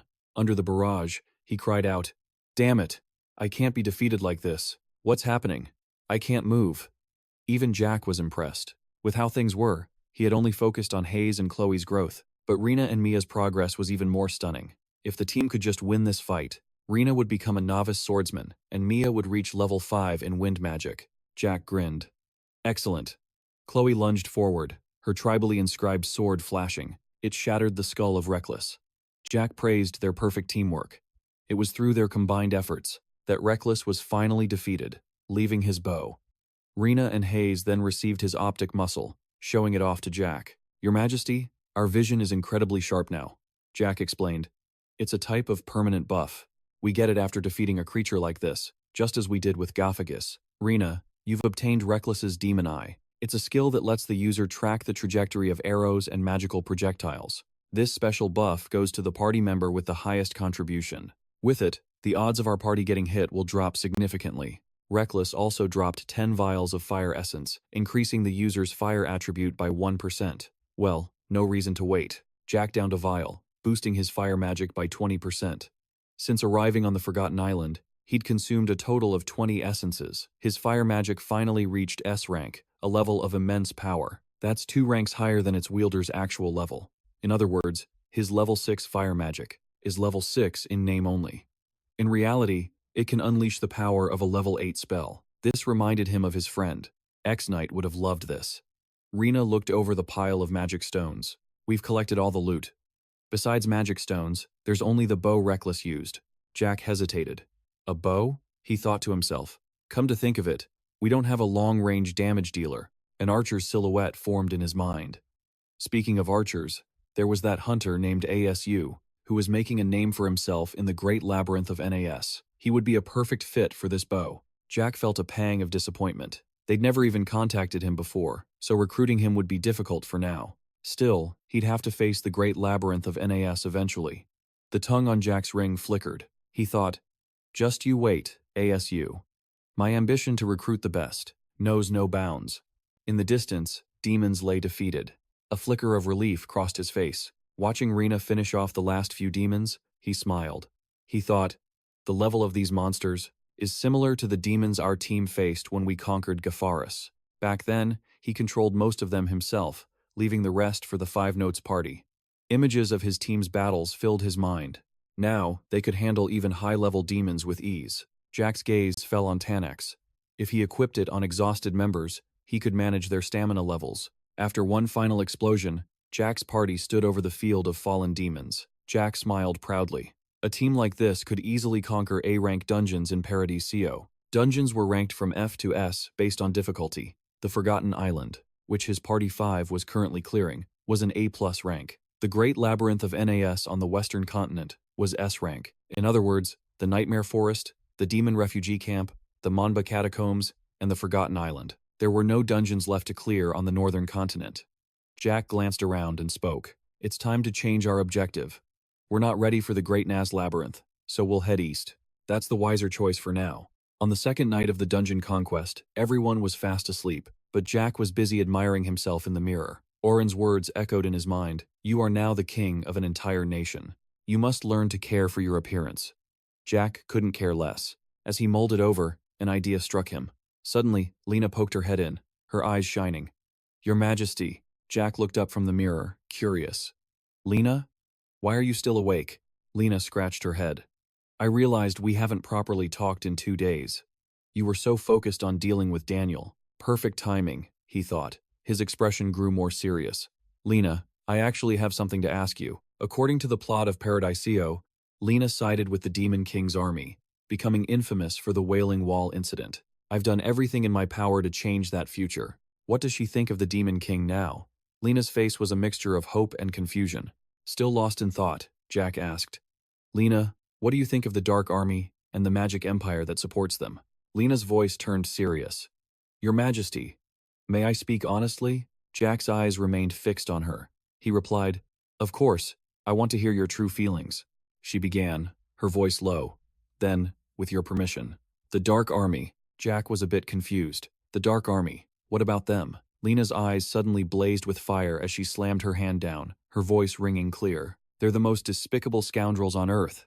I refuse to exist under the same sky as them. They'd even sacrifice their own people for their twisted goals.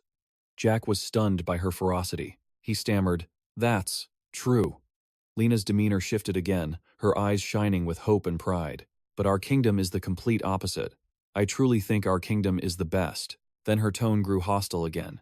Meanwhile, Malos and Bonus, who abandoned their people, are the two absolute worst nations. Jack smiled softly at Lena's passion and loyalty. Thank you for those words, he said gently. Lena suddenly grabbed his hand. I know that I still have many flaws, and that I'm still young, and that I haven't earned your trust. Surprised, he replied, I've never thought that. Lena looked up, her eyes filled with confidence. I want to prove myself in real battles, to be your most reliable shield. I want to contribute my strength to our kingdom, not as a greenhouse flower, but as a wildflower, one strong enough to withstand any storm. As Lena spoke, her hands trembled with overwhelming emotion. She was ready to dedicate her entire being. Jack smiled, his resolve hardening. Now I understand, he thought. Lena, your future is already shining so brightly. He patted her head.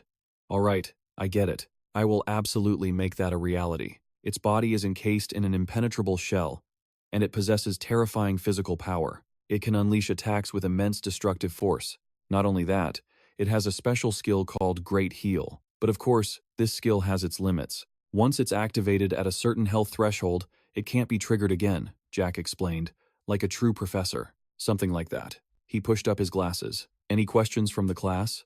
Lena's hand shot up. I have one. You've explained its attacks and transformations, but you haven't mentioned the key strategy to defeat it. Are we going to use the same explosion tactic we used on Gafagis? Jack acted professional. Ah, an excellent question. Lena sheepishly scratched her head. Thank you, Professor Majesty, she giggled. Milena and Chloe exchanged a confused glance. Why does it feel like we're in some kind of weird role-playing game? Jack slowly took off his glasses. It's not that I don't have a strategy. It just won't be as easy as the fight with Gafagis. The key to this strategy is... He suddenly pointed right at her. The entire group froze, their eyes wide. Lena's face went pale. Me? Jack replied. That's right. The key to conquering Kibenum is Death Heal. Death Heal. Or by its official name, Lethal Therapy. This is a special art that mages can't use. It can only be performed by a healer, and healers use Death Heal by first applying it, then following up with magical healing, to convert the damage. So, how do we apply it to Kibenum? Jack planned to use a stacking glitch with Death Heal. This method, as explained before, only works on Kibenum. This skill can't be activated when health is normal. Therefore, after casting Death Therapy, the team must maintain formation and steady DPS to force massive recovery activations. 20% of that healing will be stored as damage. Naturally, this stored damage stays dormant until Death Therapy is triggered. But the moment this skill activates, all that accumulated damage will detonate at once when its health drops below 40%. We'll stack a total of 42% damage. So, when do we activate Death Therapy? When it's activated, damage equal to 42% of Kibenum's health becomes a fatal blow. It will be a truly massive explosion. However, this strategy is far from perfect. First, when Death Therapy is triggered, a boss like Kibenum will instantly gain a resistance buff. In other words, if we trigger it incorrectly, our team gets no second chance. Ha trembled, shocked by the immense weight of her responsibility. 1. For that reason, after casting Death Therapy, you must board the Tannex and continuously fire magic bullets for optimal effect. 2. The entire party will lose all healing buffs. Ra looked at his clenched fist, a heavy sense of unease washing over him. Even my own Tier 1 healing magic will be sealed. That's because Death Therapy reacts to all healing. Ra continued.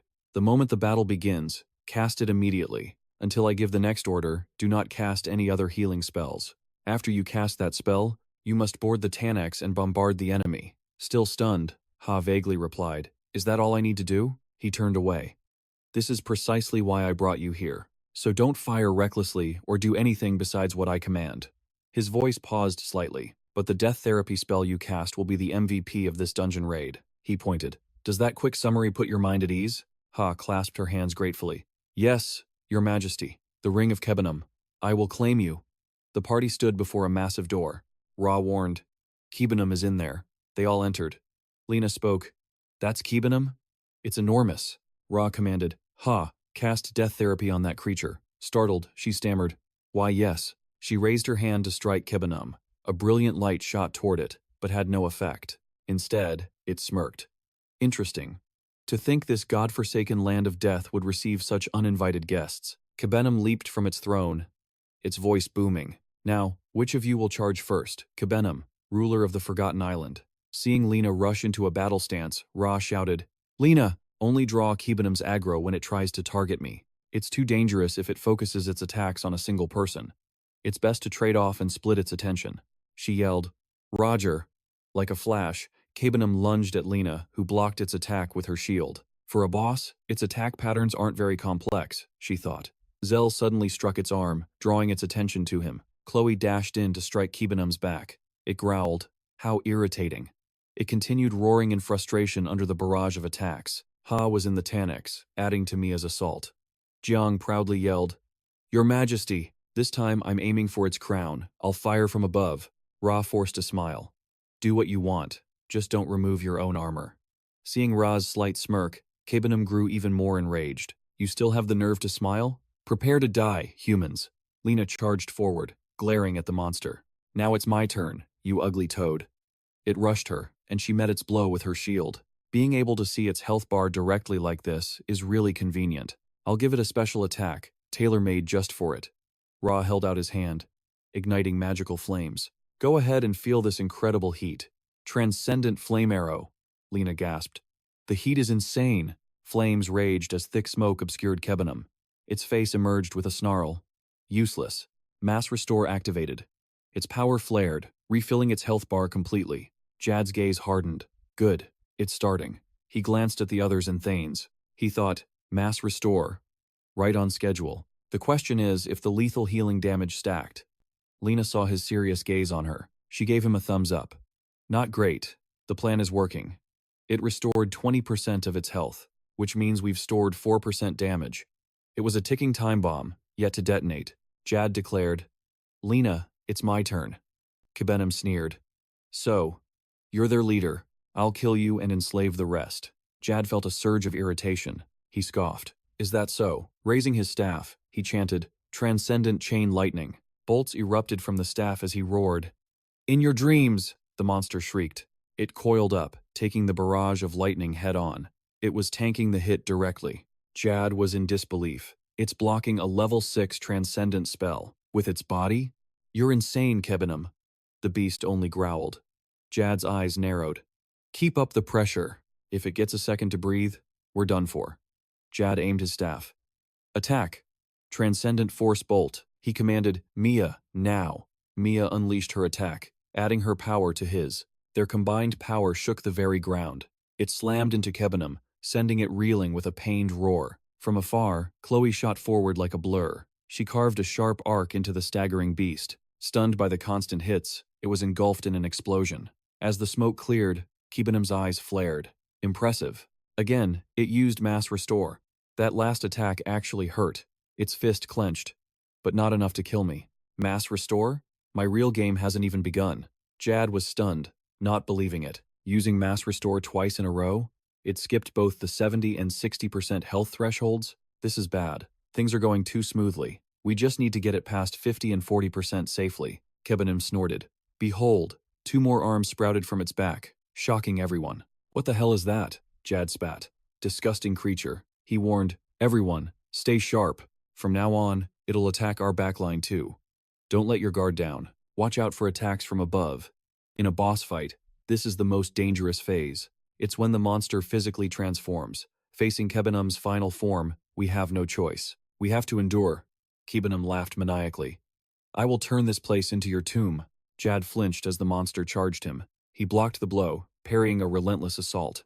Its physical power is monstrous. We can only hold on. Debris flew everywhere as the team neared exhaustion. Lena, behind you. Startled, Lena quickly blocked Kebenum's strike. Jad watched intently. It's ignoring me to focus on Lena. Its health is at 45%. Just 5% more. And it will trigger this guy's final mass restore. He glanced at Lena, who was gasping for air. Lena was holding up well, but not for much longer. There's no other choice. I have 5 chances. Keepy. Using one of them now should be fine. Jad activated the magic in his ring. Veins pulsed along his jaw as his fangs sharpened and grew. He shot towards Kebenum. Here I come. 4,000 mana left. Enough for 1 cast. A level 4 transcendent spell. But it's ineffective from a distance. The rest of the team was shocked. Chloe's eyes went wide. What is he doing?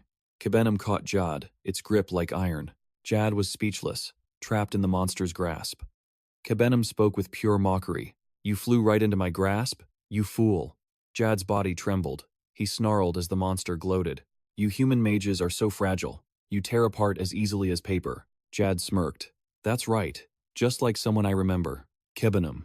The beast was caught off guard by his expression. Jad then bit down hard on its hand, his own palm touching its skin. Model, Knight. Kebenum's giant hand crushed him, but the magic in his ring began to activate. It released him as its body started to melt. What is this? The monster snarled. My skin. It's like steel.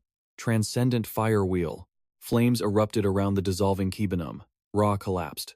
I had to use it, but this strategy is dangerously risky. He thought back. But the move had stabilized everything. Now, he just had to wait for its final, massive recovery skill. Kebenum's form flickered in the inferno as it screamed, You foolish humans. Don't you understand that all of your struggles are completely useless? Massive recovery. The monster's health bar instantly refilled to its original state. Just like before, the moment Mortal Treatment's countdown ended, the massive recovery skill activated. Ra looked toward Ha and yelled, Now's the time. You dare harm His Majesty. Die. She unleashed a final blow toward Kebenham. It raised a hand to block. It's useless, the monster mocked, feeling no pain. That attack didn't even tickle. You call that an attack? A second later, Kebenham's entire body broke out in welts. It twisted and warped. What trick is this? My body? How could I be defeated so easily? Ra quickly shouted to his group. Everyone, get behind me now. A massive explosion erupted, sending smoke everywhere. Lena waited, then asked, Did we win? Chloe smiled. Yes, we did. Mia leaped into the air. We did it. Ra turned to look at his party. Everyone did great. Suddenly, a frantic Ha threw her arms around him, catching him off guard. She looked up, her worried eyes welling with tears. Thank the heavens, you're safe. I'm so relieved. I thought something terrible had happened to you. He looked down at her with a reassuring expression. A light flashed above the group's heads. Huh? What's that? A ring formed on Ha's hand. A necklace? A red pendant appeared on Lena's neck. Mine's a bracelet. A golden bangle was now on Mia's wrist. Chloe was no exception. She felt something on her ear. Is there something on my ear? A purple earring had appeared there. Ha! Exclaimed excitedly. Your Majesty, I can feel an enormous change happening within me. Ra asked curiously. What kind of change? I never even knew things like this existed in the world, she continued, trying to explain. The divine circle, which represents my vast holy power, has expanded by 5 new branches. 5 branches? Ra let out a laugh. Only 2.5 years of training, and you already have 5 branches. Even Saintess Medine would be shocked. Ha looked at him again, curious. Speaking of which, what reward did you receive, Your Majesty? Me? The ring in his hand flashed brilliantly. My reward must be this ring. He slipped it on, thinking, I've finally obtained it. I've finally acquired a 10-star item. Massive recovery. It can heal almost any external wound. An incredibly useful feature in combat. Clairvoyance. It's a one-time use, but it can also scan for a desired item. It's unbelievably valuable. Fervent devotion consumes 99% of my health, but with a healer nearby, fervent devotion becomes a priceless asset. And nocturnal instinct. This ring is also extremely useful in the frequent battles that occur at night. Ra continued to admire the ring. To think such an amazing item would fall into my hands. It's all thanks to the knowledge I gathered in my past life. Meanwhile, she stared at something inquisitively. Your Majesty, there's something behind the throne. I think it's a treasure chest. Is that so? Let's try opening it. A chest creaked open. Inside were Gracia's glasses, Gracia's necklace, and Gracia's belt. The 3 remaining pieces of the 5-piece Gracia item set are here. Its stats are much lower than similar items, but it's one of the few sets favored by the divine.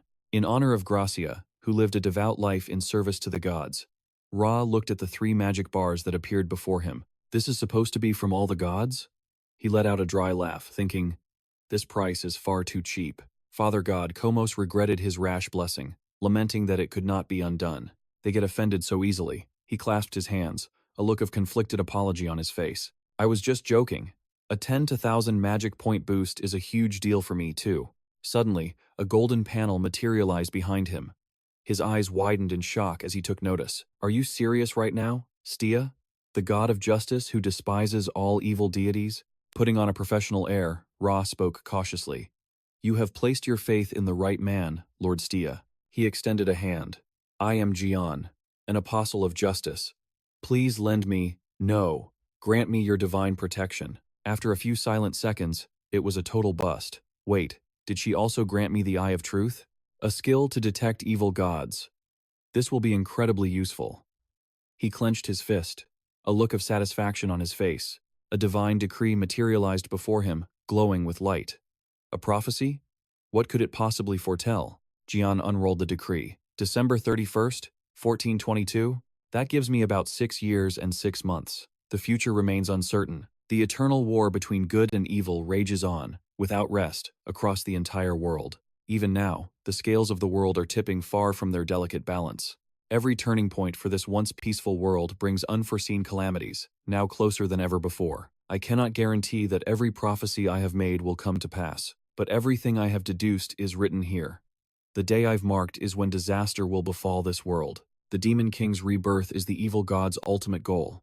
That day is inevitable, a fate that cannot be escaped. Does this mean the prophesied holy war will begin a full year earlier than I anticipated? Ra's face grew grim as he continued to read. his hand tightening around the prophecy.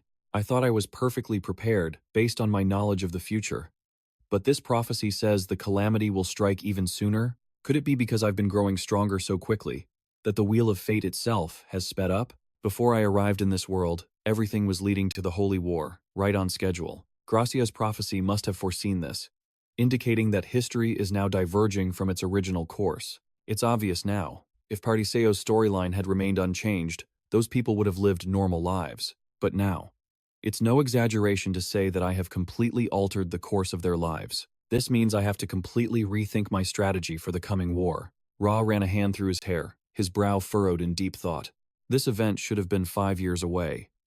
What a massive headache. Meanwhile, Lena was humming to herself, happily gathering magic stones into her pouch. The others admired the gems as well. He smiled, looking at the glittering haul in his bag. Even Kibanum dropped such a generous amount of magic stones. Glimmering blue motes began to drift down from above. Lena smiled brightly. Your Majesty, look. Isn't it beautiful? It's just like falling snow. Mia cried out as well. Sister, it's gorgeous. Just looking at it makes me feel energized. It is, isn't it? Lena reached out her hand, asking, is this level 5 holy healing magic? Ra answered, that's right. I can now heal countless soldiers on the battlefield at once. A single healer who can save thousands of lives. Plus, I have an item that boosts holy power by 1,000. My transcendent healing is on a completely different level now. Ra froze for a moment. Huh? What is this? This overwhelming presence. He called out to his party members, but no one responded. They were frozen in place. Panic began to set in. What's going on? Has time stopped? A strange light glowed from above. Strands of white hair coalesced, forming into a human figure. Ra stared at the man floating before him. Could it be Lord Gracia? Gracia's voice echoed. To gather every achievement and summon me here. You must have gone through a great deal. Ra smiled. It really is you, Lord Gracia. The being smiled. It is I. Researching the very core of Kebanum has been a fascinating experience. But in the end, there was no escape, and my life ended there. He whispered. What a shame.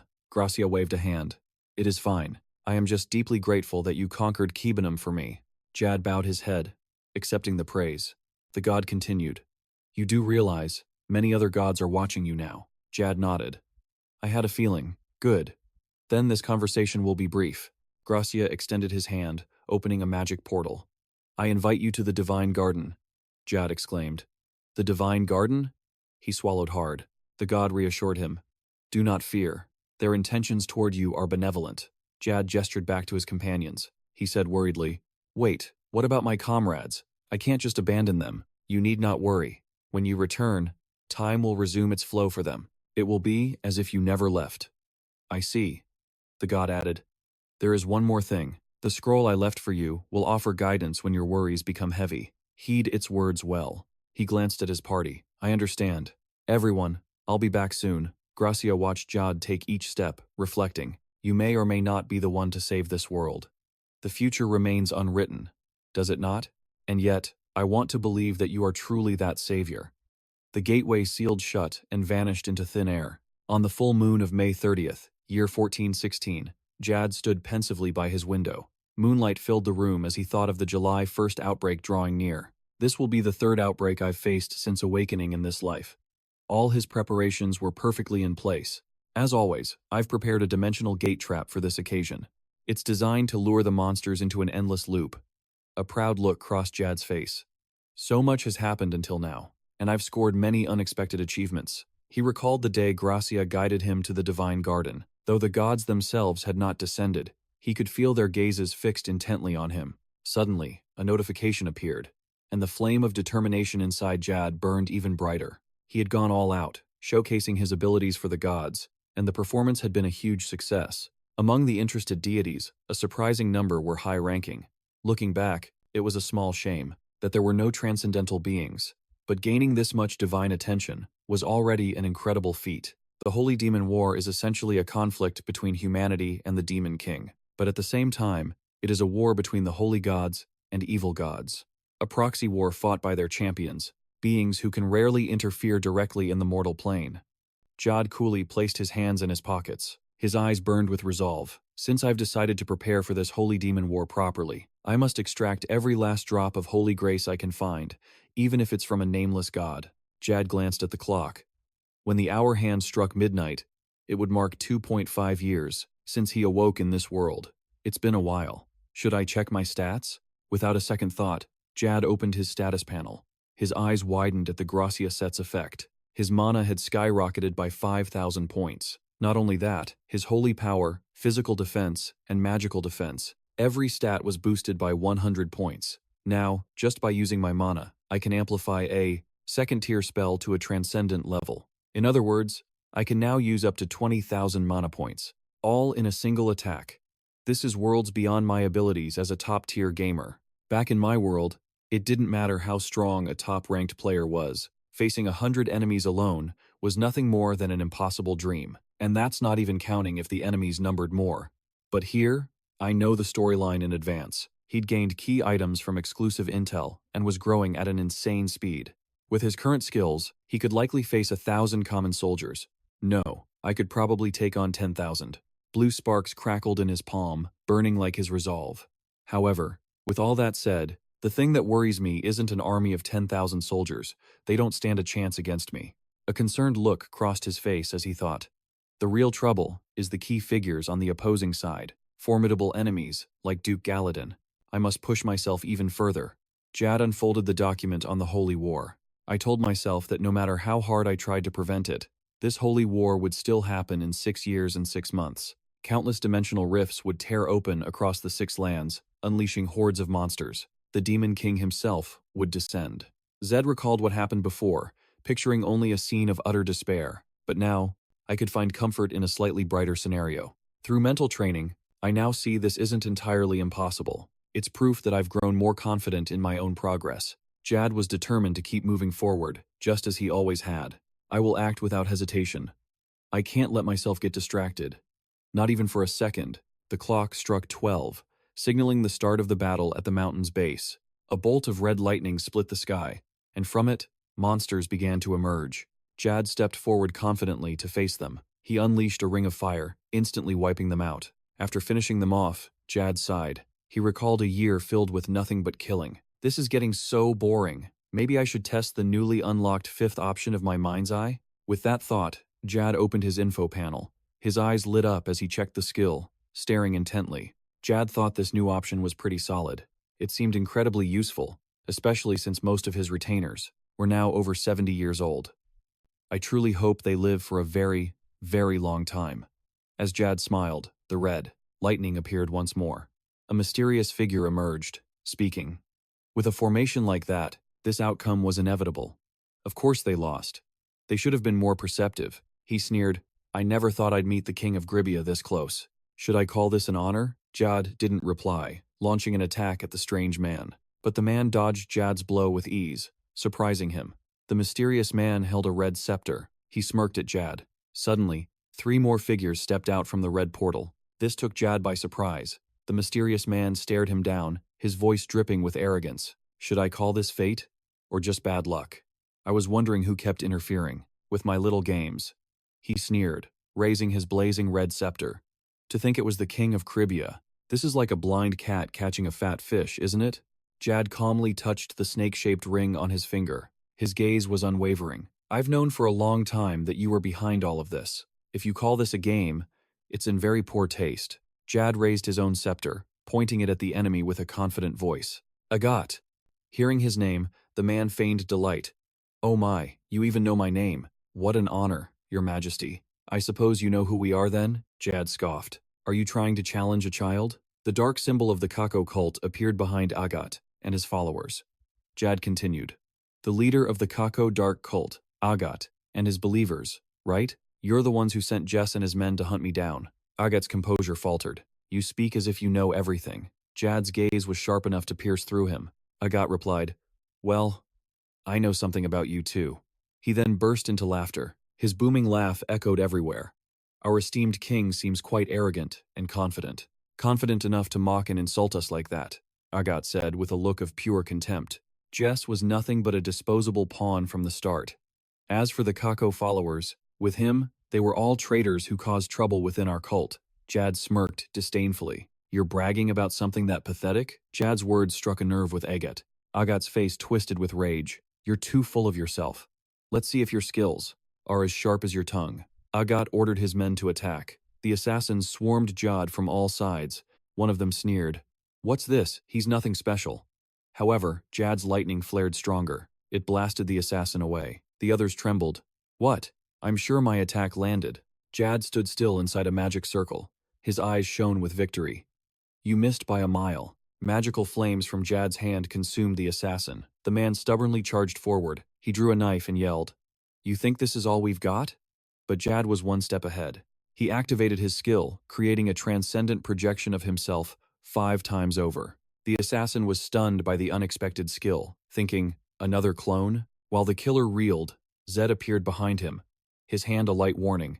The assassin muttered, This is completely insane. After dispatching the assassin, Zed dusted his hands off, looking at Agret with a triumphant gaze. Agret laughed loudly, saying, He's focusing his projections to make them more tangible. Heh, I'll admit, that's impressive. Standing among Agret's fallen men, Zed stared him down provocatively. Drop the fake compliments and come at me. Or are you planning to run now that your men are gone? Agret boomed with laughter. I'm merely expressing my heartfelt admiration. Your Majesty really has some incredible tricks up his sleeve. Despite his mocking tone, Agret was inwardly stunned by the power Zed had just displayed. He thought, Is that truly the strength of a Tier 5 sorcerer? Every assassin capable of matching a Tier 5 sorcerer had been utterly crushed by him. Agret recalled the warning. I told all of you time and time again. He is no ordinary man. This is the price for ignoring a god's words. The crimson scepter in Agret's hand began to hum. He raged internally. My calculations were all wrong. But it's not too late. Perhaps I should retreat, even if it's a disgrace. Noticing Agret's hesitation, Zed smirked, adding fuel to the fire. What are you just standing there for? Don't tell me you're getting scared. Zed's taunt made Agret glare, his voice a low growl. Scared? Me? Agret? A sinister purple aura erupted from behind him.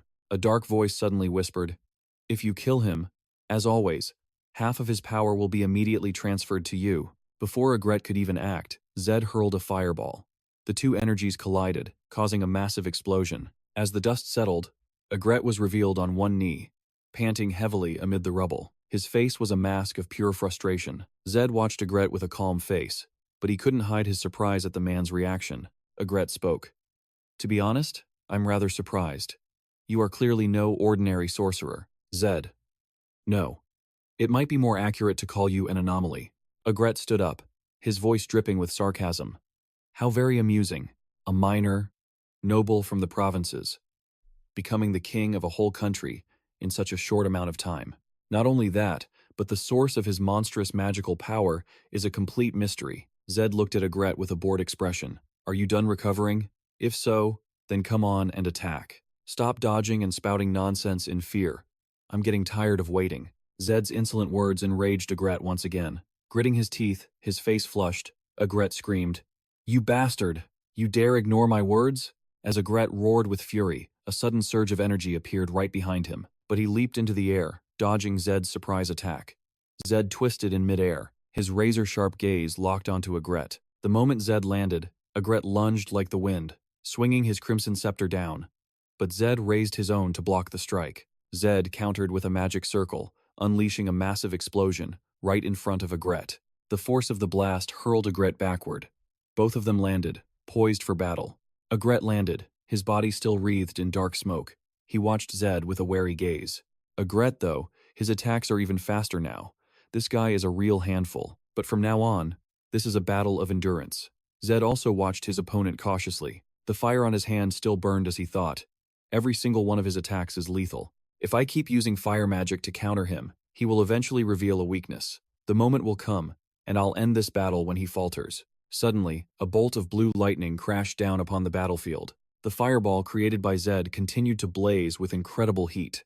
Zed kept his focus, maintaining the spell, his eyes locked on his opponent. Agret thought, he has only been using fire magic this entire time. Could it be a lack of confidence in his other magic? Fire magic was the ideal counter for his new blood god form, so the choice was obvious. Seeing only fire-based counters, Agret suspected Jack's true intentions. He thought, surprisingly, none of my attacks have landed, and he's deliberately staying on the defensive. Is he trying to drain my stamina by dragging this out? A useless tactic. But Agrat didn't know Jack was secretly using a special ability. This stalling was all to his advantage. Agrat deemed it useless. His stamina was constantly restored by the blood god's power. The slow healing of his wounds was its only drawback. Realizing the stall, Agrat decided to simply overwhelm him. Jack raised a hand, forming a fire magic circle. Suddenly, a huge wall of fire erupted, blocking Agrat's path. "Firewall," Jack commanded, but Agrat was unfazed. He charged the wall, yelling, "Don't even think about it." Agrat leaped high, easily clearing the inferno. He thought, "A wall this low is no obstacle for me."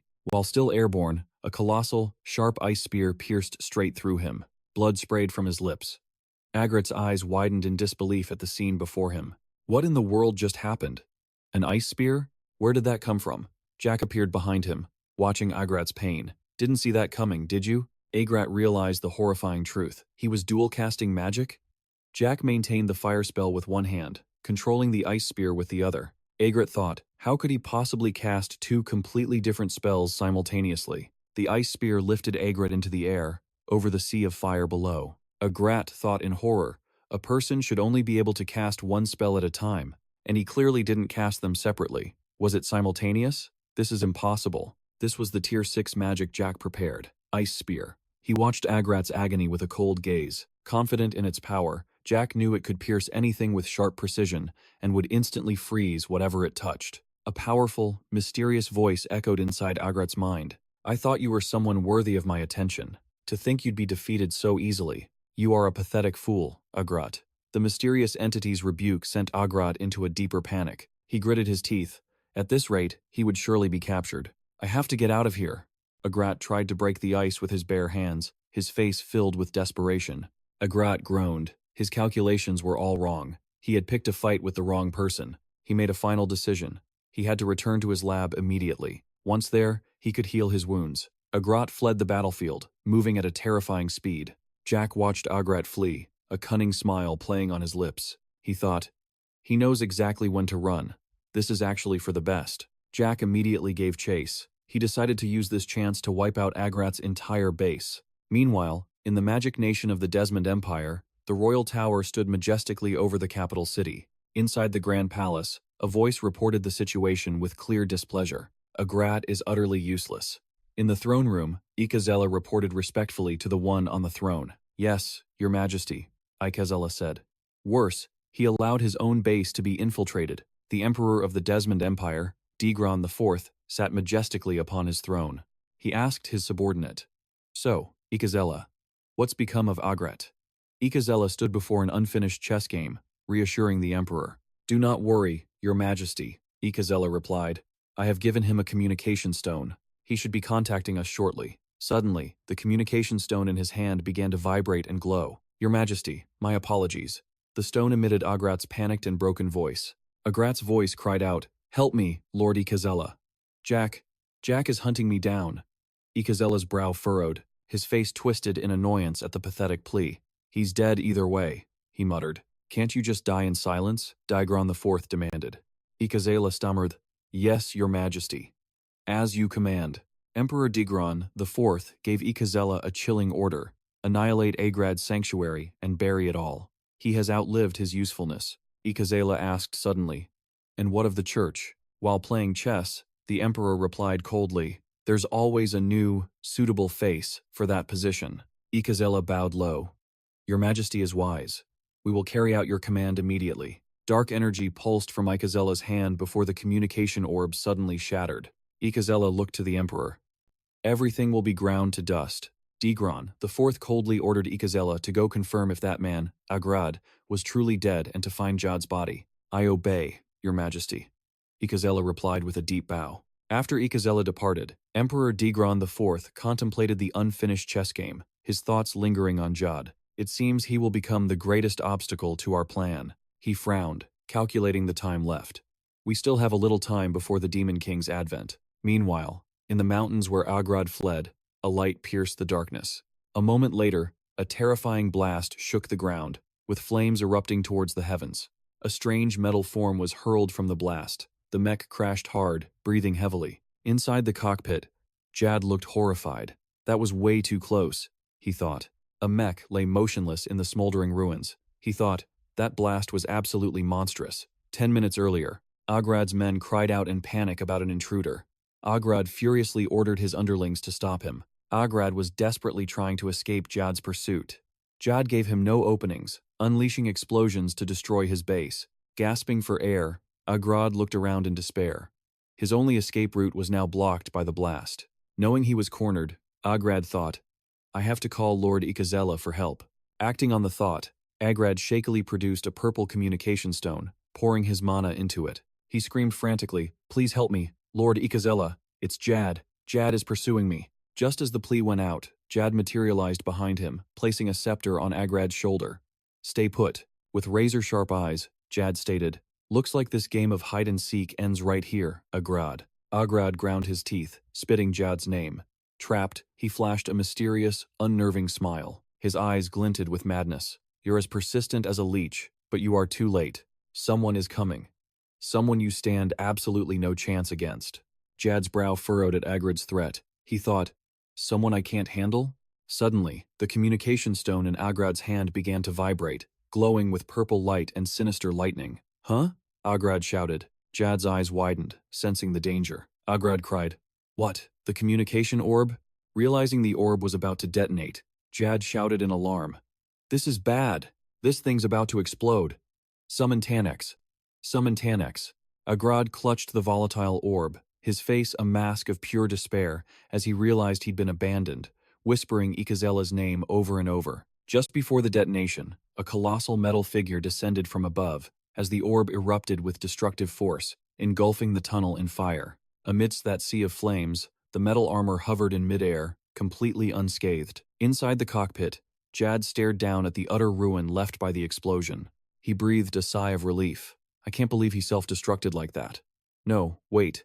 Now that I think about it, even Agrad looked confused. Jad remembered that in his final moments, he had called out a name. I think it was Ikazella. That name was completely alien to Jad. He thought, Ikazella? Why have I never heard that name before? Even with my memories of Paradisio, for someone like me who knows this world inside and out, to not recognize his name, it must mean he either died before the main story began, or he was a complete nobody. Jad began to speculate about the mastermind pulling the strings, an enemy who would discard Agrad without a second thought, even forcing him to self-destruct. In other words, Agrath was just a worthless pawn of the Keiko cult. The real master was still lurking in the shadows. The thrusters fired, launching Zed's armor into the sky. He had to learn more about that mysterious name. I have to find Ikazella. Who is he? The forces of darkness use aliases, so I couldn't be sure of their real names. However, from the thick dust, a massive tentacle suddenly slammed down, scorching a long scar on the ground. Zed shuddered, realizing the true nature of the power Agreth had wielded. I thought, there's no mistaking it. That is the god of slaughter and parasites, the evil god Kurisol. Inside the cockpit, Zed felt a mix of tension and excitement. He thought, so this is it. I'm finally facing the true master, not just a puppet like Agrath.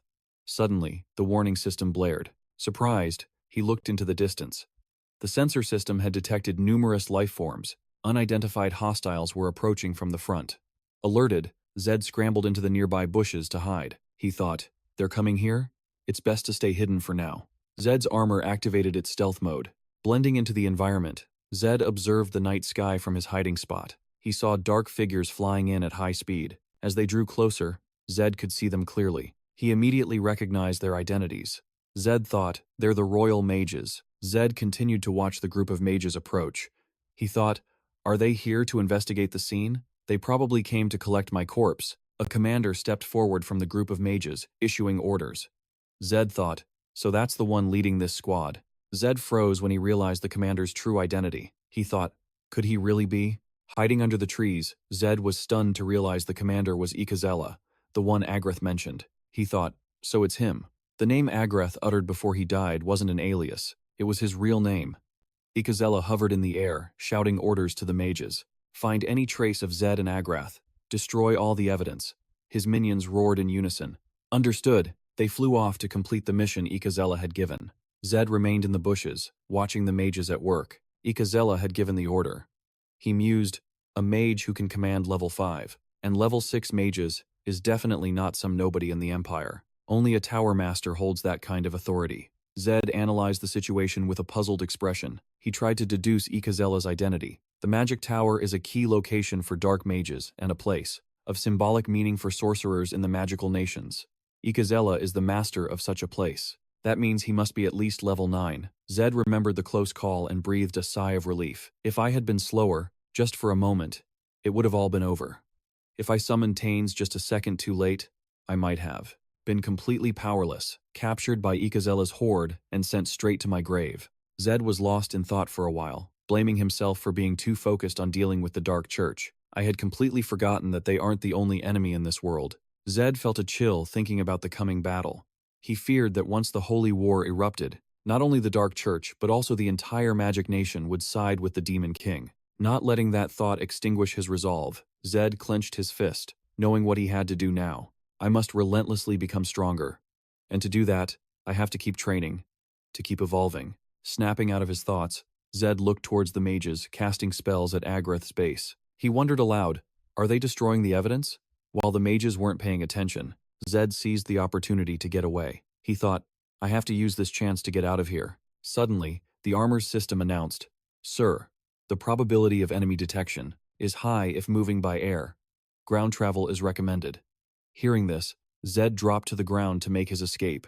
Inside the cockpit, Zed gritted his teeth, his eyes burning with rage. Isabella, for what happened today. I will make it a lesson you'll never forget. 2 days later, at Zed's estate, he cried out in shock. Wait, what is this? Zed stared, completely stunned, at Daryl, his pet. In a panic, Zed asked, Daryl, what in the world happened while I was away? How did your level skyrocket like this?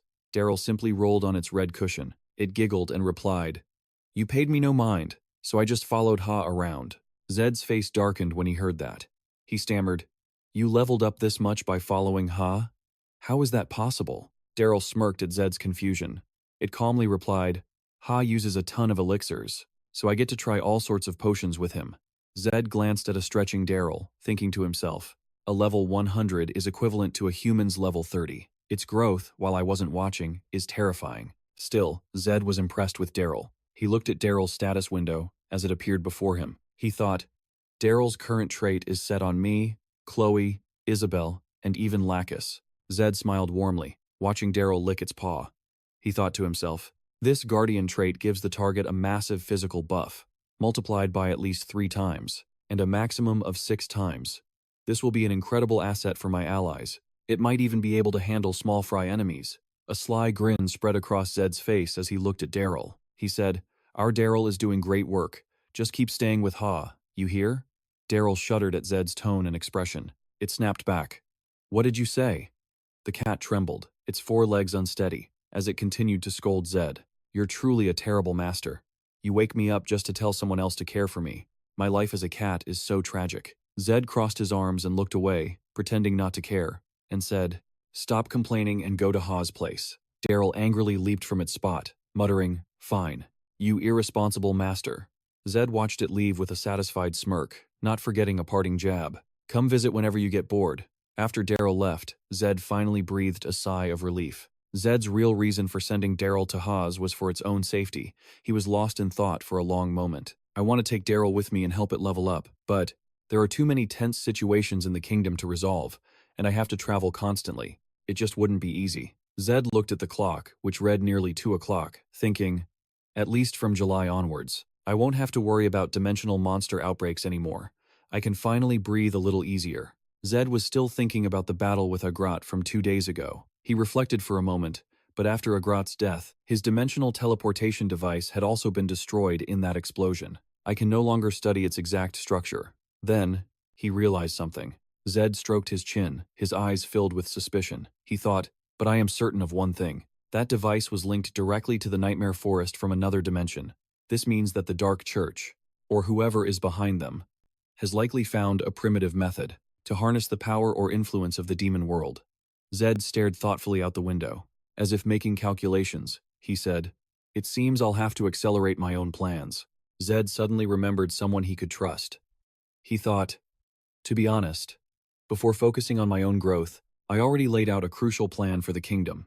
That is, to recruit the blacksmith, Moisel. Thinking of that blacksmith, Jad had to admire him. Moisel was also a smith, but he could craft and sculpt. He was an artist. In terms of fame, Moisel completely overshadowed Acero. Jad's decision was instant. He thought, it's time. I need to recruit him for my team. But one problem gnawed at him, the cost. Recruiting the master smith would require an astronomical sum, but that wouldn't shake his resolve. Jad smirked at the map, thinking, the solution lies in the Eastern Sea. Specifically, a great rift in the ocean containing countless hidden spaces, all intertwined. Jad marked his target with a bold red X. My destination, he thought, is the infinite training chamber. His maid piloted Jad's metal armor. As they crossed the sea, Ha complained with a frustrated sigh. Your Majesty, are you sneaking out again? As your servant, I must say I'm very disappointed in you. Inside the cockpit, Jad looked sheepish. He replied awkwardly, I already said I was sorry. Please forgive me. Refusing to let him off, Ha scolded him affectionately. Do you have any idea how worried I was when you got hurt 2 days ago? You nearly collapsed. And before Jad could even answer, Ha continued to fuss in his ear. You're planning on going somewhere dangerous again, aren't you? That's precisely why I must accompany you. Do you have any idea how hard I've trained for this, Your Majesty? Jad was left with no room to argue. He stammered in reply. Of course, I know that. Having you here puts my mind at ease. Ha's face immediately flushed at his words, her affectionate gaze fixed on his metal armor as he flew. Her thoughts drifted.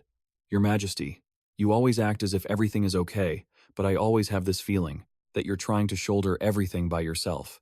The maid looked toward Jad, her gaze full of emotion. She thought quietly, is it a sin for a lowly maid like me to have feelings for His Majesty? I know, His Majesty has always spoiled me. But they all say that the noble ladies are all vying for the empty position of queen at your side. Ha felt a pang of jealousy thinking about it. But just the thought of another woman, a noble, marrying you. It's just unbearable. Suddenly, an image of her and Jad kissing appeared in her mind. If I'm really that precious to you, then just how important am I to your heart? Thinking of it, her face turned bright red with embarrassment. She tapped her cheeks with both hands. Get a grip. Stop thinking nonsense, Ha told herself firmly. All she had to do was her very best, leaving no room for regret. Level 5, Holy Power? How could that possibly be enough? This is only the beginning.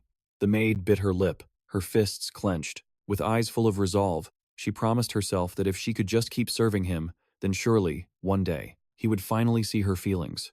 But suddenly, Jad's voice shattered her train of thought. From this point on, I need to move alone to survey the area. So, you should wear the Tanax and follow me. Not getting a response, Jad called again. Hey, are you listening to me? Why are you just staring blankly? After a long pause, Ha screamed, Your Majesty, you're an absolute idiot. Jad was confused. He stuttered back. Huh? What was that all about? After Ha equipped Jad's Tanax, the two continued flying across the sea to their destination. After flying for a while, Jad suddenly stopped short. His eyes lit up as he said, Found it. Both Ha and Jad were in complete awe before a massive fissure in the middle of the ocean. The roar of the current sounded like it could devour the world, into the chasm. Jad declared, We're heading into this fissure now. Ha was stunned by his statement. She screamed in disbelief. Are you serious, Your Majesty? Her eyes widened in fear as she stuttered. Do you know why a place like this exists? Contrary to the maid's terror, Jad calmly answered, In short, even the supreme god. Zedius makes a few mistakes now and then. This place is living proof that gods are not perfect entities, entirely flawless. Ha looked skeptical hearing this. Is that so? I'm not entirely convinced. Jad felt a bit embarrassed by her response and recalled the history of the massive fissure. Initially, the Great Fissure was a glitch connecting to a backup area created by the developers in the ocean, the vast ocean. While sailing, a player happened to stumble upon it by chance. Of course, this curious player entered the fissure and was immediately wiped out. Since this space was an anomaly, the damage it inflicted on anyone who entered was incredibly difficult to explain, making survival nearly impossible. A confident look appeared on Jad's face, looking down at the Kebenum ring. He thought, the reason no one has ever reached this place before, despite knowing of it, is because of the violent tempest inside. But now, I have the Kebenum ring in my possession. This is the minimum requirement to overcome this zone. Jad considered his plan carefully. He thought, with a level 6 perfect shield spell, my mana consumption will be fixed at 160 per second. To descend into the chasm, the mana needed to maintain my defense is 24,000 mana points. So, to get through here safely, I must endure for 150 seconds, or 2 minutes and 30 seconds. Jad's hand tightened into a fist.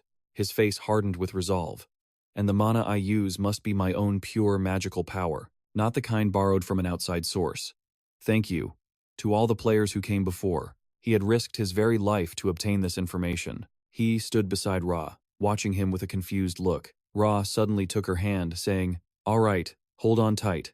At its master's command, Thanes began to disengage its armor. A system alert announced the armor was detaching. Hia called out in confusion, "Your Majesty!" Suddenly, Thanes vanished. Hia cried out, but Ra was there to catch her. He said, "We can't control our movements inside the Great Rift." She clung to him, a little panicked, but Ra offered a calming smile. A deep blush spread across her face, her shyness obvious as she held the man she secretly admired. As she trembled in his arms, he suddenly said, "Let's go." Instantly, a perfect shield enveloped them, then plunged into the sea without a trace. In a strange dimension filled with cracked walls, Hia gazed around with wonder. "Your Majesty, I've never seen a place like this before." The cracks widened, revealing a stunning landscape. The girl exclaimed in awe, "I feel like a god, watching fragments of countless worlds unfold." "Your Majesty, look, that building is so strange. That must be architecture from the eastern continent." Seeing her excitement, he gently reminded her, "I know you're thrilled, but try to stay calm for now." Then, a flash of light streaked past, catching her attention. Arcs of lightning filled the space, making her jump in fear. "What is that?" He quickly reassured her, "Don't worry. Instead, why don't you try reciting the powers of two that I taught you?" She asked, curious. "Right now, Your Majesty? By the time you finish, we'll have arrived." Focusing on something else is a powerful way to forget one's fear. She obeyed and began to count. 1, 2, 4, 8, 16. The dimension shifted again, and she stared in awe. That passage seemed endless. But it has a floor? And this place is absolutely massive. We arrived much faster than I expected. Yes, this space is truly bizarre. The more I see, the more it feels like a realm of the gods. Your Majesty, the floor and these cubes are showing images of different places. They're just like the scenes we saw through the cracks on our way here. They may look different, but their function is exactly the same. They can transport us directly to any of those locations. He then prompted her, "Shall we continue? Your Majesty, wait for me." They reached a corner, and he announced, "Found it. This is the place." Hia asked, "Where are we?" He pulled her by the hand. "You'll see. Your Majesty." She squeezed her eyes shut, then slowly opened them to a breathtaking view. Suddenly, a massive club blocked their path. A goblin with razor-sharp teeth appeared, drool dripping from its terrifying mouth. But overall, it was small, and didn't seem particularly dangerous. The two of them froze on the spot. "Is that a goblin, Your Majesty? Is this what you were searching for?" "It is. But the real surprise is only just beginning." The goblin glared at him and let out a guttural sound.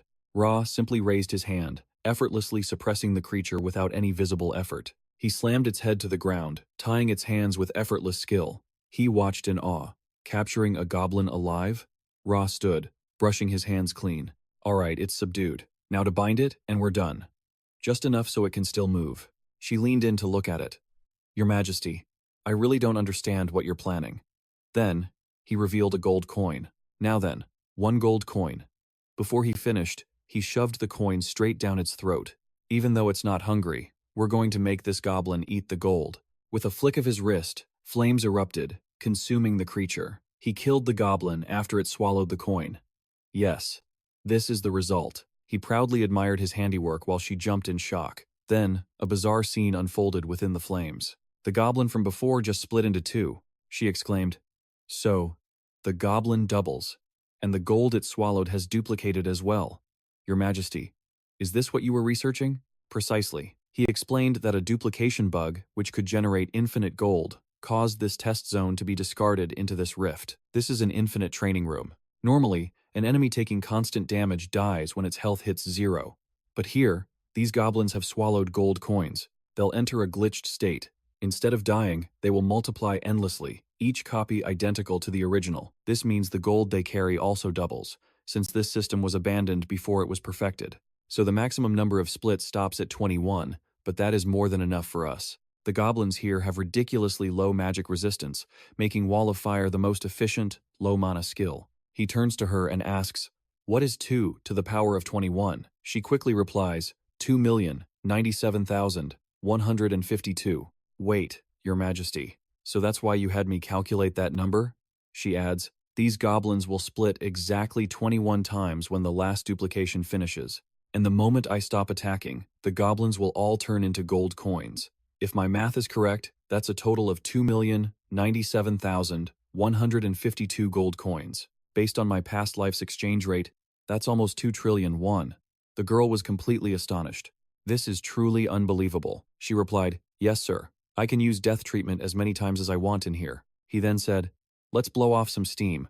You've been serving me so diligently, you must have a lot of pent-up stress. Just let it all out. Yes, my stress level is. Ah, forgive me, Your Majesty. Her answer left him speechless. She's so refreshingly honest. The fire before them blazed, growing larger every second as Jiang continued to channel his power. Suddenly, a huge pile of black ash appeared. He asked curiously, is it over now? In front of them, a massive heap of goblins lay piled up. A moment later, they all began to glow brightly. They transformed into a sea of gold coins. Hei's eyes widened in amazement, but this was a familiar sight for Jiang. The pile of ash had become a literal mountain of gold. Impressive, isn't it? Yes, Your Majesty. This scene looks like golden snow falling from the heavens. Not believing her own eyes, she said, this is truly incredible. I bet no one in history has ever witnessed a sight like this. He smiled. Well, that's probably true. The sun began to set, casting long shadows over the landscape. Hei picked up a single gold coin, but he quickly stopped her. Step back a little. Confused, she asked. Huh? He said. Collecting it this way will take too long. I'll just transfer it all into my subspace at once. She agreed immediately. Of course. I'll help you pick up any of the scattered coins. He aimed the ring on his finger toward the mountain of gold. Instantly, the massive pile began to shift, getting sucked into his ring. Using my unique knowledge of Paradiso, I've managed to acquire a fortune that most people could never even imagine. Now, this mountain of gold worth 2 trillion, one belongs to me. This will be the foundation for myself and the kingdom I rule. He cheered happily. Your Majesty, here is the very last coin, he thought to himself. Moireo, just you wait. I'm on my way. A moment later, he took her hand, and they stepped outside. We're finally out, she asked curiously. I've been wondering this whole time. What exactly is this material? We're not sure either. Suddenly, he felt a strange presence. A large circle appeared within the dimension. Hei rushed to his side. What is it, Your Majesty? Did you discover something unusual? He replied. There's a place here that is different from what I remember. Her eyes lit up as if she'd found treasure, and she eagerly rushed forward. Let me go first for you, Your Majesty. This place could be extremely dangerous. He stopped her. Hold on. Shouldn't we send Thanex in to scout first? He placed a hand on her shoulder. Safety always comes first. He then sent a robot ahead to investigate. He thought, if this were a place I already recognized, I wouldn't have hesitated to skip the reconnaissance. But a strange, unknown space has appeared here. I can't just ignore this discovery. He suddenly froze. He asked, what's wrong, Your Majesty? Did something happen? He thought to himself. The moment Thanex entered, all forms of communication were instantly cut off. That means this space is connected to another dimension, he told her. There could be many unknown dangers inside. Hearing that, she became upset. No way, that's not happening. I will go with you no matter what, Your Majesty. You are not leaving me behind again. If you leave me this time, I'll be very angry with you. Seeing her anger level spike, he immediately relented. Of course I'll take you with me. Suddenly, her arms and legs were floating in the air. She had been ejected from the other space. Full of confusion, she touched her feet to the ground and took in the surrounding landscape. At her feet lay the strange, dried skeleton of a beast. She wondered, huh? I don't see any human bones here, but why do I have such a bad feeling? He stared across the desolate, barren landscape. In all the 6 Dionysus, no place like this existed. Suddenly, something flying caught his eye. A winged creature in this harsh environment? Had it already adapted? The creature flew with demonic speed, slashing his face and drawing blood. His eyes blazed with fury. The system displayed its information. Demon bird? Could this be the demon realm? Then something else appeared. What is that? They both looked toward the sky. I have a really bad feeling about this. A hand held a cup, filled with a boiling liquid. He gazed at the insect that had just returned from their location. No. So, humans have entered this place? He laughed loudly. They truly shouldn't have come here. How audacious of them. I'll give them a very warm welcome. There we go. Meanwhile, he was still burning the insects with fire, but their numbers grew. That's the last one, right? Ola, stay alert. We don't know when that flock will return. Yes, sir. Executing command. That swarm was huge. Suddenly, she pointed. Your Majesty, what is that over there? They both looked toward the distant field. A plant? How could a plant possibly survive here? Well, after facing a swarm of flesh-eating birds, I guess this shouldn't be too surprising. Those bones must be the work of that plant. The birds probably hunt the prey that are drawn to it. It was incredible that such a massive plant could thrive in this desolate land. He was curious. It looks just like corn from Earth. It's similar, but I don't see any cobs. Instead, something incredibly strange was growing from the roots. He then commanded Ola, Ola, can you try pulling it up? With a single hand, Ola yanked it from the ground. It was bizarre. Yes, sir, executing command. Below the roots were bulbous growths. Oh, this plant actually has an edible part.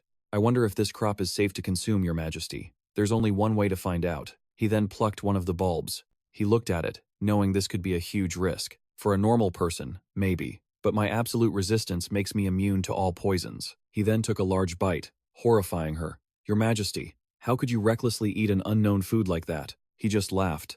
But it's actually quite tasty. What? He then offered one to her. It doesn't seem to have any poison. That's a relief, she said. It's dense and sweet inside. It would be delicious steamed. It tastes just like a sweet potato. The stalk is also strangely thick. I wonder what happens if I split it open. He took a scythe and cut into the stalk. Immediately, a green liquid poured out. He was intrigued. This plant holds a surprising amount of moisture. This is a plant truly adapted to a wasteland. In 3 years, the 6th Dionysus will face 2 great disasters, the Great Nas War and a massive famine. And right now, I think I've found the solution to that famine, although I still don't understand how the Great Chasm is connected to the demon realm. He then turned and spoke to her. We can worry about the complicated matters later. For now, let's take all of these plants back with us. She smiled brightly. Yes, sir. It would be a crime to pass up a water-filled crop in a place like this. Suddenly, he sensed a strange presence. A pillar of light descended from the heavens. Dust and smoke filled the air as a giant eye appeared. He sighed. I knew nothing in this world was ever easy. What in the world are you? Your Majesty. What is that thing? The system displayed the monster's info, its body covered in eyes. He thought, damn it, that health bar is insane. This thing is no different from a full-blown crusade monster. He then gave Ola his order. Use death therapy and attack. Yes, Your Majesty. Transcendent chain lightning, death therapy. Attack, he yelled. Wait a second, he thought. Is this even a game anymore? Just how high could its magic resistance be? Ola was shocked. It didn't even flinch. Your Majesty, for now let's stick to basic tactics. We should focus on subduing it. Please, he thought. Anything but using my last resort. Both Ola and Ra were fighting hard to exterminate it. Suddenly, the monster spewed a cloud of poison. The poison shot directly toward her. Ola, are you okay? He yelled. She replied, yes. Ra knew the beast's attacks were simple. The real problem was its terrifying endurance. Worse, this was the demon realm. A high-level demon could appear at any moment. Dragging this fight out under these conditions was far too dangerous. No matter its rank, a demon is a demon. Always a formidable opponent. No one could afford to underestimate it. He told her, from now on, even if you lose sight of me, you must trust me and keep attacking from a distance. She asked, curious, where are you going, sire? He snapped back impatiently. Don't ask me where I'm going, why, or for what reason. Just focus on the fight. I understand. He charged forward, thinking, I really didn't want to resort to this. Phase, step 2. He then slid beneath it with ease, as the monster's gaze remained fixed on him. He also watched it with caution. Beside him, Haley could only admire, as expected of His Majesty. He has a plan for everything. Suddenly, the monster roared, and the world around them was plunged into darkness. Haley stood there, utterly bewildered. Huh? The landscape had become a desolate wasteland. He stepped into a pool of slime, raising a hand to his nose. This stench is revolting. I can barely breathe. It's come to this. I have to retrieve its organs. The organs of a miasma demon were highly toxic, effective even against other demons. First, they debuff both physical and magical resistance, then cause temporary blindness, followed by relentless hallucinations. This was a technique discovered by veteran players of the game Paradiso. After testing countless filthy reagents, they had concluded the miasma demon's organs were the most effective. A single dose is more than enough. He scanned the area, thinking, damn it, The air is getting thinner in here. I have to hurry. He raised his hand. Fire arrow. His palm flared up like a lighter. He set his surroundings ablaze. This preparation should be enough. Now, I'll use the special chain ignition magic. The term object for this spell also applied to the flesh of corpses, and this beast's stomach was filled with them. Finally, I just need to activate the disintegration-proof buff from the absolute weak point ring. This whole place is about to become a magnificent fireworks display. The system window appeared. Chain ignition. A red light began to glow, and a large, strangely familiar eye materialized. The monster trembled before her, then suddenly exploded in a violent blast. She cried out, "Your Majesty!" From within the settling ash, he slowly appeared. But he looked like a statue as he called out. I really thought I was a goner. But it was just a thick layer of dust covering me. He had entered the monster's body to destroy it from within. That was his plan. Thanks to transcendent stone skin, I survived this ordeal. It was a high-level defensive magic. It could amplify durability to its absolute peak, though it rendered him completely immobile while active. Your Majesty, are you all right? You weren't injured, were you? The man from before appeared again. He was still observing them. Unbelievable. How could he defeat a miasma demon so easily? It's as if he knew its exact weakness. They are truly two interesting humans. If I can capture them alive, taking them back for my experiments will surely yield some useful new data, and the esteemed Demon King will undoubtedly recognize my abilities. This is truly a perfect plan. Suddenly, something flickered in the distance, but Haley and Ra were still in discussion.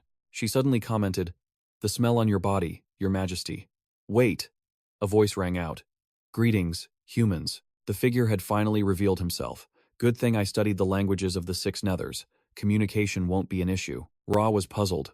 A demon? And I couldn't even sense his presence. My holy shield didn't activate, which means his rank isn't overwhelmingly high. The demon slowly approached them. I have yet to introduce myself, have I? My apologies. My name is Sochus, the ruler of this territory. To meet me for the first time, without any shock, to you truly are interesting. But wasting time on empty pleasantries is a bother, so I'll be direct. Surrender, Ra replied. And what if I refuse? His voice dropped low. You intend to continue fighting, even though you know the inevitable result? Foolish human, Ra flinched. What? Before he could finish, the demon lunged, its claws tearing into his chest. He collapsed to his knees as Haley cried out, Your Majesty! The demon smirked. Well now, this is quite interesting. A mere human withstanding my corrupting magic. You're starting to pique my curiosity. Gia thought to himself. Terrifying speed and destructive power. This energy he's using is definitely demonic. His use of magic was different from spells or incantations, which is why my dispelling magic had no effect. This just proved how difficult fighting a demon truly was. Haley used her power to heal him, his open wounds slowly closing. He turned to thank her. Haley said, Your Majesty, please leave this to me. The demon replied, The one beside you also has outstanding holy power. As the Demon King, I must capture you both alive. Gia's anger flared. You think we'll let you take us so easily? Equip Thanix. Power output to maximum. The demon's sarcasm didn't waver. The more I look, the more interesting you become. So you do have some power after all. No wonder you were able to enter this place. What do you mean? This isn't a place just anyone can enter. This is a sealed domain I created. Only I can come and go as I please. I'd love to chat more with you, but any further discussion would be a complete waste of time. I'll just extract the rest from your mind after I've dragged you home to be tortured. He lunged forward, unleashing a strike. Gia was taken aback. A defensive shield? Clad in his armor, he was stunned, unsure what to do next. Damn it, did I use too much mana? So careless. I need to focus. This is an enemy I can't underestimate. I didn't plan on using this so soon, but now isn't the time to hold back. A deafening explosion ripped through the air. The demon was thrown to the ground, covered in wounds, while Gia now had the upper hand. The demon was utterly bewildered. I don't understand. Before it could recover, another huge blast occurred. He aimed his cannon-like fist toward it. How did the tide of battle turn in his favor so quickly? Meanwhile, I feel like I've been poisoned. My movements are getting slower. He just showed me some suspicious potion. But how can a human poison affect me? Could this scent be the bile of a Yemak? Even as a demon, I never knew that beast's bile could weaken my kind to this extent. If my normal attacks can't stop it, then I'll just have to deal even more devastating damage. He then charged forward at incredible speed. He slammed his fist right into the demon's chest. It sneered. An attack of this level can't possibly stop me. Unafraid, Gia smiled. No, this is more than enough. Instantly, he ejected from the armor, and he yelled, Titanist, activate self-destruct mode. Sequential self-destruction has been initiated. Pilot, please maintain a safe distance. The demon suddenly felt overwhelmed. This immense power. What kind of trick are you pulling now? Gia counted down. 3, then warned Haley. You need to stay right behind me. Haley replied, Yes, Your Majesty. A large purple gem appeared and began to crack. A second later, an earth-shattering explosion occurred, leaving only a scream. How could this pile of rusty scrap metal possibly defeat me? Then, a massive fire appeared, threatening to burn everything, and the one controlling it was none other than Gia. He told himself, It worked. We succeeded. No matter how strong demons are, they can't defend against an attack on their weakness. Without the Yemok's bile, I never would have defeated that bastard. He walked over and picked something up. Is this the heart of Soteris? The magic circulating inside is quite powerful. Training by directly confronting an opposing energy is an extremely effective way to improve. Haley's holy power should improve greatly with this. Oh, right. I have to make sure that demon is completely dead. Suddenly, a flood of notifications appeared on the system screen. He read them and thought, a transcendent god? Did a god from the highest echelon just bless me? Angelus, he suddenly shouted, making Haley jump. Your Majesty, you scared me. As expected of a blessing from the high god Angelus, my magic power immediately surpassed 32,000. I can clearly feel the mana flow in my body is now twice as fast as before. Faster mana circulation means faster spellcasting and quicker skill activation. Normally, achieving this kind of power-up requires a legendary 10-star item, like the Kivarum ring. This blessing from a transcendent god means Thras is truly gone. I must make full use of this demon's corpse. Let's collect it first. He sighed, exhausted. I'm drained. He then walked toward her. You did well, Hayes. Your Majesty. I don't even know if I was any help. He replied. Without your healing magic, I wouldn't have dared face that demon head-on. She asked curiously. A demon? Was that thing really a demon? Yes, it was. It was then that she began to tremble. No, it can't be. How is that possible? So, defeating a demon means holy power just floods into my body like this? He mused. Your holy power has changed? Yes, it's grown so much, I can't even describe it. But I think it must be at least twice as strong as before, Gio thought to himself. So Hayes can't quantify her own abilities just yet. I'll have to check it myself. Suddenly, he sensed a system notification. He was intrigued. Hayes received a blessing? Elenas. She's a goddess of justice, similar to Justia. Since Hayes helped defeat the demon, it's only natural she'd bestow her blessing. But to fully utilize the blessing Hayes received, I need to check the details. It's impossible to scan the stats of those blessed by a god, even with a divine eye. But I know a loophole. I need Hayes to swear an oath to reveal her full power without any resistance. That's the only way I can check her current stats. He then asked her, but we can do that later. Once we're back in the kingdom, there's no rush. Hayes, are you feeling better now? She quickly replied, yes, I feel much better after getting some rest. Good. Then, just in case, let's explore this place a bit more. There could be other secrets hidden here, things we don't know about yet. That strange plant, and the other creatures. They're completely alien to our world. Then he suddenly swept her up into his arms. Right. It's a waste to leave without a deeper look. She yelped. Wait, Your Majesty. He smiled. Let's move, so I have no other choice but to carry you. But, Your Majesty. He paid her no mind, simply warning her. Hold on tight, Hayes. He then darted forward like an arrow. Returning, he picked up a book. Next one. Hayes said. These books are written in a language I can't even begin to understand. I don't recognize this language either. It's not from the Naz continent, nor is it the dragon tongue. He thought, this must be Soteris's laboratory. I was hoping to find records about that strange plant, the one we found earlier. But it seems things won't be that simple. Flipping through a book, he mused, this is likely the demonic language, or an ancient tongue from 1,000 years ago. Translating this would require the knowledge of an archmage like Varus, or the wisdom of a dragon. Scholars have a much higher chance of success than warriors. After all, even the longest human lifespan is only 100 years, but dragons can easily live for millennia. Hayes approached him. Your Majesty, did we just uncover a secret we shouldn't have? Man-eating birds, giant unknown beasts, and the demon we just killed. Not only that, but we've also found items completely unknown to the world, and these records in a bizarre language. I feel like we're approaching a terrible, hidden danger, and it terrifies me. Your Majesty, will we be all right? Her words made him think. Hayes is right. Even if this was by chance, we've only defeated a single demon. It's not as if the Demon King's army will invade this very moment. And since I already know the future, I can handle anything that arises from this. He then soothed her. Don't worry. No matter what happens, I will always protect my people. Grr. Naturally, that includes you as well. She was so moved, her eyes filled with tears. Your Majesty, my anxiety has become a burden to you. Please forgive me. He smiled. It's all right. Being cautious is good. Thank you, Aki. Suddenly, a system warning blared. He grew curious, and she was startled. What's happening now? A massive leak of magical energy is causing the space to collapse.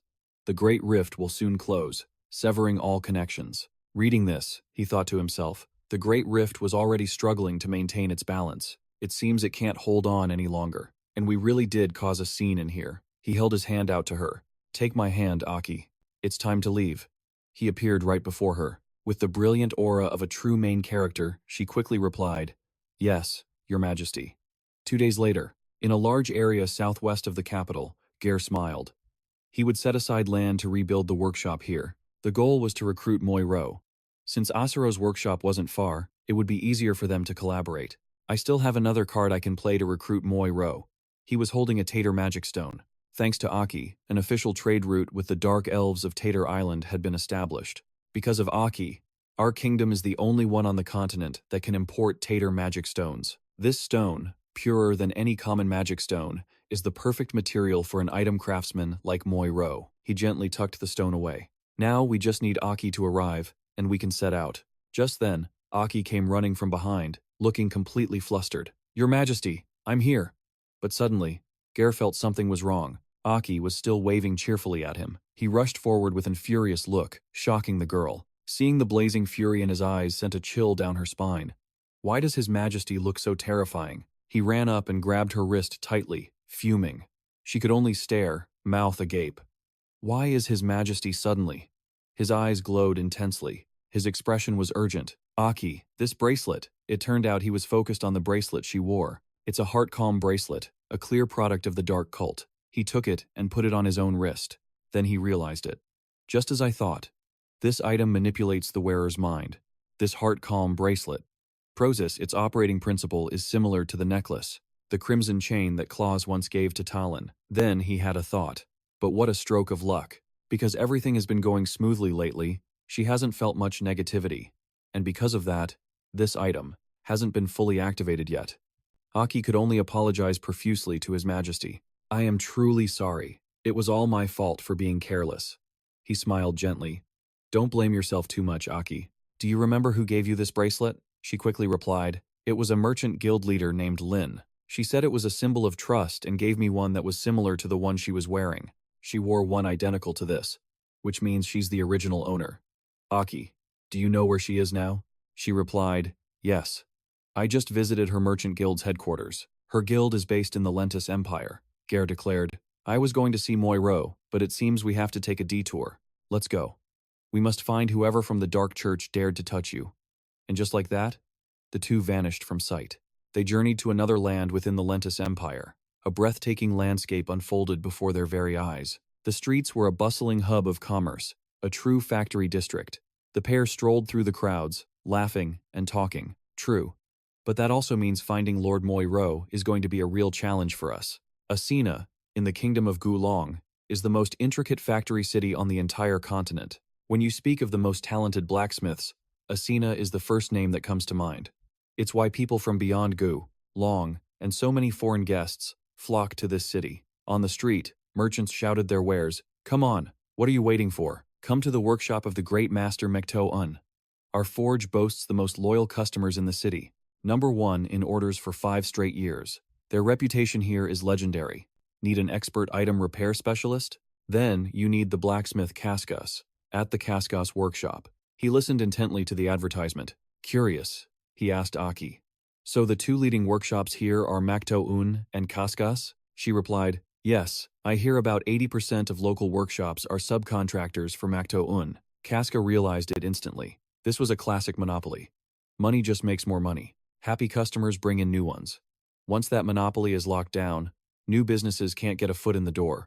That's precisely why Moiro's workshop was struggling to survive. It wasn't until the Great Holy War ended, and countless blacksmiths vanished, that people saw his true worth. In the end, Moiro was only missing one thing: fame.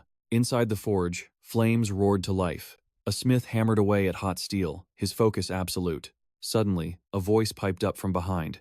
"Hey, Moiro, you got any deals or special offers? Over at Cutpa's workshop, they've got a buy 3 swords, get 1 free deal." He shot back coldly. Such acts only stain the honor of a true blacksmith. As long as I run this forge, that will never happen here.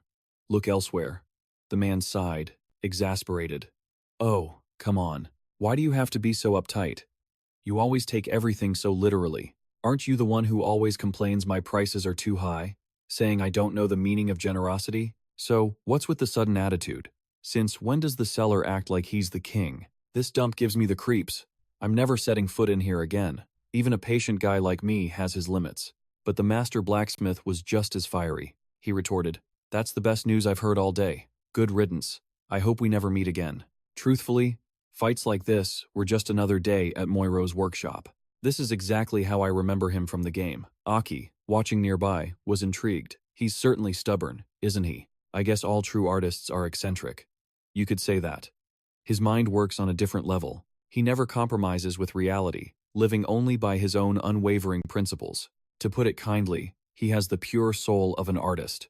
To put it bluntly, he's just a stubborn old coot. Is that right? Precisely. Moiro is a smith with immense pride. He even looked down on masters like Martin and Casca. By his standards, he hates being disturbed by anyone. If anyone dares offer him advice, he'll cancel their order on the spot. When you order from Moiro, you trust him completely. No questions asked. That's the only way to deal with him. He then turned to Aki. Aki. Yes, my lord. How long can you stand perfectly still? She thought for a moment. I'm not sure. Perhaps 6 hours? Why do you ask, your highness? Just then, a voice echoed through the forge. Master Moiro, I'd like to speak with you. Still focused on his work, the smith flatly refused. I'm busy. Come back later. And when would be a good time? That question made him pause. He finally answered, I have no idea. If you return when I'm free, we'll talk. If I'm busy, then you're out of luck. Unfazed by the response, he just smiled. Then I will wait here until you are done. At that, the blacksmith finally turned his head. He sized the young man up. That's your choice. But I'm warning you, when I'm working, I won't even notice you're there. The young man remained calm against his gruffness. If you don't mind, I would like to watch you work. The smith was still cold.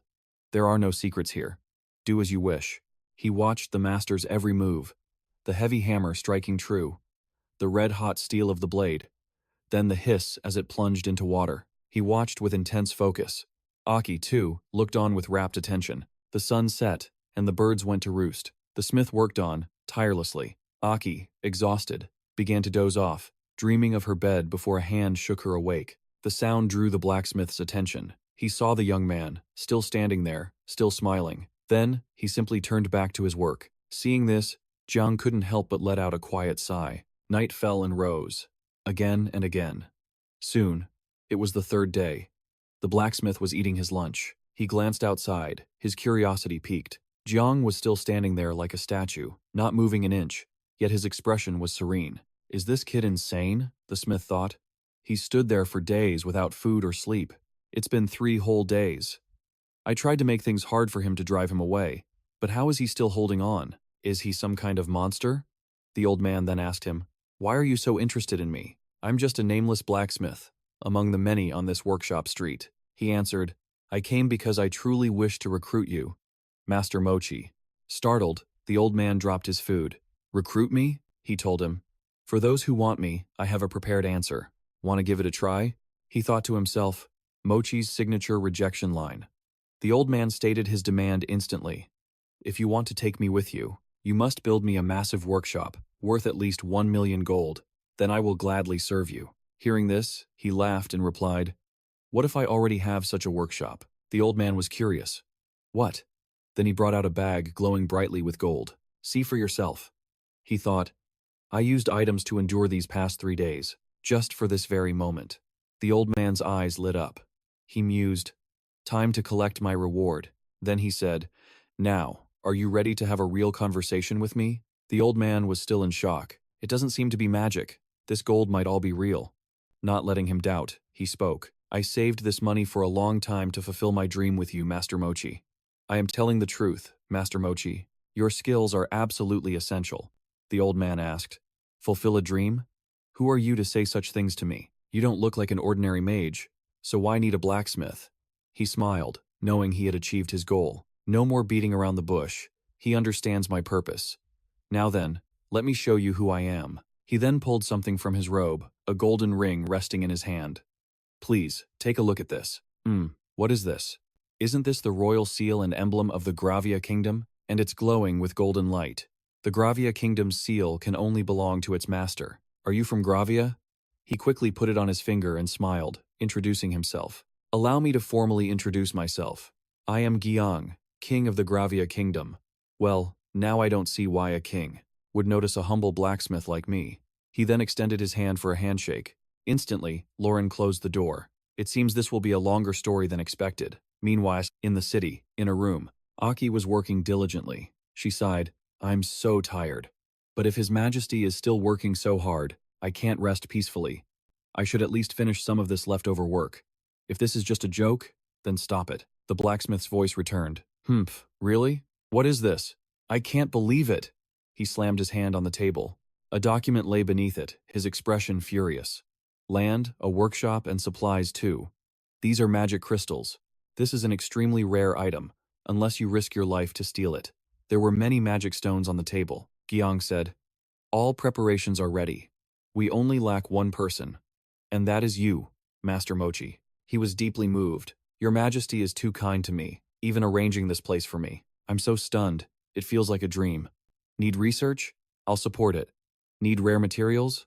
I'll find them myself. If there are any artifacts or technologies you desire, I will acquire them for you, but on one condition. Master Mochi must dedicate his talents solely to our kingdom of Gravia. That is the condition." He nodded in agreement and said, "Good, let's go. What will become of the Oolong kingdom without me? Martin and Casca will handle everything just fine, so no need to worry. Your Majesty, there's one thing I must do before leaving. I wish to bid my master farewell." Giang was very curious. "Your master?" That afternoon, they headed deep into the forest. Suddenly, Mochi stopped. "Your Majesty, you've done enough. Let me go alone. My master is quite erratic." Jiang just smiled. "It's no problem. Master Mochi's master? Sounds interesting." He thought, "I've heard that name. I can't pass this up. The Black Dragon Cacho. I can't believe Mochi's master is actually Cacho." Back in Paradiso, I wondered how Mochi had such limitless potential as a smith. He was so different from everyone else. It turns out, his master is a dragon. Now, it all makes perfect sense. I took Aki back to the inn for now. With a dragon as an opponent, there's no telling what could happen. Still, if I managed to meet Cacho, I could immediately obtain a new title, so that's a definite advantage. The system window appeared. Title not yet acquired. One who feels the dragon's breath. Heh, to think I'd be considering dragon-related titles here. He sighed. "I'll worry about that later. This is a special zone, after all. A place to encounter non-human beings. Here in Parambu, related titles will surely unlock." I was surprised to hear the name Catro at first, but maybe this is for the best. Not long ago, Hayes and I found the Book of Soteris in the Great Rift Valley. Could I possibly ask for a translation of the demon language written inside? Of course, there's no guarantee Catro would translate it. But dragons are naturally curious creatures, so there might be a chance if I ask. As they walked, the old man spoke. "We've arrived." He looked at the scene before him with curiosity. Moisey continued, "This is where my master lives. He hates being around others, so he built his home in a place like this." Suddenly, dry leaves swirled into the air. What was that? A sudden gust of wind? But Moisey didn't seem surprised at all. "Ah, someone who reeks of demon blood shouldn't be buried so carelessly by humans." "Stop right there." In a flash, he saw a massive dragon soar past. It landed with awe-inspiring power. It lowered its head as if to study him, its eyes piercing his very soul. "What is your identity?" the great dragon demanded. But then, Moisey quickly spoke up. "Master," he then made the introduction. "This man is the king of the Gravia kingdom." The dragon scoffed. The king of Gravia? Moisey, why would you dare bring such a person here? In a flash of light, the dragon transformed into a beautiful woman. Moisey continued to explain, Master, I've decided to cooperate with His Majesty. I came to inform you before I leave. Jad greeted her politely. It is an honor to meet the Supreme Dragon. I am Jad, King of Gravia. Her voice was sharp. No need for introductions. The king will wait here. I won't speak to uninvited guests until I'm finished with my subordinate. I understand. As a relaxed king, he waited patiently from afternoon until night. He thought to himself, even focusing my magic on my hearing, I can't hear a thing. This soundproofing effect is beyond normal magic. What kind of barrier is this silence? Is there anything I can do but wait patiently? Suddenly, a system notification startled him. He read the alert and mused. Just for meeting a single dragon, I've gained 2 new titles and a 600-point power increase? What a generous dragon indeed. And come to think of it, there's a mysterious story behind all this, involving Mochi. If other players knew about this connection, they would search for it relentlessly. Then again, NPCs like this often have hidden stories. Their true value is revealed in major future updates. This means Mochi might be a more talented subordinate than I realized. Mochi's special talents, which I scanned on the way here. Except for that final S-rank hypersensitivity, he's truly a hidden gem. Speaking of which, we have Acello, don't we? I hope Mochi and Acello work well together. A voice called from the distance. Your Majesty, Moisey approached him. Master is calling for you. Please, this way. He said, a mere mortal cannot interfere. I will wait outside the barrier. Darkness enveloped the area. The dragon woman got straight to the point. You and I are strangers. Let's skip the pointless greetings and get to it. How did you kill a demon? Beads of sweat formed on his brow. The conversation started with immense pressure. Is this how all dragons speak? He then realized his mind's eye was useless, as expected of a rare dragon. So this is her power? He regained his composure and replied, yes, it was a demon, along with its minions. If this were the demon world, it wouldn't have ended with just one. She lifted her teacup. You're a more peculiar human than I thought. You remain strangely calm even when speaking of the demon world. That's not very human-like. To the people of this age, the demon world, the demon king, and demons themselves are just fairy tales from ancient legends. Now, it has become reality. She took a sip of tea. After killing a demon, the demonic energy it possessed was transferred to its killer. Of course, it doesn't cause any side effects. It's merely a mark that says, this one killed me. If another demon sees you, they will see that demonic seal branded upon you. Jian's mind reeled. This is the first I'm hearing of this. I know nothing about it at all. If it were a negative effect, it would have shown in my status window. This isn't some kind of debuff. Jian boldly asked, how do you know all this information? She gently set her teacup down. Let's put that aside for a moment. First, there's something I need to ask you. I want to see you for what you truly are. Jian froze, his mind reeling from the shock. She raised a hand, as if to cast a spell on him. You are far stranger than I ever imagined. Now hold still. Your fidgeting makes it hard to focus my magic scan. Wait a second. She intertwined her fingers with his. Amazing. A normal human mage only has a power level of 1, but yours is a full 10. How very interesting. Besides, you're standing a little too close. Jian immediately jumped to the side in fear. What are you so shy about? This is just natural contact for a power scan, isn't it? In any case, it's done, she said with a mysterious tone. Show me your power directly, will you? Deep in the forest, Jian took his stance, his nervous sighs echoing through the trees. All right, I'm starting now. Jian raised his weapon, and a powerful beam of light shot towards the sky. Her eyes followed the light with curiosity. What is this? Jian continued his attack. Another one! He aimed his scepter forward. Jian unleashed the transcendent tenfold divine arrow. The light from his scepter gathered, growing ever stronger. She couldn't help but be overwhelmed by the sight. This is a magic that even a dragon like myself has never seen. As Jian landed, she began to probe him. Jian, where and how did you get that power? Jian replied simply, it's just a power I happened to find in a dungeon. For something you just stumbled upon, you handle it with incredible skill, like a master who's trained for ages. She marveled, you hide so many secrets. Jian, I'll only trust you when you open your heart to me. She began her story. 1,000 years ago, a great war broke out. It was a war between the Demon Clan and the Dragon Clan. A single hero shone brilliantly, emitting a unique and powerful aura. She stared intently at him. Just like you do right now, Jian thought. A war between dragons and demons. That's incredible. From the start, any mention of dragons in Paradiso was brief and scattered. A once glorious race from 1,000 years ago, now a dying species with only a few dozen left. That's all that was ever said. So there were no clues about a dragon-demon war. I thought it would be an easy fight, but it turned into a stalemate. Neither the dragons nor the demon army could guarantee victory. The bodies of both races piled into mountains. Then, a human hero appeared and pierced the demon king Burger's heart when no one expected it. Jian's curiosity was piqued. "A human?" she answered, her hands trembling. "That's right." He tore through the demon king's heart, which had withstood the breath of countless dragons. In that moment, every dragon spoke at once. They said the human had an aura that no dragon could approach. It was as if countless gods were by his side. Hearing this, Jian thought to himself, "So, even back then, did the protection of the gods exist?" She continued.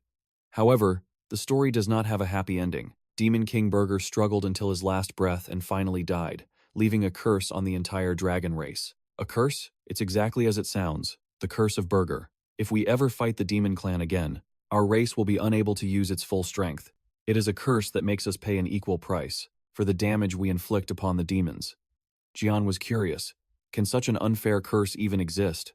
She replied, surprisingly, yes, to put such shackles on us. That demon king deserved to be chewed up and spit out. The age of dragons is ending. Many of our kind are already nearing death. Jian thought. What a shame. All right, that's enough of that story. Back to the main topic. That's how we thought the Great War had ended. We believed the gods created an absolute good to counter an absolute evil. Jian wondered, "You mean a hero like that one?" She answered, "Exactly. The human realm is now headed for a final battle with the Demon King. If so, we all believe that a hero chosen by the gods will appear at this time."